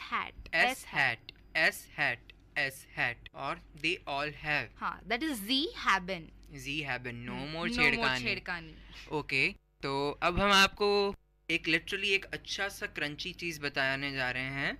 तो हम सबसे पहले स्टार्ट करेंगे, क्रंची पूरा स्टार्ट करेंगे। हमने जो अभी सीखा है सीन टू बी, हम क्या करेंगे कि हम एक बार आई एम बोलेंगे, फिर एक बार इशबिन बोलेंगे, फिर दूसरी बार वापस आई एम बोलेंगे और तीसरी बार इशबिन बोलेंगे, यानी कि 2 बार रिपीट करेंगे। और नो मोर पागलपंती एट ऑल। हम सीधा वही बताएंगे जो आप सुनना चाहते हैं, वो नहीं बताएंगे जिससे आप पक जाते। स्टार्ट करते हैं। तो सबसे पहले आई एम, इशबिन 2 बार बोलेंगे। ठीक है। इशबिन आई एम, इशबिन I am. wir sind we are, wir sind we are। Du bist you are, du bist you are। Ihr seid you all are। He is यानी कि er ist। और she is, Z ist, It is, S ist, S ist. और फिर बाद में हम use करेंगे अभी haben, that is to have, कुछ होना. To होना मतलब कुछ है. To होना नहीं. I have, मेरे पास ये पर no more पागलबंती Shravya. Okay, forgot. Ich habe, I have. Ich habe, I have. Ich habe, I have. Du hast, you have. You have, du hast. Du hast, you have. Du hast, you have. Er hat, he has. Er hat, he has. Er hat, he has. He has. So sie hat, she has. Sie hat, she has. Sie hat, she has. Sie hat, she has. Es hat, it has. Es hat, it has. Es hat, it has. Wir haben, we have. Wir haben, we have. Wir haben, we have. Wir haben, we have. Wir haben, we have. Ihr habt, they all have. Ihr habt, they all have. Ihr habt, they have. Ihr habt, they have. Ihr habt, they have. Ihr habt, they have. Ihr habt, they have. Sie haben, Sie haben, they all have. they all have. ठीक है, Sie haben, they all have. Sie haben, they all have. Sie haben, they all have. तो बहुत अच्छा session था ये. तो इस case में हमने दो चीज़ें जानी, हैव के बारे में जाना और दूसरा हमने आई एम और इन बारे में जाना कि साइन को क्या बोलते हैं, टू बी जो है उसका इंग्लिश में मतलब. प्रीपोजिशंस जाने 4 और वो प्रीपोजिशंस थे ऑस यानी कि फ्रॉम, बाय यानी कि in with respect to companies, जू यानी कि टू और नाक माने कि टू. हम नाक ऐसे यूज करते हैं जैसे अभी मैं आपको एक एग्जांपल दूं तो मैं घर जा रही हूँ. सो ich nacht, लाइक अभी घर जा रही हूँ को क्या बोलूं भाई. मैं हेल्प करता हूँ तुम्हारी. मैं घर जा रही हूँ तो I am going home. I am going home. तो ich bin ठीक है, gehe. घर के बदले Ich में bin gehe. घर की I am going. Just say I am going. Okay, ich bin gehe. अगर मैं बोलूं I am going to, suppose मैं तो काकीनाडा से हूँ भाई. सो ich bin gehen nach Kakinada. Ich bin gehe nach Kakinada. हाँ. तो जल्दी से इस प्रीपोजिशंस को भी खत्म करते हैं. मैं बोलता हूँ जर्मन में, तुम बोलो इसको इंग्लिश में. ऑस. ऑस इज फ्रॉम. बाय. इन कंपनी के लिए है. कंपनी के लिए इन. इन भी इन ही है. वो प्लेस के लिए है. और नाक टू प्लेस के लिए. और जू इंस्टीट्यूशंस के लिए टू यानी कि कंपनी और इन सब के लिए. तो ऑस मतलब फ्रॉम, बाय मतलब इन फॉर कंपनी, इन मतलब इन फॉर प्लेस, नाक मतलब टू फॉर प्लेस और जू मतलब टू फॉर कंपनी. तो ठीक है, आज के लिए इतना ही था. तो हम कल के सेशन में क्या सुनने वाले हैं हिमांशु? इसको सस्पेंस ही रहने दो. अच्छा ठीक है, सस्पेंस में तो मतलब लोग ज्यादा सुनेंगे क्योंकि ये क्वेश्चन मार्क ही रहने दो. अब लोगों को समझना चाहिए कि हम क्या सीखेंगे. क्वेश्चन मार्क से रिलेटेड कुछ सीखेंगे. क्वेश्चन मार्क ही रहने दो, यानी कि तुम समझ सकती हो. अगर मैं तो नहीं समझाना चाहता, तुम्हारी इच्छा हो तो तुम समझा दो लिसनर्स को. समझ गई भाई, मैं समझ गई. हमारा तो बस ये एक ही फंडा है, हम थोड़ा बहुत सस्पेंस रखेंगे तो अब वापस भी कल आके हमें सुनेंगे. सही है. अब बस हमने बोल दिया कि क्वेश्चन मार्क से रिलेटेड है और इतने तो समझदार हो. बट हम तो अगले सेशन में बहुत इंटरेस्टिंग चीजें लेने वाले हैं. तो आपकी मर्जी भाई, सुनना तो पड़ेगा ही. हाँ, तो चलिए श्राव्या, आप ख़त्म करते हैं शो को. अपनी वही रूटीन वाली लाइन बोल दीजिए, अपना नाम, फिर अपने शो का नाम और मैं बोल दूंगा रेडियो का नाम. स्टार्ट हो जाएगी. ठीक है भाई.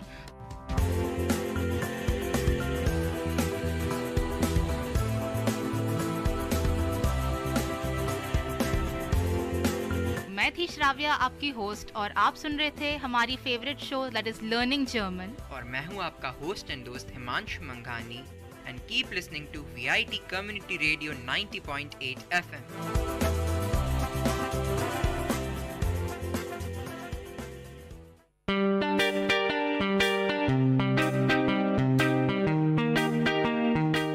Dear listeners, you're listening to VIT Community Radio 90.8 and this program is Team Speak Time.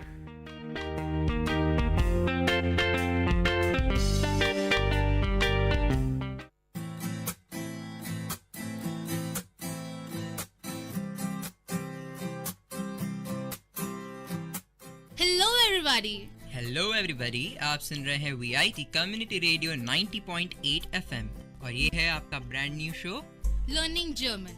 मैं हूँ आपकी होस्ट श्राव्या और मैं हूँ आपका होस्ट एंड दोस्त हिमांशु मंघानी.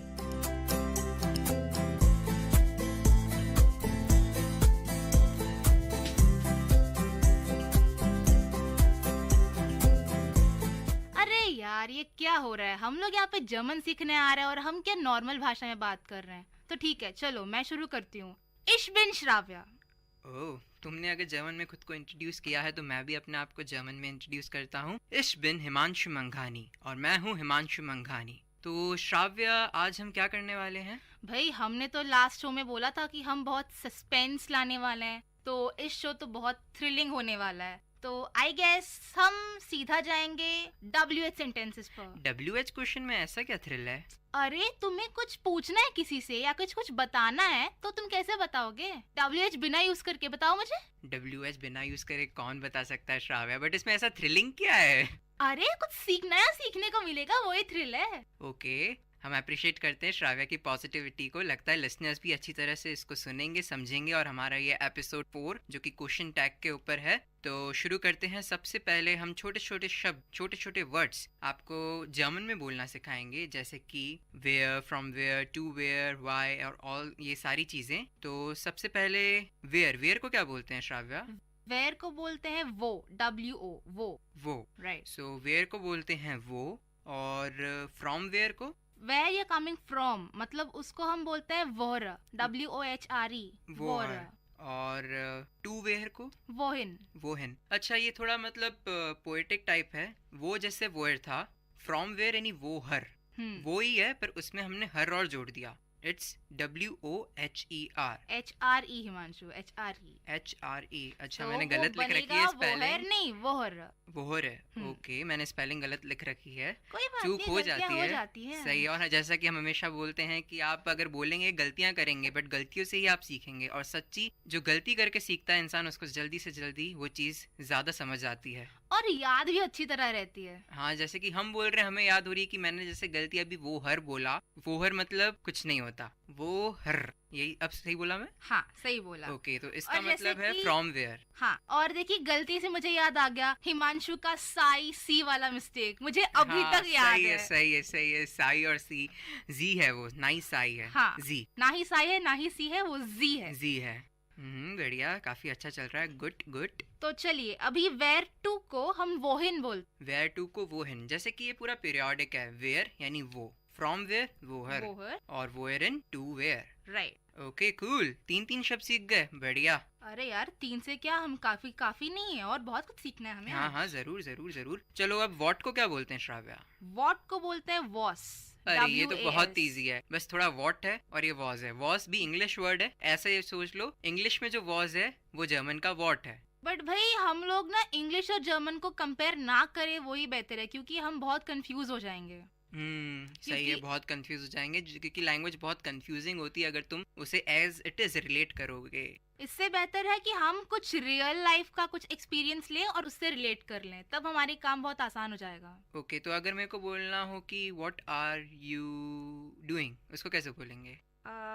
मैं बोलूंगी व्हाट मतलब वॉस, आर इज जिन, बिस्ट। ओके, बिस्ट दू, व्हाट वॉस बिस्ट दू।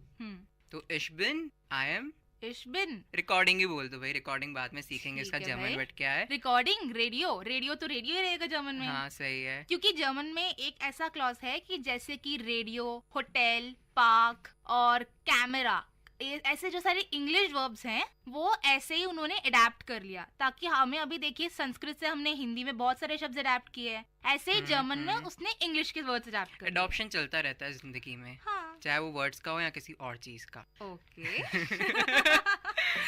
ओके, तो फिर एक चलो रेडियो बताया, तो रेडियो एक न्यूट्रल वर्ड है, जैसे कि हमने हमारे पहले एपिसोड में भी बताया था कि न्यूट्रल वर्ड्स के लिए हम देर दी दास में से क्या यूज करेंगे? दास यूज करेंगे। दास। तो हमारा सबसे मेन चीज क्या है? रेडियो। तो हम इसको क्या बोलेंगे? दास radio, the radio, the VIT community radio 90.8 FM। तो इसको बोलेंगे दास VIT कम्युनिटी रेडियो 90.8 FM, जो कि आपका चहीता रेडियो स्टेशन है। ठीक है, तो चलो अभी मैं तुम्हें पूछूं कि हिमांशु वेयर आर यू, तो तुम क्या बोलोगे? Where are you. Okay, where मतलब वो, और वो बिस्ट दू। राइट। अभी जो तुमने मुझे सिखाया तुमने भी सीख लिया, अच्छा है। हाँ, सही है। एक दूसरे को ही सिखाएंगे तभी सीखेंगे, और तभी समझ पाएंगे, और तभी इम्प्लीमेंट कर पाएंगे। एग्जैक्टली। और अभी मैं तुम्हें पूछूं कि what are you doing? What are you doing, ये मैं तुमसे शायद पूछ चुका हूँ, तो इसलिए what are you doing, what मतलब वॉज, आर मतलब बिस्ट, यू मतलब डू, वॉज बिस्ट डू। Exactly right. तो So- ठीक है, अभी हम थोड़े और नए वर्ड सीखते हैं, यानी कि WH में हमने एक छोड़ दिया था, वो कि when। अभी बहुत सारे छूटे हुए हैं पर हाँ, when, ओके ठीक है, तो when when बोलेंगे को हम वॉन, वॉन बोल। WANN, when मतलब वॉन। वाई को क्या बोलेंगे, वाई को वॉरम।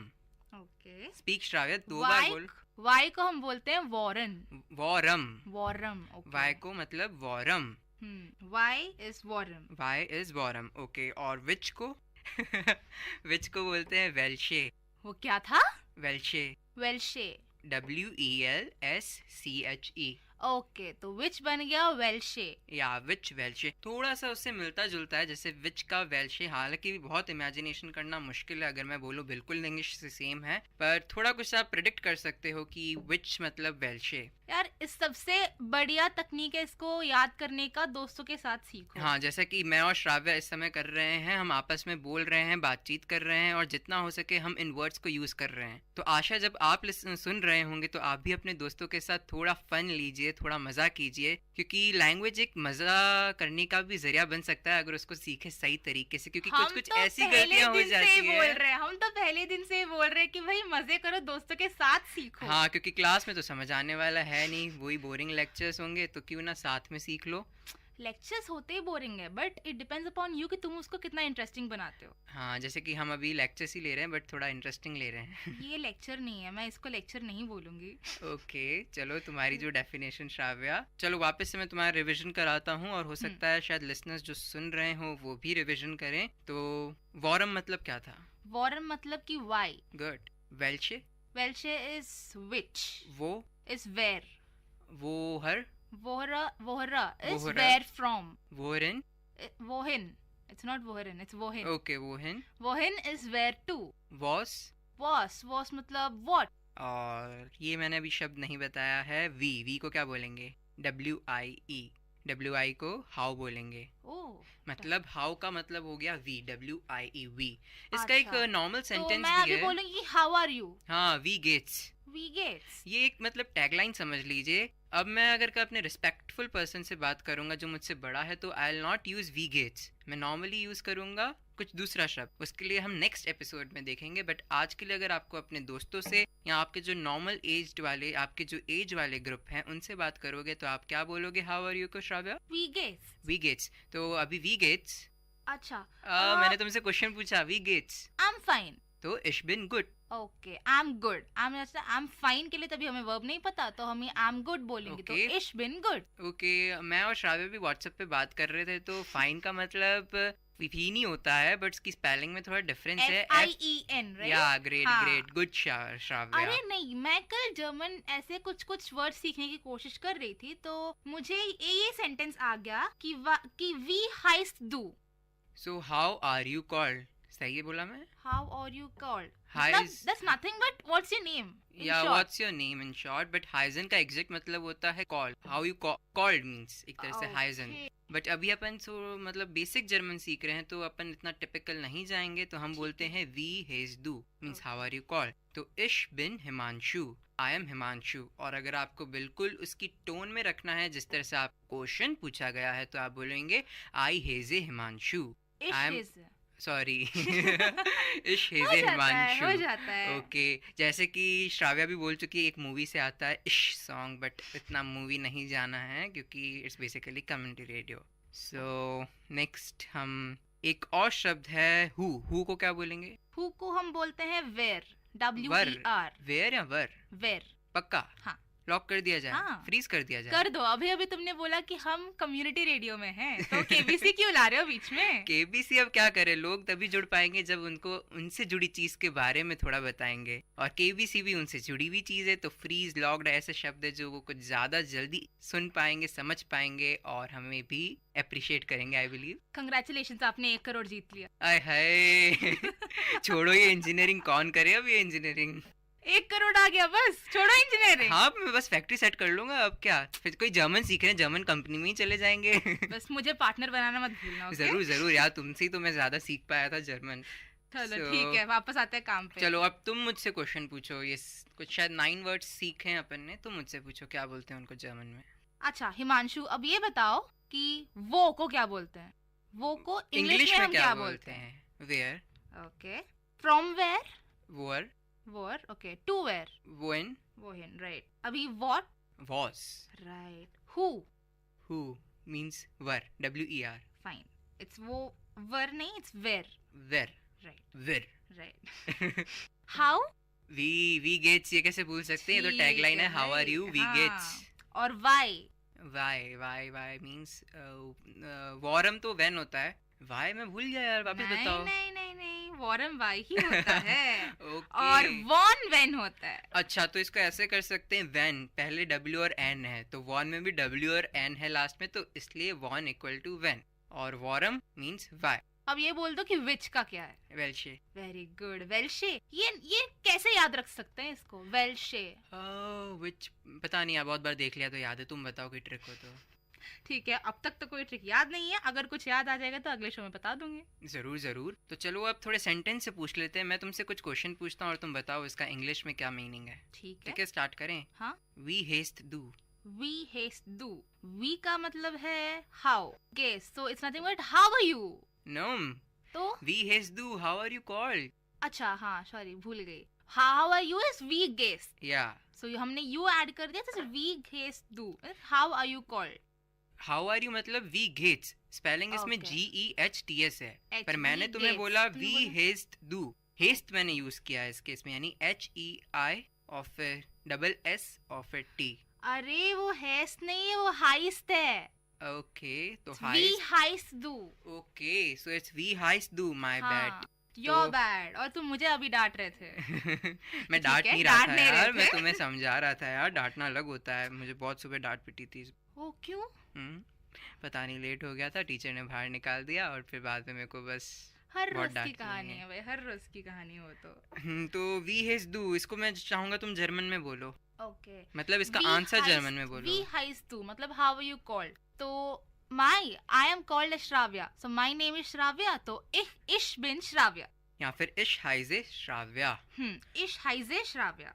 वो वुंस डू, वो वुंस डू इज वो मतलब where, so where are you working, क्योंकि वोन का मतलब है काम करना। नो, अर्बाइटे इज वर्क करना। हाँ, तो वोन्स वोनस? मतलब स्टे, वेयर यू स्टे। हाँ भूल गई। जल्दी वोना। बताओ श्राव्या, तुम रहती कहाँ, लिसनर्स जानना चाहते हैं। इश वोना इन हैदराबाद। इश वोना इन हैदराबाद। हाँ। अभी तो तुम वेलोर में हो, तो ठीक है भाई, मुझे घर जाने का मन कर रहा था, हैदराबाद बोल दिया। ओके, सो इश वोना इन हैदराबाद। अभी मैं पूछती हूँ, रुको। चलो पूछ लो यार, तुम भी क्या याद रखोगी। वॉन कॉम्स डू, वॉन कॉम्स डू, व्हेन यू केम या when you are coming. Okay, ठीक है। तो इश कॉमे बाल्ड, बाल्ड मीन्स सून, तो आई कम सून। ओके, आई कम सून, क्योंकि अभी हम प्रेजेंट टेंस ही बात कर रहे हैं। यहाँ तो पे I come लिसनर्स soon। को मैं 2 शब्द और बता दूं।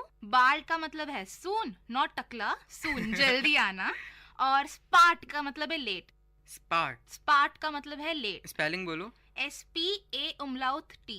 उमलाउट क्या होता है? उमलाउट ऐसे होता है कि हम अगर जर्मन में किसी लेटर पे स्ट्रेस करना चाहते हैं तो हम उमलाउट यूज करते हैं। तो Okay, वो तो- अभी हम आपको सुनाई में तो एक्सप्लेन नहीं कर सकते, तो आप इसको ऑनलाइन में देख सकते हैं, शायद आपकी कुछ मदद मिल जाए उमलाउट के बारे में। और जैसे कि अगर हेस्ट जो हमने बोला था उसमें डबल S को अपन उमलाउट से रिप्लेस करेंगे तो एक बीटा साइन होता है और उसके ऊपर हाँ। 2 डॉट्स होते हैं, तो डबल S को रिप्लेस कर लेते हैं बीटा और डबल डॉट से जर्मन में। तो तुम चाहो तो HEI बोलो या HEI बीटा T बोलो, इट्स द सेम थिंग। हाँ एग्जैक्टली। तो अभी चलो हम काम पे आते हैं। अब मैं पूछता हूँ, अर्बाइटिस डू। अर्बाइटिस डू, अर्बाइट का मतलब है काम करना, सो डू यू वर्क। तो अभी मैं बोलूंगी इश अर्बाइटर radio jockey. Okay, I work radio jockey. हालांकि थोड़ा टूटा फूटा है, हमें हाँ। बोलना चाहिए कि I work as radio jockey. हाँ, अभी But- एस को जर्मन में क्या बोलोगे? अब इतना रहने दो टाइम के हिसाब से, बस तुम, क्योंकि हम पहले स्टार्टिंग से शो में बोलते हैं कि हम आपको पूरा तो नहीं सिखा पाएंगे पर इतना सिखा पाएंगे कि अगर आपको कोई जर्मन बंदा आपसे कुछ आगे चल के बात करना चाहता है तो आप फिगर आउट कर लोगे कि वो क्या बोलना चाहता है, या वो फिगर आउट कर लेगा कि आप क्या बताना चाहते हो। अगर आपसे बोलें कि इश अर्बाइते रेडियो जॉकी, तो वो सामने वाला समझ जाएगा, ठीक है, मतलब आप रेडियो जॉकी की जैसे काम करते हैं। तो अभी मैं पूछूं कि वास मार्क्स दू, तो मतलब व्हाट यू डू। अब इसका मतलब हुआ व्हाट डू यू डू, क्योंकि मार्क्स तो माखन अपने देखा था कि वो बटर वाला माखन नहीं, माखन जो एग्जैक्ट है, मतलब कि मेक, आप क्या बना रहे हैं या क्या काम कर रहे हैं, मेक या फिर डू, मार्क्स का मतलब होता है। व्हाट डू यू मेक और what do you do. Okay, तो मैं बोलूँगा इश हो रे music, so I am making music. हो रे नहीं, तुमने मेरे को गलत को सही कैसे बोल दिया श्राव्या तुमने। हो रे का मतलब ये नहीं होता, हो रे का मतलब है टू लिसन। या good, I am listening to music, इश हो रे म्यूजिक। तो आगे बढ़ते हैं। तो अच्छा चलो, इतने क्वेश्चन पूछ लिए तो मैं तुम श्राव्या एक पर्सनल क्वेश्चन पूछूंगा। बिस्त दू ग्लूकिश। यस, उसका मतलब तो ये है कि आर यू हैप्पी। सोचा है कि हमारे लिसनर्स भी ग्लूकिश होंगे, यानी कि हैप्पी फील कर रहे होंगे, तो अपन लिसनर से बहुत फोर्सफुली पूछते हैं, ठीक है ना, अच्छी तरह से पूछते हैं। दोनों साथ में बोलेंगे 1 2 3 गो। बिस्त दू ग्लूकिश। तो मैं तो यही जवाब सुना चाहती हूँ कि या इश बिन ग्लूकले। ओके, तो आई am good means yes I am good. हमने यस और नो अगर आपको आंसर बोलना हो तो यस के लिए बोलते हैं जा।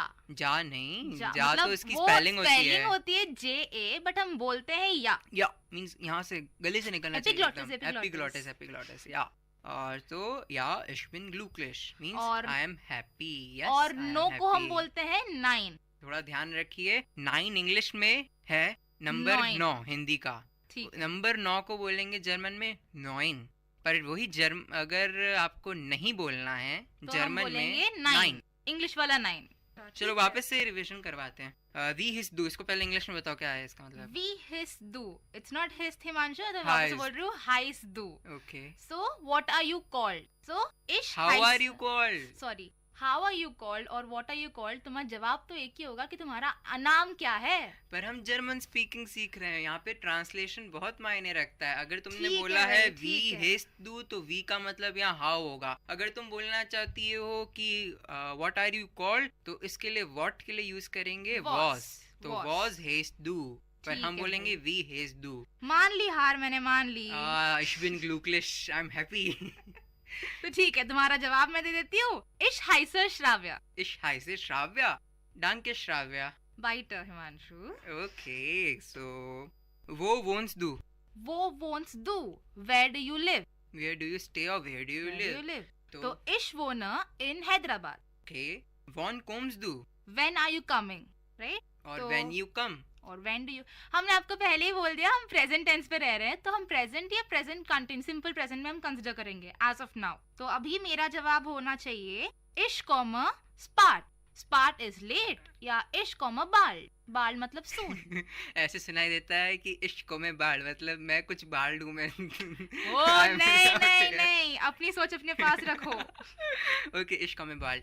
एक और मैं बात बताना चाहूँगा लिसनर्स को कि मैं और श्राव्या कल डिस्कस कर रहे थे, जैसे कि व्हाट्सएप जो कि बहुत चीप तरीका है, मतलब अफोर्डेबल तरीका है, तो इसलिए उसने मेरे को बोला, मैंने इसको बोला कि तुम्हें कल आना है रिकॉर्डिंग पे लिए, जो भी रिकॉर्डिंग का टाइम था हमारा, तो श्राव्या मैडम हमको बोली बिस बाल मतलब सी you soon, C you soon.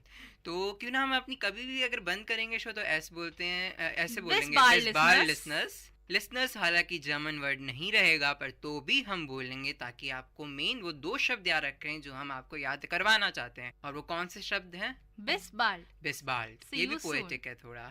C you soon, German ही पूरा पोएटिक है। Every language is poetic. Ragini में घुल जाओ यार। नहीं, ऐसे भी तो सोच सकते हो, या फिर ऐसे भी सोच सकते हो, जो तुम्हें समझ में नहीं आती वो भी पोएट्री है। हाँ। जो तुम्हें समझ नहीं आती वो भी पोएट्री है। या मींस जे ए या। इश बिन ग्लूकलिश, आई एम हैप्पी कि हम मजा कर रहे हैं। तो चलो नेक्स्ट क्वेश्चन। बिस दू ग्लूकलिश, या इश बिन ग्लूकलिश। वॉस मार्क्स डू, इश होरा म्यूजिक, मतलब व्हाट्स मार्क डू, तुम अभी क्या कर रही हो, तो इश होरा म्यूजिक, मैं एम लिसनिंग टू म्यूजिक। अरबाइतेस डू, अरबाइतेस डू you work, you work, okay you work, so 9 ich arbeite nicht means no I don't work। okay, तो अब अगर आप सिर्फ no बोलते हैं तो आप बोलेंगे 9, पर अगर आप don't बोलते हैं तो nicht। हाँ, nicht का मतलब है no, it is a form of अभी हम जैसे बोलेंगे कि मैंने अभी एक यहीं पे एग्जांपल लिया कि डू यू वर्क, तो नो आई डोंट वर्क, तो तो हम डोंट के बजाय हम डोंट के प्लेस में निश्ट यूज करते हैं। ठीक है, तो बहुत अच्छी बात है। ये नॉर्मली लोग आपसे पूछेंगे arbeites du means you work question mark, तो बोलेंगे आप इस तरह से बोलेंगे nein ich arbeite nicht means I don't work. तो बेसिकली अब ये सेंटेंस हमने बोल दिए हैं। अगर आपको कुछ समझ नहीं आता तो लिसनर से कुछ आप और जानना चाहते हैं तो आप ऑनलाइन देख सकते हैं ये सारी चीज़ें। पर आशा करते हैं कि आपने जो अभी सीखा होगा, जो सुना होगा, उससे कुछ ना कुछ तो इतना सीखा होगा कि अगर आप ऑनलाइन जाना चाहें तो आप फिगर आउट कर सकेंगे कि हमने क्या सीखा आज। या फिर आप हमारा रिपीट टेलीकास्ट भी सुन सकते हैं। हाँ, रिपीट टेलीकास्ट भी होता है। तो पर सबसे पहले क्विक रिविजन, 9 शब्द हमने सीखे आज। कौन से WH वाले और एक हाउ वाला, तो उसको क्या जर्मन में बोलते हैं, तो उसको 2 तरीके से हम अभी रिवीजन कराएंगे। श्राव्य पहले ऐसे करेंगे कि तुम मुझसे क्वेश्चन पूछो, मैं 2 बार उसको जर्मन में बोलूंगा और फिर मैं आपको वही शब्द जर्मन में बोलूंगा और आपको उसका हिंदी मतलब बताना है 2 बार। ठीक है, या फिर इंग्लिश में स्टार्ट करो। तो वेयर को क्या बोलते हैं? वेयर, वो। वेयर फ्रॉम, वोहर। वेयर टू, वोरन। ओके। और हु? वर। इट्स नॉट वर, इट्स वेयर। वेयर। और व्हाट? वॉस। ठीक है। व्हेन? वॉन। वॉन। व्हाई? वॉरम। हाउ? वी। हमने कुछ और छोड़ दिया। विच। हाँ, विच इज वेल्शर। वेल्शर। वेल्शे। तो अब मैं तुमसे पूछता हूँ, वेयर? वो। वोअर। वॉर। Where from? वोन। Where to? वॉस। व्हाट यानी क्या? वॉन। वॉन यानी कि व्हेन, कब। वी। वी यानी कि हाउ, कैसे। वेयर यानी कि हु, कौन। वॉरम। वॉरम यानी कि वाई, क्यों। वेल्शे। वेल्शे यानी कि विच, कौन सा। ठीक है भाई, Ich आपको bin सिखा glücklich, I'm good कि तुम्हें कुछ तो समझ आया श्राव्या। कुछ तो नहीं, बहुत कुछ समझ आया। हाँ, ये तो पक्का हो गया क्योंकि मैं इतने आंसर्स नहीं दे पाया जितने तुम आंट वॉटन कर सकी। आंट वॉटन मतलब आंसर दे सकी। Ich bin glücklich। Good good good good good. तो चलिए एक बार वापस से हो जाए, अब तो मैं सही तरह से बोल के बताऊंगा। ठीक है, तो शुरू। तुम मुझे ऐसे बोलो, तुम मुझे जर्मन में बोलो, मैं उसका इंग्लिश बोलूंगा क्योंकि जर्मन से English is very easy. Okay, तो इस बात का बताओ, वेल्शे। विच। वॉरम। व्हेन। वाई। वाई। वापस से दोहराती हूँ, वॉरम। वाई। वॉरम। वाई। वॉरम। वाई। वॉरम। Why. Why are forgetting Himanshu? Ich bin, I am sad। Sad का वो हम नेक्स्ट क्लास में बताएंगे। तो अभी वो। Where। वोहरा। From where। वोहिन। To where। वॉन। When। Where। Who। Was। What। और क्या बच गया, और क्या बच गया? We। How we get। How are you। Right। ठीक है, आशा करते हैं कि आप सबने भी WH क्वेश्चन सीख लिए हैं।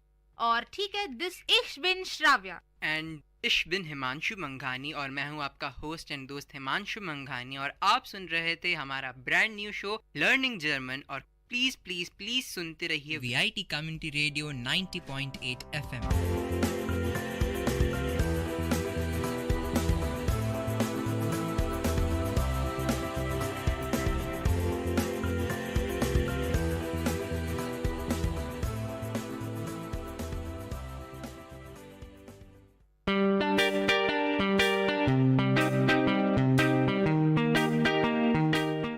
Listeners, you're listening to Vit Community Radio 90.8 and this program is Team Speak Time.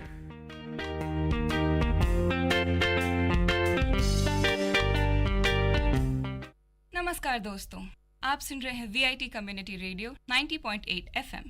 आज का हमारा कार्यक्रम है शब्दों का रंगमंच। मैं हूं आपकी होस्ट विधु और मैं हूं आपकी को-होस्ट स्तुति। दोस्तों, ये कार्यक्रम उपन्यासों व कहानियों के संग्रह का समीक्षा है, यानी कि सरल शब्दों में बुक रिव्यू। और हमारा पहला अंक है पहाड़ों की खुशबू। स्तुति, अगर मैं तुम्हारे सामने 2 किताब रखूं, एक उपन्यास और एक कहानियों का संग्रह, तो तुम क्या पढ़ना पसंद करोगी? आज की भागती दौड़ती जिंदगी को देखते हुए तो मैं छोटी कहानियों का संग्रह ही उठाऊंगी, क्योंकि पूरे एक उपन्यास को पढ़ पाना तो संभव नहीं, और एक बार में पढ़ा न जाए तो उसमें मजा नहीं आता। बेशक, ऐसे में शिवानी की लोकप्रिय कहानियों के नाम का यह कथा बेहद आकर्षक है। दोस्तों, पद्मश्री गौरा पंत, जो शिवानी उपनाम से प्रसिद्ध हैं, अल्मोड़ा उत्तराखंड से ताल्लुक रखती हैं, और जैसा कि कहा जाता है, होनहार विद्वान के होत चिकने पात, शिवानी ने 12 साल की उम्र से ही लिखना आरंभ कर दिया था। रविंद्रनाथ टैगोर जी के मार्गदर्शन ने इनके हुनर में 4 चांद लगा दिया। शिवानी की कहानियां मूल रूप से नारी प्रधान होती हैं और चूंकि इनका बचपन पहाड़ों में बीता है, इनकी कहानियों से, रचनाओं से पहाड़ी जीवन, वहाँ की संस्कृति और भाषा की बेहद खुशबू आती है। सबसे अच्छी बात यह है विदु कि ये पूरी बात सुनने में तो बड़ी ही जटिल लगती है, पर कहानी लिखी इतनी सरलता से गई है कि बात एकदम समझ आ जाती है। बेशक स्तुति, और तुम बात कर रही हो हमारी कहानी भिक्षुणी की। चंचल और खुले विचारों का होना अच्छी बात है, पर कभी कभी परिस्थितियां ऐसी बन जाती हैं कि ये गुण अवगुण बनकर विवेक को नष्ट कर देता है। अधिक पाबंदी, कटाक्ष अक्सर ऐसे लोगों को स्थिर करने के बजाय उद्दंड बना देता है, जिसका परिणाम उन्हें स्वयं ही भुगतना पड़ता है। अगली कहानी सौत, अंतरंगता घृणा की जननी होती है, इस सोच के इर्द गिर्द घूमती है। अगर आज के नजरिए से मैं देखूं तो कभी कभी ऐसा होता है कि हम देखते हैं पर बोल नहीं पाते, और बाद में फिर ऐसा लगता है कि हमने अपनों को उसके विषय में ना बताकर उन्हें आहत किया है, या फिर हम ये सोचकर नहीं बोलते कि कहीं वह दुखी या आहत ना हो जाएं। बट बाद में समझ आता है कि यह एक बहुत बड़ी गलती कर दी हमने और हमें उन्हें बता देना चाहिए था। वहीं अगली कहानी नथ, जहां एक तरफ पति पत्नी के अनोखे रिश्ते को उजागर करती है, तो वहीं दूसरी तरफ उच्च कोटि की मानसिकता और इंसानियत का पाठ पढ़ाती है। विधु, नथ कहानी का एक और पहलू है। थोता चना बाजे घना। बहुत अमीर आदमी अपनी निम्न दान की हुई भी चीजों को बहुत दिखाता है, पर एक गरीब बिना कुछ कहे अपनी सबसे कीमती चीज इंसानियत के नाते फौज को दान कर भी चुप रहता है। बेशक स्तुति, ये तो तुमने सही कहा। हमारी अगली कहानी है दोस्तों दो बहनें। दो बहनें पढ़कर ऐसा लगता है कि अगर आप कहते हो कि आप एक दूसरे को बहुत अच्छे से जानते हो, तो एक बार फिर सोच लो, क्या पहचानते भी हो? जीवन इन दो बहनों को ऐसे दो राह पे लाके खड़ा करता है कि एक दूसरे के लिए मर मिट जाने वाली ये बहनें सदा के लिए विलग हो जाती हैं। गजदंत, एक प्रमुख पात्र के सामने दो रास्ते हैं, एक जो उसे निमी के ओर ले जाता है और दूसरा जो उसको एक सराखों पे पली बड़ी अमीर लड़की की ओर ले जाता है। और सबसे महत्वपूर्ण उसकी प्रेयसी है निमी, जो एक गरीब घर से ताल्लुकात रखती है, और दूसरा जो उसे कुरूप कर देने वाली गजदंत की ओर ले जाता है, पर वह बहुत ही अमीर खानदान से ताल्लुक रखती है। इस कहानी में दहेज प्रथा का नंगा नाच दिखाया गया है दोस्तों, और इसके व्यंग्यात्मक शैली की वजह से ये कहानी सीधा दिल पर चोट करती है।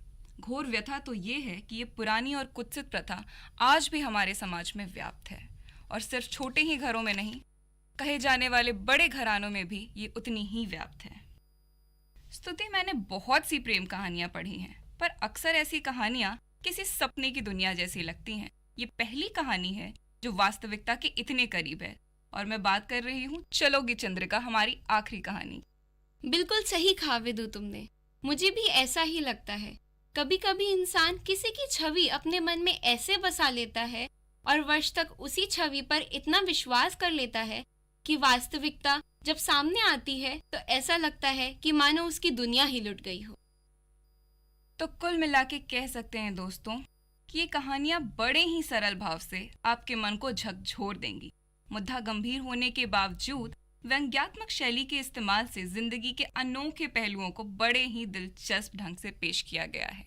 आशा है कि आप इस किताब को पढ़ना बेहद पसंद करेंगे। మీరు వింటున్నారు విఐటి కమ్యూనిటీ రేడియో 90.8 FM. నేను మీ హోస్ట్ కల్కీని. ఇవాళ మీ ముందుకు నేను ఒక కొత్త షోతో వచ్చేసానండి. ఇంతకీ ఏంటా షో అని ఆలోచిస్తున్నారా? సరే, సరదాగా కాసేపు మాట్లాడుకుందాం మనం. అసలు పూర్వకాలంలో డబ్బు అనే మాటే లేదు. నిజమండి, మన పూర్వీకులంతా డబ్బు అనే మీడియం ఆఫ్ ఎక్స్చేంజ్ లేకుండానే బతికేశారంట. ఎలాగంటారా? బార్టర్ సిస్టమ్ అనే ప్రాసెస్తో. ఏంటి బార్టర్ సిస్టమ్ అంటే, ఇప్పుడు ఫర్ ఎగ్జాంపుల్ నాకు ఒక పొలం ఉంది, నేను ఆ పొలానికి ఓనర్ని. నేనేం చేశానంటే నా పొలంలో గోధుమలు పండించుకున్నాను. నాకు తెలిసిన నా ఫ్రెండ్ ఒక ఆయన ఉన్నాడు, ఆయనేమో ధాన్యం పండించాడు. సో నేను ఆయన దగ్గరికి వెళ్ళి, ఇలా నా దగ్గర కొంచెం గోధుమలు ఉన్నాయి, మరి మీ దగ్గర ఉన్న ధాన్యం ఇస్తారా నాకు? నేను నా దగ్గర ఉన్న గోధుమలు మీకు ఇస్తాను అని అలా అడిగి, అలా ఒక్కొక్కరు వాళ్ళ దగ్గర ఉన్న వస్తువుల్ని అలా మార్చుకునేవాళ్ళు. ఇలా ఈ ఎక్స్చేంజ్ ప్రాసెస్ని బార్టర్ సిస్టమ్ అనేవాళ్ళు. తర్వాత కొంతకాలానికి డబ్బు అనే ఒక మార్పిడి మాధ్యమాన్ని కనిపెట్టారు. మరి ఈ కాలంలో మీకు ఏమైనా వస్తువు అవసరమైతే ఏం చేస్తారండి? అలా డైరెక్ట్గా ఒక షాప్కి వెళ్ళిపోయి మీకు ఏం కావాలంటే దాని ధర అడిగి తర్వాత డబ్బులు ఇచ్చేసి అది సరాసరి మీ ఇంటికి తెచ్చేసుకుంటారు. అంతే కదా, ఎంత సింపుల్ అయిపోయిందో ప్రాసెస్. అసలు ఏంటి అమ్మాయి, ఏంటి గోలా, డబ్బులు అంటుంది, బార్టర్ సిస్టమ్ అంటుంది, ఏంటేంటో మాట్లాడేస్తుంది, ఏంటి కొత్త షో అనుకుంటున్నారా? సరే, ఓకే ఓకే ఓకే, ఇక లేటే చేయనండి, నాంచకుండా మ్యాటర్లోకి వచ్చేస్తాను. ఇప్పటికే మీకు ఈ షో గురించి కొంచెం ఐడియా వచ్చేసిందనే అనుకుంటున్నాను. ఇక మీ గెస్ వర్క్ని పక్కన పెట్టేయండి. సరే, పొద్దున లేచినప్పటి నుంచి రాత్రి పడుకునే లోపు ఏదో ఒకసారి ఏదో ఒక సమయంలో ఈ మాట మీరు వినే ఉంటారండి. ఏమనుకుంటున్నారంటే, పొద్దున లేచినప్పటి నుంచి పడుకునే లోపు ఏదో ఒక సమయంలో ఏదో ఒక టైంలో మీరు ఈ మాట వినే ఉంటారండి. ఇంతకీ ఏంటనుకుంటున్నారంటే, అదేనండి వ్యాపారం, వాణిజ్యం. అయ్యో, ఇంకా అర్థం కాలేదా? ప్రస్తుత కాలంలో బిజినెస్ బిజినెస్ బిజినెస్ అని అందరూ తలలు కొట్టేసుకుంటున్నారు కదా, అదేనండి ఆ బిజినెస్ గురించే చెప్తున్నాను నేను. ప్రస్తుత యువత ఈ వ్యాపార రంగం వైపు చాలా ఎక్కువ మక్కువ చూపిస్తుందండి. సో నేను మీ ముందుకు ఈ కొత్త షో రిస్కీ బిజినెస్తో వచ్చేసాను. ఈ షో అంతా ప్రెజెంట్ బిజినెస్ వరల్డ్ గురించే. ప్రెజెంట్ యూత్ని మీ ఫ్యూచర్ ప్లాన్స్ ఏంటి అని అడిగితే I want to be entrepreneur అని చెప్తున్నారు. అసలు ఏంటి ఆంట్రప్రెన్యూర్? అసలు ఆంట్రప్రెన్యూర్షిప్ అంటే ఏంటి? అసలు ఏంటి బిజినెస్? ఈ బిజినెస్ గోల్ ఏంటి? So different business plans, brands, great entrepreneurs, వాళ్ళ లైఫ్ స్టోరీస్, ఇంకా ఎన్నో ఎన్నో ఎన్నో బిజినెస్ టాక్స్ ఈ షో ద్వారా మీరు తెలుసుకోవచ్చు. స్టూడెంట్స్ ఎస్పెషల్లీ మీకు మీ బ్రైట్ ఫ్యూచర్కి ఎంతో ఉపయోగకరమైన షో ఇది. సో లేట్ ఎందుకు, వెంటనే 90.8 ట్యూన్ చేసేయండి. సరే, మరి ఇవాల్టి షోలో మనం ఏం మాట్లాడుకుందాము? E commerce. ఈ మాట వినే ఉంటారు కదండి. ప్రస్తుత కాలంలో ఎక్కడ పడితే అక్కడ ఈ మాట మీకు తరచూ వినిపిస్తూనే ఉంటుంది. ఇంతకీ ఏంటి ఈ కామర్స్? ఎలక్ట్రానిక్ కామర్స్ అని ఆన్సర్ చెప్దాం అనుకుంటున్నారా? అయ్యో, అది కాదండి. అసలు ఎలక్ట్రానిక్ కామర్స్ అంటే ఏంటంటే మనము కంప్యూటర్ నెట్వర్క్స్ని, ప్రధానంగా ఇంటర్నెట్ని యూజ్ చేసి చేసే వ్యాపారమే ఈ కామర్స్. సో ప్రస్తుత కాలంలో ఈ కామర్స్ రంగం చాలా అభివృద్ధి చెందుతుందండి. ఎక్కడ చూసినా తరచుగా మీరు ఈ కామర్స్ అనే మాటనే ఉంటారండి. సరే, ఇంతకీ మీరు ఈ కామర్స్లో చాలా ఇంకా వినే ఉంటారండి. ఫర్ ఎగ్జాంపుల్ ఈ బ్యాంకింగ్, ఈ టికెటింగ్, ఇంకా చాలా చాలా చాలా వినే ఉంటారు. ఇంకా ప్రధానంగా చెప్పుకోవాల్సింది ఆన్లైన్ షాపింగ్ అండి. ఇవాల్టి రేపటి కాలంలో ఆన్లైన్ షాపింగ్ చేయని వాళ్ళు ఎవరో చెప్పండి. ఇంకా విఐటి స్టూడెంట్స్ గురించి చెప్పనే అక్కర్లేదు. సరే కానీ అసలు ఏంటి ఈ బ్యాంకింగ్ ఏంటి, ఈ టికెటింగ్ ఏంటి? మీకు తెలిసే ఉంటుందండి, నాకు తెలుసు మీకు తెలుసని, కానీ నేను ఒక లైట్గా కొంచెం చెప్తాను. ఇంతకీ ఈ బ్యాంకింగ్, ఈ టికెటింగ్ ఏంటో మీకు తెలిసే ఉంటుంది. ఏం లేదండి, అసలు పూర్వకాలంలో అంతా, పూర్వకాలం అని చెప్పక్కర్లేదులే కానీ, ఇంతకుముందు మన అమ్మ నాన్న టైంలో మనం ఏదైనా టికెట్ కావాలి, మనం ఎక్కడికైనా వెళ్ళాలి అనుకుంటే అలా రైల్వే స్టేషన్కి వెళ్ళి క్యూలో నిల్చుని టికెట్స్ కొనేసి తీసుకురావాల్సి వచ్చేది. ఇప్పుడంతా సిస్టమ్ చాలా ఈజీగా అయిపోయిందండి. మీకు ఒక ల్యాప్టాప్ కానీ, కంప్యూటర్ కానీ, లేకపోతే నెట్ కనెక్షన్ ఉంటే చాలండి, టక మీరు ఎక్కడున్నారో అదే ప్లేస్లో కూర్చుని మీరు ఎక్కడికి వెళ్ళాలనుకుంటున్నారో అక్కడికి అలా టికెట్ బుక్ చేసేసుకోవచ్చు. మన ఇండియన్ రైల్వేస్ వాళ్ళు కూడా ఐఆర్సిటిసి వెబ్సైట్ క్రియేట్ చేశారు కదా. ఏముంది, అలా మీరు ఆ వెబ్సైట్లో లాగిన్ అయ్యి మీకు ఎక్కడికి వెళ్ళాలంటే అక్కడికి, ఏ టైంలో కావాలన్నా, ఏ రోజు కావాలన్నా, ఏ బోగి కావాలన్నా, ఆఖరికి ఏ సీటు కావాలన్నా కూడా మీరు సెలెక్ట్ చేసుకోవచ్చండి. అంత ఈజీగా అయిపోయింది టికెటింగ్. ఇంకా చెప్పాలంటే బ్యాంకింగ్ పని. అసలు ఈ బ్యాంకుకి వెళ్ళడం అంటేనే చాలా మందికి చిరాకండి. బారులుగా క్యూస్ ఉంటాయి, ఒక్కరు సరిగ్గా రెస్పాన్స్ ఇవ్వరు, చిరాకు వచ్చేస్తుంది కదా. పొద్దునెప్పుడో వెళ్తే మధ్యాహ్నానికి కానీ మన పని అవ్వదు. కానీ ఈ బ్యాంకింగ్ ద్వారా మన పనులన్నీ చాలా సులభంగా అయిపోతున్నాయి. ఈజీగా మనీ ట్రాన్స్ఫర్ చేసుకోవచ్చు, మన అకౌంట్లో ఎంత బ్యాలెన్స్ ఉందో చూసుకోవచ్చు, ఎప్పటికప్పుడు మన అకౌంట్ అప్డేట్స్ అన్నీ మనము జస్ట్ ఒక క్లిక్తో తెలిసేసుకోవచ్చు అండి. అంత ఈజీ అయిపోయింది. చూసారా ఈ కామర్స్ రంగం వల్ల మన పనులు ఎంత ఈజీ అయిపోతున్నాయో. సరే కానీ తర్వాత వచ్చే విషయం ఏంటంటే ఆన్లైన్ షాపింగ్ అండి. ఇవాళ మనం ఆన్లైన్ షాపింగ్ గురించి ముచ్చటిద్దామా? సరే, అసలు ఈ ఏంటి ఆన్లైన్ షాపింగ్ ఎవరు కనిపెట్టారు అని ఎప్పుడైనా మీరు ఆలోచించారా? సరే సరే సరే నేనే చెప్పేస్తున్నానండి. ఆన్లైన్ షాపింగ్ ని మొట్టమొదటిగా మైకెల్ ఆల్రిచ్ అనే వ్యక్తి 1979లో కనుగొన్నాడండి. ఆయన యూకేకి చెందిన వ్యక్తి. ఒక ఐటీ రంగంలో పనిచేశారండి. చాలా ఏళ్ళు పనిచేశారు. తర్వాత ఈ ఆన్లైన్ షాపింగ్ ని కనుగొన్నారు. సో ఆయనకు ఒక థ్యాంక్స్ చెప్పేసుకుందామండి. మన పనులని ఎంతో ఈజీ చేసేసారు కదా. సరే, ఇంతకీ ఆన్లైన్ షాపింగ్ గురించి మాట్లాడుకుందాము. అందులో ఇంతకీ ఈ ఆన్లైన్ షాపింగ్లో దేని గురించి మాట్లాడుకుందాం అనుకుంటున్నారా? సరే, ఎప్పుడు ఈ మాట వింటూనే ఉంటారండి, రోజు రోజు రోజు. అసలు మరి విఐటీలో అయితే ప్రతిరోజు ఈ మాట వినకుండా ఉండరు మీరు. అదేనండి ఫ్లిప్కార్ట్. ఏంటి ఫ్లిప్కార్ట్? ఆన్లైన్ షాపింగ్ వెబ్సైటే అనుకుంటున్నారా? సరే, అసలు ఈ ఫ్లిప్కార్ట్ ఎప్పుడు స్టార్ట్ అయింది, ఎలా స్టార్ట్ అయింది, ఎవరు ఈ ఫ్లిప్కార్ట్ వెనుకున్నారు, అసలు ఏంటి దీని స్టోరీ తెలుసుకోవాలనుకుంటున్నారా? సరే అయితే సరదాగా వినేసేయండి. మన ఫ్లిప్కార్ట్ ఓనర్స్ వచ్చేసి సచిన్ బన్సల్ అండ్ బిన్నీ బన్సల్ అండి.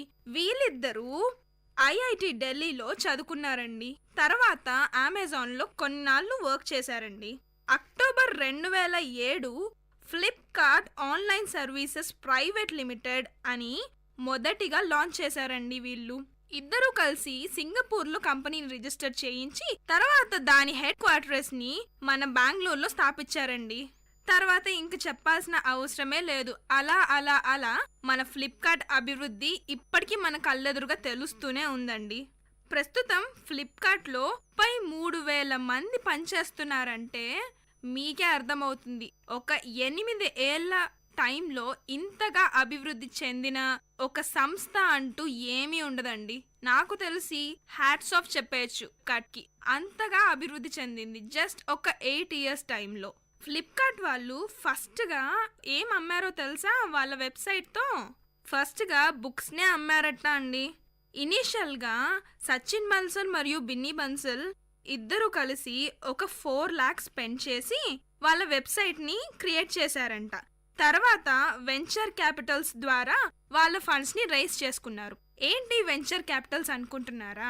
ఏం లేదండి, వెంచర్ క్యాపిటల్ అంటే కొంతమంది ఇన్వెస్టర్స్ ఉంటారు. వాళ్ళు ఇలాంటి రిస్కీ టైప్ ఆఫ్ బిజినెస్కి ఇంకా ఇన్నోవేటివ్ ఐడియాస్కి వాళ్ళ సైడ్ నుంచి ఇన్వెస్ట్మెంట్ ఇస్తారు. వాళ్ళకు ఒక కాన్ఫిడెన్స్ ఉంటుంది, డెఫినెట్గా ఇది లాంగ్ టర్మ్లో వాళ్ళకు ఉపయోగకరం అవుతుంది అని. సో ఇట్లాంటి సంస్థలకు వాళ్ళు ఇన్వెస్ట్మెంట్ చేస్తారండి. వాళ్ళనే మనం వెంచర్ క్యాపిటల్స్ అంటాం. మన ఫ్లిప్కార్ట్కి యాక్సెల్ ఇండియా అనే వెంచర్ క్యాపిటల్ ద్వారా $1 million 2009లో ఇన్వెస్ట్ చేశారండి. అట్లాగా అలాగా అలాగా వాళ్ళ ఇన్వెస్ట్మెంట్స్ పెరుగుతూనే వచ్చాయండి. ఇంకా చాలా మంది వెంచర్ క్యాపిటల్స్ వాళ్ళ ఇన్వెస్ట్మెంట్స్ చేశారు. తర్వాత 2013లో $200 million వెంచర్ క్యాపిటలిస్ట్ ద్వారా మన ఫ్లిప్కార్ట్ వాళ్ళు ఫండ్స్ రైజ్ చేశారు. ఇంకా సేల్స్ గురించి చెప్పనే అక్కర్లేదండి. 2008-9 సంవత్సరానికి 40 million సేల్స్ చూపించారండి. తర్వాత 2009-10కి ఆ 40 million కాస్త 200 million అయ్యింది. ఇక వాళ్ళ టార్గెట్ 2015కి దాదాపు 50 billion సేల్స్ చేయాలి అని అనుకుంటున్నారు. ఇంకా నేను మీకు ఈజీగా సింపుల్గా చెప్పాలి అంటే ఫ్లిప్కార్ట్లో ఒక్క నిమిషానికి యావరేజ్గా 10 ప్రోడక్ట్స్ సోల్డ్ అవుతాయండి. అది ఫ్లిప్కార్ట్ ఘనత. సో దీన్ని బట్టే అర్థమవుతుంది ఎంత క్రేజ్ ఉందో మనుషుల్లో ఫ్లిప్కార్ట్కి. దీని తర్వాత ఫ్లిప్కార్ట్ వచ్చేసి last year 6th October big billion డేగా ముందుకొచ్చేసిందండి. ఆ ఒక్క రోజే దాదాపు 650 కోట్ల విలువ చేసే ప్రోడక్ట్స్ కేవలం 10 గంటల టైంలో అమ్మేశారండి ఫ్లిప్కార్ట్ వాళ్ళు. ఇంత భారీ మొత్తంలో మన ఫ్లిప్కార్ట్ వాళ్ళు వ్యాపారాన్ని జరిపారండి జస్ట్ 10 గంటల టైంలో. సో ఆ డే చాలా స్పెషల్ డే అయిపోయింది. తర్వాత మన ఫ్లిప్కార్ట్ కంపెనీ వాళ్ళు మోటరోలా కంపెనీతో టైఅప్ చేసుకొని Moto G, Moto X, Moto E లాంటి ఎన్నో మొబైల్స్ రిలీజ్ చేశారండి. ఇంకా Moto G, Moto E, Moto X mobiles గురించి చెప్పనే అవసరం లేదు. అలా ఫ్లిప్కార్ట్ వెబ్సైట్లో పెట్టిన వెంటనే 20,000 యూనిట్స్ సేల్ అయిపోయాయండి. అంత హాట్ డిమాండ్ వచ్చేసింది మోటో జీ మొబైల్స్కి. సో ఫ్లిప్కార్ట్ మోటరోలా ఈ టైఅప్ నిజంగా చాలా సక్సెస్ అయిందండి. తర్వాత చెప్పుకోవాల్సింది ఏంటంటే మన సచిన్ బన్సల్ గారికి ఆంట్రప్రూనర్ ఆఫ్ ద ఇయర్ అవార్డ్ వచ్చిందండి. 2012-13 సంవత్సరానికి ఎకనామిక్ టైమ్స్ వాళ్ళు ఇచ్చేశారు. ఇంకేం చెప్పాలి, ఏ బిజినెస్లో అయినా ఎంత ప్రాఫిట్ ఉన్నా అంతకంత లాస్ ఉండడం సహజమే అండి. ఇలాగే ఎన్నో ప్రాఫిట్స్ని ఎన్నో లాసెస్ని బేర్ చేసి ఫ్లిప్కార్ట్ ఇంకా ముందుకు వెళ్తూనే ఉందండి. తర్వాత లాస్ట్ ఇయర్ అదే అండి 2014లో ఫ్లిప్కార్ట్ Myntra.com అనే వెబ్సైట్, అది కూడా ఒక ఆన్లైన్ షాపింగ్ వెబ్సైటే అండి, దాంతో కలిసి మర్జ్ అయిపోయిందండి. కరెక్ట్గా ఎంతకి కొన్నారో మింత్రాని తెలియదు కానీ అప్రాక్సిమేట్గా 2000 కోట్ల డీల్ ఇది అని అందరూ అనుకుంటున్నారు. అప్రాక్సిమేట్ రేట్ అయితే ఎవరికీ తెలియదండి. సో చూసారా, అంతగా అభివృద్ధి చెందింది ఫ్లిప్కార్ట్. అయ్యో, మీతో మాట్లాడుతూ ఉంటే టైమే తెలియలేదండి. ఇంకా చాలా చాలా చాలా మాట్లాడుకోవచ్చు ఫ్లిప్కార్ట్ గురించి, కానీ మనకు టైం సరిపోదండి. సో ఇక బాయ్ చెప్పాల్సిన టైం రానే వచ్చేసింది. మళ్ళీ నెక్స్ట్ ఎపిసోడ్లో ఇంకా ఎన్నో బిజినెస్ టాపిక్స్ మాట్లాడుకుందాం. అంతవరకు స్టే ట్యూన్డ్. సైనింగ్ ఆఫ్ మీ హోస్ట్ కల్కి and crispy business. Dear listeners, you had listened to the program Team Speak Time in VIT Community Radio 90.8. Thank you for listening.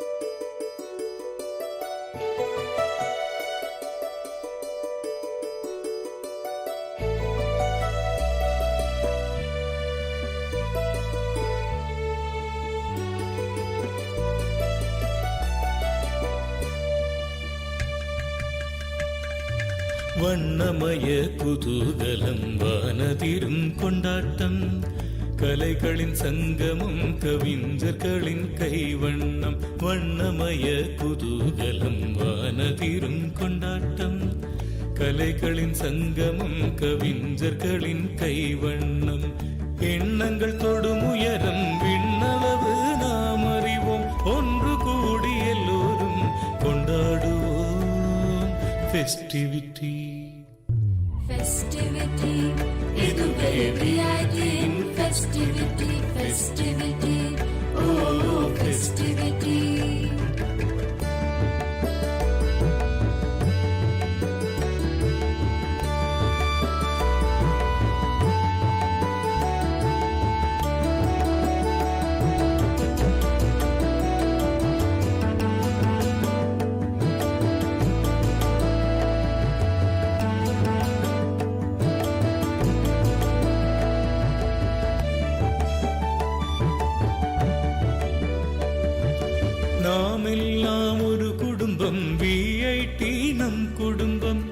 உலகெங்கும் பரவி நிற்கும் VIT நம் குடும்பம் வேந்தரெனும் தலைமையின் கீழ் செயல்படும் ஒரு குடும்பம் வேந்தரெனும் தலைமையின் கீழ் செயல்படும் ஒரு குடும்பம் மனமகிழ்ந்து எல்லோரும் கொண்டாடுவோம் ஃபெஸ்டிவிட்டி ஃபெஸ்டிவிட்டி இதுவே VITயின் ஃபெஸ்டிவிட்டி வண்ணமய குதூகலம் வானதிரும் கொண்டாட்டம் கலைகளின் சங்கமம் கவிஞர்களின் கைவண்ணம் ஃபெஸ்டிவிட்டி ஓ ஃபெஸ்டிவிட்டி ஃபெஸ்டிவிட்டி ஓ ஃபெஸ்டிவிட்டி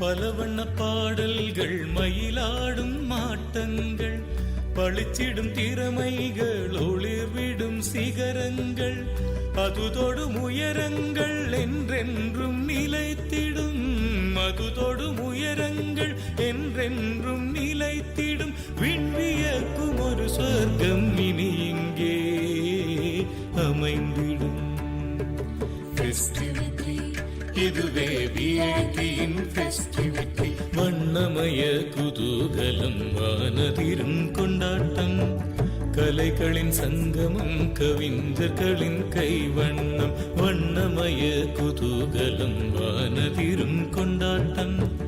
கலைகளின் சங்கமம் கவிஞர்களின் கைவண்ணம் எண்ணங்கள் தொடுமுயரம் விண்ணளவு நாம் அறிவோம். ஒன்று கூடி எல்லோரும் கொண்டாடுவோம் ஃபெஸ்டிவிட்டி. ஃபெஸ்டிவிட்டி இதுவே விஐடியின் ஃபெஸ்டிவிட்டி. ஃபெஸ்டிவிட்டி ஓ ஃபெஸ்டிவிட்டி.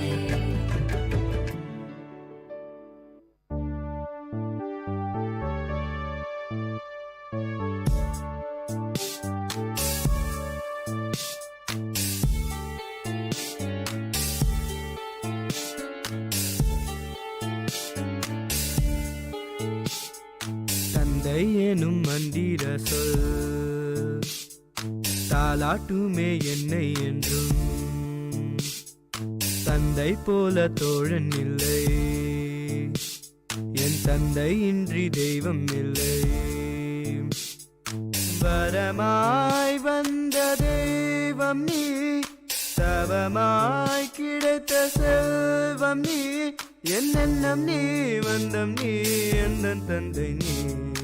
தந்தை எனும் மந்திர சொல் தாலாட்டுமே என்னை என்றும்.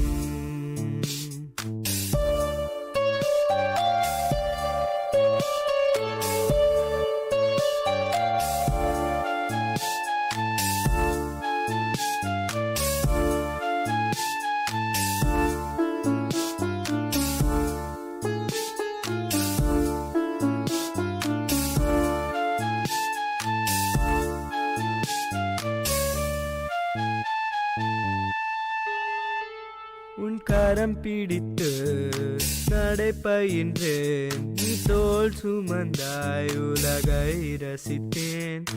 உனை உருக்கி என்னை வளர்த்தாய், நீ ஒளி கொடுத்தாய், நல் வழி நடந்தேன். தவம் என்ன செய்தேனோ நான் உந்தன் மகனாய் பிறக்கவே. என்னென்னம் நீ வண்ணம் நீ, எந்த தந்தை நீ. தந்தை எனும் மந்திர சொல் தாலாட்டுமே என்னை என்றும். தந்தை போல தோழன் இல்லை, என் தந்தை இன்றி தெய்வம் இல்லை.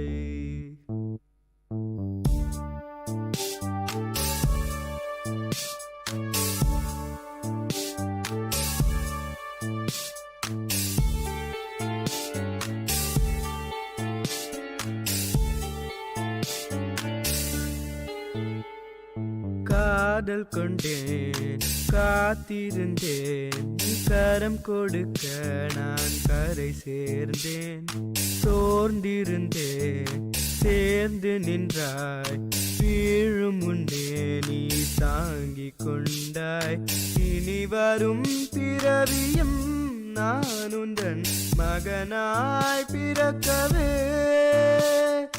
வரம் ஒன்று கேட்கிறேன் அதை தருவாய். தந்தை எனும் மந்திர சொல்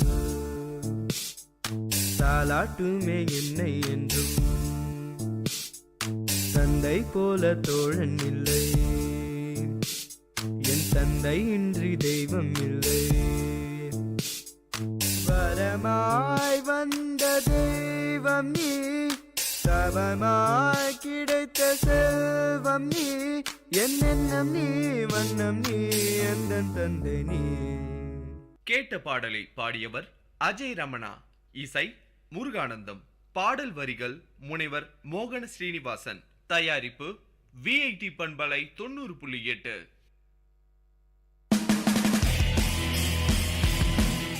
உங்கள் விஐடி பண்பலை 90.8 வழங்கும் கருத்துக்களம். மக்கள் கருத்துக்கள் அரங்கேறும் ஒளித்தளம். உங்கள் குரல்களில் ஒருங்கிணையும் கருத்துக்களம். விஐடி பல்கலைக்கழகத்தின் சமுதாய வானொலியில். வணக்கம் நேயர்களே, நீங்கள் கேட்டுக்கொண்டிருப்பது விஐடி பண்பலை 90.8 விஐடி பல்கலைக்கழகத்தின் சமுதாய வானொலி.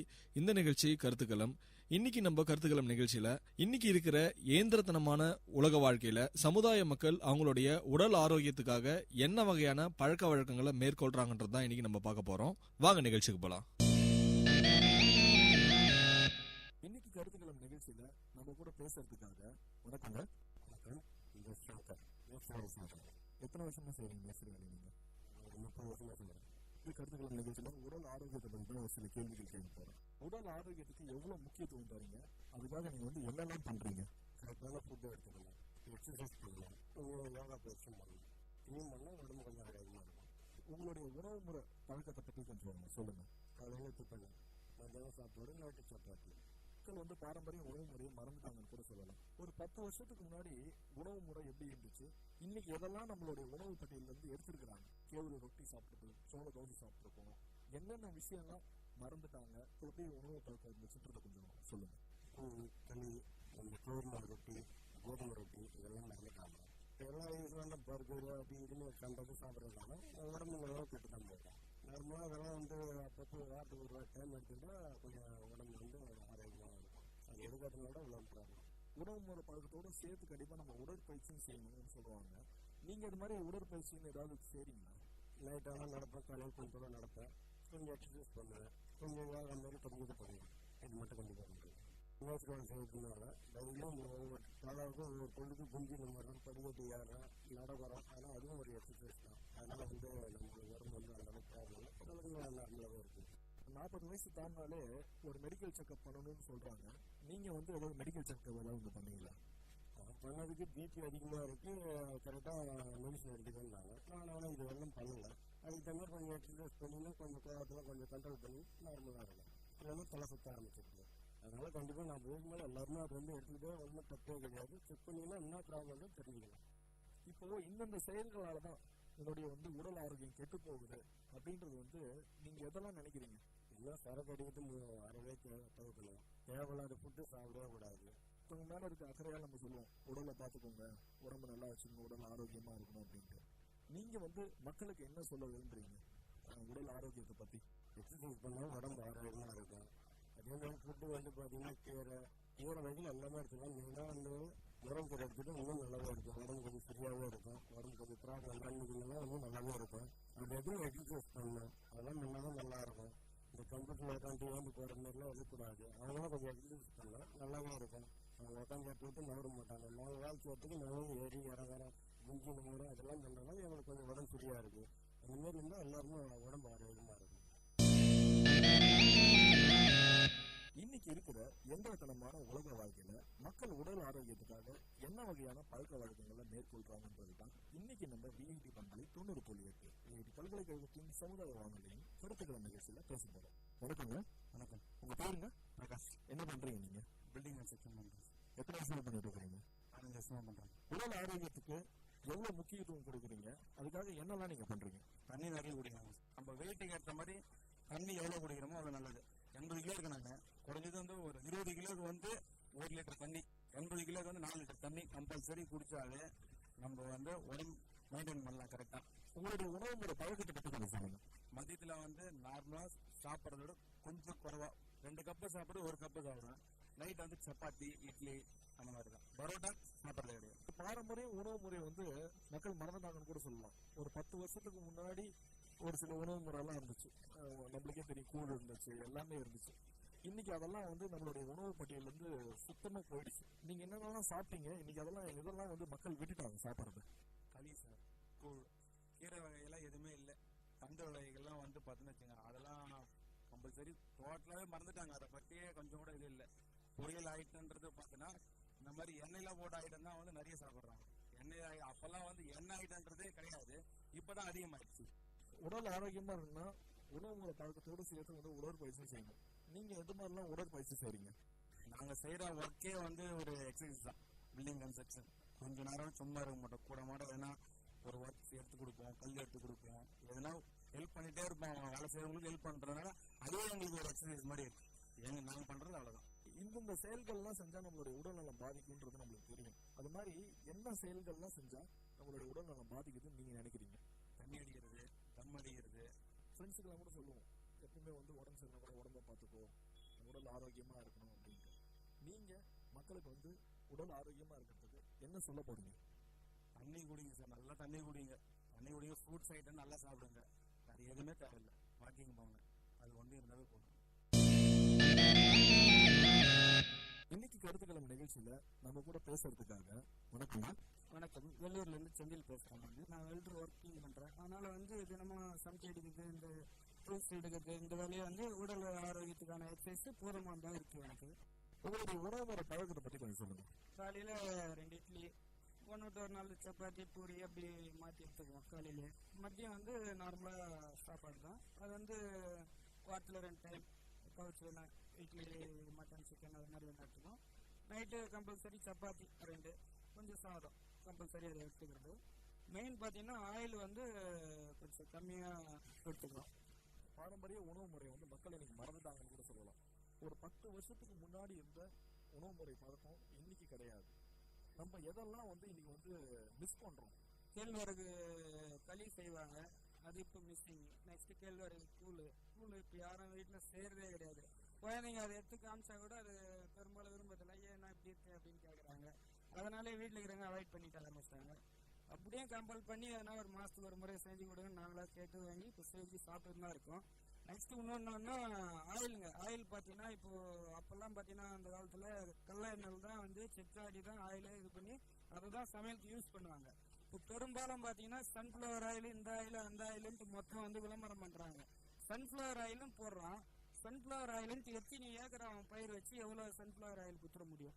எல்லாம் சன்ஃப்ளவர் ஆயில்னு சொல்றது மொத்தமே இப்போ நம்ம பெட்ரோலியத்துலேருந்து பிரித்து எடுக்கிற குரூட் ஆயிலேருந்து தான் அந்த கெமிக்கல் அது தனியாக பிரித்து எடுத்து அதுக்கு அதனுடைய திரவம் கலந்து அதனுடைய வாசனை கொடுத்து அது சன்ஃப்ளவர் ஆயில் அப்படின்னு அனுப்பிச்சிட்டு இருக்காங்க. நான் ஒரு உதாரணத்துக்கு சொல்கிறேன்.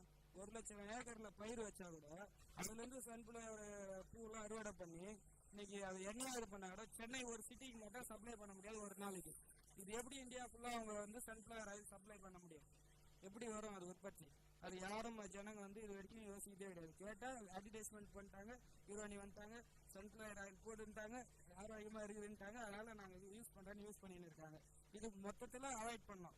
எல்லாருமே கடலை எண்ணெய் செக்கில் ஆடி அவங்களா யூஸ் பண்ணாங்கன்னா உடம்பு ஆரோக்கியமாக இருக்கும்.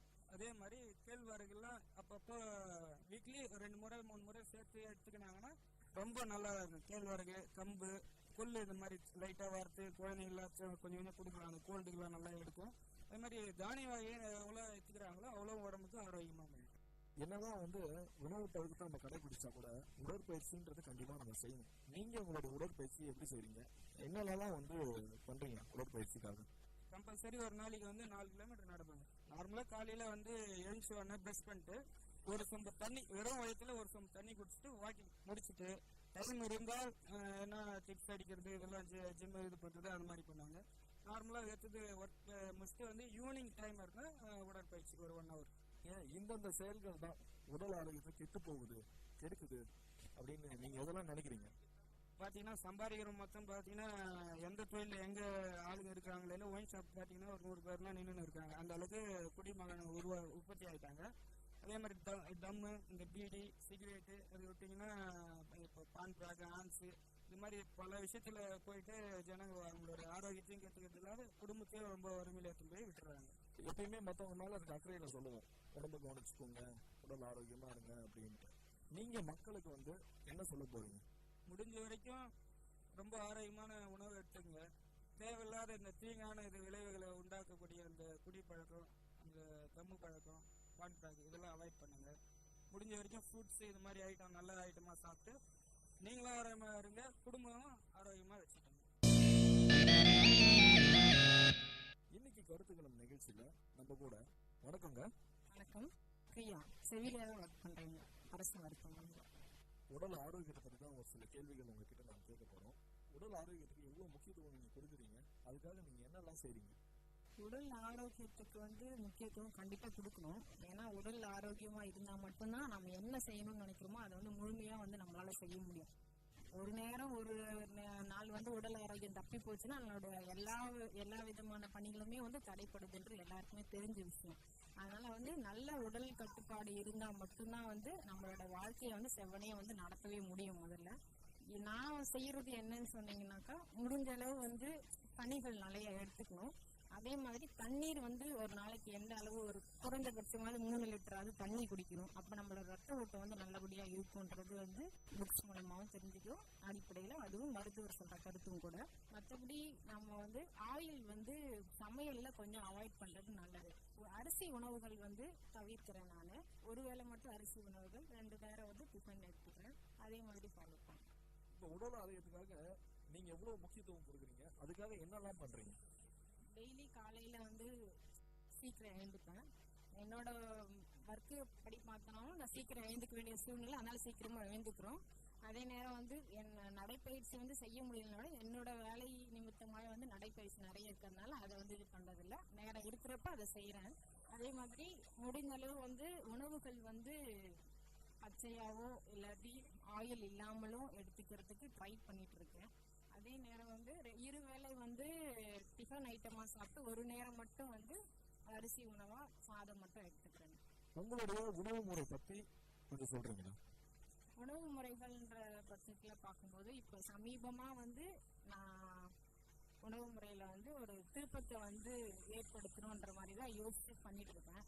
அதுல வந்து பாத்தீங்கன்னா ஒரு நேரம் வந்து ஃபுல்லாவே கனி உணவுன்ற மாதிரியும், நம்மளோட மறந்து போன அந்த பயிறு வகைகள் அதை வந்து முடிஞ்ச அளவு வந்து எந்த மாதிரி எல்லாம் எடுத்துக்க முடியுமோ அந்த மாதிரி எல்லாம் பச்சை பயிறு, அப்புறம் வந்து நம்ம உளுந்து இதெல்லாம் வந்து கஞ்சியா வச்சு குடிக்கிறதுக்காக அந்த மாதிரி ட்ரை பண்ணிட்டு இருக்கோம். ஒரு நேரம் கஞ்சி, ஒரு நேரம் வந்து நம்ம வந்து அரிசி உணவு, நைட்ல வந்து என்ன டிஃபன் என்ன நம்மளால வந்து செய்ய முடியுமோ அந்த மாதிரி டிஃபன் எடுத்துக்கிறது இது பண்ண முடிஞ்ச அளவு இந்த பயிர் வகைகளை வந்து அந்த டிஃபன் ஐட்டம்ல சேர்த்து சாப்பிட்றதுக்காக பண்ணிட்டு இருக்கேன் நான். இப்போதைக்கு அடை மாதிரி வந்து நம்மளோட மறந்து போன அந்த பயிர் வகைகளை யூஸ் பண்ணி அடை செஞ்சு சாப்பிட்றது, அதே வந்து தோசை மாவை அரைச்சி வச்சு கொஞ்சம் நேரத்துக்கு முன்னாடி வந்து நம்ம யூஸ் பண்ணோம்னாக்கா 4 மணி நேரம் கழிச்சு அதை வந்து புளிக்க வச்சிட்டோம்னா நம்ம சாதாரணமா தோசையா வந்து இது பண்ணிக்கலாம். அதுல வந்து நம்ம வெறுமனே அரிசியில செஞ்ச தோசைக்கும் இதுக்கும் வந்து ஒரு விதமான சத்து ஊட்டச்சத்து வந்து அதிகமா இருக்குது. அதை வந்து ட்ரை பண்ணிட்டு பாரம்பரிய உணவு முறைகள் மக்கள் வந்து மறந்துட்டாங்கன்னு கூட சொல்லலாம்.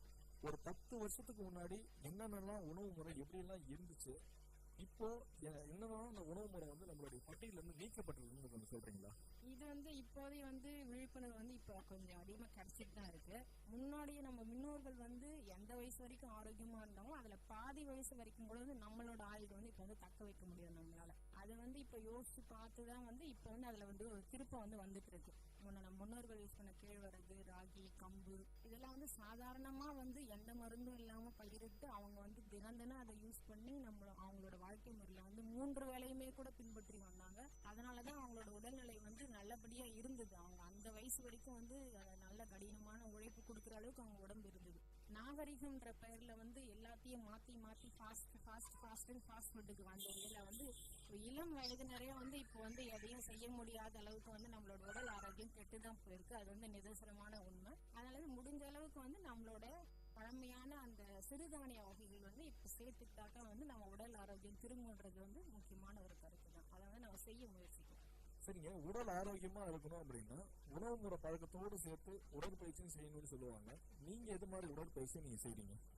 நான் வந்து என்னோட வேலை நிமித்தமா செய்ய முடியலனாலும் பேசிக்கா வந்து எல்லாரும் அதிகாலையில முடிஞ்ச அளவு எழுந்துக்கணும். சூரிய உதயத்துக்கு முன்னாடி எழுந்துக்கிறேன். அதே நேரம் 15 மினிட்ஸ் நடைப்பயிற்சி, அதோடு கூட சேர்ந்த ஒரு மூச்சு பயிற்சி பிராணாயாமம். அது அடிப்படையா தெரியலனாலும் கூட ஒரு நிதானமா ஏதாவது ஒரு கடவுளையோ இல்லாட்டி ஏதாவது ஒரு அமைதியான சூழ்நிலையோ மனசுல நினைச்சு ஒரு 10 நிமிஷம் வந்து ஒரு 10 முறை மூச்சை மெதுவா உள்ள இழுத்து ஒரு 5 செகண்ட் உள்ள வச்சிருந்து திருப்பி மெதுவா வெளியே விட்டோன்னு சொன்னா அதுவே ஒரு மூச்சு பயிற்சிக்கு சமமான ஒண்ணுதான். அதையும் நம்ம பண்ணி ஒரு 5 நிமிஷம் தியானத்துல இன்னைக்கு நம்ம என்ன செய்ய போறோம், என்ன செஞ்சா நல்லா இருக்கும்ன்றத வந்து மனசோட்டத்துல வச்சுட்டு நிதானமா நம்ம காலை பொழுது ஆரம்பிச்சோன்னு சொன்னாக்கா அதே மாதிரி நிதானமா எல்லாம் நல்லபடியா நடக்கும்ன்றது உதவி. அதையும் தாண்டி வந்து நம்ம தலை முதல் கால் வரை வந்து நம்மளோட உடல் உறுப்புகள் எல்லாத்தையும் வந்து ஒரு அசைவு, நிதானமான ஒரு அசைவு, முன்பின் அசைக்கிறது, கைகளை வந்து முன்பின்னா சுத்துறது, அந்த மாதிரி எல்லாமே ஒரு 5 முறை 2 கைக்கும் சேர்ந்து ஒரு 5 முறை, தனித்தனியா ஒரு 5 முறை அந்த மாதிரி வந்து சுத்தினாவே அதே ஒரு சாதாரணமான உடற்பயிற்சிக்கு சமமாகும். இருந்த இடத்துல இருந்தே செய்யற மாதிரி அதை நம்ம செஞ்சனாலே வந்து ஒரு பேசிக்கான உடற்பயிற்சி செஞ்ச மாதிரி ஆகும். இதை ஃபாலோ பண்ண நல்லா இருக்கும். ஒரு 40 வயசுக்கு மேல மெடிக்கல் செக்அப் பண்ணணும்னு வந்து டாக்டர் எல்லாருமே சொல்றாங்க. நீங்க அது மாதிரி மெடிக்கல் செக்அப்லாம் வந்து எடுத்துக்கிறீங்களா? மெடிக்கல் செக்அப்னு இது வரைக்கும் போனதில்ல. ஆனா சாதாரணமா வந்து பிரெக்னன்சி எப்ப டெஸ்ட் பண்ணது அந்த மாதிரி இருக்காங்க. இப்ப சமீபத்துல அதெல்லாம் பண்ணதுனால வந்து என்னன்னா 30 வயதை தாண்டினவங்க வந்து ஒரு 1 இயர்ஸ் ஒன்ஸோ இல்லை அட்லீஸ்ட் 2 இயர்ஸ் ஒன்ஸ் தான். அபோவ் 40 வயசை தாண்டினவங்கன்னா கண்டிப்பா இயர்லி ஒன்ஸ்ன்றது பேசிக்கா ஒரு பிபி செக்கப்போ ஒரு பிளட் சுகர் வந்து பண்றது நல்லதுதான். 30 வயசு 40 வயசுக்கு உட்பட்டவங்க எல்லாம் கடந்து வந்த அந்த உணவு பழக்கம்ன்றது வந்து அவ்வளவா வந்து ஒரு நல்லதான உணவு பழக்கம் இல்லை. அதனாலதான் வந்து இப்ப இருக்கிறவங்களே நோய்வாய்ப்பட்டவங்களே வந்து அதை பேஸ் பண்ணி தான் நடந்திருக்குன்றதுனால நாம இதுல கொஞ்சம் கவனம் வச்சு இதை நம்ம பார்த்துக்கிட்டு அதுக்கேற்ற மாதிரியான நம்ம உணவு பழக்கங்களை மாத்தணும்னா நம்ம வாழ்நாளோட ஆயுள் வந்து நல்லபடியா இருக்கும், எல்லாரும் சந்தோஷமா இருக்கணும் என்னோட. நீங்க ஒரு செவிலியர் அப்படின்னு வந்து சொல்றீங்க. ஒரு 30 வருஷத்துக்கு முன்னால சுகர் பிபி எல்லாம் வந்து அவ்வளவா வந்தது கிடையாது. இன்னைக்கு ஒரு 30 வயசு இருக்கவங்க ஒரு 40 வயசு இருக்கவங்க கூட சுகர்னு சொல்றாங்க. என்ன காரணம் இந்த சுகர் வரதுக்கு?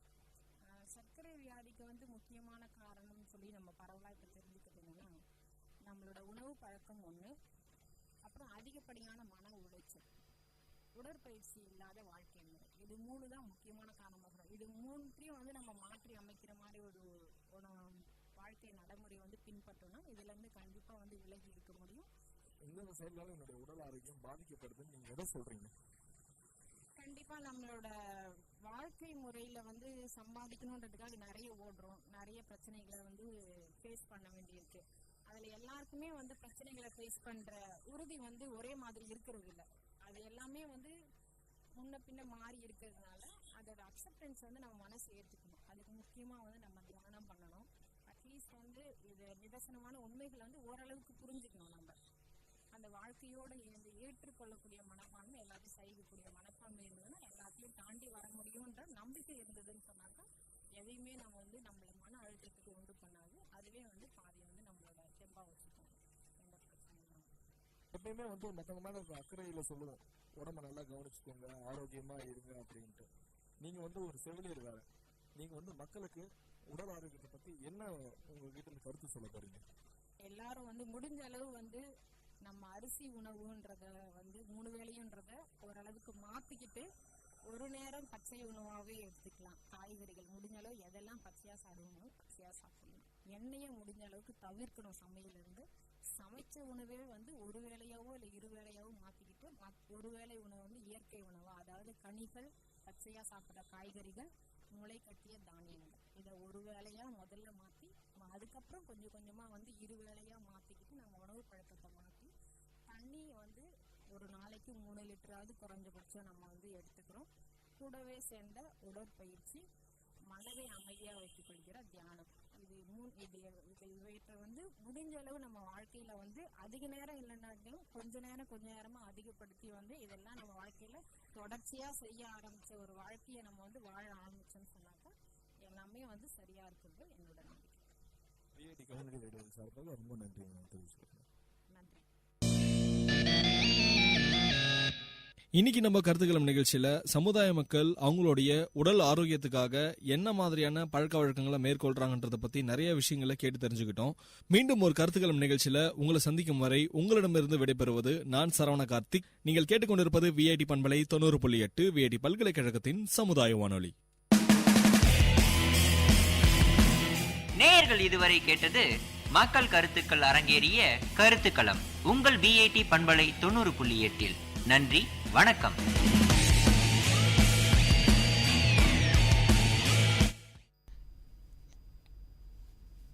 அனைவருக்கும் வணக்கம். நாங்கள் விஷன் வித்யாஸ்ரம் வால் பள்ளியில் 6ஆம் வகுப்பு படிக்கின்றோம்.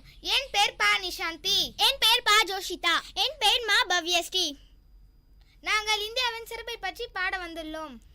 லா லா லா லா லா லா லா லா லா லா லா வந்தே மாதரம், ஜெய வந்தே மாதரம், வெற்றி நமதே வந்தே மாதரம். இந்தியா எனது நாடு, இமயம் சூழ்ந்த நாடு, இன்பமெங்கும் நிறைந்த நாடு, இதுவே என் நாடு, இதுவே என் நாடு. ஆங்கிலேயர் எதிர்த்து தாக்கி பல உயிர்கள் மடிந்து சாய்ந்து பல பேரின் தியாகம்தான் எங்களின் சுதந்திரமே, எங்களின் சுதந்திரமே. இந்தியா எனது நாடு, இமயம் சூழ்ந்த நாடு, இன்பமெங்கும் நிறைந்த நாடு, இதுவே என் நாடு, இதுவே என் நாடு.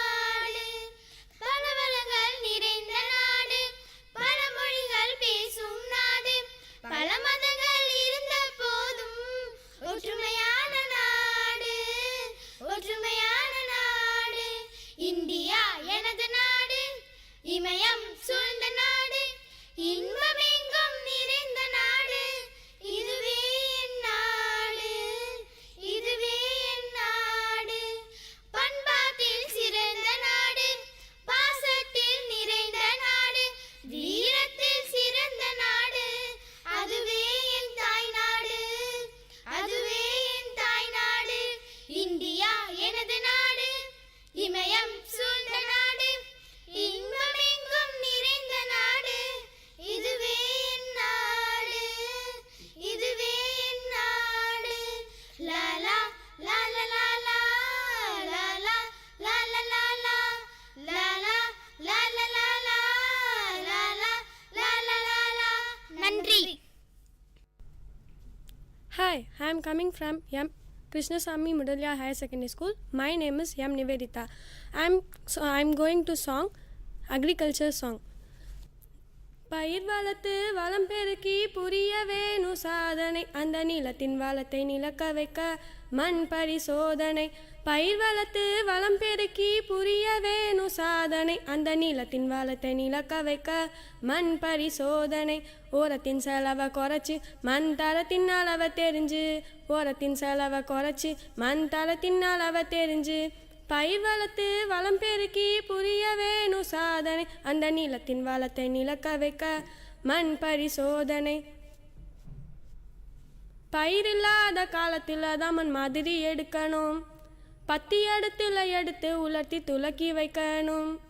பயிர் இல்லாத காலத்தில் தான் மண் மாதிரி எடுக்கணும், பத்தி எடுத்து உலர்த்தி துலக்கி வைக்கணும். வி வடிவத்தில் வெட்டி சேகரித்து பகிர்ந்து பிரிக்கணும், வி வடிவத்தில் வெட்டி சேகரித்து பகிர்ந்து பிரிக்கணும். மண் மாதிரியோடு தகவல் அட்டையை இணைச்சி அனுப்பணும், மண் மாதிரியோடு தகவல் அட்டையை இணைச்சி அனுப்பணும். பயிர் வளர்த்து வளம் பெருக்கி புரிய வேணும் சாதனை, அந்த நிலத்தின் வளத்தை நிலக்க வைக்க மண் பரிசோதனை. 3 வருஷத்துக்கு ஒரு தடவை மண்ணை சோதனை செய்யணும், காலங்கமில்ல செம்மையை கண்டு நிறக்கி வைக்கணும். 3 வருஷத்துக்கு ஒரு தடவை மண்ணை சோதனை செய்யணும், காலங்கமில்ல செம்மையை கண்டு நிறக்கி வைக்கணும். சீராகவே உரம் தேவையானபடி ஜோராக போடணும், சீராகவே உரம் தேவையானபடி ஜோராக போடணும். மேலான பூமியில் வெள்ளாமை செஞ்சு பொன்னாக சேர்க்கணும், மேலான பூமியில் வெள்ளாமை செஞ்சு பொன்னாக சேர்க்கணும். பயிர் வளர்த்து வளம் பெருக்கி புரிய வேணும் சாதனை, அந்த நிலத்தின் வளத்தை நிலக்க வைக்க மண் பரிசோதனை.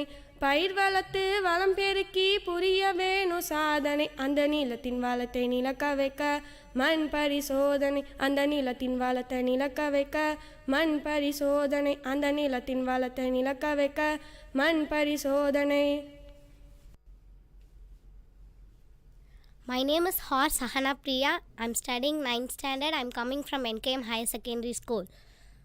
I'm going to sing agriculture song.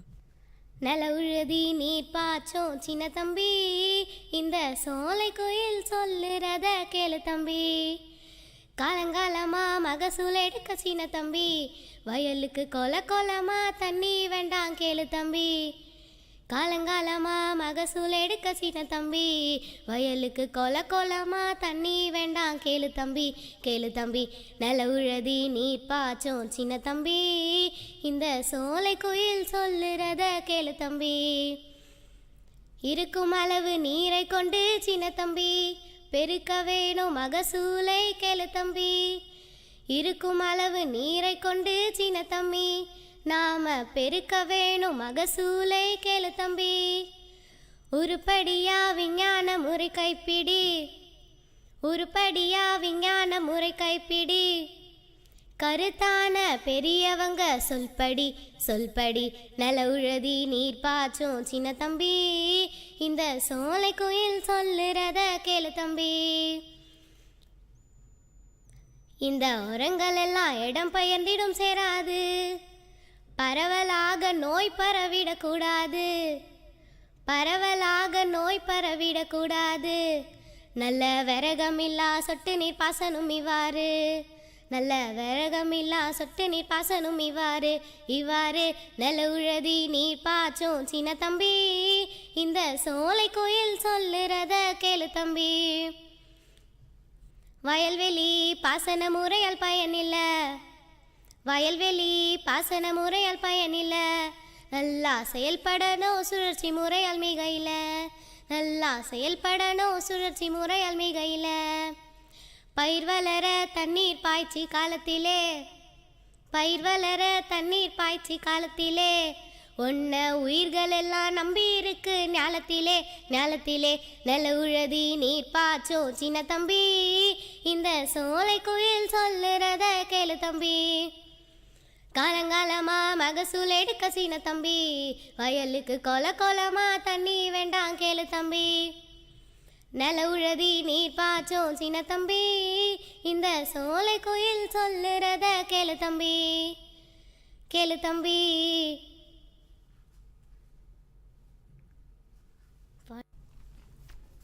வணக்கம். வில்லியம்ஸ் மெட்ரிக் மேல்நிலை பள்ளி மாணவர்கள். பாடலின் தலைப்பு எனது இந்தியா. அந்த வானமெட்டு சொல்லு வந்தே மாதிரம், பூமி எங்கும் சொல்லு வந்தே மாதிரம், தேசத்தின் முழுக்கம் கேக்குதே வந்தே மாதிரம், திசையெட்டும் திரும்பி பார்க்குதே வந்தே மாதிரம், ஒரு ரௌதிரம் ஒரு சரித்திரம் இரு வார்த்தையில் எனது இந்தியா எனது இந்தியா எனது இந்தியா, ஒரு வண்ணமாக பரவு தூவானமாக பரவு, இது எல்லையில்லா அளவு விண்கோள்களும் நமது, அந்த வானமெட்டு சொல்லு வந்தே மாதிரம், பூமி எங்கும் சொல்லு வந்தே மாதிரம், திசை சிந்திய ரத்தம் எல்லாம் காவியாகி, ஒரு ஆணையில் பூத்த வீரம் மேன்மையாகி, சுதந்திரம் காட்டு தேசம் பசுமையாகி, சிந்திய ரத்தமெல்லாம் காவியாகி, ஒரு ஆணையில் பூத்த வீரம் மேன்மையாகி, சுதந்திர காட்டு தேசம் பசுமையாகி, அசோக சக்கரம் பறக்குதடா அசோக சக்கரம் பறக்குதடா, அதை காணும் கண்களை பறிக்குதடா அதை காணும் கண்களை பறிக்குதடா, அந்த வானமெட்டு சொல்லே வந்தே மாதிரம், பூமி எங்கும் சொல்லே வந்தே மாதிரம், வந்தே மாதிரம். ஜெய்ஹிந்த். My Bookshop in second look of VIT Community Radio 90.8 FM.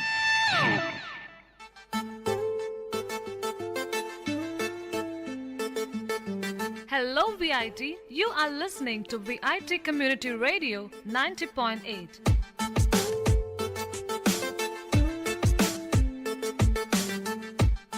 And welcome to the brand new episode of My Bookshop, which introduces you to a program where we review some best-selling must-readable books. And we would like to inculcate a reading habit to our listeners, and by reviewing these best-selling books on our show, we wish to open the world of books to you all.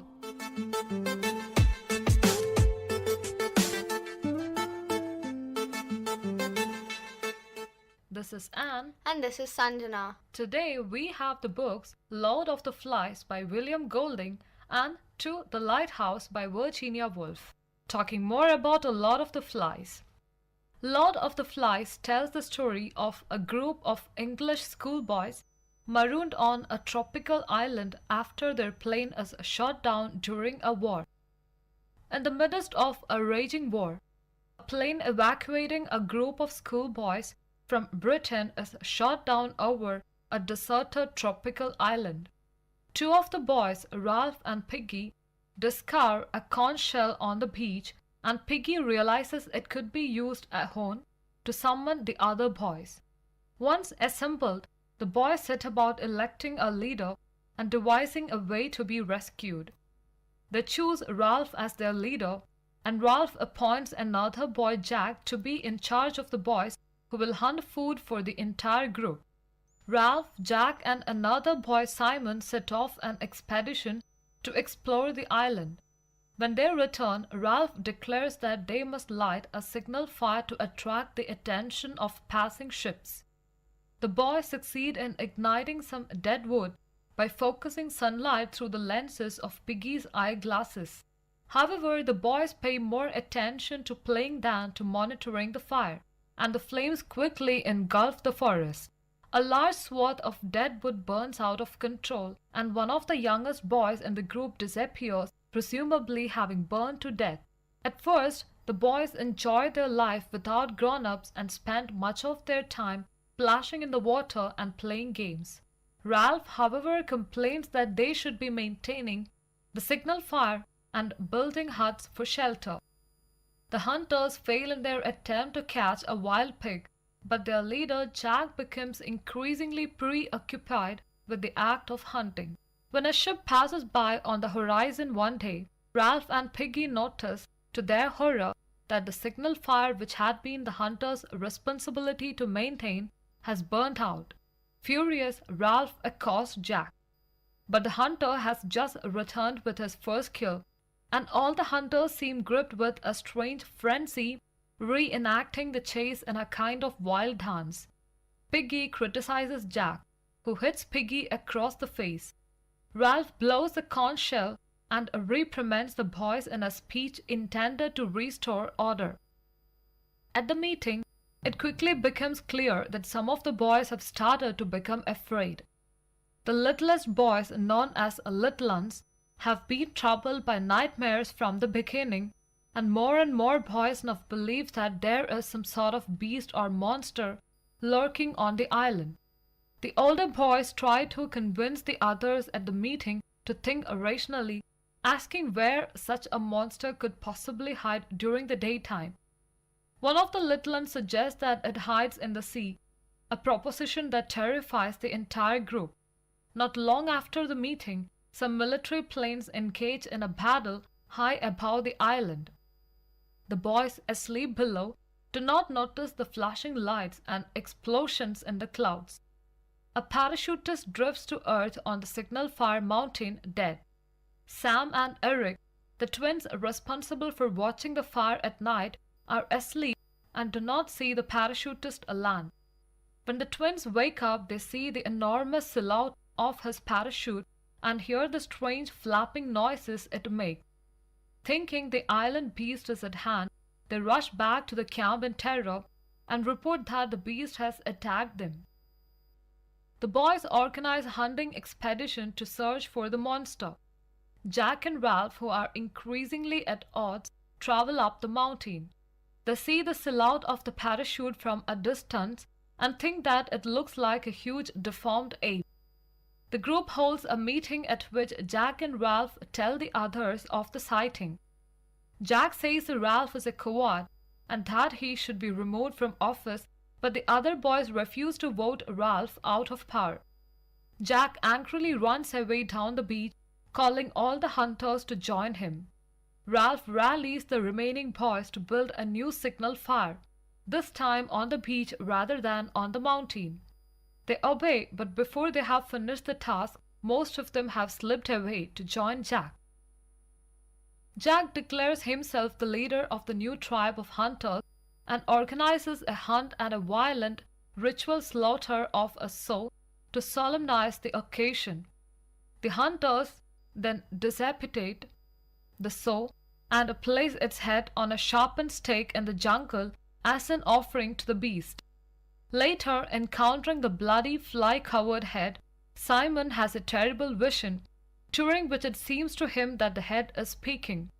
The voice, which he imagines as belonging to the Lord of the Flies, says that Simon will never escape him, for he exists with all men. Simon faints. When he wakes up, he goes to the mountain, where he sees the dead parachutist. Understanding then that the beast does not exist externally, but rather within each individual boy, Simon travels to the beach to tell the others what he has seen. But the others are in the midst of aquatic revelry. Even Ralph and Piggy have joined Jack's feast, and when they see Simon's shadowy figure emerge from the jungle, they fall upon him and kill him with their bare hands and teeth. The following morning, Ralph and Piggy discuss what they have done.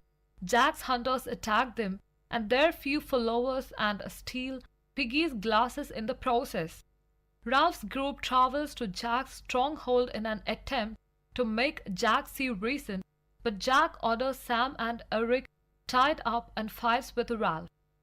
In the ensuing battle, one boy, Roger, rolls a boulder down the mountain, killing Piggy and shattering the conch shell.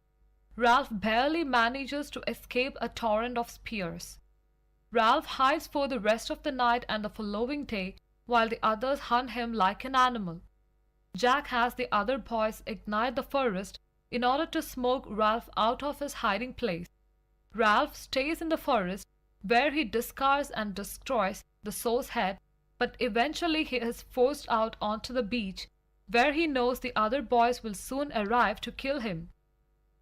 Ralph collapses in exhaustion, but when he looks up, he sees a British naval officer standing over him.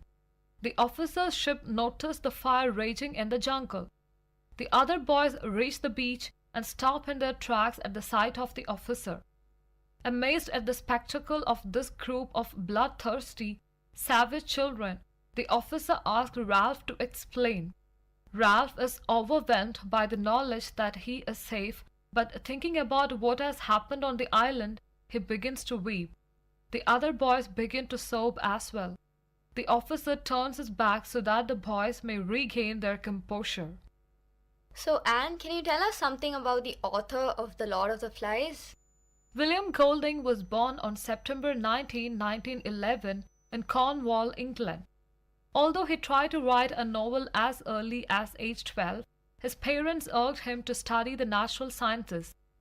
Golding followed his parents' wishes until his second year at Oxford, when he changed his focus to English literature. After graduating from Oxford, he worked briefly as a theatre actor and director, wrote poetry, and then became a school teacher.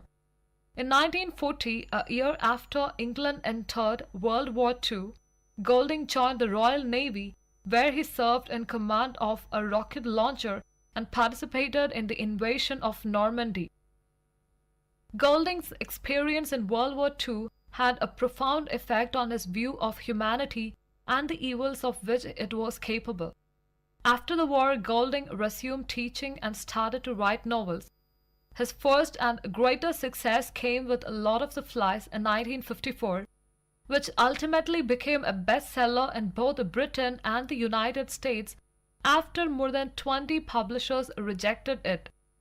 The novel sales enabled Golding to retire from teaching and devote himself fully to writing. Golding wrote several more novels, notably Pincher Martin and a play, The Brass Butterfly. Although he never matched the popular and critical success he enjoyed with A Lord of the Flies, he remained a respected and distinguished author for the rest of his life and was awarded the Nobel Prize for Literature in 1983. Golding died in 1993, one of the most acclaimed writers of the second half of the 20th century. So, why did you find the theme of this novel interesting? Golding employs a relatively straightforward writing style in The Lord of the Flies, one that avoids highly poetic language, lengthy description, and philosophical interludes. Much of the novel is allegorical, meaning that the characters and objects in the novel are infused with symbolic significance that conveys the novel's central themes and ideas.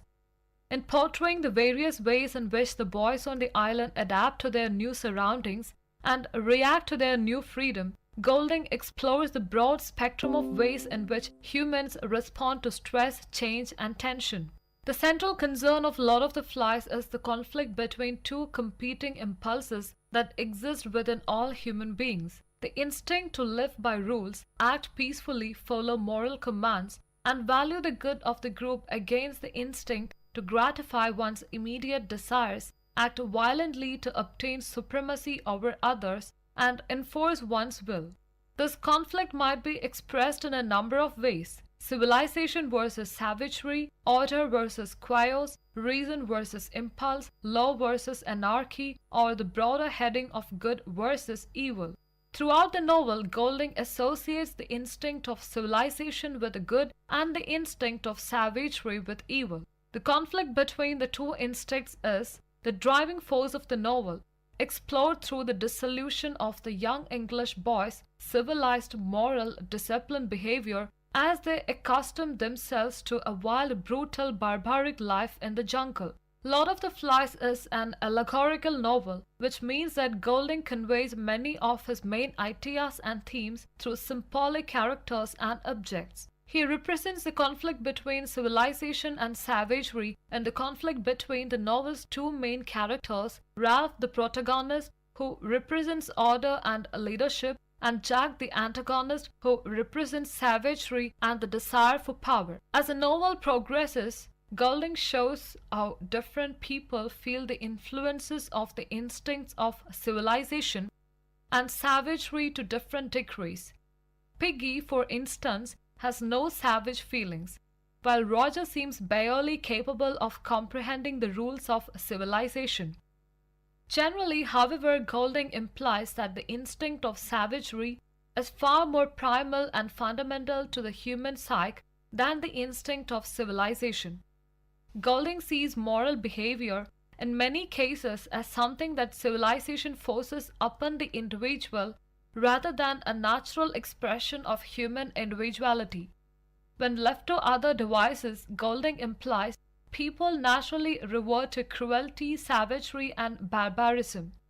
This idea of innate human evil is central to Lord of the Flies and finds expression in several important symbols, most notably the beast and the source head on the stake.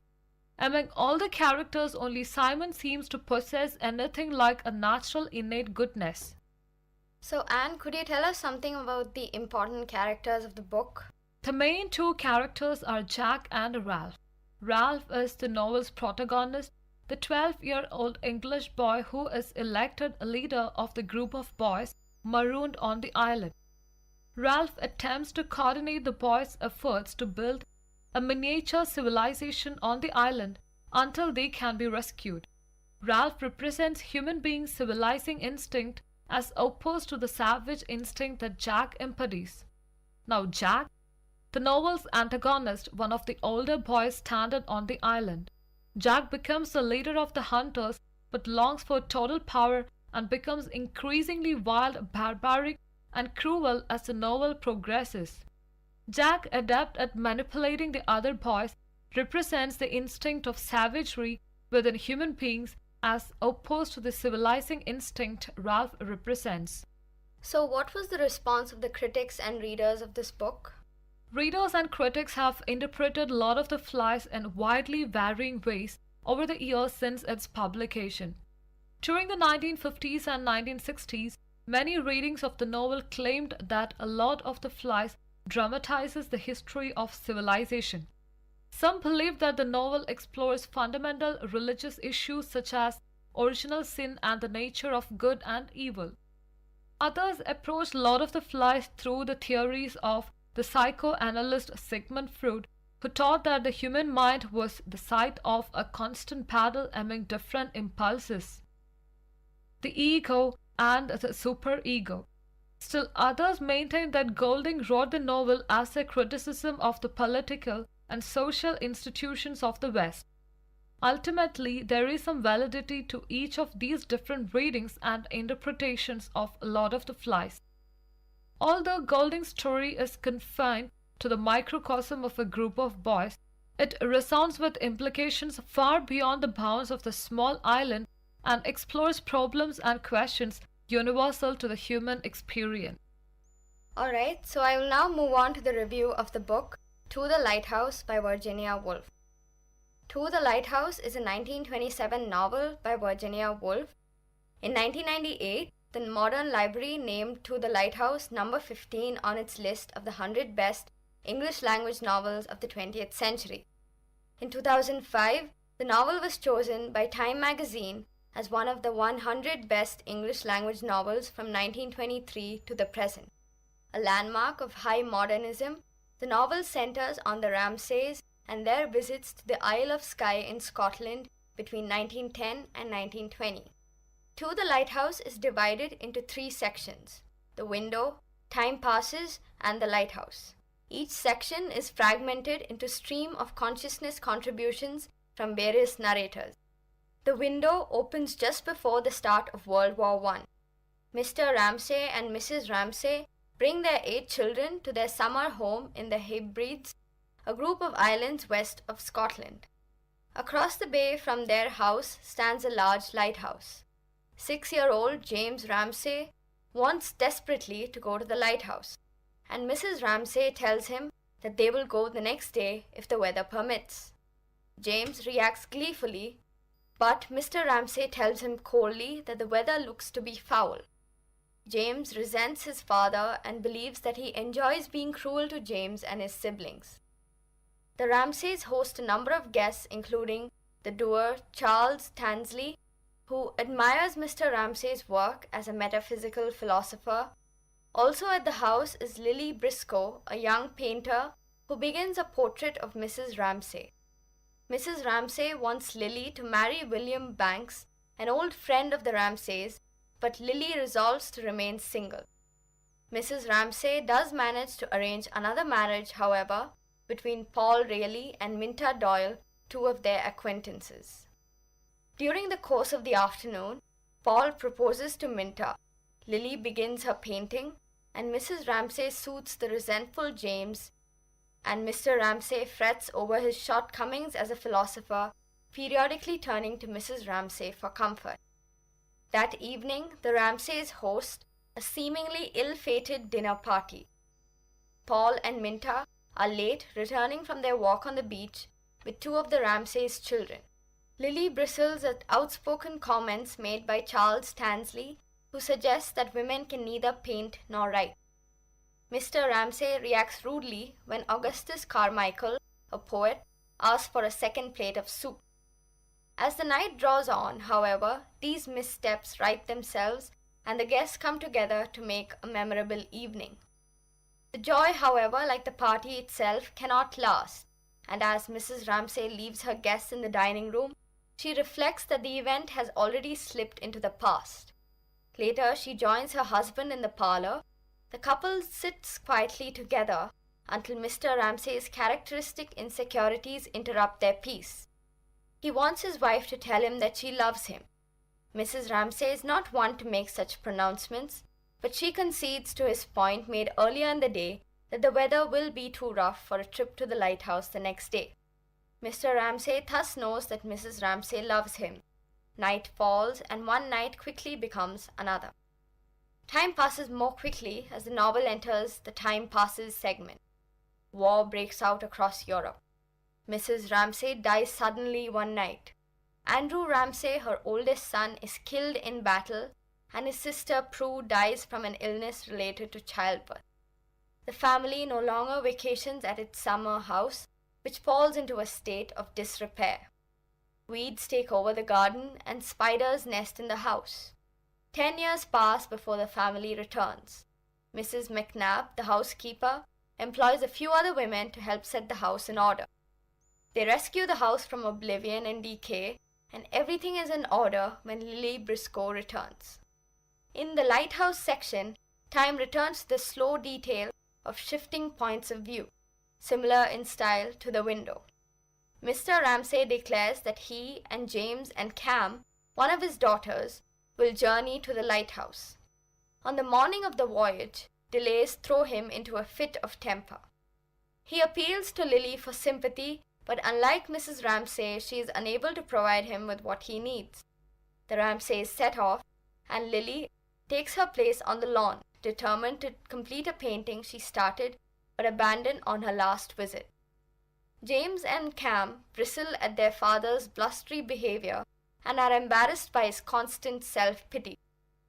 Still, as the boat reaches its destination, the children feel a fondness for him. Even James, whose skill as a sailor Mr. Ramsay praises, experiences a moment of connection with his father, though James so willfully resents him. Across the bay, Lily puts the finishing touch on her painting.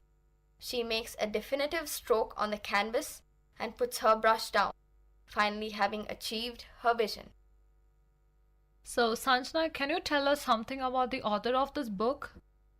Adeline Virginia Woolf was an English writer and one of the foremost modernists of the 20th century.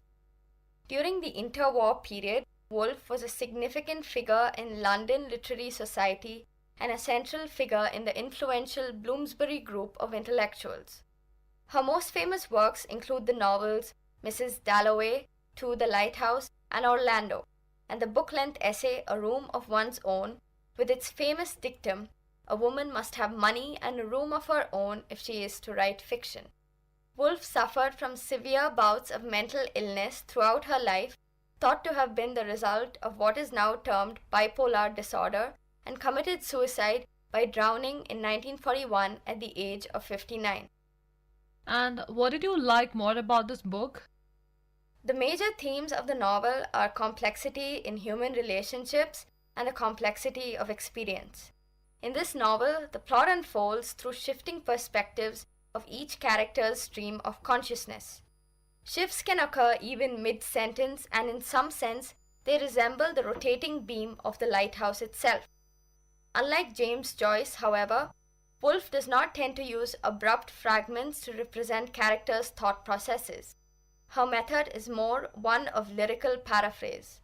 The lack of an omniscient narrator means that throughout the novel, no clear guide exists for the reader, and that only through character development can we formulate our own opinions and views, because much is morally ambiguous. This is one of the factors that made Virginia Woolf a prolific writer: her ability to write a non-linear style and yet keep the readers engaged. What are some of the main symbols in To the Lighthouse, and what do they signify? How does Woolf's use of symbolism advance her thematic goals? James gives us a clue as to how to interpret symbols in To the Lighthouse. As he finally draws the Ramsay's boat up the lighthouse, he considers two competing and seemingly contradictory meanings of the lighthouse. The first depends upon the lighthouse as it appeared to him as a child. Then it was a silvery, mist-colored tower and seemed to suggest the vague, romantic quality of the past. The second meaning stands in opposition, for as James nears the lighthouse and sees its barred windows and laundry drying on the rocks, there is nothing romantic about it. He resolves, however, to honor the truth of both the images, deciding that nothing is simply one thing. Like James' interpretation of the lighthouse, the dominant symbols in the novel demand open readings. Mrs. Ramsay wrapping her shawl around the boar's head can be read merely as protection of her impressionable children from the unsightly suggestion of death, but it can also be read as a selfish attempt to keep from them a profound and inescapable truth. Choosing one option or the other diminishes the complexity of the novel's symbols and characters. Woolf resists formulaic symbols whereby one entity straightforwardly stands for another. She thus places us in the same position as her characters. The world of the novel is not filled with solidly or surely determined truths. Rather, truth, as Lily points out, must be collected from an endless number of impressions. She wishes that she had more than 50 pairs of eyes with which to view Mrs. Ramsay and understand her. We must approach the symbolism of To the Lighthouse with the same patience for multiple meanings. What are some of the other novels written by Virginia Woolf? Virginia Woolf has written novels, short story collections, non-fiction books, dramas, autobiographical diaries and letters, and even translated one of Dostoevsky's works. Some of her famous works are The Voyage Out, Mrs. Dalloway, Orlando, The Years, A Haunted House and Other Stories, A Room of One's Own, and Moments of Being.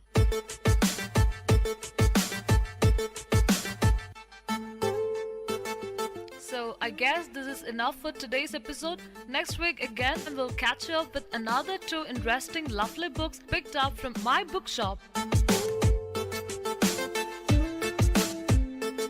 Meet you guys next week. Till then, bye and take care. From Vit Community Radio 90.8.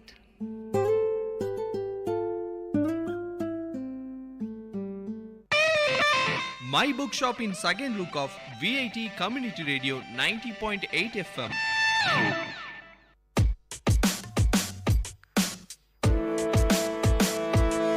Dear listeners, welcome to the Silver Lining Show in VIT Community Radio 90.8.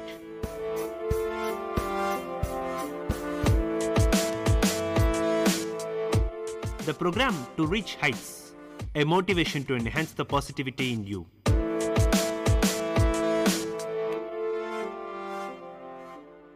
Hello friends, this is your host Venkatesh and this is Silver Lining Show from VIT Community Radio 90.8. Today we are going to discuss the importance of positive thinking, how it can give life to your dreams and change your destiny. I'll split it into 2 parts. The first part, a life of success and achievement is a direct result of utilizing the power of positive thinking. The most important asset you have in your quest to live your dreams, it's right under your nose. Actually, it is a part of your body. It is simply you, more specifically your mind.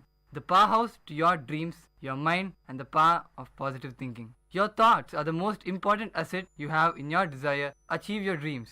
They affect you in ways you never thought possible.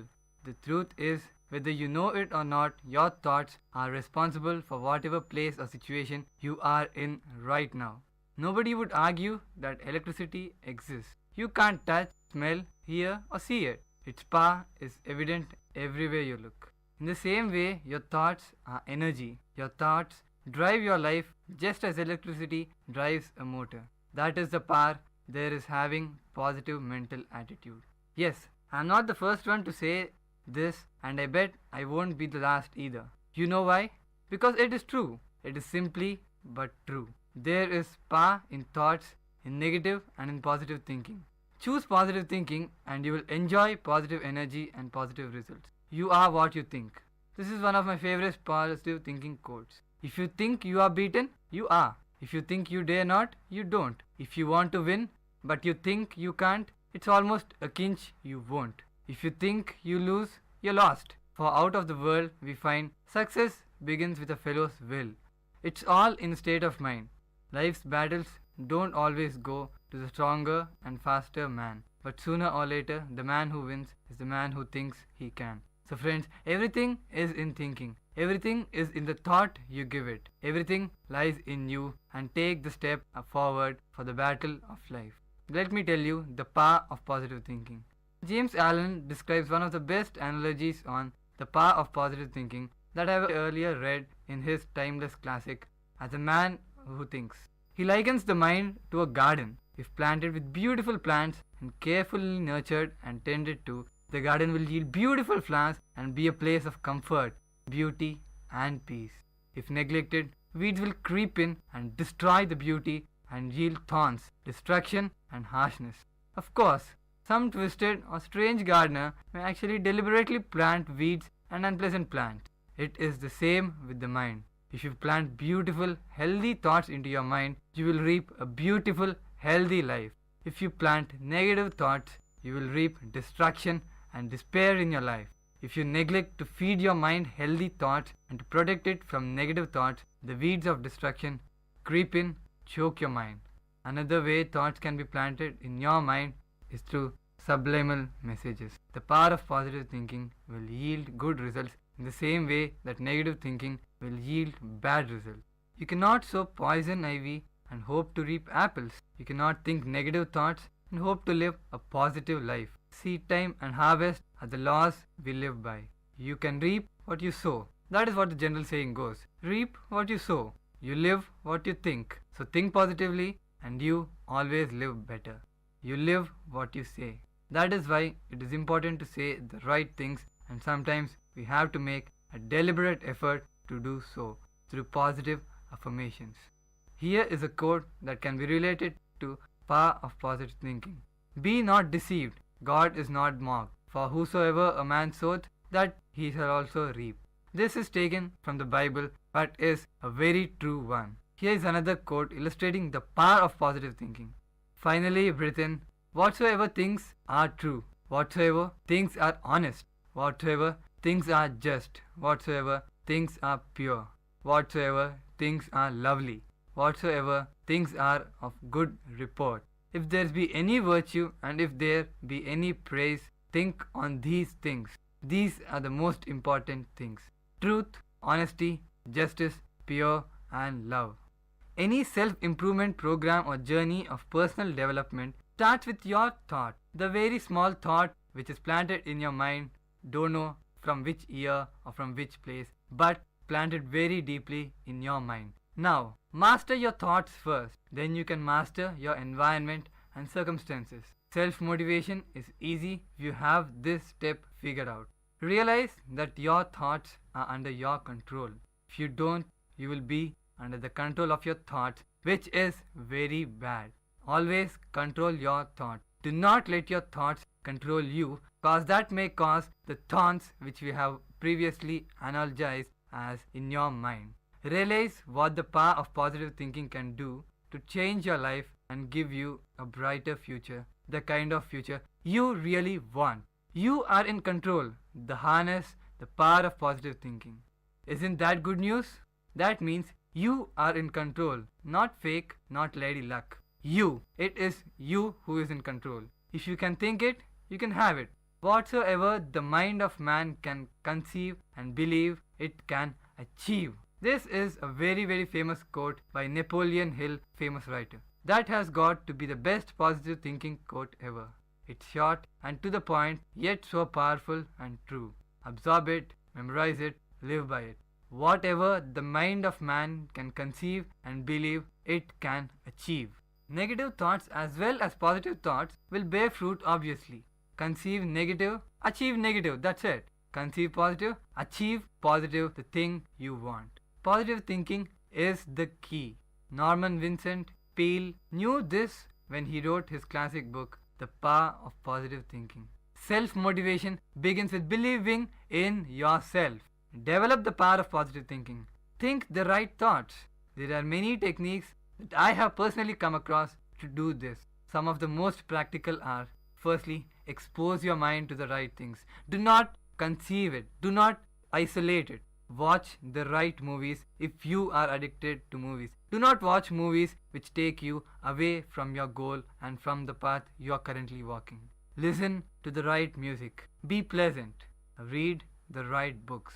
Associate with the right people. This is the most important thing to do. Do not go and waver your thoughts with the people who do not have the right to speak positively. Do not be with people who cannot understand what exactly positive thinking and self-motivation is. Stay away from negative people. They will drain you of your energy and drag you down with them. Avoid them like the plague. Thinking right is not a quick fix process. You cannot change 20-year-old habits in just 1 week or in just one show which I am making. But you should attempt it. It will frustrate you obviously. Start slowly. Before long, it will become a habit to think right. Do not get discouraged if you struggle a little with it. It takes time obviously. It is a lifelong process. It is a way of life. It only ends when you die. Perseverance. This is the most important thing. Anything that is not in harmony with your dreams and desires, throw it out, just weed it out. Continually work at it and you will develop a beautiful mind. You will develop a mind that will deliver to you the power of positive thinking and the lovely things that go with it. Your thoughts are the architects of your destiny. Ready to take the next step? The power of positive thinking. Believe in yourself and in your abilities. If you truly desire to live your dreams, you need to take stock of your worth. Maybe you will realize your dreams are not as big as they should be. Once you are sure that your dreams are in harmony with your worth and your deepest convictions, you need to talk your dreams into reality. It is all up to you. Again, it comes to you as an individual. You are in charge of your destiny and you can do it. Helpful resources on positive thinking are mental and physical health. Always be fit. Always be positive. A growing collection of free self-articles to empower you to create positive change is the best thing you can do to generate a positive thinking. Go through a few articles, go through a few books written by great people who have positive thinking and who can do positive things and are currently in the urge of doing this. Discover how to increase your mind. Discover how to guide yourself to the law of attraction. Exploring the history, background and definition and the ways you can utilize the laws of attraction. Fitness for fun and great mental health. Always be fit. A person who is fit always is positive. You may think a person goes to gym, does fitness exercises daily only for his physical body. But no, that is just a myth. Does this because his brain has to become sharp and positive. If you have to keep your brain positive and sharp, also keep focused, do some exercise, be fit, keep your brain fit along with your body. Now I'll tell you a few positive thinking works and some practical examples. Positive thinking is a mental and emotional attitude that focuses on the bright side of life and expects positive results. A positive person anticipates happiness, health and success and believes he or she can overcome any obstacle and difficulty. A positive person always anticipates this, always goes in the right path, always be very happy, and always thinks of the success of not only him but also people along him, with him, and for him. Positive thinking is not accepted by everyone. Some consider it as nonsense and scoff at people who follow it. But there is a growing number of people who accept positive thinking as a fact and believe in its effectiveness. So friends, be a person who is a positive thinker. Always think positively. Be in those set of people who think positive thinking is necessary to achieve your goal and move forward in life. It seems that this subject is gaining popularity as evidenced by the many books, lectures and courses about it. Surf through the net. You will find many things on positive thinking, and you can also find many books, many famous people like Barack Obama talking about positive thinking and being positive and going about life very positively. To use it in our life, you need more than just to be aware of its existence. You need to adopt it, take it into your body, put it completely into you, and then explore, see the world how it looks after you think positively. To use it in your life, you need more than just to be aware of its existence. You need to adopt the attitude of positive thinking in everything you do. Let me tell you how positive thinking works. Let me illustrate to you a story of how this power works. Alan, a person, applied for a new job, but he didn't believe he will get it, since his self-esteem was low and he considered himself as a failure and unworthy of success. This is a very big problem because many consider themselves as people of low self-esteem and underestimate themselves and back out, as Alan did here initially. He had a negative attitude towards himself and therefore believed that the other applicants were better and more qualified than him. This happens in many people's lives also. They think the other people are qualified than themselves, but the truth is they are equally or maybe better qualified than the people around them. Alan's mind was occupied with negative thoughts and fears concerning the job he applied for the whole week preceding the job interview. He actually anticipated failure. The negative thinking came into his mind. The weed which we wanted to remove, the thorns in the mind came into Alan's mind, which had to be removed. On the day of interview, he got a plate, and to his horror, he discovered that the shirt he planned to wear was dirty and the other one needed ironing. As it was already too late, he went out wearing a wrinkled shirt and without eating breakfast. During the interview, he was tense, negative, hungry, and worried about his shirt rather than how he would do about in the interview. All this distracted his mind and made it difficult for him to focus on the interview. His subject was lost. He was nowhere in tune with the interview.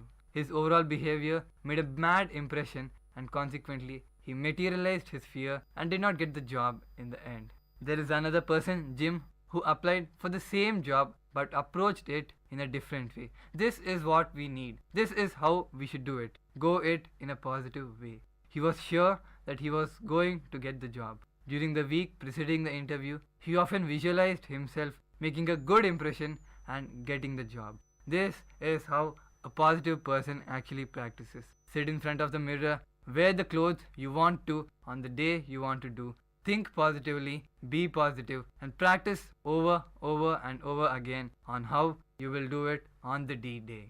In the evening, before the interview, he prepared the clothes he was going to wear and went to sleep a little earlier so that he could get a good night's sleep. On the day of the interview, he woke up earlier than usual and had ample time to eat breakfast and then to arrive to the interview before the scheduled time. This is one more thing which shows that you are positive. Coming before time makes you get acclimatized with the environment and also gives your mind a set of relief. Jim made a good impression and finally got the job as this was expected. So, friends, what did we learn from these two stories? Was there any magic used? No, everything happened in a natural way.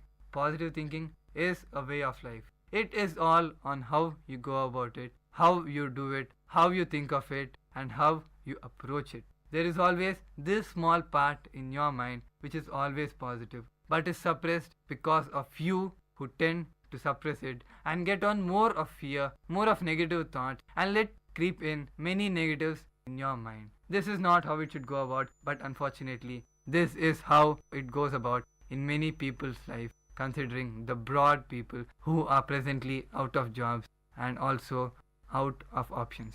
So friends, positive thinking is a way of life. Be positive and think positive. With a positive attitude, we experience pleasant and happy feelings. This brings brightness to the eyes, more energy and happiness. Our whole being broadcasts goodwill, happiness and success. Even our health is affected in a beneficial way. We walk out tall, our voice is more powerful, and our body language shows the way we feel. Positive and negative things are contagious.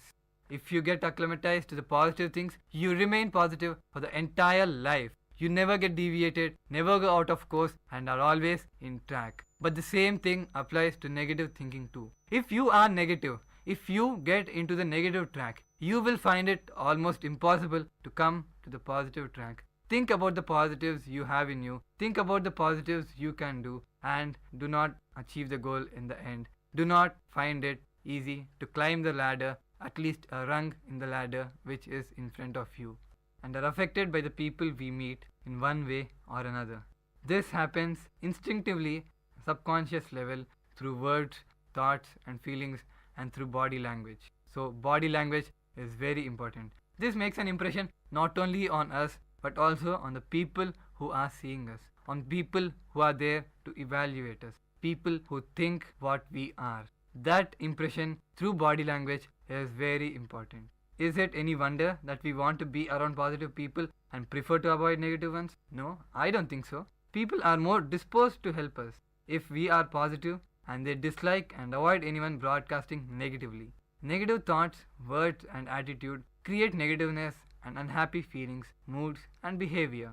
When the mind is negative, poisons are released into the blood which cause more unhappiness and negativity. This is the way to failure, frustration and disappointment. Many people feel this frustration because of the negative thoughts. I can give you an example of a friend of mine who actually got into negative thoughts. There was one such competition which they were going to win for sure. But one day he found that there wasn't enough resources, so he couldn't complete it on the day he planned to. Negative thoughts crept in his mind. He wasn't able to overcome the fear of completing it on time. So finally he got frustrated, and at the end he was not able to tune his mind to the positive set, and finally he wasn't able to complete the required project he was actually anticipated should have completed. So positive thinking is very important. Even if there is some bad thing or some negative or something that distracts you, always be positive. Think about how to get over it, not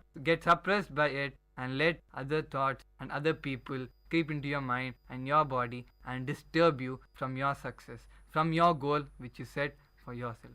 Positive thinking and practical instructions are a few things I am going to give to you now. In order to turn the mind towards the positive, some inner work is required, since attitude and thoughts do not change overnight. This is very true. They never change overnight. Always think positively. Think that you're going to do well in advance. Think what you want to do well in advance. Be positive and make the people around you positive. Be a good leader. Be a good person. Be a positive person. Read about the subject. Think about its benefits and persuade yourself. Try it. The power of your thoughts is a mighty power that is always shaping your life. This shaping is usually done subconsciously, but it is possible to make the process a conscious one. As I told you, there is some part in your brain which thinks that you can do some positive stuff, but you suppress this because of the negative thoughts that you creep in your mind. Even if the idea seems strange, give it a try. People around you say it is impossible. What are you talking? This doesn't make any sense, but you know it is going to. Try it, do it, and you will definitely be able to achieve it. Anyway, you have nothing to lose, so try again. Ignore what other people say or think about you. If they discover that you are changing the way you think, use your imagination to visualize favorable and beneficial situations. Always think about yourself and ignore people who try to persuade you to do something negative and also try to take you off course. Use positive words in your inner dialogues or when talking with others. This creates an impression that you are positive and that you are going to do something good to people around you also, and make them believe that you are a person who can achieve something. Smile a little more, as this helps to think positively. Smiling is very important. That creates a pleasant atmosphere not only with you but also with people around you, because we are living in a society where it is not only you who is struggling but also people around you who is struggling. So smile, help people around you think positively, do better. Once a negative thought enters your mind, you have to be aware of it, that there is something negative, and endeavor to replace it with a constructive one. If the thought returns, replace it with another one which is way too better than that. It is as if there are two pictures in front of you and you have to choose to look at one of them and disregard the other. Persistence will eventually teach your mind to think positively and to ignore the negative thoughts. Choose the picture that is always positive. It may be less bright, less intense and also less attractive, but try to choose it. Think what is good in that. Choose that picture and then you'll definitely find a lot in it. In case you experience inner resistance and difficulties when replacing negative thoughts with positive ones, do not give up, but keep looking only at the beneficial, good and happy side in your mind. It doesn't matter what your circumstances are at present moment. Of one positive thing which will happen if you go in that path. Think of one positive thing. Think of that one step you will take which will help you to climb one rung upper in that ladder to your success, to your goal which you set yourself. Think about that ray of light which is coming through the hole you set up for yourself. Think about it and obviously you will be able to tame your mind. You will transform the way your mind thinks. It might obviously take some time. I am telling this repeatedly that it might take some time for the changes to take place. But eventually, they definitely will. Another useful technique is the repetition of affirmations. This technique is similar to creative visualization and can be used together with it. Think about the positives you can and visualize them. Not only think in your mind, but visualize how it is going to be in the near future once you achieve it. This gives you a positive drive in your body and makes you strive harder and harder in spite of losing it at the first place. So here are a few tips of positive thinking for your key to success. Use only positive words while thinking and while talking. Use words such as I can, I am able, it is possible, it can be done, etc. It is I can, so you can. These are the things you have to repeat in your mind again and again in order to achieve something good, in order to tame your mind to be positive on the other side of the course you actually plan to. Allow only feelings of happiness, strength and success into your awareness. Disregard and ignore negative thoughts. Refuse to think such thoughts by substituting them with constructive, happy thoughts. It is not about thinking about positive things. It is about thinking of the happiness you have when you complete that particular initiative you took. Every time a negative thought finds its way into your mind, immediately replace it with a positive thought. Every time a negative thought creeps in, that is the time it starts spreading. It is like a cancer in your brain. The negative spreads very quick than the positive one. You need to tame the positive thought in your mind very much when compared to the negative one, as it is obviously difficult for a positive thought to creep in your mind, take in effect and finally lead you to success. But keep that positive thought in your mind. Do not let that negative cancer spread into your brain and suppress you and your success, your goal. In your conversation, use words that bring forth feelings and mental images of strength, happiness and success. Before starting with any plan or action, visualize. Always visualize clearly in your mind its successful outcome. If you visualize with concentration and faith, you will be amazed at the results. just visualization of the picture which is less dim or maybe less attractive but very very fruitful will help you get a very good outcome. Read at least one page of an inspiring book every day. Take an inspiring book. Take a book that is having positive thinking on it, like a person's autobiography maybe. There are many people who are from riches to rags, and take these kind of books. Read at least a page of it. You will get inspired by the success stories of them. Watch movies that make you feel happy, make you feel not only happy but also enthuse you. Minimize the time you listen to the news and read the newspapers. Make it a habit to read more, because that makes you actually go through the words you read again and again. It is not a flash of words that go by and you neglect them. It is there on the paper for infinite time. You can go through the paper again and again. Read the positives in the newspaper again and again. So make it a habit to minimize the time you listen to the news and read the newspaper. Associate yourself with the people who think positively. This is one very thing you need to do. Associate yourself with people who are like-minded, who are positive, who do not allow the creepiness, the weeds into their mind, who always tame their mind to overcome the pain. Always sit and walk with your back straight. This will strengthen your confidence and inner strength. Walk fast. This makes it that you are having some work, you are not idle, and you have something to do in your life and are not just idle. Walk, swim, or engage in some other physical activity. This helps develop a more positive attitude. Always do these kind of things. Make your physical body very strong, very helpful, and also very tame. Play some games like chess, which make your mind very strong, which makes your mind think, that you are going to win even after losing a few pawns, even after losing your queen, which is the most important part of chess. Play these kind of things. Do these kinds of things manually and you can definitely succeed. You can definitely plant that positive seed in your mind and get the positive thinking in your mind. So friends, I hope this was helpful to you. This is your host Venkatesh signing off. Keep listening to VIT Community Radio 90.8.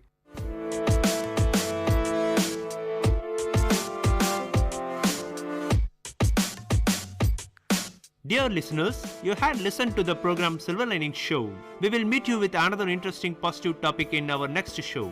Till then, tune in to VIT Community Radio 90.8.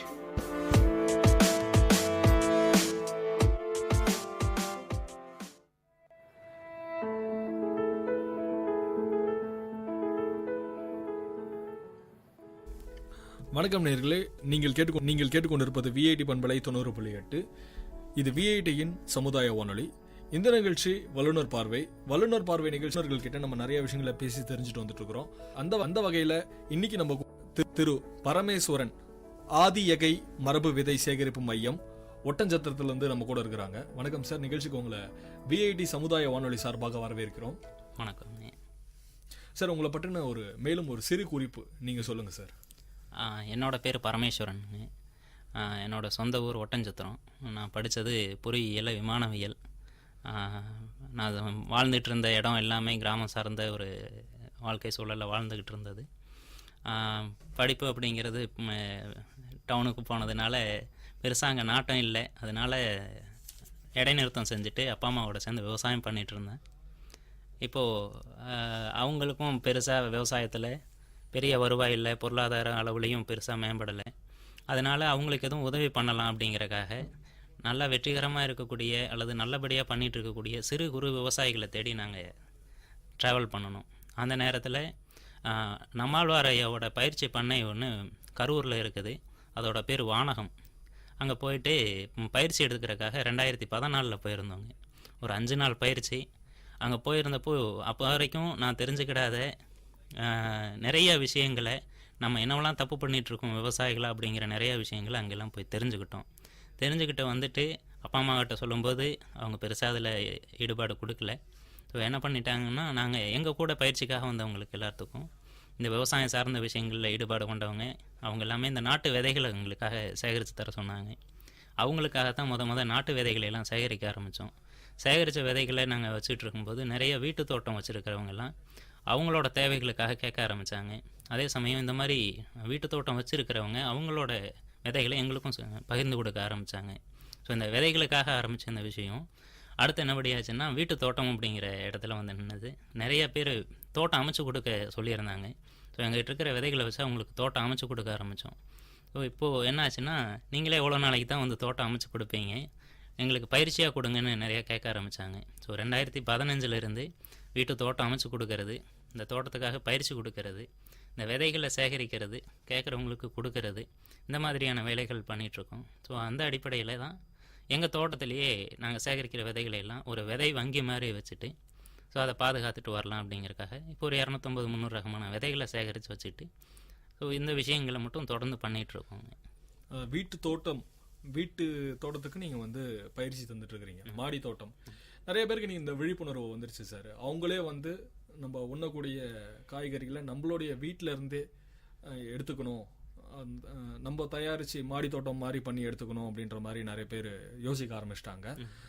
இன்றைக்கி நிறைய பேர் இதை செயல்முறைப்படுத்திட்டும் இருக்கிறாங்க. நிறைய வீட்டு மேலெல்லாம் கூட மாடி தோட்டங்கள் போட்டுட்டு இருக்கிறாங்க. நீங்களும் நல்லா சொன்னீங்க, மாடி தோட்டம் போடுறவங்களுக்கு நாங்கள் ஆதியகை மரபு விதை சேகரிப்பு மையம் மூலமாகவும் நிறையா செஞ்சுட்ருக்குறோம் அப்படின்ற மாதிரி நீங்கள் சொன்னீங்க. இப்போ வீட்டு தோட்டத்துக்கு எவ்வளோ இடம் தேவைப்படும் சார்? இப்போ நார்மலாக ஒருத்தர் வீட்டு தோட்டம் அமைக்கணும் அப்படின்னா அவங்களுக்கு எவ்வளோ இடம் தேவைப்படும், அதை பற்றி நீங்கள் சொல்லுங்கள் சார். அது வீட்டு தோட்டமோ மாடி தோட்டமோ ஒருத்தர் ஒரு தனி நபருக்கு ஒரு 100 சதுர அடி இடம் தேவைப்படுது அடிப்படையில். ஒரு குடும்பத்துக்கு அப்படிங்கும்போது ஒரு 4-5 பேர் இருக்கக்கூடிய ஒரு குடும்பத்துக்கு கிட்டத்தட்ட ஒரு சென்ட் இடம் இருந்துச்சுன்னா போதும். ஒரு குடும்பத்துக்கான காய்கறி தேவைகளை வருஷம் முழுக்க அவங்க கடைக்கே போக தேவையில்லை அப்படிங்கிற அளவுக்கு அவங்களே உற்பத்தி பண்ணிக்க முடியுது. ஸோ இது விவசாயிகளாக இருந்தாலும் கூட ஒரு சென்ட் இடத்த ஒதுக்கி இதை நம்ம செஞ்சு பார்க்குறது மூலமாக நம்மளோட வீட்டு தேவைக்கு கடைக்கு போக தேவையில்லை. ஸோ எல்லாருமே அந்த ஒரு சென்ட்லேயே நம்ம காய்கறிகளை பூர்த்தி பண்ணிக்க முடியுது. இப்போது நம்மளுக்கு தேவையான காய்கறிகள் நம்மளே பயிர் பண்ணிக்கலாம் அப்படின்ற மாதிரி நீங்கள் சொன்னீங்க வீட்டு மாடி தோட்டத்திலேயே. இப்போ இந்த மாடி தோட்டத்தில் செடிகள் வைக்கலாம் அப்படின்னா நிறைய பேருக்கு ஒரு சந்தேகம் இருக்கும், என்னென்ன செடிகள்லாம் மாடி தோட்டங்களை வச்சா நல்லா வளரும், அதை பற்றி சொல்லுங்கள் சார். இப்போ வீட்டு தோட்டம் மாடி தோட்டம் அப்படிங்கிற விஷயம் நம்ம பண்ணுறது எதுக்காக அப்படின்னா, நம்மளோட வீட்டு தேவைக்கு வேணுங்கிற நம்மளோட குடும்ப தேவைக்கு வேணுங்கிற காய்கறிகள் எல்லாம் நம்ம உற்பத்தி பண்ணிக்கணும் அப்படிங்கிறக்காகத்தான். அந்த வகையில் நமக்கு வேணுங்கிற எல்லா விதமான காய்கறிகளையும் நம்ம எதெல்லாம் உணவுல காய்கறிகள்னு எடுத்துக்கிறோமோ இது எல்லாத்தையும் நம்ம வீட்டு தேவைக்கு உற்பத்தி பண்ணிக்க முடியும். அடுத்தது பார்த்திங்கன்னா கீரைகள். நமக்கு வீட்டுக்கு கீரை தேவைக்கு பார்த்திங்கன்னா ஒரு 30-40 சதுர அடி இடம் இருந்துச்சுன்னா போதும், நம்ம வீட்டு தேவைக்கு கீரைகளை உற்பத்தி பண்ணிக்க முடியும். அதுக்கடுத்து பார்த்திங்கன்னா மூலிகைகள் பூக்கள். இந்த மூலிகைகள் பூக்கள்லாம் எதுக்காக அப்படின்னா வெறுமனே எங்கள் அழகுக்காக மட்டுமல்ல, நமக்கு எதுவும் சின்ன சின்ன நோய் பிரச்சனை இருக்கும்போதெல்லாம் கூட இந்த மூலிகைகளை பயன்படுத்திக்கலாம். இன்னொன்று, வீட்டு தோட்டம் அப்படிங்கிற ஆரம்பிக்கிறது காய்கறிகளுக்கு மானது மட்டும் இல்லை. காலையில் எழுந்ததும் நம்ம டீ குடிப்போம். எல்லாருமே ஆர்கானிக் அப்படிங்கிற விஷயத்துக்காக தேடி ஓடிட்டுருக்குறோம். ஏன் ஆர்கானிக் காய்கறி வேணும்னா, ஒரு விவசாயி நஞ்சான உணவை உற்பத்தி பண்ணி கொடுக்குறாங்க. நிறைய விவசாயத்தில் நஞ்சை பயன்படுத்துகிறாங்க. அதனால் நஞ்சு இல்லாத காய்கறி வேணும் அப்படிங்கிறக்காக காய்கறி தோட்டம். ஆனால் காலையில் நம்ம குடிக்கிற டீ பார்த்திங்கன்னா எஸ்டேட்டில் இருந்து வருது. அந்த எஸ்டேட்டில் இவங்க சின்ன டேங்கை போட்டு எதுவும் விஷத்தை தெளிக்கிறது இல்லை, பெரிய பெரிய டிராக்டரில் கொண்டு வந்து தான் விஷத்தை தெளிக்கிறாங்க. அப்போது நம்ம முதல்ல தவிர்க்க வேண்டியது அந்த டீ காஃபி இது மாதிரியான விஷயங்களை தான். இதை நம்ம தவிர்க்கணும் அப்படின்னா நம்ம வீட்டிலையே கொஞ்சம் மூலிகைகளையும் கொஞ்சம் பூக்களையும் நம்ம வளர்த்துனா போதும். அந்த டீ காஃபிகள் நம்ம வெளியில் வாங்க தேவையில்லை. அதே மாதிரி தான் காய்கறி, கீரை, அதுக்கடுத்து மூலிகை. ஸோ இதெல்லாமே நம்ம வீட்டு தேவைக்கு வச்சுக்க முடியும். ரொம்ப நல்லா சொன்னீங்க சார். இப்போது கழிவுகளை பயன்படுத்தி அதன் மூலமாகவே உரம் தயாரிக்கலாம் அப்படின்ற மாதிரி கூட நீங்கள் ட்ரைனிங் செக்ஷன் எடுக்கும்போது நீங்கள் சொல்லிட்டு இருந்தீங்க. நிறையா கழிவுகள் பற்றி சொன்னீங்க, கரும்பு சோகை கழிவுகள், இதை வச்செல்லாம் கூட உரம் ஈஸியாக தயாரிக்கலாம் அப்படின்ட்டு. இப்போது கழிவுகளை பயன்படுத்தி நல்ல ஒரு உரமாக மாற்றணும் அப்படின்னா என்னென்ன கழிவுகளை பயன்படுத்தி ஒரு உரமாக மாற்றலாம்? இப்போது வீட்டு தோட்டத்துக்கு அடிப்படையான தேவை அப்படிங்கிறது மண். இப்போ எல்லா பக்கம் மண் இல்லாத விவசாயம் அப்படிங்கிற முறையெல்லாம் நிறையா சொல்லிகிட்டு இருக்கிறாங்க. ஸோ நமக்கு பார்த்திங்கன்னா நிறைய மண் இருக்குது. ஸோ நமக்கு செலவில்லாமல் பண்ணணும், மெனக்கெடாமல் பண்ணணுன்னா மண்ணை அடிப்படை ஆதாரமாக பயன்படுத்தணும். மேல் மண் நல்ல வளமான மண், இது ஒரு 30% வேணும். ஸோ இந்த மண் கூட எருவை சேர்க்கணும். அது ஆடு மாடுகளோட கழிவுகளோ இல்லை வெளியில் கால்நடை கழிவுகள் எது கிடைச்சதுனாலும் நமக்கு எடுத்து மண் கூட கலந்துக்கலாம். இது வந்து பார்த்திங்கன்னா உடனடியாக மண்ணுக்கு உரமாக மாறும். அடுத்து இது கூட நம்மளை சுற்றியும் கிடைக்கக்கூடிய காய்கறி கழிவு. ஸோ காய்கறி கழிவுன்ட்டு இல்லை, ஒட்டுமொத்தமான கழிவு என்னென்னு பட்டியலில் போட்டோம்னா வீட்டுக்குள்ளே இருந்து கிடைக்கிற, கிச்சனில் இருந்து கிடைக்கிற காய்கறி கழிவு, பழங்களோட கழிவு, அதுக்கடுத்து வந்து பார்த்திங்கன்னா டீ தூள், முட்டை ஓடு, அதுக்கடுத்து பூஜை அறைக்கு போனீங்கன்னா உங்களுக்கு பூக்கள் கிடைக்கும். ஸோ இந்த பூக்களோட கழிவு. அப்புறம் நம்ம வீட்டை விட்டு கொஞ்சம் வெளியில் போனோம்னாலும் நிறைய செடி கொடிகள், அது பச்சையோ காஞ்சதோ நிறைய இருக்கும். அதுக்கப்புறம் வந்து பார்த்திங்கன்னா கரும்பு ஜூஸ் கடைகள். நகர்ப்புறங்களில் கிராமப்புறங்களை கம்பேர் பண்ணும்போது நகர்ப்புறங்களில் எக்கச்சக்கமாக கரும்பு ஜூஸ் கடைகள் இருக்கும். ஸோ இந்த கரும்பு சக்கை, அதுக்கடுத்து வந்து பார்த்திங்கன்னா அடுப்பு கறி, அப்புறம் சாம்பல், அந்த மரத்தூள், இந்த மாதிரி நம்மளை சுற்றி எதெல்லாம் கிடைக்குதோ இதுகளெல்லாம் வச்சு நம்ம தோட்டம் அமைச்சிக்க முடியும். இதில் மண் கூட வந்து பார்த்திங்கன்னா இந்த கழிவுப் பொருட்கள் எல்லாத்தையும் கலந்துக்கிட்டோம் அப்படின்னா இந்த கழிவுகள் எல்லாமே மக்க ஆரம்பிக்கும். இதுக்கு வந்து பார்த்திங்கன்னா 1 மாதத்துலேருந்து 1.5 மாதமோ 2 மாதமோ நேரம் எடுக்கும். இந்த 1 மாதம் 1.5 மாதத்துக்கு அப்புறம் நம்ம இந்த மண்ணில் விதைக்க ஆரம்பிச்சுக்கலாம். இப்போது நல்ல வெயில் காலம் அப்படிங்கிறனால கரும்பு சக்கைகள் நிறைய கிடைக்க ஆரம்பிக்கும். இலையுதிர் காலம் அப்படிங்கிறனால இலைதலைகள் நிறைய கிடைக்க ஆரம்பிக்கும். இதை இப்போ சேகரித்து வச்சுக்கிட்டோம் அப்படின்னா அடுத்து வரக்கூடிய ஆடி மாதத்துக்கு நம்ம தோட்டம் அமைச்சிக்கிறதுக்கு ரொம்ப வசதியாக இருக்கும். நல்லா சொன்னீங்க சார். முதல்ல வந்து மாடி தோட்டம் பண்ணணும் அப்படின்னா நம்ம மண்ணை நல்லா வளமாக வச்சுக்கணும். அதுக்கப்புறம் தான் வந்து நம்ம மாடி தோட்டம் பண்ணணும் அப்படின்ற மாதிரி நீங்கள் சொல்லிட்டு இருந்தீங்க. இப்போ தோட்டங்கள், மாடி தோட்டங்கள் ஈஸியாக அமைப்பதற்கு ஈஸியான வழிகள் நிறையா சொன்னீங்க. பிளாஸ்டிக் கேன்ஸ் எல்லாம் கூட யூஸ் பண்ணலாம் அப்படின்ற மாதிரி. இப்போ நம்மளுடைய வீட்டு பக்கத்துலேருந்து வச்சிருக்கிற பொருட்களை வச்சு நம்ம ஒரு மாடி தோட்டத்தை ஈஸியாக அமைக்க முடியும்னா என்னென்ன பொருட்கள்லாம் நம்ம பயன்படுத்தலாம்? இப்போது நமக்கு இப்போது சாதாரணமாக வீட்டு தோட்டம், மாடி தோட்டம் அப்படின்னாவே க்ரோ பேக் போய் வாங்கணும், அப்புறம் மண்புழு உரம் வாங்கணும், காயற்பித்து வாங்கணும், மேலே கிரீன் நெட் போடணும். இது வந்து பார்த்திங்கன்னா இது எல்லாமே செலவு மிகுந்த தோட்டமாக இருக்குது. சாதாரணமாக ஒரு மிடில் கிளாஸ் ஃபேமிலி அப்படிங்கிறவங்க தோட்டம் போட முடியாத சூழலில் செலவு மிகுந்ததாக இருக்குது. இதை மாற்றணும் அப்படின்னா ரொம்ப செலவு குறைந்ததாகவும் நாங்கள் கிடைக்கக்கூடிய பொருட்கள் நம்மளை சுற்றியும் கிடைக்கிறதாகவும் இருக்கணும். அப்போ நம்ம என்ன பண்ணிக்கலாம், இந்த சேகரிக்கக்கூடிய இந்த கரும்பு சக்கை, மண், எரு இது எல்லாத்தையும் மக்க வைக்கிறதுக்கு நம்ம முயற்சி பண்ணலாம். இது எல்லாமே செலவு இல்லாததாக இருக்கும். அடுத்து இதெல்லாம் நிரப்புறதுக்கு ஒரு பொருள் வேணும். அது வந்து பார்த்திங்கன்னா ஒன்று, நகர்ப்புறங்களில் இருக்கிறவங்களுக்கு தண்ணி கேன் சாதாரணமாக அவங்க குடிக்கிறதுக்கு தண்ணி வாட்டர் கேனில் வாங்குவாங்க, 20 லிட்டர் கேனில் வாங்குவாங்க. இதை நம்ம அவங்ககிட்டயே கேட்டோம்னா டேமேஜ் ஆன கேன் எல்லாம் அவங்ககிட்ட இருக்கும். அது 20 ரூபா, 30 ரூபா, 10 ரூபா அந்த ரேஞ்சில் தான் இருக்கும். ஸோ அந்த தண்ணி கேனை நம்ம கலெக்ட் பண்ணிக்கிட்டோம்னாவே போதுமானது. அதை அடியில் ஓட்டை போட்டுட்டு மேலே டேப்பை கட் பண்ணி விட்டுட்டோம்னா இதில் நம்ம மண்ணை நிரப்பி விட்டு 1 மாதமோ 2 மாதமோ கழிச்சு செடி வச்சுக்கலாம். இது போக பழைய இரும்பு கடைகளுக்கு போனோம்னா அந்த 50 லிட்டர் பேரல், 30 லிட்டர் பேரல் இதெல்லாம் கிடைக்கும். சின்டெக்ஸ் டேங்க்கு கிடைக்கும், அப்புறம் பாத்திங் டப்பு கிடைக்கும். ஸோ இந்த மாதிரி என்ன கிடைச்சதுனால நம்ம பயன்படுத்திக்கலாம். எல்லாத்துக்கும் அடியில் ஓட்டை போட்டுட்டு மண்ணை நிரப்பி விட்டுட்டு 1 மாதமோ 2 மாதமோ நினச்சி விதைக்க வேண்டியது தான். இதில் என்ன பிரச்சனைனா, சின்ன தொட்டிகளாக இருக்கும்போது, அகலம் குறைவான தொட்டிகளாக இருக்கும்போது நிலத்தில் கம்பேர் பண்ணும்போது மாடிகளோட வளர்ச்சி, செடிகளோட வளர்ச்சி குறைவாக இருக்கும். இப்போ செடிகளோட வளர்ச்சி இன்னும் நல்லா வரணும்னா உயரமான தொட்டிகளை கம்பேர் பண்ணும்போது அகலமான தொட்டிகளை நம்ம வாங்கிக்கலாம். அகலமான தொட்டிகளும் போது வேர்கள் நல்லா பரவலாக போகும். அப்போது அதுக்கேற்ற மாதிரி விளைச்சலும் நல்லா இருக்கும். அப்போது இதுக்கு அடுத்த முறை நமக்கு என்ன பண்ணிக்கலாம் அப்படின்னா, நமக்கு அகலம் அதிகமாக இருக்கக்கூடிய தொட்டிகளை நம்ம எங்கேயும் கிடைக்குதுனா அப்படிங்கிறத நம்ம பண்ணிக்கலாம்.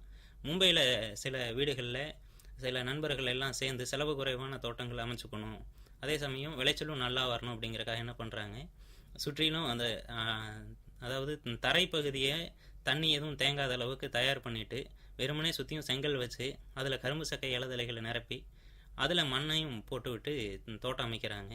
பெருசாக செலவில்லை, நிலத்தில் எந்த அளவுக்கு விளைச்சல் கொடுக்குதோ அதே அளவுக்கு பண்ணுறாங்க. இப்போது இதை கம்பேர் பண்ணும்போது நம்மளும் அதே மாதிரி பண்ணலாம். இன்னும் சில பேர் இதை பார்த்துட்டு என்ன பண்ணுறாங்க, தொட்டிகள்லேயே அமைக்கிறாங்க, தொட்டிகள் கட்டிக்கிறாங்க. வீடு கட்டும்போதே புதுசாக வீடு கட்டுறவங்க எல்லாருமே ஒரு 4 அடி அகலத்தில், ஒரு 1.5 அடி 2 அடி உயரத்தில் நம்ம சாதாரண தண்ணி தொட்டி கட்டுற மாதிரியே தொட்டி கட்டிக்கிறாங்க. இது தரைப்பகுதியிலிருந்து ஒரு 1/2 அடி 1 அடி உயரமாக இருக்கக்கூடிய தொட்டிகளாக இருக்குது. இப்படி இருக்கிறனால இந்த நம்ம எதுவும் கறி, கோழி இதெல்லாம் வளர்க்கணும்னு நினைக்கிறவங்க, நான்வெஜ் எல்லாம் சாப்பிட்றவங்க கோழி வளர்க்குறாங்க. இவங்க இந்த கோழிகளை எல்லாம் கூட இந்த தொட்டிகளுக்கு அடியில் விட்டுட்டு மேலே இருக்கக்கூடிய தொட்டியில் காய்கறி தோட்டம் போட்டுக்கிறாங்க, கீழே இருக்கிற தொட்டியில் கோழிகள் வளர்த்திக்கிறாங்க. ஸோ இந்த வீட்டில் கிடைக்கிற கழிவுகள் எல்லாத்தையும் இந்த கோழி கொடுத்துட்றாங்க. அதை ஈஸியாக அந்த கழிவுல இருந்து கிடைக்கிற அந்த கம்போஸ்ட் எடுத்து கோழி கழிவை எடுத்து திரும்பவும் உரமாக பயன்படுத்திக்கிறாங்க. நீங்கள் சொன்ன மாதிரி வந்து இயற்கையில் எதுவுமே வந்து வேஸ்ட் இல்லை அப்படின்ற மாதிரி நீங்கள் சொல்கிறது வந்து இருக்குது சார். எல்லாமே வந்து நம்ம வந்து ஒரு உரமாக மாற்றிக்கலாம். இந்த விஷயங்கள் நீங்கள் சொல்கிறது நல்லா சொன்னீங்க சார். இப்போது எல்லாத்துக்கும் ஒரு கண்டிப்பாக ஒரு சந்தேகங்கள் இருக்கும் சார். விதைக்கும் முறைகள் எல்லாம் வந்து யோசிக்கிறாங்க, எப்படி நம்ம விதைக்கிறது, நம்ம போட்டோடனே செடி வளர்ந்துருமா அப்படின்ற மாதிரி கூட நிறைய பேர் யோசிச்சுட்டு இருக்கிறாங்க. எப்படி விதைச்சா அந்த செடி நல்லா வளரும் இந்த மாடி தோட்டத்தில், அதை பற்றி சொல்லுங்கள். விதை அப்படிங்கும் போது இப்போது நம்மளை சுற்றியும் கிடைக்கக்கூடிய விதைகள், சந்தையில் கிடைக்கக்கூடிய விதைகள் எப்படிப்பட்டதாக இருக்குது அப்படின்னா அதிகமாக ஹைபிரிட் விதைகளாகவும் திரும்பவும் அதிலிருந்து விதைகள் எடுத்துக்க முடியாத அளவுக்கு இருக்கக்கூடிய விதைகளாகவும் விலை அதிகமாக இருக்கக்கூடிய விதைகளாகவும் இருக்குது. ஸோ ஒரு தக்காளியோட விலைன்னு போய் பார்த்தோம்னாவே 10 கிராம் 360 ரூபா. அது கிட்டத்தட்ட 1 கிலோ தக்காளியோட விலை அப்படின்னு பார்த்தோம்னா 36,000 40,000. சாதாரணமாக ஊர் ஃபுல்லாக கிடந்த அந்த பப்பாளி இன்றைக்கி விலை என்னென்னு கேட்டோம்னா 1 கிலோ பப்பாளி பழத்தோட விதையோட விலைன்னு பார்த்தோம்னா 1 லட்ச ரூபா 2 லட்ச ரூபா 3 லட்ச ரூபா வரைக்கும் போகுது. அப்போது நம்மளை சுற்றியும் கிடைக்கக்கூடிய அந்தந்த பகுதியில் கிடைக்கக்கூடிய அந்த நம்மளோட மரபு ரக விதைகளை சேகரித்து வச்சுக்கிறது ரொம்ப முக்கியமான ஒன்று. இப்படி சேகரிக்கிற விதைகள் என்னென்ன விதைகளை எல்லாம் நம்ம சேகரித்து வச்சுக்கலாம் அப்படின்னு பார்த்தோம்னா உணவில் எதெல்லாம் நம்ம உணவுன்னு சொல்லி எடுத்துக்கிறோமோ, அது தானிய பயிர்களாகட்டும், எண்ணெய் வித்துக்களாகட்டும், பயிர் வகைகளாகட்டும், காய்கறி விதைகளாகட்டும், பழ மரங்களாகட்டும், இதோட விதைகளை எல்லாம் நம்ம சேகரித்து வச்சுக்கலாம். நான் தான் எதுவும் தோட்டமே அமைச்சிக்கிறது இல்லையே, எனக்கு எதுக்கு விதை அப்படின்னு நினைக்கிறதெல்லாம் இல்லை. நம்ம சாப்பிட்றோம், ஸோ அதோட விதைகள்லாம் நம்மகிட்ட இருக்கணும். நம்ம இப்போ பண்ணலைனாலும் பின்னாடி பண்ணலாம், நம்ம பண்ணலைன்னா நண்பர்கள் பண்ணுவாங்க, அவங்களுக்கு கொடுக்கலாம். இப்படி சேகரித்த விதைகளை விதைக்கணும். இப்படி விதைக்கிறதுல வீட்டு தோட்டத்துக்கு அடிப்படையாக காய்கறி விதைகள் தேவை. காய்கறி விதைகளில் ரொம்ப அடிப்படையான பார்த்தா கீரை விதையை நம்ம எதுவுமே பண்ண தேவையில்லை. ஒரு வருஷத்துக்குள்ளே விதைக்கணும், அதுதான் ரொம்ப முக்கியம். கீரை விதைகளுக்கு ஒரு சதுர அடிக்கு 1 கிராம் விதை வீதம் விதைச்சோம்னா போதும். அடுத்து வந்து பார்த்திங்கன்னா தக்காளி, கத்திரி, மிளகாய் மாதிரியான நாற்று விட்டு நடக்கூடிய விதை. இந்த விதைகளையெல்லாம் ஒரு 1/4 மணி நேரம் தண்ணியில் ஊற வச்சு, அல்லது மழை தண்ணி கிடச்சதுனாவோ இல்லை கோமயம் கிடச்சதுன்னா அது கூட 10 மடங்கு தண்ணி கலந்தோ, ஆக மொத்தம் ஒரு 1/4 மணி நேரம் 20 நிமிஷம் தண்ணியில் ஊற விட்டு அதுக்கப்புறம் எடுத்து நாற்று விட்டு நடவு செஞ்சுக்கலாம். அதுக்கடுத்து தக்காளி விதைகளை விட கொஞ்சம் பெரிய சைஸில் இருக்கக்கூடிய விதைகள்னு பார்த்தோம்னா வெண்டைக்காய் விதை, அப்புறம் கொத்தவரங்காய், அப்புறம் அவரைக்காய், இந்த மாதிரி விதைகளை எல்லாம் என்ன பண்ணிக்கலாம், ஒரு 1/2 மணி நேரம் 3/4 மணி நேரம் தண்ணியில் ஊற வச்சு விதைச்சிக்கலாம். அதுக்கு அடுத்து பெரிய சைஸ் விதைகள்னு பார்த்தா கொடிக்காய்கறி விதை, பாவக்காய், பீக்கங்காய், புடலங்காய், சுரக்காய், பூசணிக்காய். இந்த விதைகளோட தோல் எல்லாம் ரொம்ப கெட்டியாக இருக்கும். சில சமயம் இது விதைக்கும் போது முளைப்பு திறன் அப்படிங்கிறது குறைஞ்சி போன மாதிரி இருக்கும். சில விதைகள் முளைக்காமல் போயிருக்கும். காரணம் என்னன்னு பார்த்தா இதோட தோலோட கெட்டித்தன்மை. அப்போ இதை என்ன பண்ணலாம், 1 நாளுங்கிறது 2 நாள் கூட விதைகளை ஊற வச்சு எடுத்து நடவு செய்யலாம். குறைஞ்சது ஒரு 6 மணி நேரம் தண்ணியில் ஊற வச்சு எடுத்து நடவு செய்யலாம். நைட்டு ஊற வச்சு காலையிலையோ அல்லது காலையில் ஊற வச்சு சாயங்காலமாக எடுத்து விதைகளை நடவு செஞ்சோம் அப்படின்னா அது சீக்கிரம் முளைச்சி வந்துக்கும். சார் ரொம்ப நல்லா சொன்னீங்க சார், விதைகள் எப்படி விதைக்கணும் அப்படின்ற மாதிரி. இப்போ எல்லாத்துக்குமே வந்து மண் நல்லா வந்து ஒரு தரமான மண்ணாக இருந்தால் தான் வந்து அதில் கண்டிப்பாக செடிகள் நல்லா செழித்து வளரும் கண்டிப்பாக. இப்போது நீங்கள் இன்றைக்கி எளிய முறை பஞ்சகாவியம் செய்கிறத பற்றி ரொம்ப ஈஸியான மெத்தடில் சொல்லியிருந்தீங்க. இதை மாடி தோட்டங்கள் செய்கிறவங்களுக்கு பிரத்யேகமாக இந்த முறை பயன்படுத்தினா ரொம்ப ஈஸியாக இருக்குன்ற மாதிரி. இப்போ இந்த எளிய முறை பஞ்சகாவியம் பற்றி சொல்லுங்கள். இப்போது பஞ்சகாவியம் அப்படிங்கிறது நம்ம மாட்டிலிருந்து கிடைக்கக்கூடிய 5 விதமான பொருட்கள் இருந்து நம்ம பண்ணுறோங்க. இது நான் அங்கே வானகம் போயிருந்தப்போ எனக்கு அங்கே இருந்த பயிற்சியாளர் குமாரண்ணா அப்படிங்கிறவங்க சொல்லிக் கொடுத்தாங்க. ரொம்ப எளிமையாக இருக்கும், நீ செஞ்சுப்பாரு அப்படிங்கிற அளவுக்கு சொல்லியிருந்தாங்க. சீக்கிரமாகவும் செஞ்சுக்கலாம் அப்படிங்கிறக்காக என்னென்னா மாட்டோட 5 விதமான பொருள், சாணம், கோமயம், பால், தயிர், நெய், இது கூட கொஞ்சம் நாட்டு சர்க்கரை, இது இருந்துச்சுன்னா போதும். அப்போது இது வந்து பார்த்திங்கன்னா தனித்தனியாகவும் நம்ம பயன்படுத்தலாம். சாதாரணமாக கோமயம் கிடைக்குதுன்னா இதை தண்ணியில் கலந்து 10 மடங்கு தண்ணி சேர்த்து செடிக்கு ஊற்றி விடலாம், நல்லா வளரும். வெறும் சாணி கிடைக்குதுன்னா இதை 1-2 நாள் புளிக்க வச்சு தண்ணி ஊற்றி கூழு மாதிரி கரைச்சி புளிக்க வச்சு இன்னும் கொஞ்சம் தண்ணி சேர்த்து ரசம் மாதிரி எடுத்து செடிகளுக்கு ஊற்றி விடலாம், இப்போவும் செடி நல்லா வளரும். இந்த பால், தயிர் இதையும் செடிக்கு தனித்தனியாக ஊற்றி விடலாம், நல்லா வளர்ச்சி ஊக்கியாக இருக்கும். வெறுமனே மோர் வீட்டில் கிடைக்குதுன்னா 5 மடங்கு 10 மடங்கு தண்ணி சேர்த்து செடிகளுக்கு ஊற்றி விடலாம், தெளித்து விடலாம். செடிகளுக்கு நல்லா பயிர் வளர்ச்சி ஊக்கியாகவும் இருக்கும். அதே சமயம் மோரெலாம் ஊற்றும்போது இந்த பூ பூக்கக்கூடிய சமயத்தில் ரொம்ப உதவியாக இருக்கும், பூ உதிராமல் பாதுகாக்கும். இப்போ இந்த 5 பொருளை எல்லாம் நம்ம சேர்க்கணும். ஒன்றா சேர்க்கறதுக்கு அப்படின்னா இந்த 5 பொருள், சாணம் அப்படிங்கிறது ஒரு 250 கிராம் 300 கிராம் அளவுக்கு எடுத்துக்கலாம் வீட்டு தோட்டத்துக்கு. கோமியம் அப்படிங்கிறது ஒரு 1/4 லிட்டரு. இந்த பால் தயிர் இது எல்லாமே ஒரு 1/4 லிட்டர் அளவுக்கு அல்லது 200 மில்லி எடுத்துக்கலாம். நெய் ஒரு 50 கிராமு, நாட்டு சக்கரை ஒரு 50 கிராம் எடுத்துக்கலாம். இப்போது இது எல்லாத்தையும் ஒன்றா கலக்கணும். முதல் நாள் என்ன பண்ணிக்கலாம், இந்த சாணம் கூட நாட்டு சர்க்கரையையும் இந்த நெய்யையும் கலந்து சப்பாத்தி மாதிரி பிசைகிற மாதிரி பிசைஞ்சு வச்சிடலாம். அடுத்த நாள் என்ன பண்ணிக்கலாம், இது கூட கோமியத்தை சேர்த்து நல்லா கலக்கும் போது நிறைய நுரை வரும். எல்லாத்தையும் கட்டியெல்லாம் எதுவும் இல்லாமல் கலந்து விட்டுடலாம். ஸோ கோமியம் பத்தலைன்னா இன்னும் கொஞ்சம் கோமியம் கூட நம்ம சேர்த்துக்கலாம். 3வது நாள் அப்படிங்கும் போது பாலையும் தயிரையும் ஒன்றா கலந்துட்டோம் அப்படின்னா மூடி வச்சுக்கலாம். இந்த எடுத்து நிழலில் மூடி வைக்கணும். ஏதாவது ஒரு டப்பாவில் போட்டு மூடி வைக்கும்போது அதில் தொலை இருக்கிற மாதிரி பார்த்துக்கணும். இதில் வந்து மீத்தேன் வாயு உருவாகும். இந்த வாயு வெளியில் போகிறதுக்கு துணியில் கட்டி வைக்கலாம் இந்த வாயு பகுதியை. அல்லது எதுவும் டப்பாவில் போட்டு வைக்கிறோம் அப்படின்னா அது மூடியில் ஓட்டைகள்லாம் போட்டு வைக்கலாம். 4வது நாள்லேருந்து பயன்படுத்த ஆரம்பிக்கலாம். பயன்படுத்துறதுனா 1 லிட்டர் தண்ணிக்கு 30 மில்லி கலந்து ஸ்ப்ரே பண்ணி விடலாம். ஸ்ப்ரே பண்ணி விடும்போது பயிர் வளர்ச்சி ஊக்கியாகவும் இருக்கும். அதே சமயம் பூச்சிகள் வராமல் தவிர்க்கவும் செய்யும். ஏன்னா அதில் கோமையும் இருக்குது, சாணம் இருக்குது. இதை மண்ணுக்கு ஊற்றி விடலாம். மண்ணுக்கு ஊற்றி விட்டோம் அப்படின்னா செடிகள் வளர்கிறதுக்கு உதவியாக இருக்கும், நுண்ணுயிர்கள் வளர்கிறதுக்கு உதவியாக இருக்கும். அடுத்து இதை கம்போஸ் பண்ணுறதுக்கு பயன்படுத்தலாம். காய்கறி கழிவுகளெல்லாம் கம்போஸ் பண்ணுறோன்னா இதை எடுத்து ஸ்ப்ரே பண்ணி தெளித்து விடலாம். தெளித்து விட்டோம்னா அதில் இருக்கிற உயிர்கள் அந்த கழிவுகளை மக்க வைக்கிறதுக்கு உதவியாக இருக்கும். இந்த பஞ்சகாவியத்தை எடுத்து விதை நேர்த்தி செய்கிறதுக்கு பயன்படுத்தலாம். விதைகளை விதைக்கிறதுக்கு முன்னாடி இந்த பஞ்சகாவியம் கலந்த இந்த தண்ணியில் ஊற வச்சு விதைகளை எடுத்து விதைக்கலாம். இந்த மாதிரி எல்லா விதமான பயன்பாட்டுக்கும் இந்த பஞ்சகாவியம் உதவியாக இருக்கும். இப்போது இந்த பஞ்சகாவியம் மட்டுமே வந்து நல்ல ஒரு உரமாக பயன்படுது அப்படின்ற மாதிரி நீங்கள் சொல்லியிருக்கீங்க. இதுவே ஒரு போதுமான அளவாக கண்டிப்பாக இருக்கும். இந்த பஞ்சகாவியம் பயன்படுத்தி மட்டுமே வந்து நம்ம பயிர் செய்யலாம். இப்போ நிறைய பேருக்கு ஒரு சந்தேகங்கள் இருக்கும் சார். காய்கறிகள் அப்படின்னாலே ஒவ்வொரு மாதத்துக்கு ஒவ்வொரு காய்கறிகள் வரும் அப்படின்ற மாதிரி கூட நிறைய பேர் சொல்கிறாங்க. இப்போ எந்தெந்த மாதத்தில் எந்தெந்த காய்கறிகள் நல்லா செழித்து வளரும், எப்பப்பெல்லாம் எந்தெந்த செடி நம்ம பயிர் பண்ணால் அந்த மாதத்துக்கு தகுந்த மாதிரி வரும் அப்படின்ற மாதிரி கூட நீங்கள் சொல்லிட்டு இருந்தீங்க. குறிப்பாக நீங்கள் வந்து ஆடி மாதம் அவரை விதைக்கணும் அப்படின்ற மாதிரி சொல்லிட்டு இருந்தீங்க. இப்போ அது மாதிரி எந்தெந்த மாதத்தில் எந்தெந்த காய்கறிகள் பயிர் செய்யலாம்? இது வந்து பார்த்தீங்கன்னா வெய்ய காலம். ஸோ இப்போ வெய்ய காலத்துக்கு நம்ம அதிகமாக வெள்ளரி பழம், தர்பூசணி இந்த மாதிரியான பழங்கள்லாம் சாப்பிடுவோம். இப்போ வெய்ய காலம் ஆரம்பிக்கிறதுக்கு இது வந்து பார்த்திங்கன்னா வெள்ளரி தர்பூசணி எல்லாம் ஒரு 45 நாளில் 50 நாளில் காய்ப்புக்கு வரும். அப்படின்னா இப்போ வெய்ய காலம் ஆரம்பிக்கிறதுக்கு ஒரு 40-50 நாளைக்கு முன்னாடியே விதைச்சிடணும். ஸோ இப்போ தர்பூசணி வெள்ளரிலாம் விதைச்சிட்டோம் அப்படின்னா இனி காய்ப்புக்கு வந்துச்சுன்னா இன்னும் ஒரு மாதம் 1.5 மாதத்துக்கு நமக்கு பலன் கொடுக்கும்.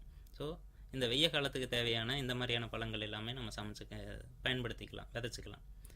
இந்த கொடி காய்கறி ரகங்கள் அப்படின்னு பார்த்தோம்னா இந்த பூசணிக்காய், சுரக்காய் இதெல்லாம் ஆடி மாதம் விதைப்போம். அவரைக்காய் இதெல்லாம் ஆடி மாதம் விதைச்சோம் அப்படின்னா எல்லா விதமான காய்கறிகளுக்கும் ஆடி மாதம் ஒரு சிறந்த மாதமாக இருக்கும்.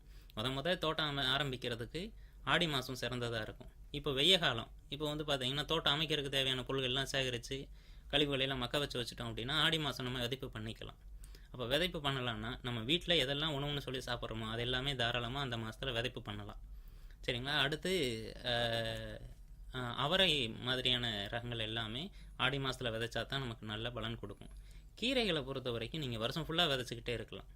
கீரைகள் பார்த்தீங்கன்னா இந்த புதினா, பொன்னாங்கண்ணி, வல்லாரை, மணத்தக்காளி இந்த மாதிரியான விதைகள் எல்லாமே விதைகளாக இருக்கிறது இல்லை. சில சமயம் தண்டுகளாக கிடைக்கும் கீரை கடையில்.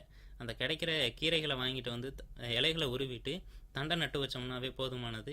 நமக்கு அதிலிருந்து தொடர்ந்து பலன் கொடுத்துக்கிட்டே இருக்கும். இதுக்கெல்லாம் நம்ம மாதம் கிழமை பார்த்துக்கிட்டு இருக்கணும் அப்படிங்கிற அவசியம் இல்லை. ஆனால் நீங்கள் நம்ம எப்போ விதைச்சோம்னாலும் ஆடி அமாவாசை, ஏதாவது அமாவாசைக்கு விதைச்சிக்கிட்டு இருக்கலாம். ஸோ அது அமாவாசைக்கு விதைச்சோம்னா நல்ல பலன் கொடுக்கும். விதை எடுத்து வைக்கிறதும் கூட அமாவாசைக்கு விதைச்சோம்னா நல்ல பலன் கொடுக்கும் அப்படின்னு சொல்லுவாங்க. இப்போ அடுத்து தை மாதம் அதே மாதிரி எல்லா ரகமான காய்கறிகள் விதைக்கிறதுக்கும் நல்ல காலம் அப்படின்னு சொல்லுவாங்க. ஆடி மாதம் மாதிரியே தை பட்டமும் நல்லா விதைக்கலாம். இப்போ தக்காளின்னு எடுத்துக்கிட்டோம்னா வருஷத்துக்கு ஒரு 4 தடவை விதைக்கலாம். அதாவது ஆடி மாதம் விதைச்சோம் அப்படின்னா அடுத்து ஒரு 3 மாதத்தில் இது பூ பூத்து தக்காளி பூ பூக்க ஆரம்பிக்கிற சமயம் ஒரு 3வது மாதத்தில் விதைச்சோம் அப்படின்னா அடுத்து அறுவடை நம்ம விதைச்சது ஆயில் முடிகிறதுக்குள்ளே அடுத்து நம்ம விதைக்கிறது 2வது பருவம் நம்ம விதைக்கிறது பலன் கொடுக்க ஆரம்பிக்கும். இப்படி 3 மாதத்துக்கு ஒரு தடவை நம்ம விதைச்சிக்கிட்டே இருந்தோம்னா வருஷத்துக்கு 4 தடவை விதைப்போம். அந்த வருஷம் ஃபுல்லாக நமக்கு வேணுங்கிற தக்காளி கிடச்சிக்கிட்டு இருக்கும். அதே மாதிரி தான் கத்திரிக்காய், வருஷத்துக்கு ஒரு தடவை விதைச்சோம்னாவே போதும். ஆடி மாதம் ஒவ்வொரு தடவையும் ஆடி மாதம் கத்திரி விதைச்சோம்னா 5லேருந்து 8 செடி தேவைப்படும். ஸோ அது நமக்கு போதுமானதாக இருக்கும். அதே மாதிரி மிளகா ஒரு தடவை விதைச்சோம்னா போதும் வருஷத்துக்கு. இது வந்து பார்த்திங்கன்னா ஒரு 4 செடி 5 செடி இருந்துச்சுன்னா போதும். வெண்டைக்காய் ஆடி மாதம் விதைச்சோம்னா ஒரு 60 நாளைக்கு ஒரு தடவை 70 நாளைக்கு ஒரு தடவை வெண்டைக்காய் விதைச்சிக்கிட்டே இருந்தோம்னாலும் நமக்கு பலன் கொடுக்கும். கொடிக்காய்கறிகளை பொறுத்த வரைக்கும் பாவக்காய், பீக்கங்காய், புடலங்காய் எல்லாம் ஆடி மாதம் ஒரு தடவை, புரட்டாசி கார்த்திகை மாதம் ஒரு தடவை, அதுக்கடுத்து சித்திரை மாதம் ஒரு தடவைன்னு விதைச்சோம்னா இதுவும் வருஷம் ஃபுல்லாக நமக்கு பலன் கொடுத்துக்கிட்டே இருக்கும். ஸோ இந்த மாதிரி வருஷம் ஃபுல்லாக நமக்கு வேணுங்கிறதெல்லாம் தொடர்ந்து விதைச்சிக்கிட்டே இருக்கலாம். இப்போ வருஷம் ஃபுல்லாக நம்ம வேணுன்றதெல்லாம் தொடர்ந்து நம்ம விதைச்சிட்டே இருக்கலாம் அப்படின்ற மாதிரி சொன்னீங்க. இப்போ எத்தனை காய்ப்புக்கு ஒரு முறை சார்? இப்போ ஒரு 4 காய்ப்பு வந்துருச்சு, வந்தோடனே அந்த செடிகளை நம்ம மறுசுழற்சி கண்டிப்பாக பண்ணணும். அந்த செடிகளை நம்ம என்ன பண்ணலாம்? திருப்பியும் அதே செடிகள்லேருந்து விதை எடுத்து நம்ம பயன்படுத்தி போடலாமா? அதை பற்றி சொல்லுங்கள். இப்போ விதை எடுக்கிறது அப்படின்னா தக்காளி இப்போ நமக்கு வந்து பார்த்திங்கன்னா இன்னைக்கு முதல் நாள் நடவு செய்கிறோன்னா 30வது நாள் நமக்கு நாற்று எடுத்து நடுவோம். 25 நாள்லேருந்து 30 நாளில் நாற்று எடுத்து நடுவோம். ஒரு 60-70 நாளில் காய்ப்புக்கு வரும். கிட்டத்தட்ட 140 நாள் 150 நாளில் காய்ப்பு முடியும். இப்போது இந்த இடைப்பட்ட காலங்களில் நமக்கு அடுத்த முறைக்கு வேணுங்கிற விதை எடுத்து வைக்கணும். இப்போ எப்போ விதை எடுக்கலான்னு பார்த்தோம்னா முதல் 1-2 வரக்கூடிய அறுவடைகளை விதைக்கு பயன்படுத்தக்கூடாது. அதே மாதிரி கடைசி காலங்களில் கிடைக்கக்கூடிய விதையும் விதைக்காக பயன்படுத்தக்கூடாது. இதுக்கு இடைப்பட்ட காலங்களில் நமக்கு கிடைக்கக்கூடிய காய்களில் ஏதாவது 1-2 காயை நன்கு பழுக்க விட்டுறணும்.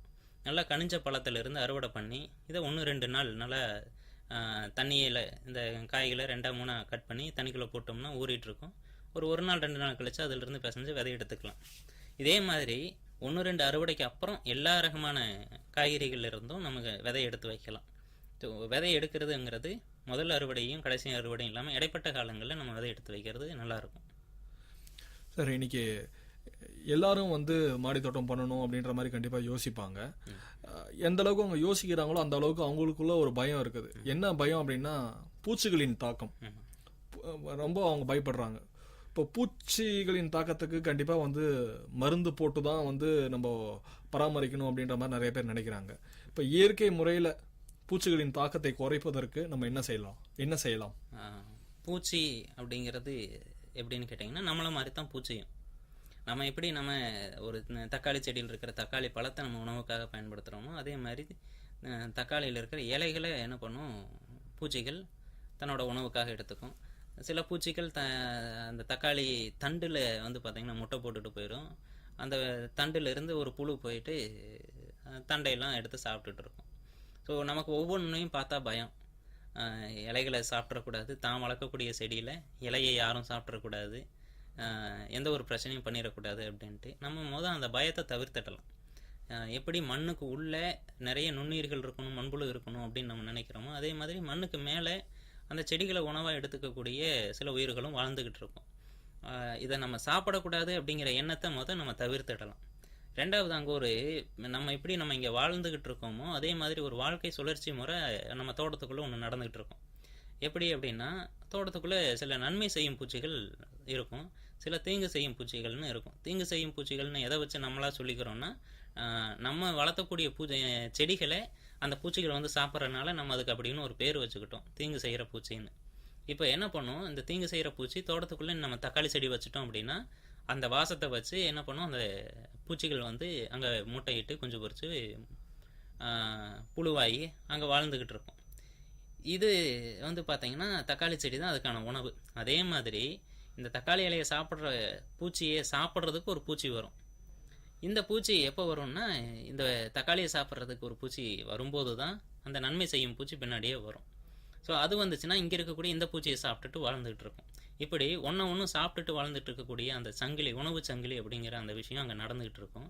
நம்ம எதுவும் பெருசாக அந்த இடத்துல மெனக்கெடணும், பூச்சியை பார்த்து பயப்படணும்னு தேவையில்லை. ஆனால் ஒரு சில விஷயங்களை நம்ம பண்ணுறனால ஒட்டுமொத்தமாக நம்ம வச்சுருக்கக்கூடிய அந்த தோட்டத்தை என்ன சொல்லுவோம், பூச்சிகள் வந்து எதுவும் பெருசாக பிரச்சனை பண்ணுது அப்படின்னா அதை தவிர்க்கறதுக்கு ஏதோ ஒன்று பண்ணலாம். என்னென்ன பண்ணலான்னா, இப்போது நம்மளோட தோட்டம் ஒரு சென்ட் ஏரியாவில் இருக்குது அப்படின்னா ஒரு 10 செடி தக்காளி செடி வேணும், 15 செடி வேணும் அப்படிங்கிற பட்சத்தில் 10-15 தக்காளி செடியும் ஒரே இடத்துல வைக்காமல் தோட்டத்தோட வெவ்வேறு பகுதிகளில் வைக்கலாம். ஒன்று. அடுத்து வந்து பார்த்திங்கன்னா இடையில கொஞ்சம் மூலிகை செடிகளையும் சில பூச்செடிகளையும் வேறு செடிகளை கொண்டு வந்து தோட்டத்துக்குள்ளே வைக்கலாம். அப்போது ஒன்று ஒரே இடத்துல ஒரு பயிர் சாகுபடி மாதிரி ஒரே இடத்துல எல்லா செடியும் தக்காளி செடிகளையும் கொண்டு வந்து வைக்கிறத தவிர்த்துட்டு கலப்பு பயிரிடல் முறையில் நம்ம பயிர் பண்ணணும். இதுவும் பெரிய அளவில் பூச்சிகள்கிட்ட இருந்து தோட்டத்தை பாதுகாக்கிறதுக்கு ஒரு உதவியாக இருக்கும். ரெண்டாவது, நிறைய மூலிகை செடிகளையும் பூச்செடிகளையும் வைக்கிறது மூலமாக பூச்செடிகளோட மஞ்சள் கலர் பூக்கள், முக்கியமாக இந்த மஞ்சள் கலர் பூக்களுக்கு வந்து நிறைய வண்டினங்கள் தோட்டத்துக்குள்ளே வரும், குளவி இனங்கள் தோட்டத்துக்குள்ளே வரும். வந்துச்சு அப்படின்னா நம்ம தோட்டத்துக்குள்ளே இருக்கக்கூடிய இந்த புழுக்களை எல்லாம் கூட பிடிச்சி தன்னோட உணவாக எடுத்துக்கும். அதோட முட்டை வைக்கிறதெல்லாம் கூட அந்த புழுவில் வச்சுட்டு போகும். இது ஒன்று. அடுத்து வந்து பார்த்திங்கன்னா பூச்சிகள்கிட்டருந்து பாதுகாப்பு பண்ணணும் அப்படின்னா நம்ம சாதாரணமாக விவசாய நிலங்களில் என்னென்ன பண்ணணும் அப்படின்னா தோட்டத்தை சுற்றியும் கொட்டமுத்து நடுவோம். இந்த கொட்டமுத்து நடுறதுங்கிறது தோட்டத்தை சுற்றியும் 7 அடிக்கு ஒன்று நடுவோம். நம்ம வீட்டு தோட்டம் அப்படிங்கும்போது 1-2 செடியாவது தோட்டத்தில் அங்கங்கே சுற்றி இருக்கிற மாதிரி பார்த்துக்கலாம். மாடி தோட்டமாக இருக்குன்னு நினச்சாலும் கூட சின்ன சின்ன செடி, சின்ன சின்ன தொட்டிகளில் ஒரு 4 செடி 5 செடி தோட்டத்தை சுற்றியும் வச்சுக்கலாம். அடுத்து அப்படின்னா விவசாய நிலத்தில் மெயின் கிராப்பு, அப்புறம் வந்து பார்த்திங்கன்னா ஊடுபயிர். மெயின் கிராப்புக்கு ஊடுபயிராக எதுவும் நம்ம பண்ணிகிட்டு இருப்போம்.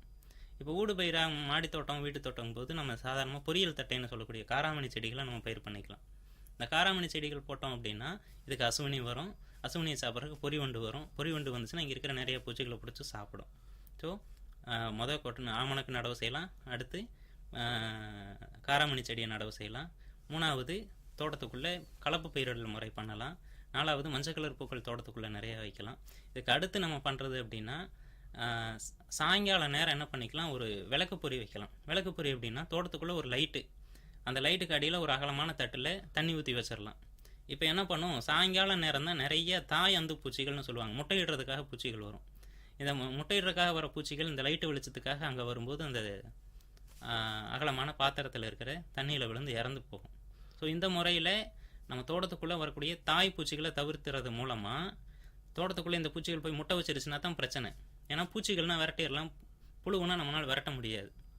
அப்போ என்ன பண்ணிக்கலாம்னா இந்த மாதிரி மாலை நேர விளக்கு பொறி, சாயங்கால நேரத்தில் ஒரு விளக்கு பொறி போட்டுவிட்டோம் அப்படின்னா இந்த பூச்சிகள்லையும் சில நேரத்தில் கட்டுப்படுத்திக்க முடியும்.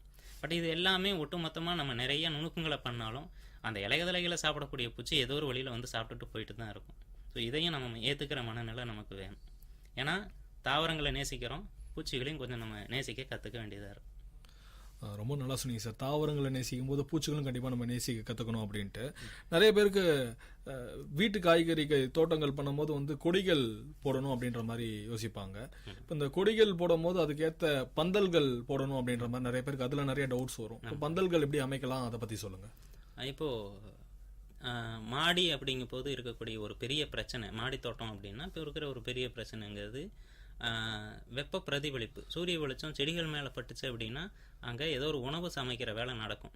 இதுவே தரையில் பட்டுச்சுன்னா அது வெப்பமாக பிரதிபலித்து செடிகள் மேலேயும் தொட்டிகள் மேலேயும் படும். அது செடிகளுக்கும் பாதிப்பு, மண்ணில் இருக்கிற உயிர்களுக்கும் பாதிப்பு. இதை தவிர்க்க என்ன பண்ணலாம் அப்படின்னா மாடியில் தோட்டம் அமைக்கிறவங்க என்ன பண்ணிக்கலாம், அங்கே ஒன்றும் இங்கே ஒன்றுமா தோட்டத்தில் செடி வைக்காமல் தோட்டம் முழுக்க செடிகளாக இருக்கும். நமக்கு நடக்கிறதுக்கான இடத்த தவிர்த்துட்டு மிச்சம் இருக்கிற இடம் ஃபுல்லாகவே நம்ம நிறையா செடி கொடிகள் வைக்கிறதுக்கு தோட்டம் அமைக்கலாம். கிட்டத்தட்ட ஒரு சென்ட் இடத்துல 240 தொட்டிகள் வரைக்கும் வைக்கலாம். இந்த 240 தொட்டி வைக்கும்போது எப்படி வைக்கலாம்னா, இப்போது ஒரு ஓரத்தில் இருந்து வந்து பார்த்தோம்னா ஒரு அடி 1.5 அடி நடக்கிறதுக்கு இடம் விட்டுட்டு அடுத்து வந்து பார்த்திங்கன்னா ஒரு 4 அடி அகலத்தில் நமக்கு ஒரு எண்டுலேருந்து இன்னொரு எண்டு வரைக்கும் ஸ்ட்ரைட்டாகவே நம்ம தோட்டம் வச்சுக்கலாம், அதாவது தொட்டிகளை வச்சுக்கலாம். அப்போ 4 அடி அகலங்கும் போது 3 தொட்டி வைக்கலாம் ஒரே வரிசைக்கு அகலத்தில். இப்படி ஒரு லைன் ஒரு வருஷம் வச்சுட்டோம் அப்படின்னா திரும்பவும் ஒரு 1.5 அடி 2 அடி கேப் விட்டுட்டு திரும்பவும் ஒரு 4 அடி அகலத்தில் 3 வரிசையில் தொட்டிகள் வைக்கலாம். இப்படி மாற்றி மாற்றி வைக்கிறது மூலமாக இடையில நமக்கு நடக்கிறதுக்கு ஒரு 1.5 அடி 2 அடி கேப் விட்டுக்கலாம். இப்போது 2 வரிசையில் தொட்டிகள் வச்சுருக்கோம். இந்த 2 தொட்டிகளுக்கு நடுவில் நமக்கு நடக்கிறதுக்கு பாதை விட்டுருக்கோம் பாருங்கள். இந்த பாதைக்கு மேலே நம்ம துணிகாய போடுறதுக்கு டீ வடிவ கம்பிகள் போட்டிருப்போம் இல்லைங்களா, அதே மாதிரி நமக்கு இந்த தொட்டிகளுக்கு நடுவில் நம்ம நடக்கிற பாதைக்கு மேலே டீ வடிவ கம்பி போட்டு அதுக்கு மேலே வந்து பார்த்திங்கன்னா துணி காயப்படுற கம்பி மாதிரியே நம்ம செட் பண்ணிக்கலாம். இந்த கொடி காய்கறிகள்லாம் அதில் ஏற்றி விட்டுக்கலாம். இது ஒன்று. இதே மாதிரி தோட்டத்தில் சுற்றி இருக்கிற சுற்றுச்சுவருக்கு பக்கத்தில் இந்த டென்னிஸ் நெட்டு மாதிரி பார்த்திங்கன்னா அந்த மீன் வலைகள்லாம் கூட நமக்கு நிறையா கிடைக்கும். இந்த மீன் வலைகள் எல்லாம் டென்னிஸ் நெட்டு மாதிரி வெர்டிக்கல் பந்தல்னு சொல்லுவாங்க. இதை இந்த மாதிரி சுற்றியும் நம்ம கட்டி விட்டுட்டோம் அப்படின்னா இதில் எல்லாம் கூட கொடிக்காய்கறிகள் ஏற்றி விட்டுக்கலாம். இந்த தூதுவளை, முடக்கத்தான், குருவித்தலை பாவக்காய், வெள்ளரி, தர்பூசணி இதிலெல்லாம் கூட சைடில் வரக்கூடிய இந்த வெர்டிக்கல் பந்தல் அதில் நம்ம ஏற்றி விட்டுக்கலாம். பெருசாக பந்தல் அப்படிங்கிறது கொடிக்காய்கறிகளுக்கு இந்த பாவக்காய், பீக்கங்காய்களுக்கு தான் தேவைப்படும். மற்ற இந்த வெள்ளரி, தர்பூசணிக்கெலாம் சின்ன சின்ன பந்தல் இருந்துச்சுனாவே போதும். அதுக்காக இந்த வெர்டிக்கல் பந்தல் நம்ம யூஸ் பண்ணிக்கலாம். பந்தலோட உயரம் ரொம்ப உயரமாக இல்லாமல் தோட்டத்துக்குள்ளே யார் நடக்கிறாங்களோ அவங்க தலைக்கும் கொஞ்சம் ஒரு அடி, ஒரு 2 இன்ச்சு 3 இன்ச்சு உயரமாக இருக்கிற மாதிரி மட்டும் பார்த்துக்கிட்டோம்னா போதும். ஏன்னா தரையில் இல்லை நம்ம தோட்டம், மாடியில் அப்படிங்கும் போது ரொம்ப உயரம் இல்லாமல் பார்த்துக்கணும். இப்போ மாடி தோட்டம் அமைக்கிறவங்களுக்கு எல்லாத்துக்குமே வந்து ஒரு பயம் இருக்குது. என்ன பயம் அப்படின்னு சொல்லி பார்த்தீங்கன்னா, நம்ம மாடியில் செடி வளர்த்தோம் அப்படின்னா நம்ம வீட்டுக்கு ஏதாவது சேதம் அடையுமா அப்படின்ற மாதிரி பயம் இருக்கும். ஏன்னா மேலே தண்ணி ஊற்றுவாங்க, தண்ணி வந்து எப்படியும் அந்த பில்டிங்கில் தான் இறங்கும். அப்படி இறங்கும்போது நம்ம வீட்டுக்கு ஏதாவது ஒரு சேதம் ஏற்படுமா அப்படின்ற மாதிரி பயங்கள் இருக்குது. அவங்களுக்கு நீங்கள் என்ன சொல்ல விரும்புகிறீங்க? இப்போ அது நிறைய இடங்களில் நடக்கக்கூடிய ஒன்று. அதாவது நேரடியாக தரையில் நம்ம செடி வைக்கிறோம், அதாவது தொட்டிகளை நேரடியாக கொண்டு போய் தரையில் மாடியில் வைக்கிறோம் அப்படின்னா தண்ணி ஊற்றும் போது அந்த தொட்டியிலிருந்து வெளியில் வலிஞ்சு ஓடக்கூடிய தண்ணி ஆவியாயிடும். ஆனால் அந்த தொட்டிக்கு அடியில் இருக்கக்கூடிய தண்ணி அதுக்கு அடியவே நின்றுக்கிட்டு இருக்கும், தரை ஊறிட்டு இருக்கும், அதுக்கு கீழே நம்ம கம்பிகள்லாம் இருக்குது, அதுவும் கூட சேதமாக இருக்குது, வாய்ப்பு இருக்குது. அப்போ நம்ம என்ன பண்ணலான்னா இந்த தொட்டிகளை நேரடியாக தரையில் வைக்கக்கூடாது, கொஞ்சம் மேலே தூக்கி வைக்கணும். மேலே தூக்கி வைக்கிறதுக்கு எதை பயன்படுத்தலான்னா நிறைய செங்கல்லை பயன்படுத்துகிறாங்க, சிமெண்ட் கல்களை பயன்படுத்துகிறாங்க. சில பேர் என்ன பண்ணுறாங்கன்னா பெரிய கடப்பாக்கல்லையெல்லாம் கூட வாங்கி அதுக்கு இடையில நம்ம வச்சு அதுக்கு மேலே தொட்டி வச்சு பயன்படுத்துகிறாங்க. ரொம்ப எளிமையாக நம்ம பண்ணிக்கலாம் அப்படின்னா கவர் பிளாக்னு சொல்கிற அந்த ஹார்ட்வேர் கடையில் போய் கவர் பிளாக்னு வாங்கிட்டு வந்துக்கலாம். அது ஒரு கல் வந்து பார்த்திங்கன்னா 100 ரூபாயாக இருக்கும். ஒரு என்ன சொல், ஒரு 100 கல் இருக்கக்கூடிய ஒரு பாக்ஸுங்கிறது 100 ரூபாயாக இருக்கும். கிட்டத்தட்ட 96 கல் இருக்கும் அதில். இதை வாங்கிட்டு வந்துட்டோம்னா ஒரு தொட்டிக்கு 3 கல், அடுப்பு கூட்டி வைக்கிற மாதிரி 3 கல் வச்சு அதுக்கு மேலே அந்த தொட்டிகளை தூக்கி வச்சுக்கிட்டோம்னா போதும். இப்போ தரைக்கு கீழே அந்த தொட்டி இருக்கக்கூடிய இடத்துக்கு கீழேயும் கூட கொஞ்சம் இடங்க இருக்கும். ஸோ இது வந்து பார்த்திங்கன்னா தண்ணி சீக்கிரம் ஆவியாயிரும். இந்த மாதிரி பண்ணுறது மூலமாக இந்த சிமெண்ட்டு கல், அந்த கவர் பிளாக் கல்லுக்கு 3 ரூபா செலவாகும். இந்த தண்ணி கேனுக்கு ஒரு 10 ரூபா 15 ரூபா செலவாகும். அதுக்கடுத்து உள்ளே போடக்கூடிய கரும்பு சக்கை, எரு, இலதலை இதுக்கு வந்து பார்த்திங்கன்னா ஒரு 10 ரூபா 15 ரூபா செலவாகும். விதைக்கு ஒரு 10 ரூபா 5 ரூபா செலவாகும். ஒட்டு மொத்தமாக ஒரு 30 ரூபா 40 ரூபா அப்படிங்கிற அளவுலேயே நம்ம தாராளமாக ஒரு செடி வச்சுக்கிறதுக்கு நம்மளால் முடியும். இப்போ 200 தொட்டிக்கு ஆவரேஜாக 10 ரூபான்னு வச்சாலும் ஒரு 10,000 ரூபா செலவாகும். ஆனால் இது எல்லாமே ஒரு முறை பண்ணுற செலவாக இருக்கும். சாதாரணமாக இது ஒரே நேரத்தில் வைக்க முடியாதுங்கிறவங்க நம்ம 10 தொட்டிகளை எக்ஸ்டெண்ட் பண்ணிக்க போய்கிட்டே இருக்கலாம். ஸோ இது செலவும் மிகுந்ததாக இருக்கும், சரி செலவு குறைந்ததாகவும் இருக்கும். அதே சமயம் யார் வேணாலும் வச்சுக்கலாம் அப்படிங்கிற அளவில் இருக்கும். ஏன்னா இன்றைய நிலையில் வீட்டு தோட்டம் அப்படிங்கிற ஒரு விஷயம் செலவு மிகுந்ததாக இருக்குது. அதாவது ஒரு குறிப்பிட்ட செலவு பண்ணுறவங்க மூலம் மட்டும்தான் அதை பண்ணிக்க முடியும் அப்படிங்கிற அளவில் இருக்குது. ஸோ இதை நம்ம தவிர்க்கணும் அப்படின்னா இந்த மாதிரி செலவு குறைந்த தோட்டங்களை நம்ம பண்ணணும். அப்படி பண்ணுறது மூலமாக மாடியில் நம்ம பண்ணியிருப்போம், யாரோ ஒருத்தர் நம்ம வீட்டுக்கு பால் ஊற்ற வர்றவரோ இல்லை நம்ம வீட்டுக்கு வேலைக்கு வர்றவங்கள வந்து கேட்பாங்க, எப்படி பண்ணிக்கிறது, எப்படி நீங்கள் பண்ணியிருக்கீங்கன்னு கேட்கும்போது எளிமையாக நம்ம சொல்லிட முடியும். உன் வீட்டுக்கு பக்கத்தில் கரும்பு ஜூஸ் கடை இருக்குது, உன் வீட்டுக்கு பக்கத்தில் தண்ணி கேன் இருக்குது, உன் வீட்டுக்கு பக்கத்துலேயே மண் இருக்குது, எரு இருக்குது, இதெல்லாம் சேகரித்து நீங்கள் போட்டுக்க முடியும்னு நம்ம சொல்லிக்கலாம். அதே சமயம் நம்ம போயிட்டு க்ரீன் நெட் வாங்கி போட்டுட்டு அந்த காயற்பத்துன்னு சொல்லக்கூடிய அந்த தேங்காய் நார் வாங்கியும் மண்புழு உரத்தையும் வாங்கி நம்ம போட்டுட்டு பெரிய அளவில் 50,000 1 லட்சம் செலவு பண்ணி நம்ம போட்டிருக்கும்போது மற்றவங்களுக்கு இதை எடுத்துக்காட்டால் உதாரணமாக நமக்கு அடுத்த நிலையில் இருக்கிறவங்களுக்கும் பெருசாக சொல்லிட முடியாது. அது சொன்னால் அது மற்றவங்களுக்கும் சாத்தியம் இல்லாமல் இருக்கும். ஸோ நம்ம பண்ணுற விஷயம் எல்லாருக்கும் சாத்தியம் உள்ளதாக இருக்கணும். அதே சமயம் அந்த ரீயூஸ், ரீசைக்கிள் அப்படின்னு சொல்லக்கூடிய இந்த விஷயங்களையும் நம்ம பண்ண வேண்டியதாக இருக்கும். இப்போது செலவு குறைந்ததாக நம்ம பண்ணிக்க முடியும் எளிமையாக. ரொம்ப நிறைய விஷயங்கள் சொன்னீங்க சார். மாடி தோட்டங்கள் அமைக்கும் முறையை பற்றி சொன்னீங்க, எப்படி எப்படிலாம் செடி விதைகளை பயன்படுத்தலாம், நிறைய விஷயங்கள் இன்றைக்கி பயனுள்ள விஷயங்களாக சொன்னீங்க. கண்டிப்பாக இன்றைக்கி வந்து எல்லாரும் வந்து ஒரு நஞ்சுள்ள ஒரு உணவை சாப்பிட்டுட்டு இன்றைக்கி எல்லாரும் கண்டிப்பாக மாடி தோட்டங்கள் பண்ணணும் அப்படின்ற மாதிரி கண்டிப்பாக யோசிப்பாங்க. அவங்களுக்கு நீங்கள் என்ன சொல்ல விரும்புகிறீங்க? இப்போது உங்ககிட்ட யாராவது வந்து மாடி தோட்டங்களை எங்களுக்கு நீங்கள் அமைத்து தரணும் அப்படின்ற மாதிரி இந்த நிகழ்ச்சியை கேட்குறவங்க யாராவது கண்டிப்பாக இருப்பாங்க. அவங்களுக்கு உங்களை தொடர்பு கொள்றதுக்கு உங்களுடைய ஃபோன் நம்பர், அட்ரஸ் இதெல்லாம் கூட சொல்லுங்கள். என்னோட நான் இப்போ செய்கிற வேலைகள் எல்லாமே ஆரம்பித்தது எல்லாமே ஃபேஸ்புக்கிலோட சோசியல் மீடியா உதவியோட தான். என்னோடய ஃபேஸ்புக் ஐடி அப்படிங்கிறது ஆதியகை பரமேஷ் அப்படின்னு இருக்கும். ஸோ ஆதியகை பரமேஷ்னு இங்கிலீஷில் இருக்கும். அல்லது என்னோடய ஃபோன் நம்பர் போட்டாவே என்னோடய ஃபேஸ்புக் ஐடி வந்துடும். 8973982739 அப்படிங்கிற அந்த நம்பர் போட்டு என்னோடய ஃபேஸ்புக் ஐடியை எடுத்து பார்த்தோம்னா நம்மளோட விஷயங்கள் எல்லாமே நம்ம பார்த்துக்க முடியும். என்னோடய வாட்ஸ்அப் நம்பர் அப்படிங்கிறது 8526366796 8526366796 இந்த நம்பர் வாட்ஸ்அப் பண்ணுறவங்களுக்கு நம்ம எந்நேரமும் கைட் பண்ணிக்கிட்டு தான் இருக்கோம். தோட்டம் அமைச்சு தர்றதுக்கு அப்படின்னா நாங்களாக சேகரித்து பொருட்களை அமைச்சு தர்றதில்லை. 2 விஷயம் நம்ம அவங்ககிட்ட சொல்கிறோம். ஒன்று எங்களுக்கு வேணுங்கிற அந்த கரும்பு சக்கை இலதலையெல்லாம் சேகரித்து வைக்கணும். தோட்டம் அமைக்கும்போது எங்கள் கூட இருந்து அவங்க வேலை செய்யணும். ஸோ இது 2ம் பண்ணுறவங்களுக்கு நாங்கள் ஒரு 6 மாதத்துலேருந்து 1 வருஷம் அப்படிங்கிறது பேசிக்காக கைட் பண்ணிக்கிட்டே இருப்போம். 6 மாதத்தில் ஓரளவுக்கு அவங்க தெளிவாயிரும். 2 வருஷத்துக்குள்ளே அந்த தோட்டக்காரர் முழுமையான தோட்டக்காரர் ஆயிடுறாங்க. 2015க்கு அப்புறம் பார்த்திங்கன்னா நிறைய தோட்டக்காரர்கள் நாங்கள் பார்த்தோம். இவங்க எல்லாமே தோட்டம் ட்ரைனிங்னு வருவாங்க, ஒன்றுமே தெரியாதுன்னு வருவாங்க. அது எல்லாமே கற்றுக்கிட்டவங்க இன்னும் கொஞ்சம் நாளில் என்ன பண்ணிடுறாங்க, அவங்களே நிறைய பேருக்கு ட்ரைனிங் கொடுக்க ஒர்க் ஷாப் பண்ணுறதுக்கு ஆரம்பிச்சிடுறாங்க. நிறைய பேருக்கு சொல்லிக் கொடுக்க முடியாது அவங்களால. ஸோ யார் வேணாலும் எனக்கு ஒன்றுமே தெரியாது ஆனால் நான் ஆசைப்பட்றேன் அப்படிங்கிற நினைக்கிற யார் வேணாலும் இதை தொடங்கிட முடியும். ஸோ அதுக்கு ஒட்டுமொத்தமாக கைட் பண்ணுறதுக்கு கண்டிப்பாக நாங்கள் சப்போர்ட் பண்ணிக்கிட்டே இருக்கோம். ரொம்ப நல்லா சொன்னீங்க சார். இன்றைக்கி நிறைய விஷயங்கள் எங்கள் விஐடி சமுதாய வானொலிக்கு பகிர்ந்துக்கிட்டீங்க.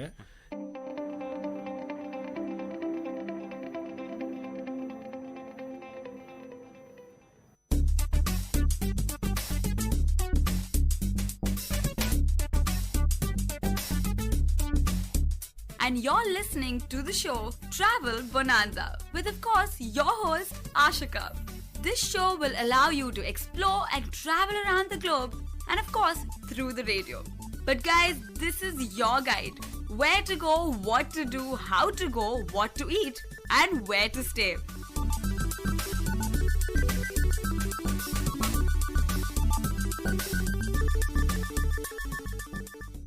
Hello VIT, you're listening to VIT Community Radio 90.8 and this is your show Travel Bonanza with your host Ashika. So let's start with today's episode. This is known as a pilgrimage center. I'm sure you guys must have guessed it by now. It is the exotic Rishikesh. What people mostly do not know about Rishikesh is that it has got 2 parts. One is that it's a known pilgrimage center, and second, it is home to water sports. Yes, and has the most exotic features in India. And I'm not exaggerating, people. And the thing about it is most people don't know about the destination, and that makes it even more exquisite because that's what makes it all picture perfect. And when I'm talking about Rishikesh, I'm saying picture perfect because imagine blue waters, white sands, snowy peaks, starry skies, shooting stars, wild pine trees. It has it all. And I'm not exaggerating one bit about what I just said. It has it all, and that is what Rishikesh is all about. Most people do not know that it has a second part to the whole pilgrimage center. Most people just go to the pilgrimage destination for the temples, etc. And they do not bother exploring the other half, which is home to the beautiful rivers and the rapids. And the beauty can only be witnessed if you go there. And according to me, it is easily the best destination I have been to in India. So that's why this episode is going to be pretty special. So why is Rishikesh so picture perfect? First of all, when I'm saying there's no pollution, there is absolutely no pollution. Maybe because there are less cars and less population and it's a small place. And of course, they restrict the emissions. There are no industries permitted in that area at all. So basically, there's absolutely no pollution. And this means that, or probably that explains the starry skies. I am not kidding when I say when I look up in the night, middle of the night, when we went for camping in Rishikesh, the skies were spotted with stars everywhere you look. I've never seen so many stars in my entire life, and that is what I saw in Rishikesh. So that's starry skies. And first of all, in Rishikesh, the most exquisite part is that you can spot shooting stars every 15 minutes. When we went camping, I was a little bit upset that I missed a shooting star. And I turned the next moment and I actually saw a shooting star. So that's how frequent the shooting stars do come across in Rishikesh. The beautiful thing is probably everywhere, probably in the night sky, shooting stars do pass. But probably because of the pollution, we do not see them. Since Rishikesh is eradicated from the entire pollution which is seen in the other cities and other places, it is still visible. It is definitely a treat to the eyes in the middle of the night. So that explains the starry skies and the shooting stars. So what about the blue waters? When you say blue waters, the first thing you'd think about are the seas and the oceans. But Rishikesh is home to blue rivers just flowing across. And it is just beautiful to see that during the day. And of course, in the night, you hear the rivers gushing, and that itself is an amazing experience. So how are the rivers so clean? Okay, I think they're going to get a little bit dirty. So basically in Rishikesh, there are no toilets. There are absolutely no toilets, no bathrooms, nothing. So when you have to go to the toilet or bathroom, or when the nature is calling, you go the nature's way. So they dig up pit in your resort or wherever you are, and that is how you use the bathroom. So I guess that explains how Rishikesh's rivers are clean. So that is why none of the dirt or the load is left into the water bodies. And that is why till today, Rishikesh remains really pure, especially the waters. And of course, the white sands come across with that. And the snowy peaks is something that you would witness as you drive into Rishikesh. And wherever you stay along the banks, probably nearby, there would be snowy peaks depending on the season which you go in. And if you're lucky, if you're going trekking, you might even witness it up close. So that explains the snowy peaks, blue waters, white sands, starry skies, and shooting stars. And of course, you'll be surrounded by wild pine forests. It does sound marvelous, and not only does it sound marvelous, when you go there, you would be absolutely blown out of your mind. Trust me upon that. So let's get to the first segment of the episode, how to get there to this beautiful destination. Of course, since it's a pilgrimage center, it is pretty well connected. You can take the train, you can go by air, or you can go by bus. But of course, there are a little bit glitches here and there, which I will tell you about. First of all, you can take the train, and the closest destination is Haridwar. Rishikesh is a bit isolated from any type of connection of trains or air. So thus you reach Haridwar, and from there you can take a bus or a taxi. And there are frequent trains to Haridwar because that is also an important pilgrimage center. It's just that Rishikesh's geographical location does not permit the railway networks to be happening there. So that is that. You can take the train first to Haridwar, and then you can take a bus or a taxi. The next, air travel. The nearest airport is probably the nearest big cities like Delhi or Chandigarh, but the closest city or the closest airport is in Dehradun. You could probably take a flight to Dehradun from any of the major cities, so it's a very well connected place Dehradun is. So from there you can again take a bus or a taxi. Now personally, I think the best way to get to Rishikesh is to drive. The drive is absolutely exotic because you're driving across these beautiful mountains and it's an exquisite scenery. So you will definitely enjoy that. So if you're going to Rishikesh, somehow or the other you have to take the bus or the taxi to reach there, or whether you take the train or the flight. But personally, wherever you are, just take a long drive and I'm sure you guys are going to enjoy it. So let's get to the main segment. What to do in Rishikesh. As I said, Rishikesh has got two parts. One is the pilgrimage center, which I do not intend to cover on this episode, but soon I shall.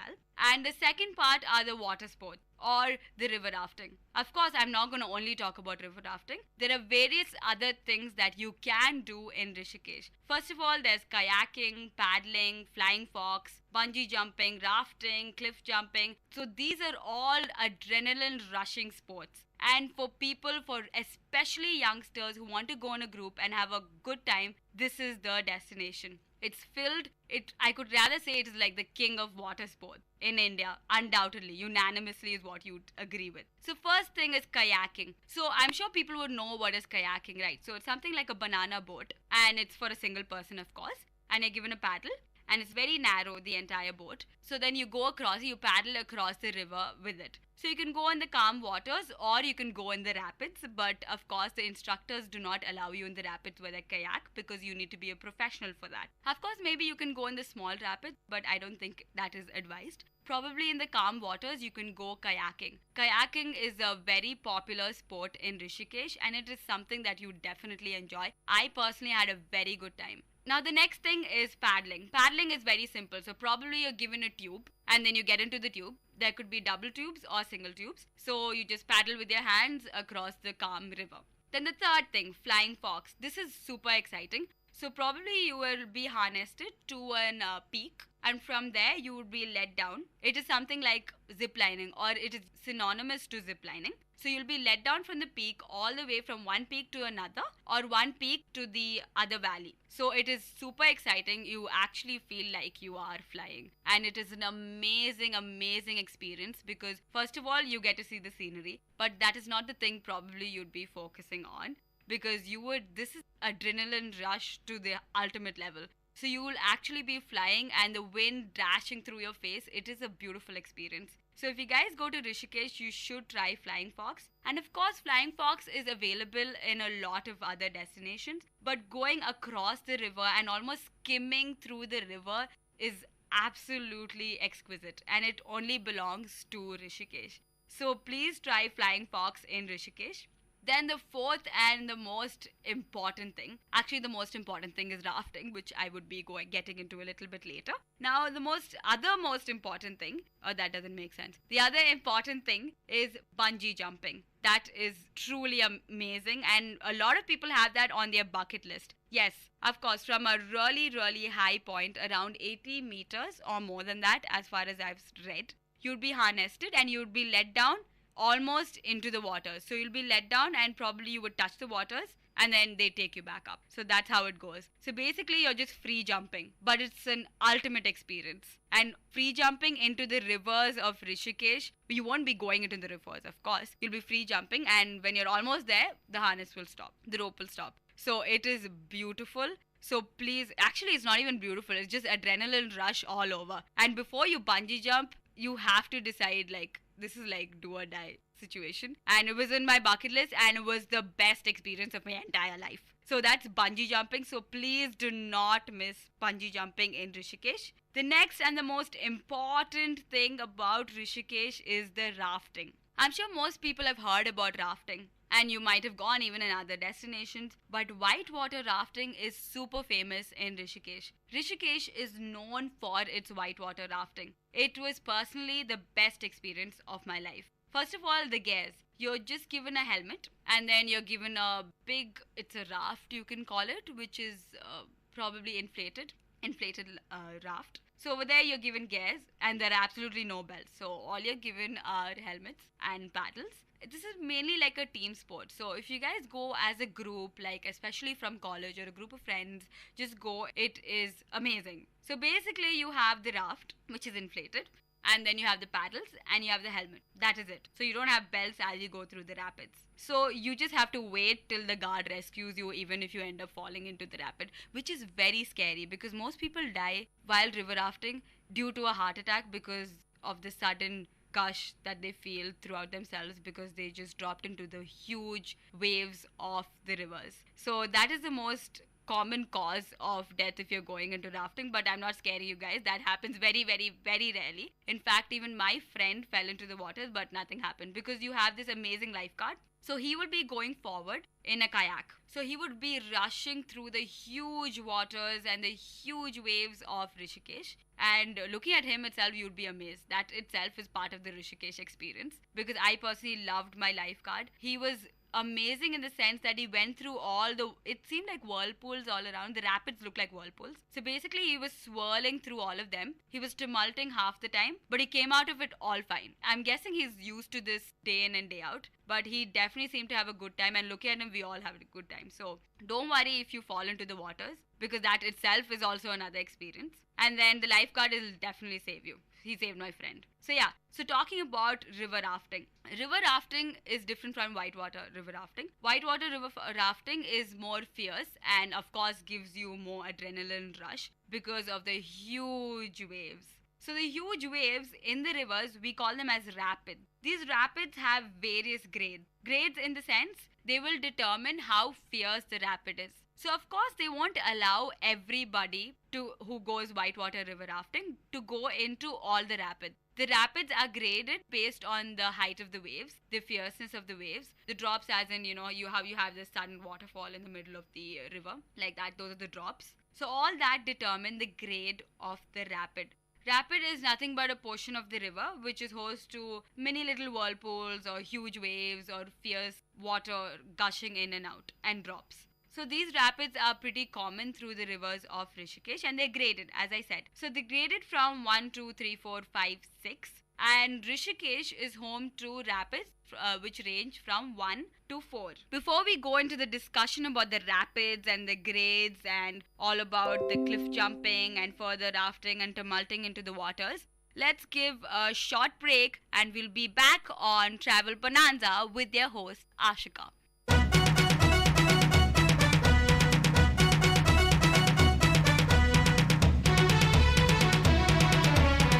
பசுமை பாசற எங்களின் கல்லூரிதான், கோட்டை நகரத்தையே தூக்கி நிற்கும் கல்லூரிதான். ஊரை கொஞ்சம் யோசி, வாழ்வில் வண்ணம் பூசி, வந்தனோ சொல்லு எங்கள் எஃப்எம்முக்கு தான். பசுமை பாசற எங்களின் கல்லூரிதான், கோட்டை நகரத்தையே தூக்கி நிற்கும் கல்லூரிதான். Hello VIT, you're listening to VIT Community Radio 90.8. And this is your show Travel Bonanza with your host Ashika. So we are back after the break and we were talking about Rishikesh, the most exotic tourist destination in India. And before the break we were talking about various water sports. We started off with kayaking, paddling, flying fox, bungee jumping and of course rafting, which is the main segment of Rishikesh. So when we talk about rafting, we stopped with discussing about the rapids and the grades that they're divided into. So this is divided based on the international scale of river difficulty. And the grades, as I said before the break, range from 1, 2, 3, 4, 5, 6. But Rishikesh is home to 13 adventure-packed whitewater rapids. And these range from 1, 2, 3, 4. I'll first tell you about the grades of the rapids. The first grade is fairly simple. It's basically for the non-swimmers or the kids or the first-timers. So there's small waves, barely any rocks, so you can just raft and paddle through that rapid. So that is fairly simple. That is the grade 1 rapid and anybody can go for it, even the faint-hearted people. Then the grade 2 rapid. It has some rough water, maybe some rocks, might require some basic maneuvering. The art of river rafting is that it's a team-based work. So it's a teamwork. So everybody has to paddle together, and the better your team is, the safer you'd cross through the rapid and probably have a better time. So grade 2 rapid has some rough water, maybe some rocks, and might require some skills, some basic paddling skills. The rapids that we went through most of the time were grade 3 rapids. These are actually called whitewater rapids. They are actually small waves, maybe like a small drop. Your raft will probably drop down into the water, so that is absolutely amazing. I loved the thrill of that. But then it has no considerable danger. So may require probably a significant maneuvering or a little more than basic paddling skills. But since we were all youngsters, and this happened when I was in my school, before I graduated. So this was in 12th grade.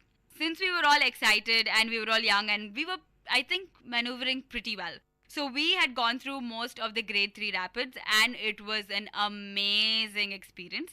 In a short while, I will tell you about the various rapids that are present in Rishikesh and which I have been to and which I would probably recommend you all to go to. So grade 3 rapids are pretty popular in Rishikesh and they give you the adrenaline rush that you've been looking for all your life. So that is there. Then you have the grade 4 rapid, which is again a whitewater rapid. And these are medium waves, maybe like rocks here and there, maybe like a considerable drop, not even a small drop, maybe a little more than that. And then you require probably sharp paddling skills that might be needed because this is recommended probably a starting step for all the professionals. So grade 4 rapid, you need a professional along with you and you need to make sure that you have proper paddling skills, not only as an individual, as a team. Then you have the grade 5 rapids. These are also whitewater rapids. They are large waves, large volumes. The rapids are huge. They would be almost as big as the room, which you're probably sitting in right now. So possibility of large rocks and hazards, and possibly of a large drop, which is like almost like a half of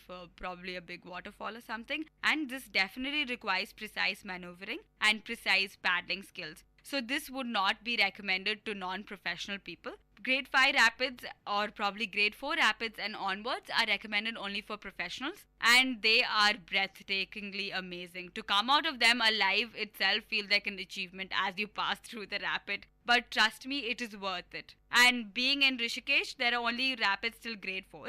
So most of the other groups were allowed till grade 3, but since our group was maneuvering pretty well, I guess, and we were having a lot of fun, so the instructor took us to a grade 4 rapid. I will tell you about that in a short while. So I stopped with grade 5 rapid. Then there's of course the grade 6 rapid, which is the last one on the international scale of river difficulty. So the class 6 rapids are considered to be so dangerous that even professionals think twice before going upon it, and it could be fatal, God forbid. So grade 6 rapids are mostly forbidden in most of the places, but don't worry, Rishikesh has rapids only till grade 4. So let's talk about the rapids of Rishikesh. First of all, there are various rapids, each rapid has a name, by the way. Sweet 16, 1, Crossfire, the Wall, the Roller Coaster, the Golf Course. That's a few just to name. So about Sweet 16. This is a grade 1 rapid. It is small and very easy. So as I said, grade 1 rapids are for kids and non-swimmers and first-timers, of course. They can easily raft down the Ganges. Grade 1 rapids are easy because they offer clear passage to rafters. Apart from a clear rafting passage, these river rapids are also devoid of any serious obstacles. So you don't have basically any big boulders or any drops in the rivers or the rapids. So it is pretty safe. And Sweet 16, as the name says, if you want to combine a genuine taste of adventure and lots of family fun, Sweet 16 is the rapid that you have to cross. So that's Sweet 16 for you guys. Then there's Crossfire. Sounds pretty deadly, doesn't it? This is a grade 3 rapid. So which means this is almost like medium waves, or rather small waves, but a small drop and probably boulders here and there, but no significant danger. So do not worry about that. And most of Rishikesh's rapids, as I stated, are grade 3 rapids. So Crossfire, this is a grade 3 rapid. It comes along with serious obstacles including multiple high and irregular waves and rocks, of course. Though passages are clear, they are narrow, creating difficulty for the rafter. But of course, expertise is needed to enjoy this whitewater rafting. But you would definitely have a good time going through this. And we went through Crossfire and it was a lot of fun because there's one wave coming from the right side and another wave coming from the other side. So to go past that and go past both the waves, it is an amazing obstacle, and I almost died before that, and I did not know that I would get past it alive. And when we passed through Crossfire, I fell, but luckily I did not fall into the rapid. I fell into the raft. But I'm not trying to scare you guys or anything. As I told you guys, the lifeguard is pretty awesome. So he would save you no matter what. All you need to do is not panic and hold the rope which is along the raft. So that is pretty easy to do. And I had mentioned about my friend also who fell into the rapid. He fell into a grade 4 rapid, which I will get into a little bit later. So Crossfire is probably a rapid that you guys should try. And it would probably be the first rapid that you guys come across after the grade 1 and the grade 2 rapids. And it's absolutely amazing because you have two medium-sized waves and boulders and drops here and there. And it is absolutely amazing. So Crossfire is something that you guys might have to witness. And then you have the Wall. This is another popular Ganga rapid. And it falls into grade 4. Actually, you know what? I'm going to save up the Wall for a little bit later. So I'm going to talk about Roller Coaster before that. This is another grade 3 rapid. They are longer with probably high and irregular waves. So they're pretty huge waves. And it's a little more scarier than Crossfire. And which means it's a little more adrenaline rush, right? So that's going to be even more amazing if you're going with friends. And there are serious obstacles like dangerous rocks and boiling eddies. The passages are difficult to scout, but maneuvering along them requires a little bit of accuracy and power, but you will make it through. And the boatman must have expertise, while the raft and the rafting gear should be of superior quality, because you would be given helmets and you won't be given belts, but then you would be given paddles. But make sure your life jacket and your headgear is secured. And if you have an expert person right in the front of the raft and your team is maneuvering well, this is a rapid that you would definitely have so much fun. We went through the roller coaster and it was the best time of my life when I came out alive.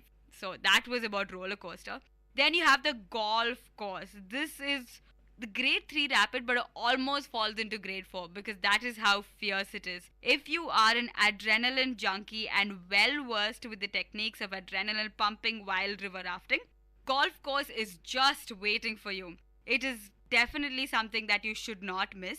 And even if your guide does not allow you, please just force him into it, because golf course is something that defines Rishikesh's whitewater rafting. So you have golf course, and before you start to run into the rapid, make sure you have adequate expertise and are equipped with all the rafting gear, and of superior quality, of course. And trust me, you're going to have a very, very, very good time. Golf course defines Rishikesh's rafting. Now for the rapid that you guys have all been waiting for, and which I've probably given a small introduction before, the wall. This is a grade 4 rapid, which means it is pretty fierce. And as the name says, it is a huge obstacle. So if you want to really feel that adrenaline rush and enjoy your expedition at the same time, this rapid is made just for you. And of course, not everybody will allow you. In our group, the group of people that we went, only our group was allowed to go to the wall, which is the grade 4 rapid. And before you start to sail along this river rapid, do consult your instructor,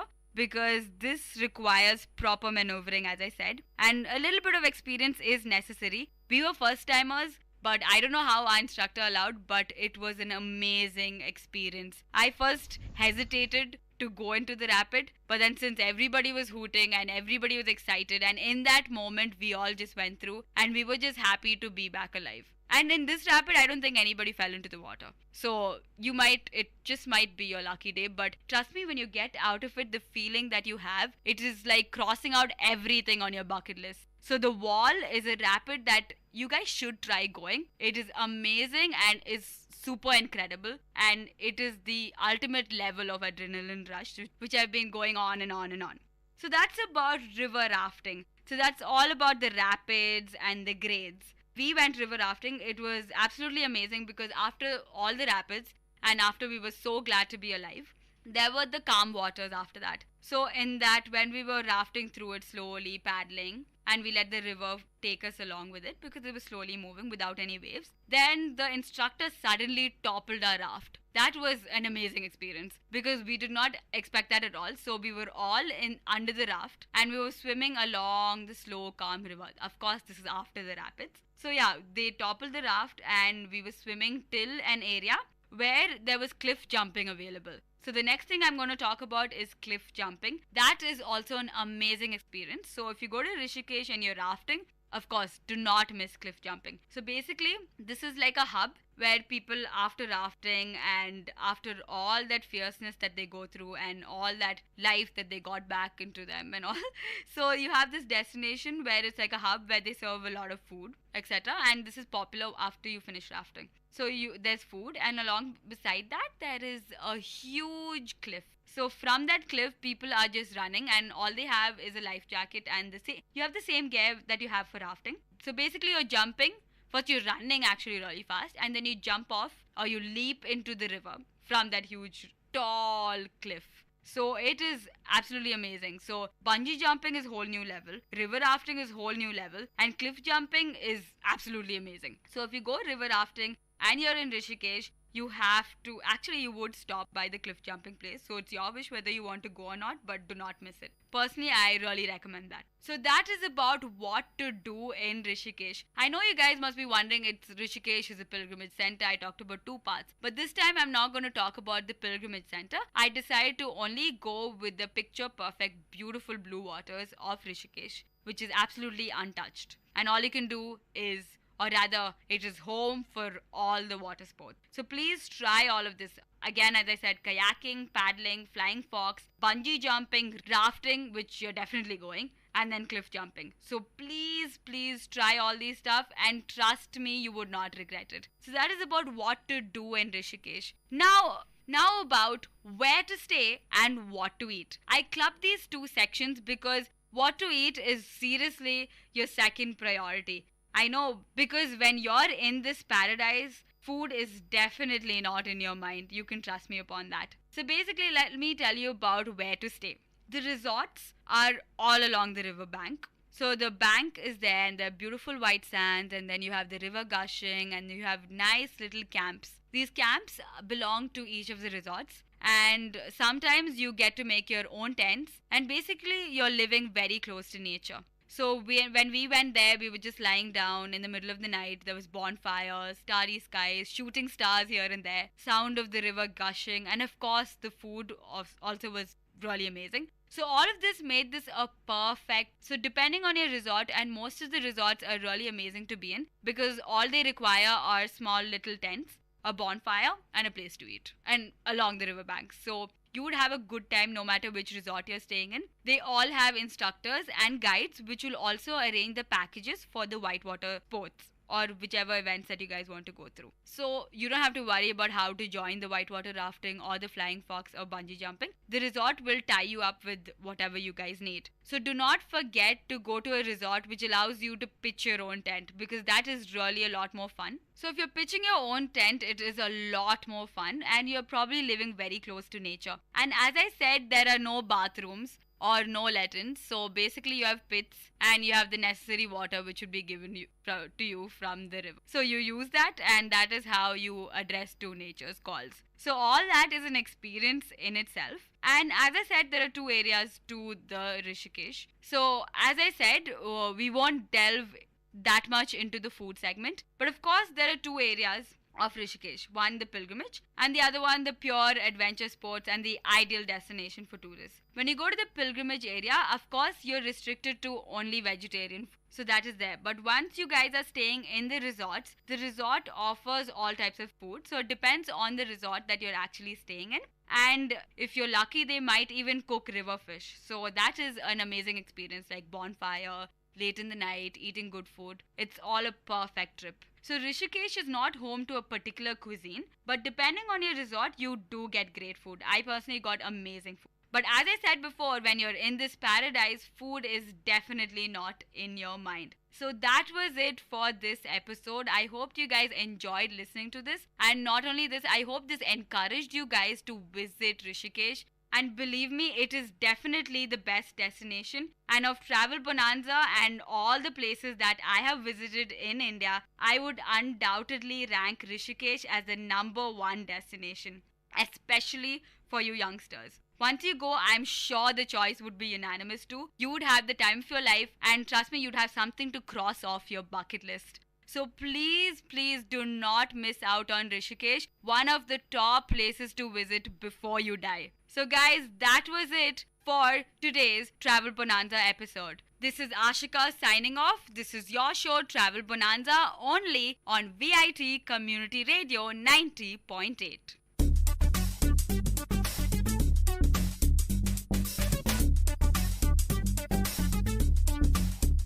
This was Travel Bonanza with your host Ashika. So stay tuned to VIT Community Radio 90.8.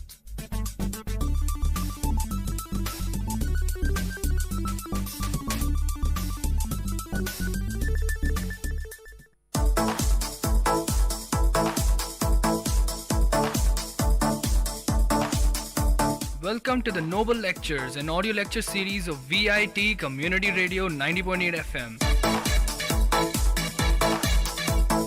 Interesting innovations, technological inventions, technical presentations, inspiring impressions, philosophical thoughts, lingual leaps, artistic amusements, and lecture formats delivered by eminent professors, researchers, and innovators from various fields. Let the talks touch your thoughts with our noble notions.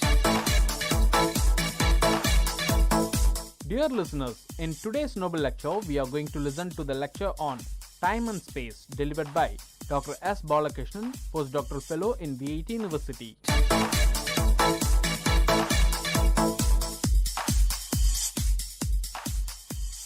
Hello listeners, I am Dr. S. Balakrishnan. I welcome you all to today's program, Noble Lecture. Today I am going to talk about space-time continuum.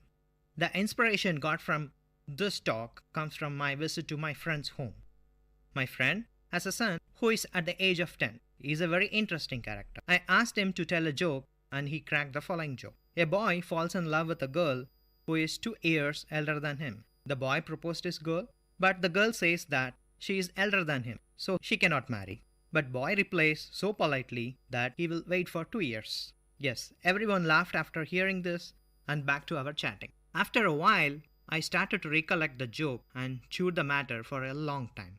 Though it appears to be a fun statement said by a schoolboy, for me it starts to appear as more subtler than it is. Yes, the crux of the joke is about stationary time for that girl and moving time for that boy. Do we really have such a situation in nature? To put it technically, have you ever thought of time as a relative factor with respect to two different persons? Yes, I was kindled by this thought and started to work on it. I come up with some conclusion and studies. I am very glad to share some of the conclusions that I have arrived at. It is believed that time is evolving independently with respect to space. Even Sir Isaac Newton was driven by this thought, and laws of physics began to emerge based on this thought. Albert Einstein, by his ingenious intelligence, put forward the notion of space-time continuum, which tremendously changed our viewpoint on the fundamental aspect of science. Yes, now we have entirely a different perception about space and time. As the time passes in this lecture, you will be aware of many untold understandings. You are listening to the Noble Lectures, an audio lecture series of VIT Community Radio, innovative talks from intellectuals.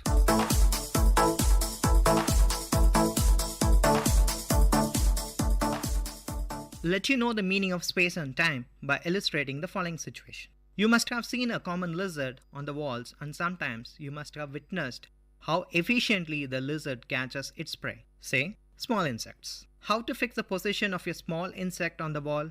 You just need a point. Yes, the point on the wall is zero-dimensional. The lizard, which moves in a straight line, is one-dimensional. In other words, if you draw a straight line along x-axis or a y-axis, then it is a one-dimensional. On the other hand, lizard, which has definite length and breadth, you require two straight lines, one along x-axis and one along y-axis, to fix its position. Then such things are known as two-dimensional.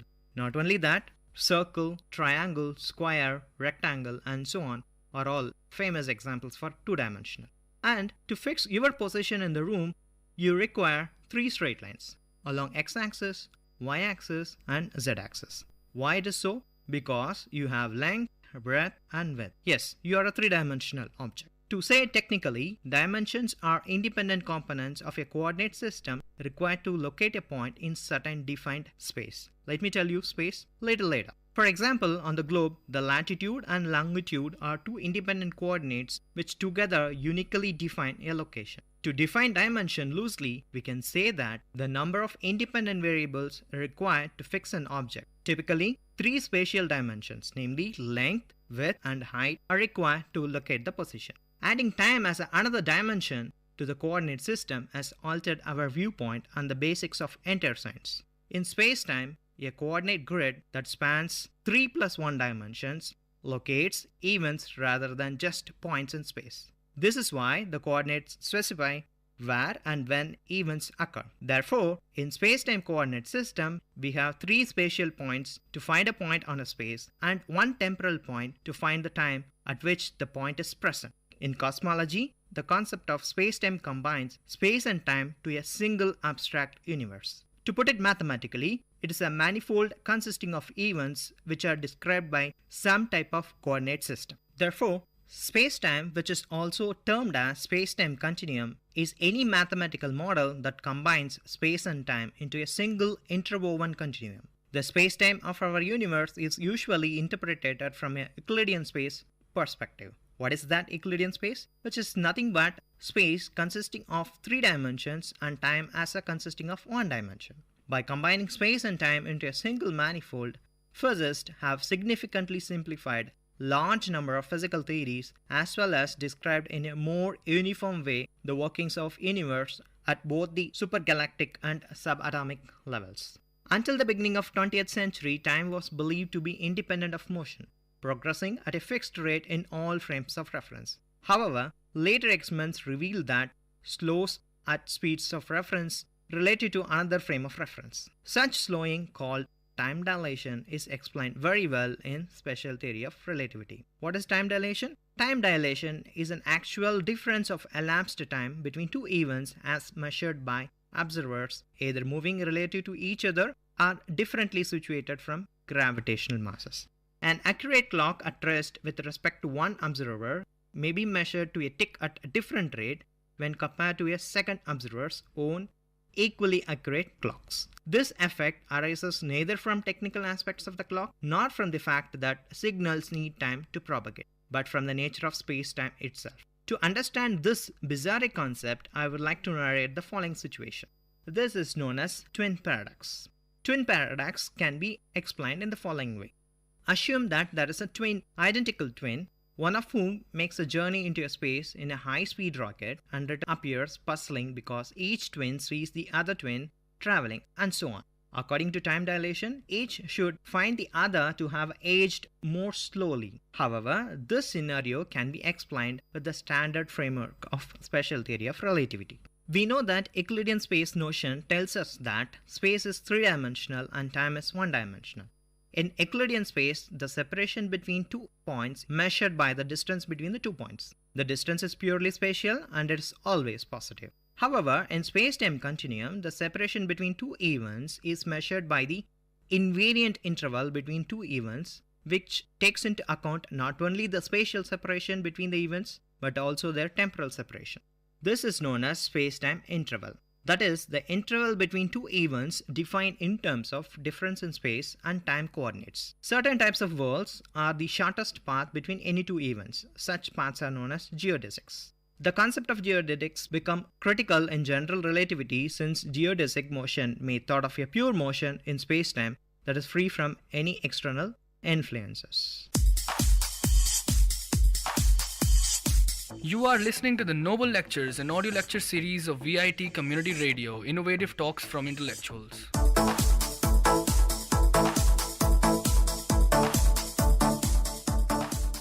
Now, we are going to see 3 types of interval, namely time-like interval, space-like interval, and light-like interval. For 2 events separated by a time-like interval, enough time passes between them that could be a cause-effect relationship between the events. For a particle traveling through a space at less than the speed of light, any 2 events which occur to or by the particle must be separated by a time-like interval. Event pairs with time-like separation define a negative square space-time interval and may be said to occur in each other's future or past. There exists a frame of reference such that 2 events are observed to occur in the same spatial location, but there is no reference frame in which 2 events can occur at the same time.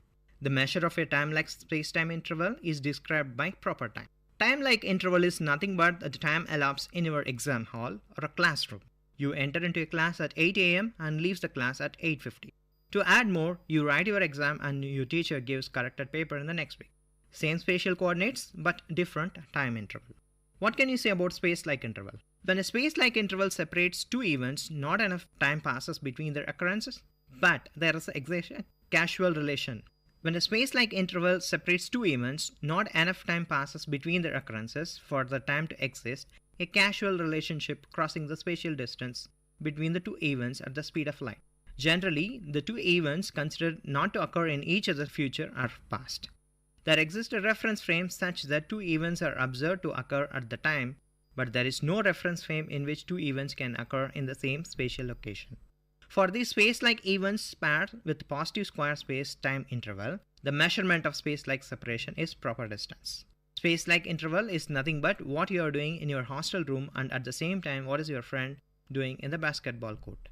Same temporal coordinate but different spatial coordinates. When a space-like interval separates 2 events, not enough time passes between their occurrences for there to exist a casual relationship across the spatial distance between the 2 events at the speed of light. Generally, 2 events are considered not to occur in each other's future or past. There exists a reference frame such that 2 events are observed to occur at the same time, but there is no reference in which 2 events can occur in the same spatial location. For these space-like event pairs with a positive square space-time interval, the measurement of space-like separation is a proper distance. Space-like interval is nothing but what you are doing in your hostel room and at the same time what is your friend doing in the basketball court. Same temporal condition but different spatial coordinates. What can you say about light-line interval? In a light-like interval, the spatial distance between 2 events is exactly balanced by the time between the 2 events. The events define a square space-time interval of 0. Light-like interval are also known as null intervals. Events which occur to initiated by photon along its path all have light-like separation. Given one event, all those events which follow a light-like intervals define a propagation of a light clone, and all the events which proceeded from a light-like interval define a second light line. Why time is so subtle? Time is really relative, and this is what Albert Einstein put forward to understand the concept of space-time continuum.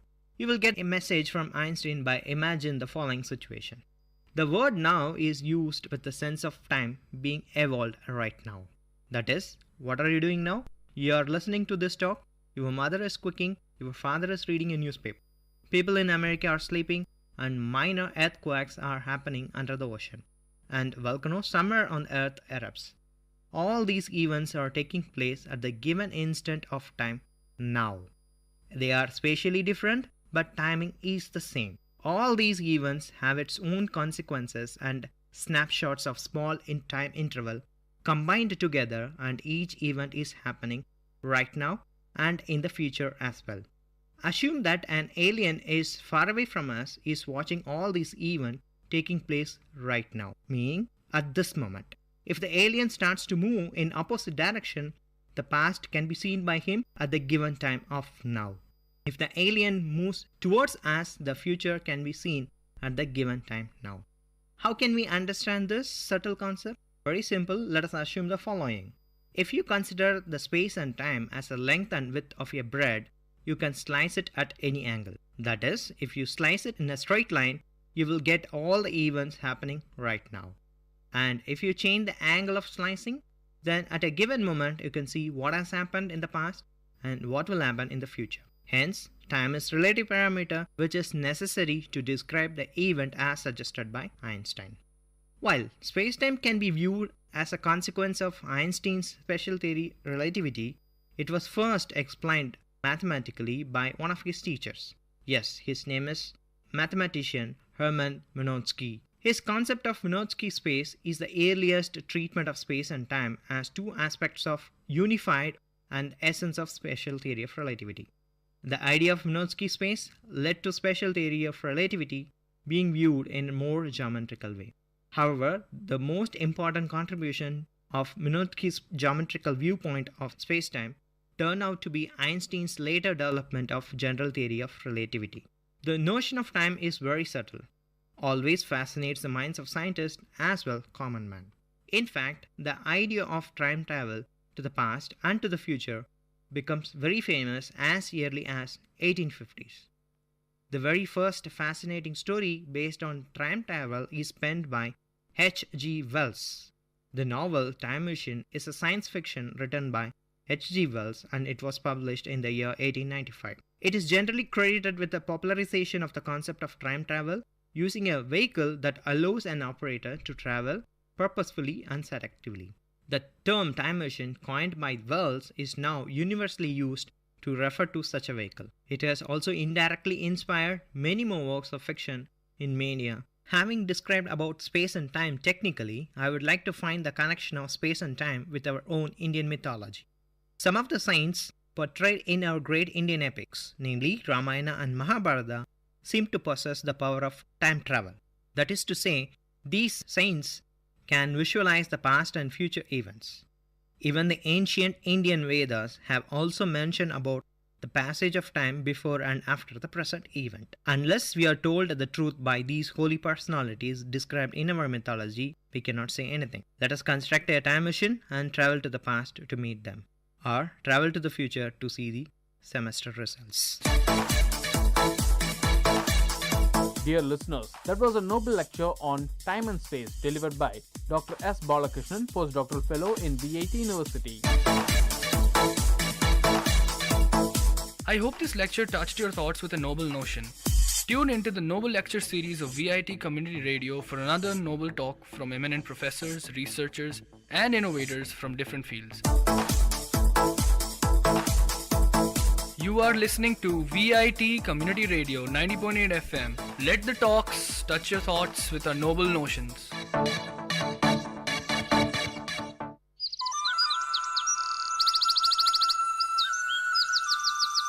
VIT பண்பலை 90.8 கவிதை கேளுங்கள்.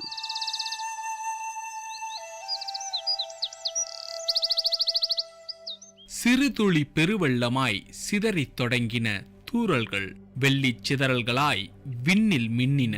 வெள்ளிச் சிதறல்களாய் விண்ணில் மின்னின.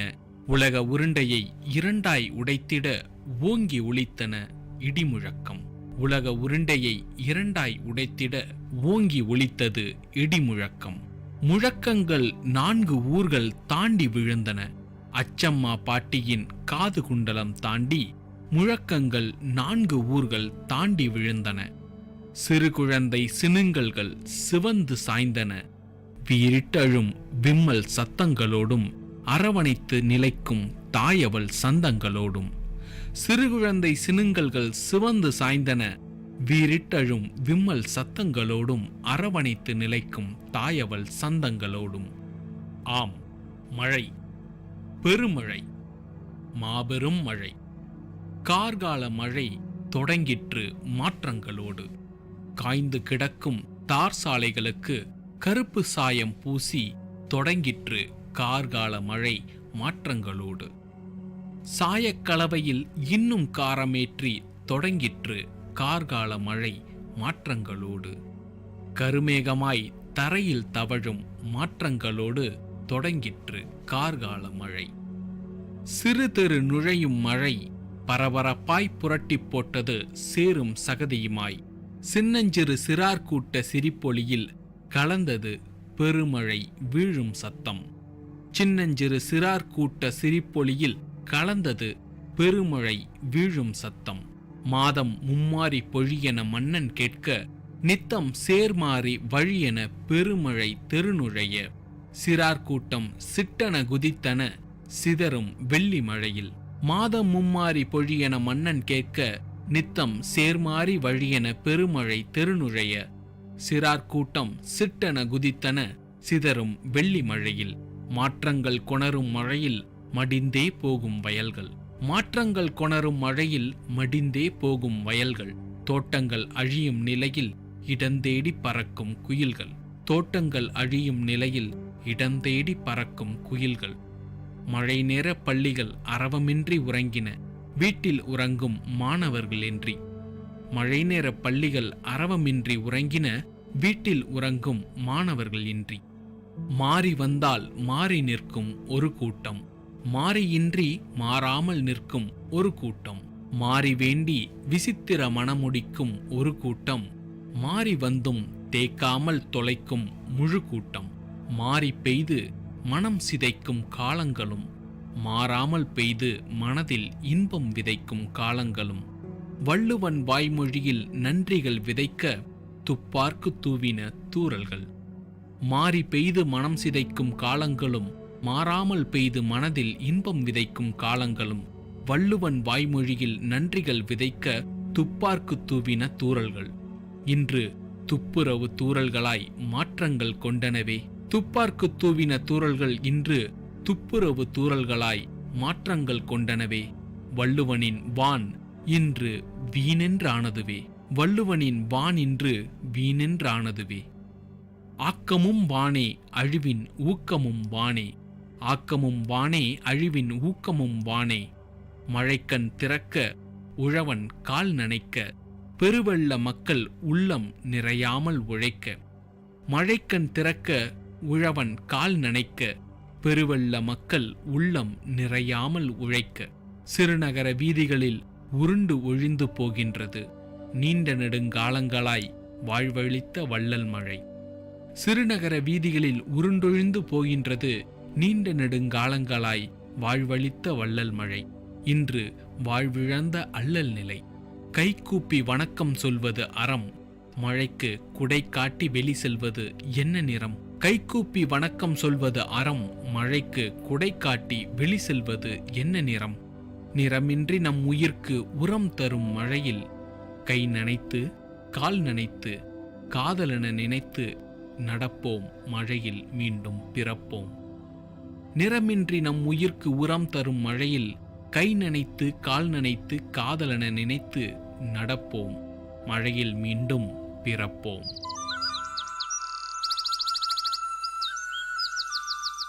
நேயர்கள் கேட்டது VIT பண்பலை 90.8 கவிதை கேளுங்கள்.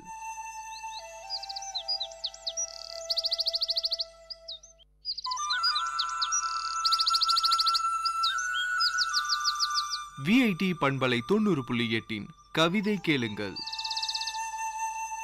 மேகங்கள் எழுதும் கற்பனை கதைகள். கருப்பு வெள்ளை நிறத்தின் அடர்த்தி கூட்டி பல கோடி ஆண்டுகளாய் கதை சொல்லி வரும் வயது முதிர்ந்த மேகங்கள் இன்றும் எழுதுகின்றன எவரும் படிக்கக்கூடிய எளிமையான கற்பனை கதைகளை. வெள்ளை நிற மேகங்களின் கதைகள் இனிப்புச் சுவை கலந்து செய்யப்படுகின்றன. கருத்த மேகங்கள் எழுதும் கதைகள் கசப்பு சுவை சேர்த்து எழுதப்படுகின்றன என்று பாட்டிக் கதை நினைவில் நிற்க விண்ணை தொட்டும் நிற்கிறது மேகங்கள். சிறு குழந்தையின் கண்களுக்கு குதிரையாய் கணக்கின்றது. வளர்ந்த காலத்தில் காதலியின் கருங்கூந்தலாய் வருடுகிறது. தேநீர் பருகும் மாலை நேரத்தில் கதை சொல்ல வந்த கருமேகம் பாதி கதை சொல்லி இடைவெளி என்றது. இருள் போர்வை போர்த்தி கொண்டது.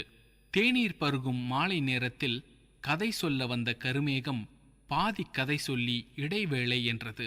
இருள் போர்வை போர்த்தி கொண்டது. முழுமதியின் முகம் கண்டு வெட்கம் கொண்டதோ வானில் தவழ்ந்து கொண்டே கண்ணாமூச்சி காட்டியது. மேகங்கள் எழுதும் கற்பனை கதைகள். காலை விடிந்தபோது கதைகளை களைத்து போட்டு நேற்றைய கதையின் நீட்சியை காணாமல் செய்தது குறும்புக்கார மேகம். சிறுவர்களின் கதைக்களங்களில் எந்த மாற்றமுமின்றி கதைகள் தொடர்ந்தன.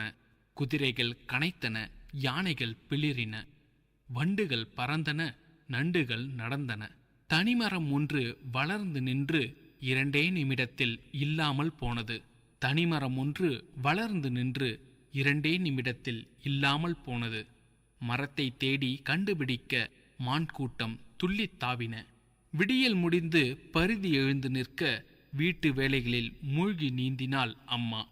அவளுக்கான கதைகளை எழுதிக்கொண்டே இருந்தன கருமேகங்கள். கதைகள் படிக்கும் நிலையில் இல்லாது காலத்தின் ஓட்டத்தில் வீட்டு வேலையும் காட்டு வேலையுமாய் உழைப்பாளி உருகொண்டாள் அம்மா. காலத்தின் ஓட்டத்தில் வீட்டு வேலையும் காட்டு வேலையுமாய் உழைப்பாளி உருகொண்டாள் அம்மா. 11 மணிக்கெல்லாம் பாதி வேலை பதுக்கப்பட்டது. மீதி வேலை கையில் தட்டுப்பட்டது.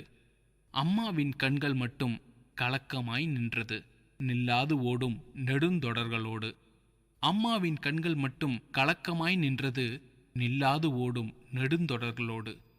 மேகங்களின் கதைகள் படிக்க அம்மாவுக்கு நேரமில்லை. விளம்பர இடைவெளியில்தான் வீட்டு வேலை என்றானபோது. மேகங்களின் கதைகள் படிக்க அம்மாவுக்கு நேரமில்லை.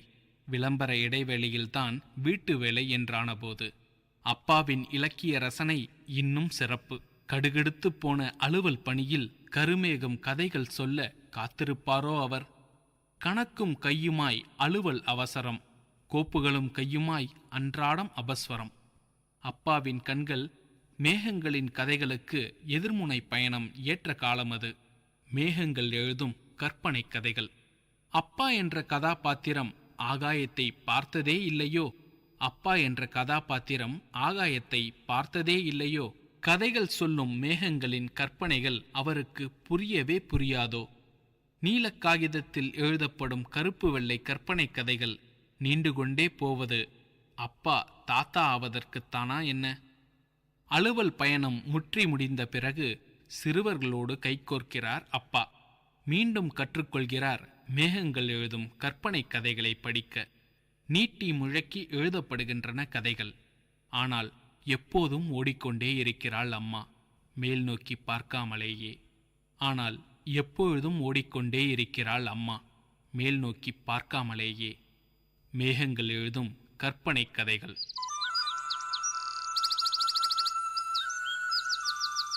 நேயர்கள் கேட்டது விஐடி பண்பலை 90.8 கவிதை கேளுங்கள்.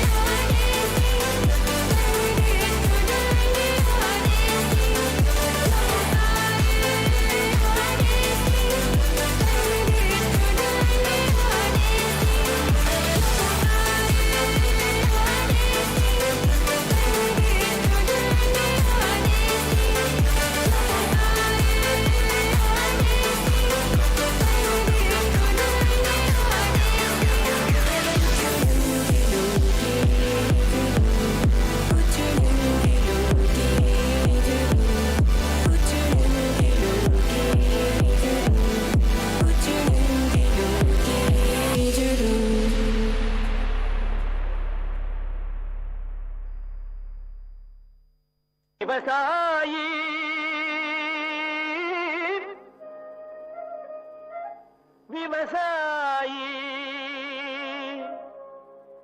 கடவுள் என்னும் முதலாளி கண்டெடுத்த விஐடி வேளாண் துறை மற்றும் விஐடி சமுதாய வானொலி இணைந்து வழங்கும் தினம் ஒரு வேளாண் செய்தி. வணக்கம் அன்பான நேயர்களே, இது உங்கள் விஐடி பண்பலை 90.8 விஐடியின் சமுதாய வானொலி. நான் உங்கள் பால்மான் சிங், இணை பேராசிரியர், விஐடி வேளாண்மை துறை. தினம் ஒரு வேளாண் செய்தியில் ராகி பருவ பயிர்களுக்கு காப்பீடு செய்வது பற்றி அறிவிக்கிறேன். பிரதம மந்திரியின் திருந்திய பயிர் காப்பீட்டு திட்டத்தின் கீழ் கடன் பெறும் மற்றும் கடன் பெறாத விவசாயிகள் அவர்கள் விருப்பத்தின் பெயரில் பதிவு செய்ய அனுமதி வழங்கப்பட்டுள்ளது. வேலூர் மாவட்டத்தில் ராகி பருவ பயிர்களுக்கு அறிவிக்கை செய்யப்பட்டு காப்பீடு கட்டணம் செலுத்துவதற்கான காலக்கெடு நிர்ணயிக்கப்பட்டுள்ளது. இத்திட்டத்தின் கீழ் கடன் பெறும் மற்றும் கடன் பெறாத விவசாயிகள் வேலூர் மாவட்டத்தில் இத்திட்டத்தினை செயல்படுத்தும் agriculture insurance company of India limited என்ற நிறுவனத்தின் அங்கீகரிக்கப்பட்ட முகவர்கள் மூலமாகவோ, பொது சேவை மையங்கள் மூலமாகவோ, வங்கிகள், தொடக்க வேளாண்மை கூட்டுறவு சங்கங்கள் மூலமாகவோ விருப்பத்தின் பேரில் பதிவு செய்து கொள்ளலாம். அதேபோல் ராகி மற்றும் நிலக்கடலை பயிருக்கு காப்பீடு செய்ய வரும் 2022 ஆண்டு ஜனவரி 14 தேதியும், நெல் பயிருக்கு காப்பீடு செய்ய வரும் 2022 ஆண்டு ஜனவரி 31 தேதியும், கரும்புக்கு காப்பீடு செய்ய வரும் 2022 ஆண்டு ஆகஸ்ட் 31 தேதியும் இறுதி நாளாக நிர்ணயிக்கப்பட்டுள்ளது. எனவே விவசாயிகள் தங்கள் அருகாமையில் உள்ள மக்கள் கணினி மையங்களை அணுகி நெற்பயிருக்கு காப்பீடு கட்டணமாக ஏக்கருக்கு ரூபாய் 472, உளுந்து பயிருக்கு ரூபாய் 256, ராகி பயிருக்கு ரூபாய் 164, நிலக்கடலை பயிருக்கு ரூபாய் 401, மக்காச்சோளத்திற்கு ரூபாய் 301, கரும்புக்கு ரூபாய் 2600 செலுத்தி பயிர் காப்பீட்டு திட்டத்தில் இணைந்து பயன்பெறலாம். நன்றி. உங்கள் பால்மான் சிங், இணை பேராசிரியர், விஐடி வேளாண்மை துறை. மீண்டும் தினம் ஒரு வேளாண் செய்தியில் நாளை சந்திப்போம்.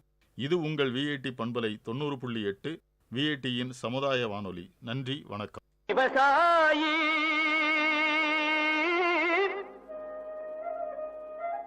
விவசாயி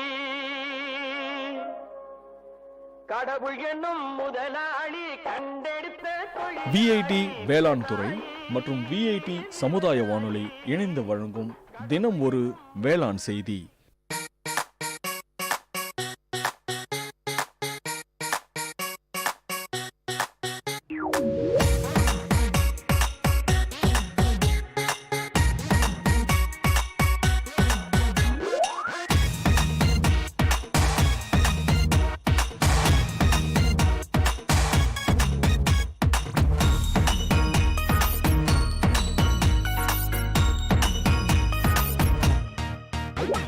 சோழராஜன் அவன் பேரன், இவன் செந்தமிழ்நாட்டின் வீரன். பெருமையோடு தான் சொல்வேன், நான் தமிழன். சாதனை செய்யும் வீரன், நான் உங்கள் அன்பு தோழன். பெருமையோடு தான் சொல்வேன், நான் தமிழன். அறிவு சார்ந்த நிகழ்ச்சிகளால் உங்கள் மனங்களை கவர்ந்த இன்றைய ஒளிபரப்பு இனிதே நிறைவு பெறுகிறது. மீண்டும் எமது அடுத்த ஒளிபரப்பு நாளை காலை 9 மணிக்கு 90.8 பண்பலை அலைவரிசையில் ஆரம்பமாகும். விஐடி பண்பலை 90.8 நேயர்கள் அனைவருக்கும் நன்றி, வணக்கம்.